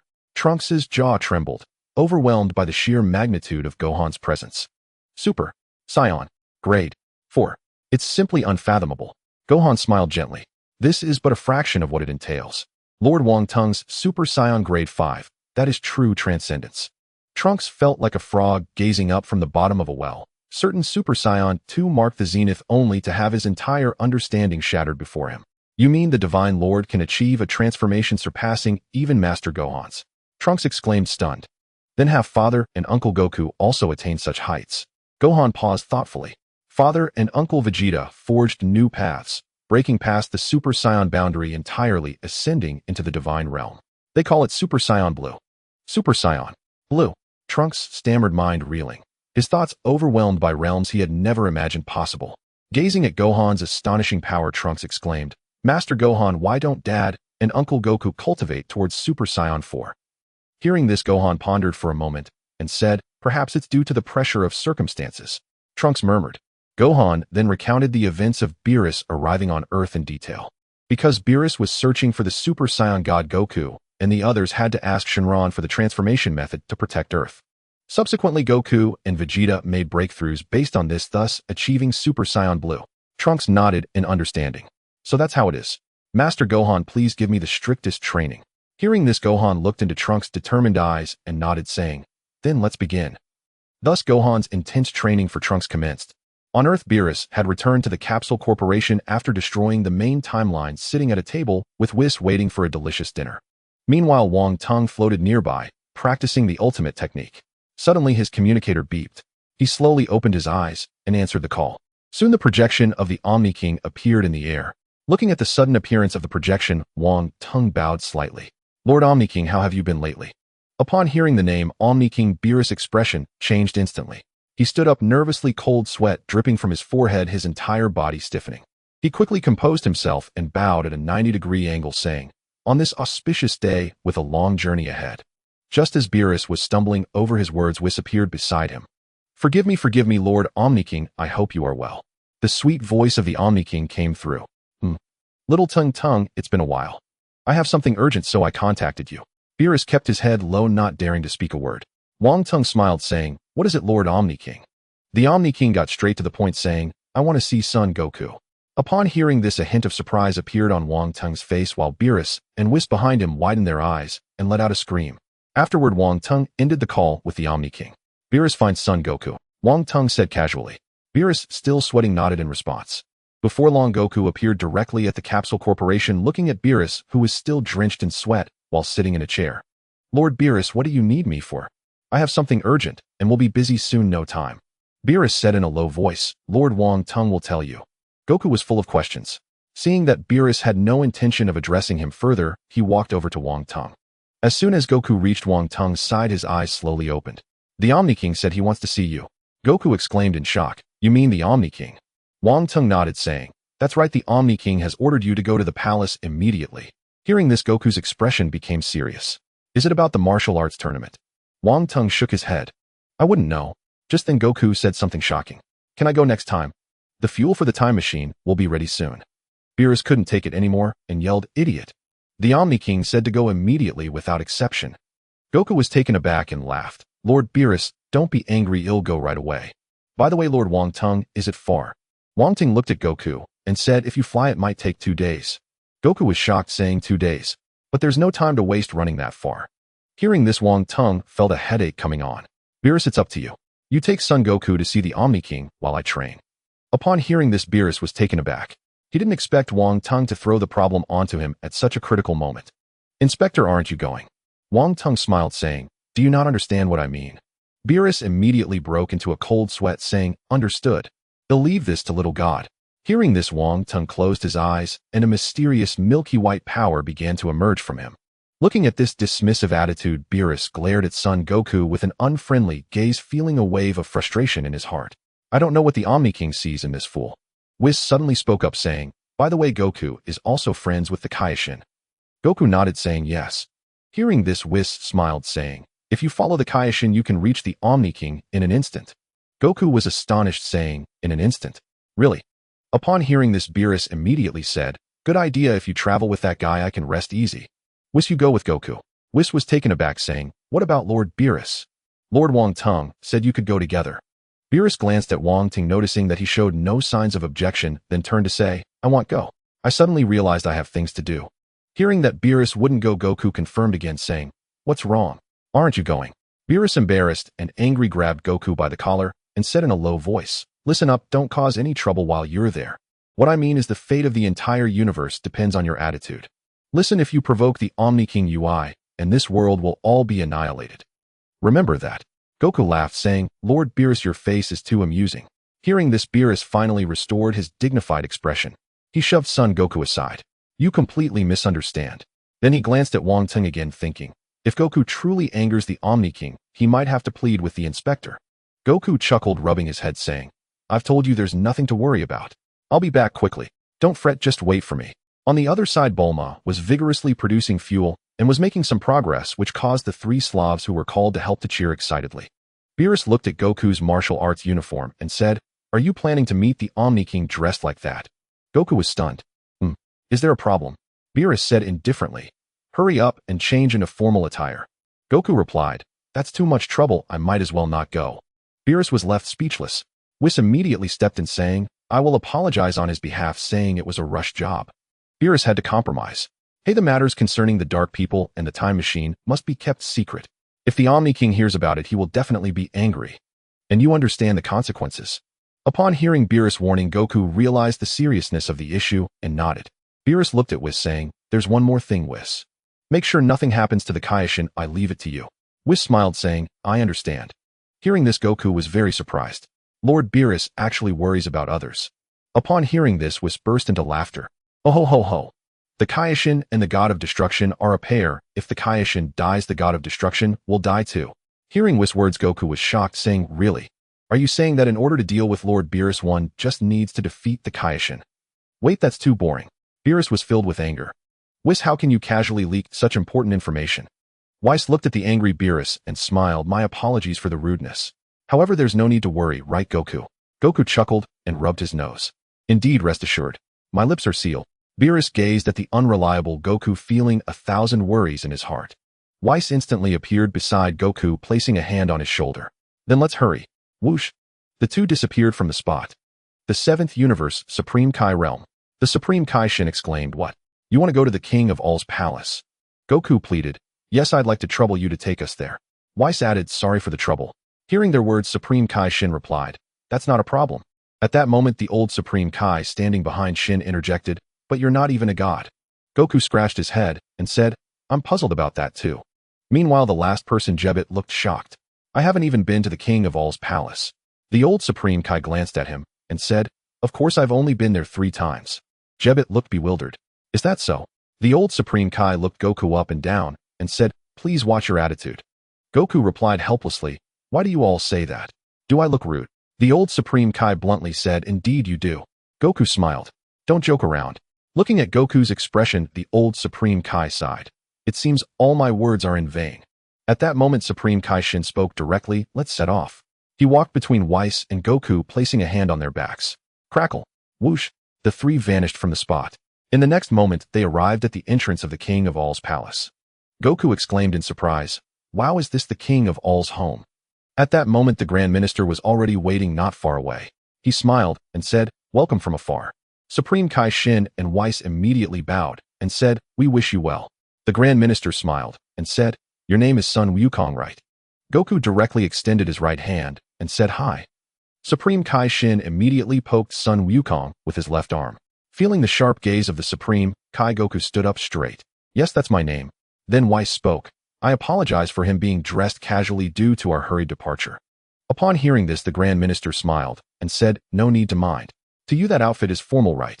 Goku casually replied, yes. No. That's very true.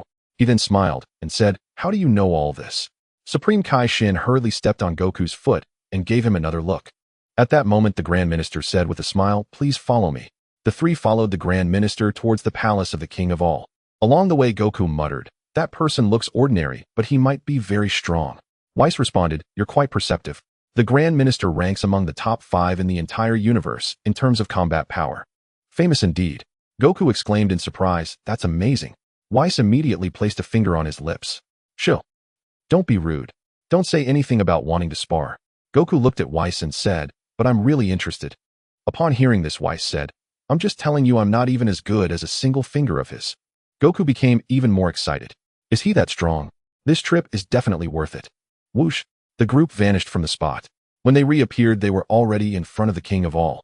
There sat the King of All on his throne with 2 guards standing beside him. The Grand Minister immediately knelt on one knee. Sun Wukong has come to worship the King of All. The King of All's babyish voice immediately echoed. Sun Wukong, you have come. In the next second, the King of All flew down from his throne. He approached Goku. I'm so happy you could come. Supreme Kai Shin immediately knelt on the ground. Facing the King of All, Goku extended his right hand and said hi. Supreme Kai Shin glanced at Goku. Goku had no choice but to retract his right hand, smiling. Shouldn't I say hello? What do you need me for? The King of All's body slowly floated up. He reached out his small hand and grabbed Goku's hand. I want to tell you, I really want to make a friend. The King of All circled around Goku. Because I've taken a liking to you and want to call you my friend. Goku was taken aback then. The King of All's expression froze on his face. Is there a problem? Goku furrowed his brows and asked, what should we do after becoming friends? The King of All smiled and said, let's play together. Upon hearing this, Goku softly said, that sounds good. Did you call me just for this? The King of All still wore a smiling expression. Is that not okay? The kneeling Supreme Kai Shin was sweating profusely and said, that's absolutely impossible. For Goku to become the King of All's friend is simply overwhelming. The King of All looked at Supreme Kai Shin and said, don't speak. Upon hearing this, Supreme Kai Shin immediately buried his head low, trembling all over. The King of All looked at Goku again and asked, what do you want to say, Sun Wukong? Goku replied, just call me Wukong. The King of All laughed, Wukong. What do you want me to call you? Goku immediately found it difficult, scratching his head and said, let me think. Then he smiled and said, how about Hien? The guards behind the King of All's eyes sharpened. The Grand Minister's eyes turned into 2 crescent moons.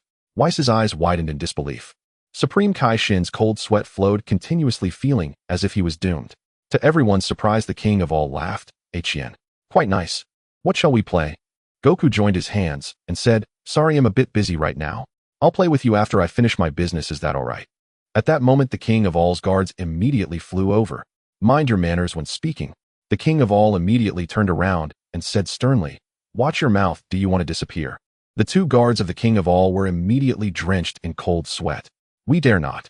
The King of All turned to Goku and smiled. Can you play with me after you finish your business? Goku immediately replied, yes. I can also introduce you to friends who are better than me. The King of All exclaimed in delight, really? Goku smiled and said, count on me. Hearing Goku's promise, the King of All smiled. Then it's settled. Let's do what we did last time. We agreed, let's do it again. Goku was taken aback, what? Then the King of All grabbed Goku's hand. Goku immediately remembered, smiling. Oh, it's this. He shook the King of All's hand up and down. The King of All immediately laughed. It's so much fun. No one else can do this. Goku exclaimed in surprise, no way, it's too easy. The King of All continued, I want to learn more about this kind of thing. Goku looked around and said, it seems a bit boring here. You should come to Earth to play sometime. The King of All immediately handed Goku a button to summon him. Great, this is for you. Goku was taken aback. What is this? The King of All smiled and said, just press this button and I'll come right away. Goku immediately pressed the button. The King of All frowned and said, pressing it now won't work. Because I'm right here. Goku immediately put the button away. Looking at Goku putting it away, the King of All immediately smiled and said, remember to introduce me to friends. Wukong immediately extended his right hand. Alright, see you. Their hands clasped together. The Grand Zeno smiled and said, see you next time, Wukong. Wukong immediately turned and said, hey Kaioshin, let's head back. The Kaioshin was already exhausted on the ground. Is it over? Wukong directly lifted the Kaioshin. It's over, it's over. The Kaioshin finally let out a long sigh of relief. Wukong carried the Kaioshin on his shoulder and turned saying, Aquan, see you. Grand Zeno waved his small hand. The Supreme Kai led the others away from Grand Zena's palace. At the entrance of Grand Zena's palace, Wukong set down the exhausted Kaioshin and asked Kaioshin, are you okay? The Kaioshin whispered, sigh. The Supreme Kai said softly, your friend is really interesting. Hearing this, Whis responded, isn't that so? The Supreme Kai looked up at Whis and said, I also look forward to seeing him again. Whis smiled and said he will be happy to know. The two slightly bowed to each other. The Supreme Kai's farewell echoed. No need to see you off. Seeing Whis fly over, the Kaioshin immediately began to chant a spell. Kaya Kaya. The three vanished from sight. In the seventh universe, the Kaioshin sighed in relief, saying, it's good to return safely. The Kaioshin gently said, by the way, Wukong, you promised Grand Zeno that you would bring friends to see him. Who do you want to bring?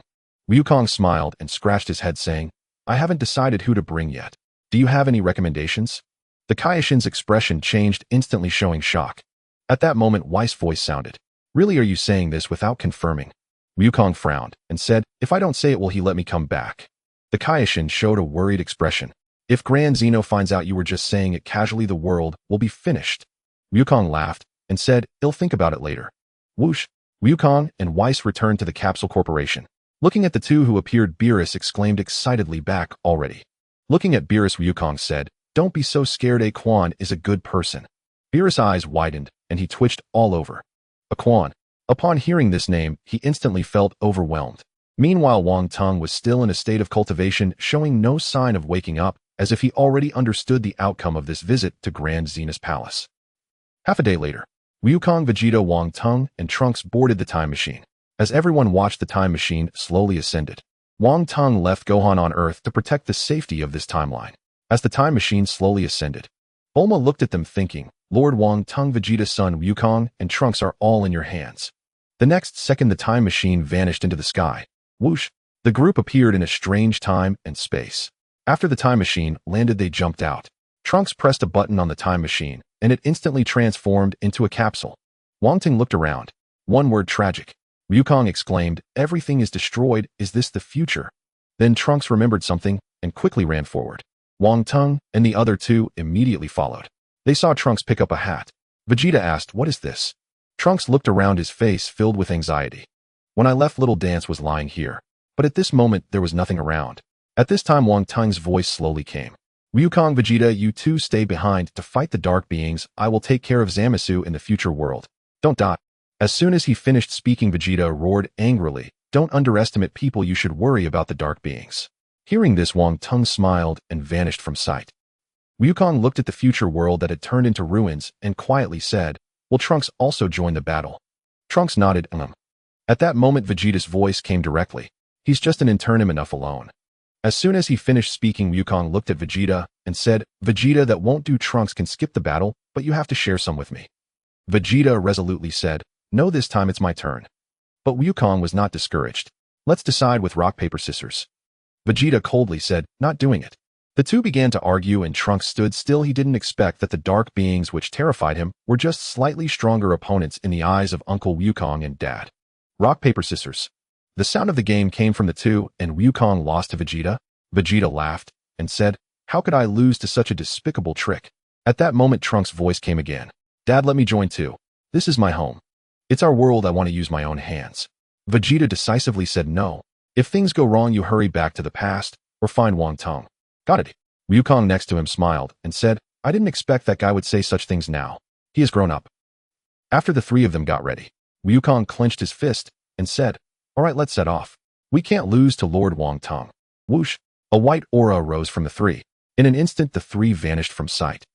Dark Wukong stood on a high building looking at the ruined future world. This scenery is truly sad, but I can see that the earth has rid itself of humanity this past. Its future will shine with beautiful light. The construction of the Peach Blossom Spring world is just around the corner. Foolish humans await your judgment. At this moment, a golden energy ball shot up into the sky, instantly painting the sky gold. Dark Wukong was taken aback, gazing at the suddenly appearing golden light. Not far away, Vegeta was in the midst of launching an attack. Wukong smiled and said, this way he will know our position. Sure enough, the next second, golden lightning appeared in the clouds, dense fog rolled in. Vegeta looked at the sky and said with a smile, finally here. After the fog dissipated, Dark Wukong's figure appeared in the air. Looking at the newcomer, Trunks clenched his fists in anger and shouted, Dark Being. Dark Wukong's face suddenly showed surprise. I didn't expect you to arrive so quickly. Vegeta exploded in anger, his blue divine aura instantly rising, and astonishing pressure erupted. He confidently said, I will tell you one thing, you will ultimately die at the hands of this Super Saiyan Blue. Trunks looked at the suddenly transformed Vegeta in astonishment, thinking to himself, this is the Super Saiyan Blue that Master Gohan spoke of, indeed a divine realm. I can't even feel this aura's existence. Then he looked at Dark Wukong. Seeing Super Saiyan Blue, he remains unfazed as if he has seen it before. Dark Wukong in the air unexpectedly started clapping. Not bad. Is this how the warrior race dons the divine aura? In the next second, Dark Wukong instantly appeared in front of Vegeta, lifting Vegeta's chin with his finger. You've been training for a long time, haven't you? Black Goku suddenly appeared in front of Vegeta. He placed his finger on Vegeta's chin and smiled. You've been training for a long time, but at the end of the day, you are still human. Whoosh! Vegeta was shocked and quickly retreated to create distance. Super Saiyan Blue Vegeta gritted his teeth and said, damn it, I let him take advantage of me. Compared to when I fought Kakarot, his energy is stronger now. But in front of Super Saiyan Blue, it's all meaningless. Vegeta charged toward Black Goku with fierce speed, launching a rapid punch.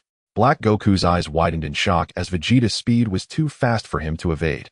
He crossed his arms to protect his body, and Vegeta's powerful punch landed on him instantly. Boom, boom, boom, boom.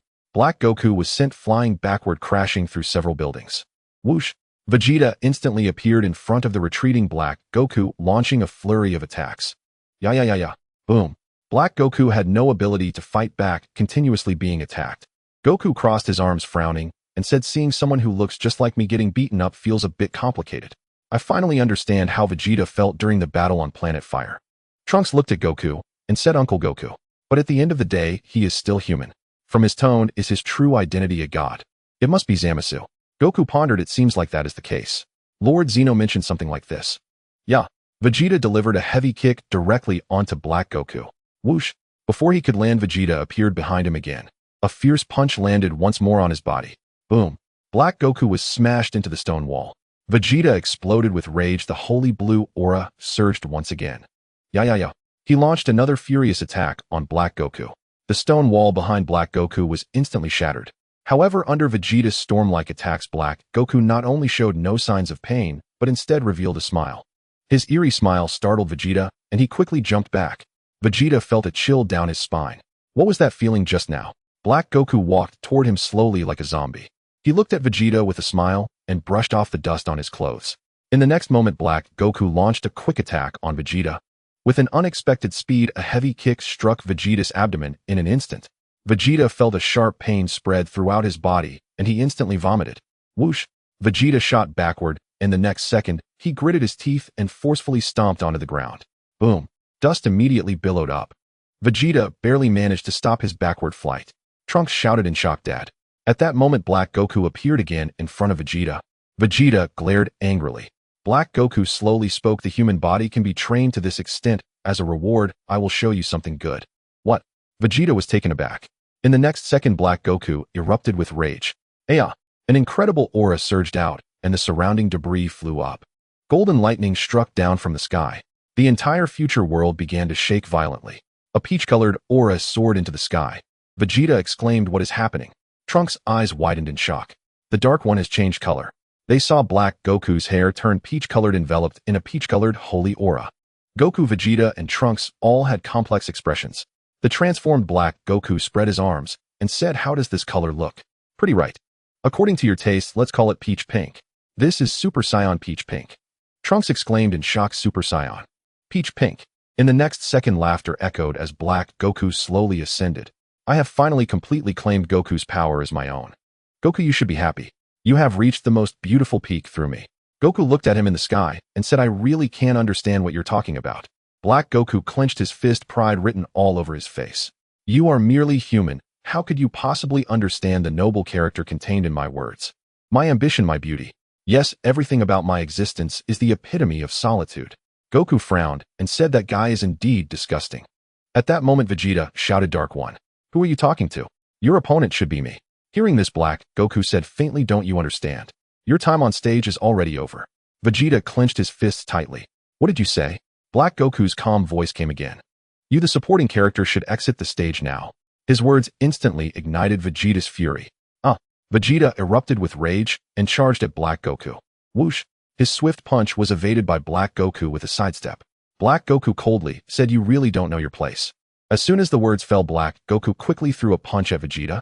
Slap! Vegeta didn't even turn his body, just raised his palm to block Black Goku's punch. Black Goku's eyes widened in shock. "Damn it!" The peach-colored aura surged again, and Vegeta felt his fist suddenly grow heavy. Vegeta took a deep breath and threw a punch. His fist crashed heavily into Black Goku's face, and the next second Vegeta launched a rapid attack on Black Goku again.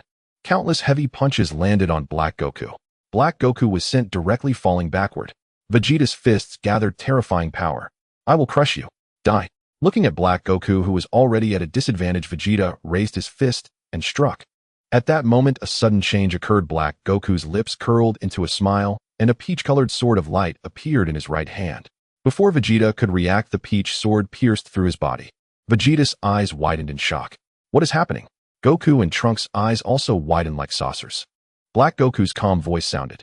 "Earlier I told you that you were the supporting role, but now you need to change. You are the appetizer, Vegeta. You are a flavorful appetizer." Vegeta muttered, "You bastard." As soon as he finished speaking, Black Goku pulled out the peach-colored sword from Vegeta's body. A mouthful of blood immediately spurted from Vegeta's mouth, and the blue aura instantly vanished. Vegeta fell downward. Thud! The ground was instantly covered in thick dust. Vegeta was defeated by Black Goku's sneak attack without using his full strength. If Vegeta had transformed into Super Saiyan Deep Blue from the very beginning, the outcome might have been drastically different. Trunks looked at the falling Vegeta and shouted, "Dad." Black Goku's laughter echoed from the sky. "Thanks to the appetizer, my power has increased. Alright, next I will devour the main course and step into a higher realm." Trunks angrily said, "Damn it." Goku stepped forward. "Step back." Trunks murmured, "Uncle Goku." Wukong stepped forward, letting out a thunderous roar as he instantly transformed into a Super Saiyan Blue, a divine blue aura surging upwards. Trunks was shocked, exclaiming, "This is Uncle Wukong's Super Saiyan Blue."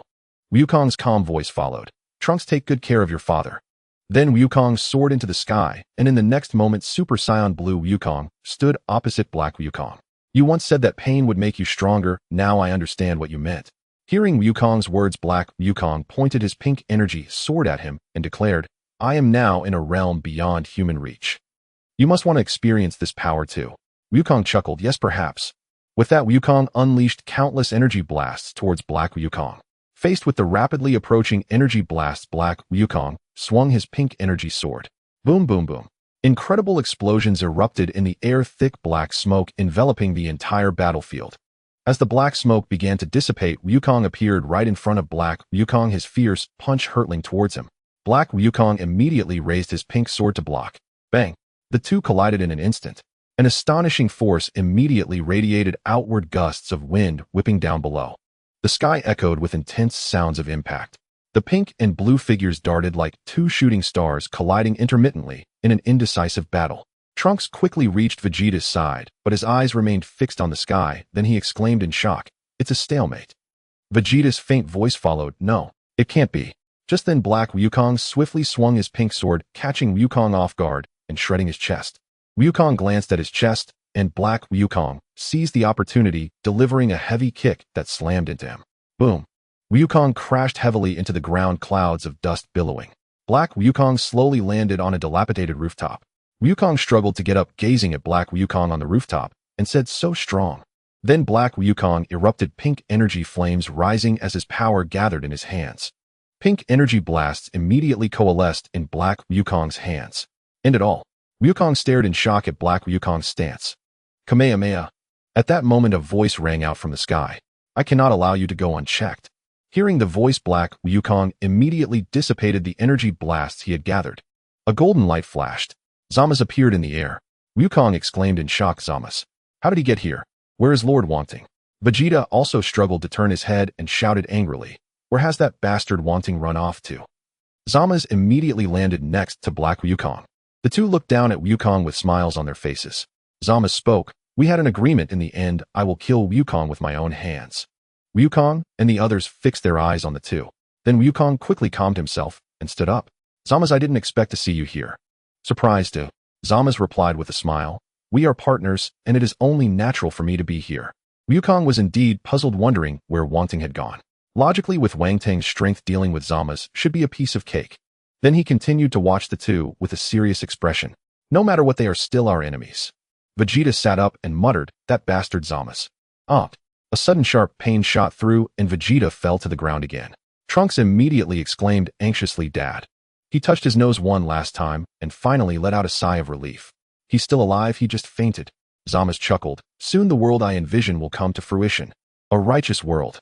Hearing this, Wukong roared, "What are you talking about?" Meanwhile, Zamasu continued to speak to himself. "In that righteous world, humanity has no need to exist." Wukong shouted, "I won't let you succeed." Ah! The divine blue aura surged instantly. In the air, Zamasu brandished a purple sword and lunged towards Wukong. Wukong also extended his fist, ready to confront the enemy. At that moment, a figure suddenly appeared. Without warning, a kick struck Zamasu directly in the abdomen. Zamasu was sent flying. Boom, boom, boom. His body crashed through several tall buildings. Wukong looked at the newcomer, surprised. "Lord Wanting." Trunks' face also lit up with joy. Wanting gazed at Black Wukong, whose expression was fluctuating, then looked at the fallen Vegeta and spoke in a calm voice. "There isn't a soul in the King Kai's realm. So you escaped here, Zamasu." He then flipped his hand, revealing a healing bean. "Trunks, catch." He tossed the healing bean over. Trunks caught it, but remained dazed, staring into the sky. Wang Tang's voice rang out again. "Trunks, that's a healing bean. Quickly give it to Vegeta." Luckily, when he first came to Earth, he visited Karin Tower, and there were still plenty of healing beans in the system space. In the next second, whoosh, Zamasu shot up into the sky, instantly reaching Black Wukong's side. He looked at Wanting, who had suddenly appeared, and said softly, "You are a god. Why are you helping humans?" Hearing this, Wanting smiled. "I act purely on my whims, though I help whoever I want, and you have no say in it." Upon hearing Wang Tang's unapologetic words, Zamasu's gaze instantly sharpened. "Then you shall die." Huh. Zamasu lunged at Wanting again, but to Wanting, Zamasu's attack was as slow as a turtle, for the time reversal had already been activated. Boom. Wanting kicked Zamasu squarely in the nose. Blood immediately streamed down his face. Zamasu felt like he was about to go insane. "Hey partner, let's attack together." Upon hearing this, Black Wukong nodded. In the next second, the two launched simultaneous attacks on Wanting. Bang, bang, bang. The air erupted with fierce combat. Circles of white sonic booms appeared and gusts of wind continually blew downwards. Boom. The three quickly separated. At this moment, both Black Wukong and Zamasu wore shocked expressions, because in the recent battle their combined attack had yielded no advantage at all. Trunks stared intently at the sky, murmuring, "Is this the power of the Divine Lord? It's truly astonishing." At that moment, Wukong shouted, "Trunks, quickly give Vegeta the healing bean." Trunks suddenly realized he had been so captivated by the battle in the sky that he had forgotten to save his dad, truly a pitiful display of strength. He quickly shoved the healing bean into Vegeta's mouth. Glug! After swallowing the healing bean, Vegeta's eyes slowly opened. He stood up, stretched his body, and then gazed up into the sky, murmuring, "Since Wanting has arrived, I won't have the chance to step in." Ew, how frustrating. Trunks looked at the recovering Vegeta, joyfully exclaiming, "Awesome, Dad." Vegeta merely snorted coldly, not saying a word. Wang Tang and Zamasu, along with Black Wukong, gazed at each other from a distance. In the next moment, Zamasu and Black Wukong exchanged a glance and charged forward once again. As the two approached rapidly, Wang Tang immediately met them heat-in, and the three of them were once again locked in battle. Zamasu and Black Wukong relentlessly swung their energy, swords attacking Wang Tang, but all their strikes were deflected by his fists. Bang! Bang! Bang! The astonishing energy shockwaves spread outward continuously. Then Wang Teng delivered an incredible punch from a tricky angle, sending Zamasu flying backward. Ah! With a scream, Zamasu plummeted downward. Meanwhile, Black Wukong gritted his teeth and charged toward Wang Teng again. At that moment, Black Wukong felt a blur before his eyes. Whoosh! Wukong's figure appeared right in front of him. Your opponent is me. Looking at the suddenly appearing Wukong, Black Wukong was filled with rage, raising his pink energy sword and charging forward. Undeterred, Wukong met his incoming sword with equal ferocity, and in an instant the two were engaged in battle. Wang Teng's gaze lingered on the two for just a few seconds before he turned his attention back to the fallen Zamasu. He saw Zamasu steadying himself, slowly emerging from the deep pit. At that moment, Wang Teng's hands immediately glowed brightly, and several energy blasts shot out at Zamasu, who was left in shock. Whoosh, whoosh, whoosh, boom, boom, boom. In an instant, the energy blasts exploded on the ground. Zamasu frantically dodged the incoming energy blasts from above, looking utterly desperate. The sound of explosions echoed continuously, and smoke filled the entire scene. As time passed, the smoke gradually dissipated. Just as Zamasu burst out from the smoke, Wang Teng was already in front of him. Boom! An energy blast slammed into his abdomen. He flew out like a fallen kite. Boom! An explosion rang out. Zamasu was buried beneath the rubble. Vegeta watched as Wukong joined the battle, his teeth clenched tightly. Two despicable Kakarot. At that moment, Trunks said, "Dad, let's work together to defeat the Dark One." Hearing this, Vegeta immediately roared, "Shut up! How can you say such a thing? Where has your pride gone? Where has the pride of the Saiyans gone?" Seeing Vegeta's fury, Trunks dared not speak further and turned his gaze to the battle above. A furious roar erupted from Zamasu's throat, and in the next moment, he soared into the sky from the rubble. His figure floated in the air, teeth gritted. "How infuriating, attacking from my blind spot." Looking at the reappearing Zamasu, Wang Teng smiled lightly. "You're quite resilient, but can you stand up again next time? Don't disappoint me." Whoosh! As soon as the words left his mouth, Wang Teng vanished from his spot and reappeared right in front of Zamasu. A heavy kick landed squarely on Zamasu's abdomen, too fast for him to react. Whoosh! Boom! Zamasu was once again heavily smashed into an old building. Dust and debris filled the entire dilapidated structure. Wang Teng floated in the air, looking up at the fierce battle between Wukong and Black Wukong, where neither side seemed to gain the upper hand. After a while, Wukong fell from the sky, and shortly after, Black Wukong was knocked back, as well, appearing evenly matched. At that moment, a faint voice echoed in Wang Teng's ear. "Where are you looking?" Wang Teng turned just in time to see an energy blast closing in on him. Realizing he couldn't evade the blast, Wang Teng quickly extended his right hand. Boom! The astonishing energy blast was sent flying. Wang Teng chuckled, "Child's play." Before he could retaliate, several energy blasts surged toward him once again. Seeing this, he swiftly moved in the air, easily dodging all the energy blasts with the aid of time reversal. Terrifying explosion sounds erupted in the sky, and thick smoke filled the entire space. Whoosh! In the next moment, Wang Teng appeared directly behind Zamasu, delivering a swift kick. Zamasu's gaze sharpened, and he vanished in an instant, evading Wang Teng's fierce kick. At that moment, an energy blast condensed in Zamasu's hand and pressed toward Wang Teng's abdomen. Whoosh! In a critical situation, Wang Teng activated instant transmission. His figure appeared right in front of Zamasu, delivering a heavy uppercut to his chin. Zamasu shot up into the sky. Wang Teng erupted with energy, a white aura rising dramatically as both hands emitted dazzling light. Whoosh! Whoosh! Whoosh! Countless energy blasts shot from Wang Teng's hands. The deafening sound of explosions rang out in the air. Thick black smoke enveloped the entire sky. As the explosions gradually subsided, Wang Teng laughed. "Hey Zamasu, can you take this seriously? It's quite dull otherwise." In the next moment, Zamasu blasted out from the smoke. Seeing Zamasu appear, Trunks exclaimed in shock, "His wounds are healing rapidly." Witnessing such an astonishing sight, Wang Teng remained unfazed and simply gazed at Zamasu. His calm voice echoed, "It seems you've gained immortality through the Super Dragon." Hearing Wang Teng's words, Zamasu's eyes widened in disbelief. "How do you know? That's impossible. Who are you? A god, yet you choose to help humans." Wisdom is the greatest gift the gods have given to humanity, but humans abuse it. Do such beings still deserve assistance? Wang Teng's calm voice rang out as he gazed at the increasingly deranged Zamasu. "It's disgraceful. A god consumed by obsession and desire can no longer be called a god. Today I shall cleanse the divine realm." Hearing this, Zamasu laughed maniacally. "Haha, what do you know? Only immortality is the true form of a god. With such a perfect body, what makes you think you can kill me?" Wang Teng and Zamasu stared intensely at each other. Zamasu understood deep down that his strength was far inferior to Wang Teng's. Although he possessed immortality, continuing the fight would hold no chance of victory. At that moment, a long howl echoed from afar. Wang Teng and Zamasu turned their gazes that way. They saw Wukong racing toward them. Run, Lord Wang Teng. Meanwhile, Black Wukong was gathering a terrifying amount of energy. Came. Hame. Huh. The pink light illuminated the entire battlefield. As the terrifying shockwave was about to strike, Zamasu smiled slightly and disappeared from his spot. When he reappeared, he was behind Wang Teng, gripping his arms tightly. He shouted frantically, "Attack now." At his words, Black Wukong accelerated the gathering of the shockwave. Wukong, rushing toward Zamasu, swung a punch. However, before Wukong's attack could reach, Wang Teng had already collided his head heavily against Zamasu's. Wukong was startled and halted in midair. Zamasu immediately felt a wave of dizziness. At that moment, Black Wukong's Kamehameha was finally fully charged. Waved. It's coming. Whoosh. The pink shockwave surged toward them at lightning speed. Upon seeing the terrifying shockwave, Wukong's face immediately showed panic. Run, Lord Wang Teng. Just as he finished speaking, he rushed toward Wang Teng. Wang Teng's expression remained unchanged as he grabbed the dazed Zamasu and positioned him in front of himself. Wukong, get behind me. Hearing this, Sun Wukong activated instant transmission and appeared behind Wang Teng.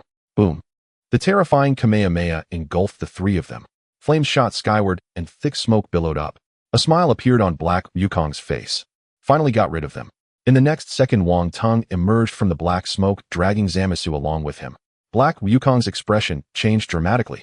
What? Looking at Black Wukong's astonished expression, Wang Teng chuckled. So you wanted to kill your partner. But it seems he has immortality, so you won't get your wish. Here, do as you please. Saying this, Wang Teng threw Zamasu toward Black Wukong. Zamasu immediately traced an arc in the air as he fell toward Black Wukong. At that moment, whoosh, boom, an energy blast was hurled by Wang Teng, exploding on Zamasu's body. Black Wukong was immediately enveloped in thick smoke.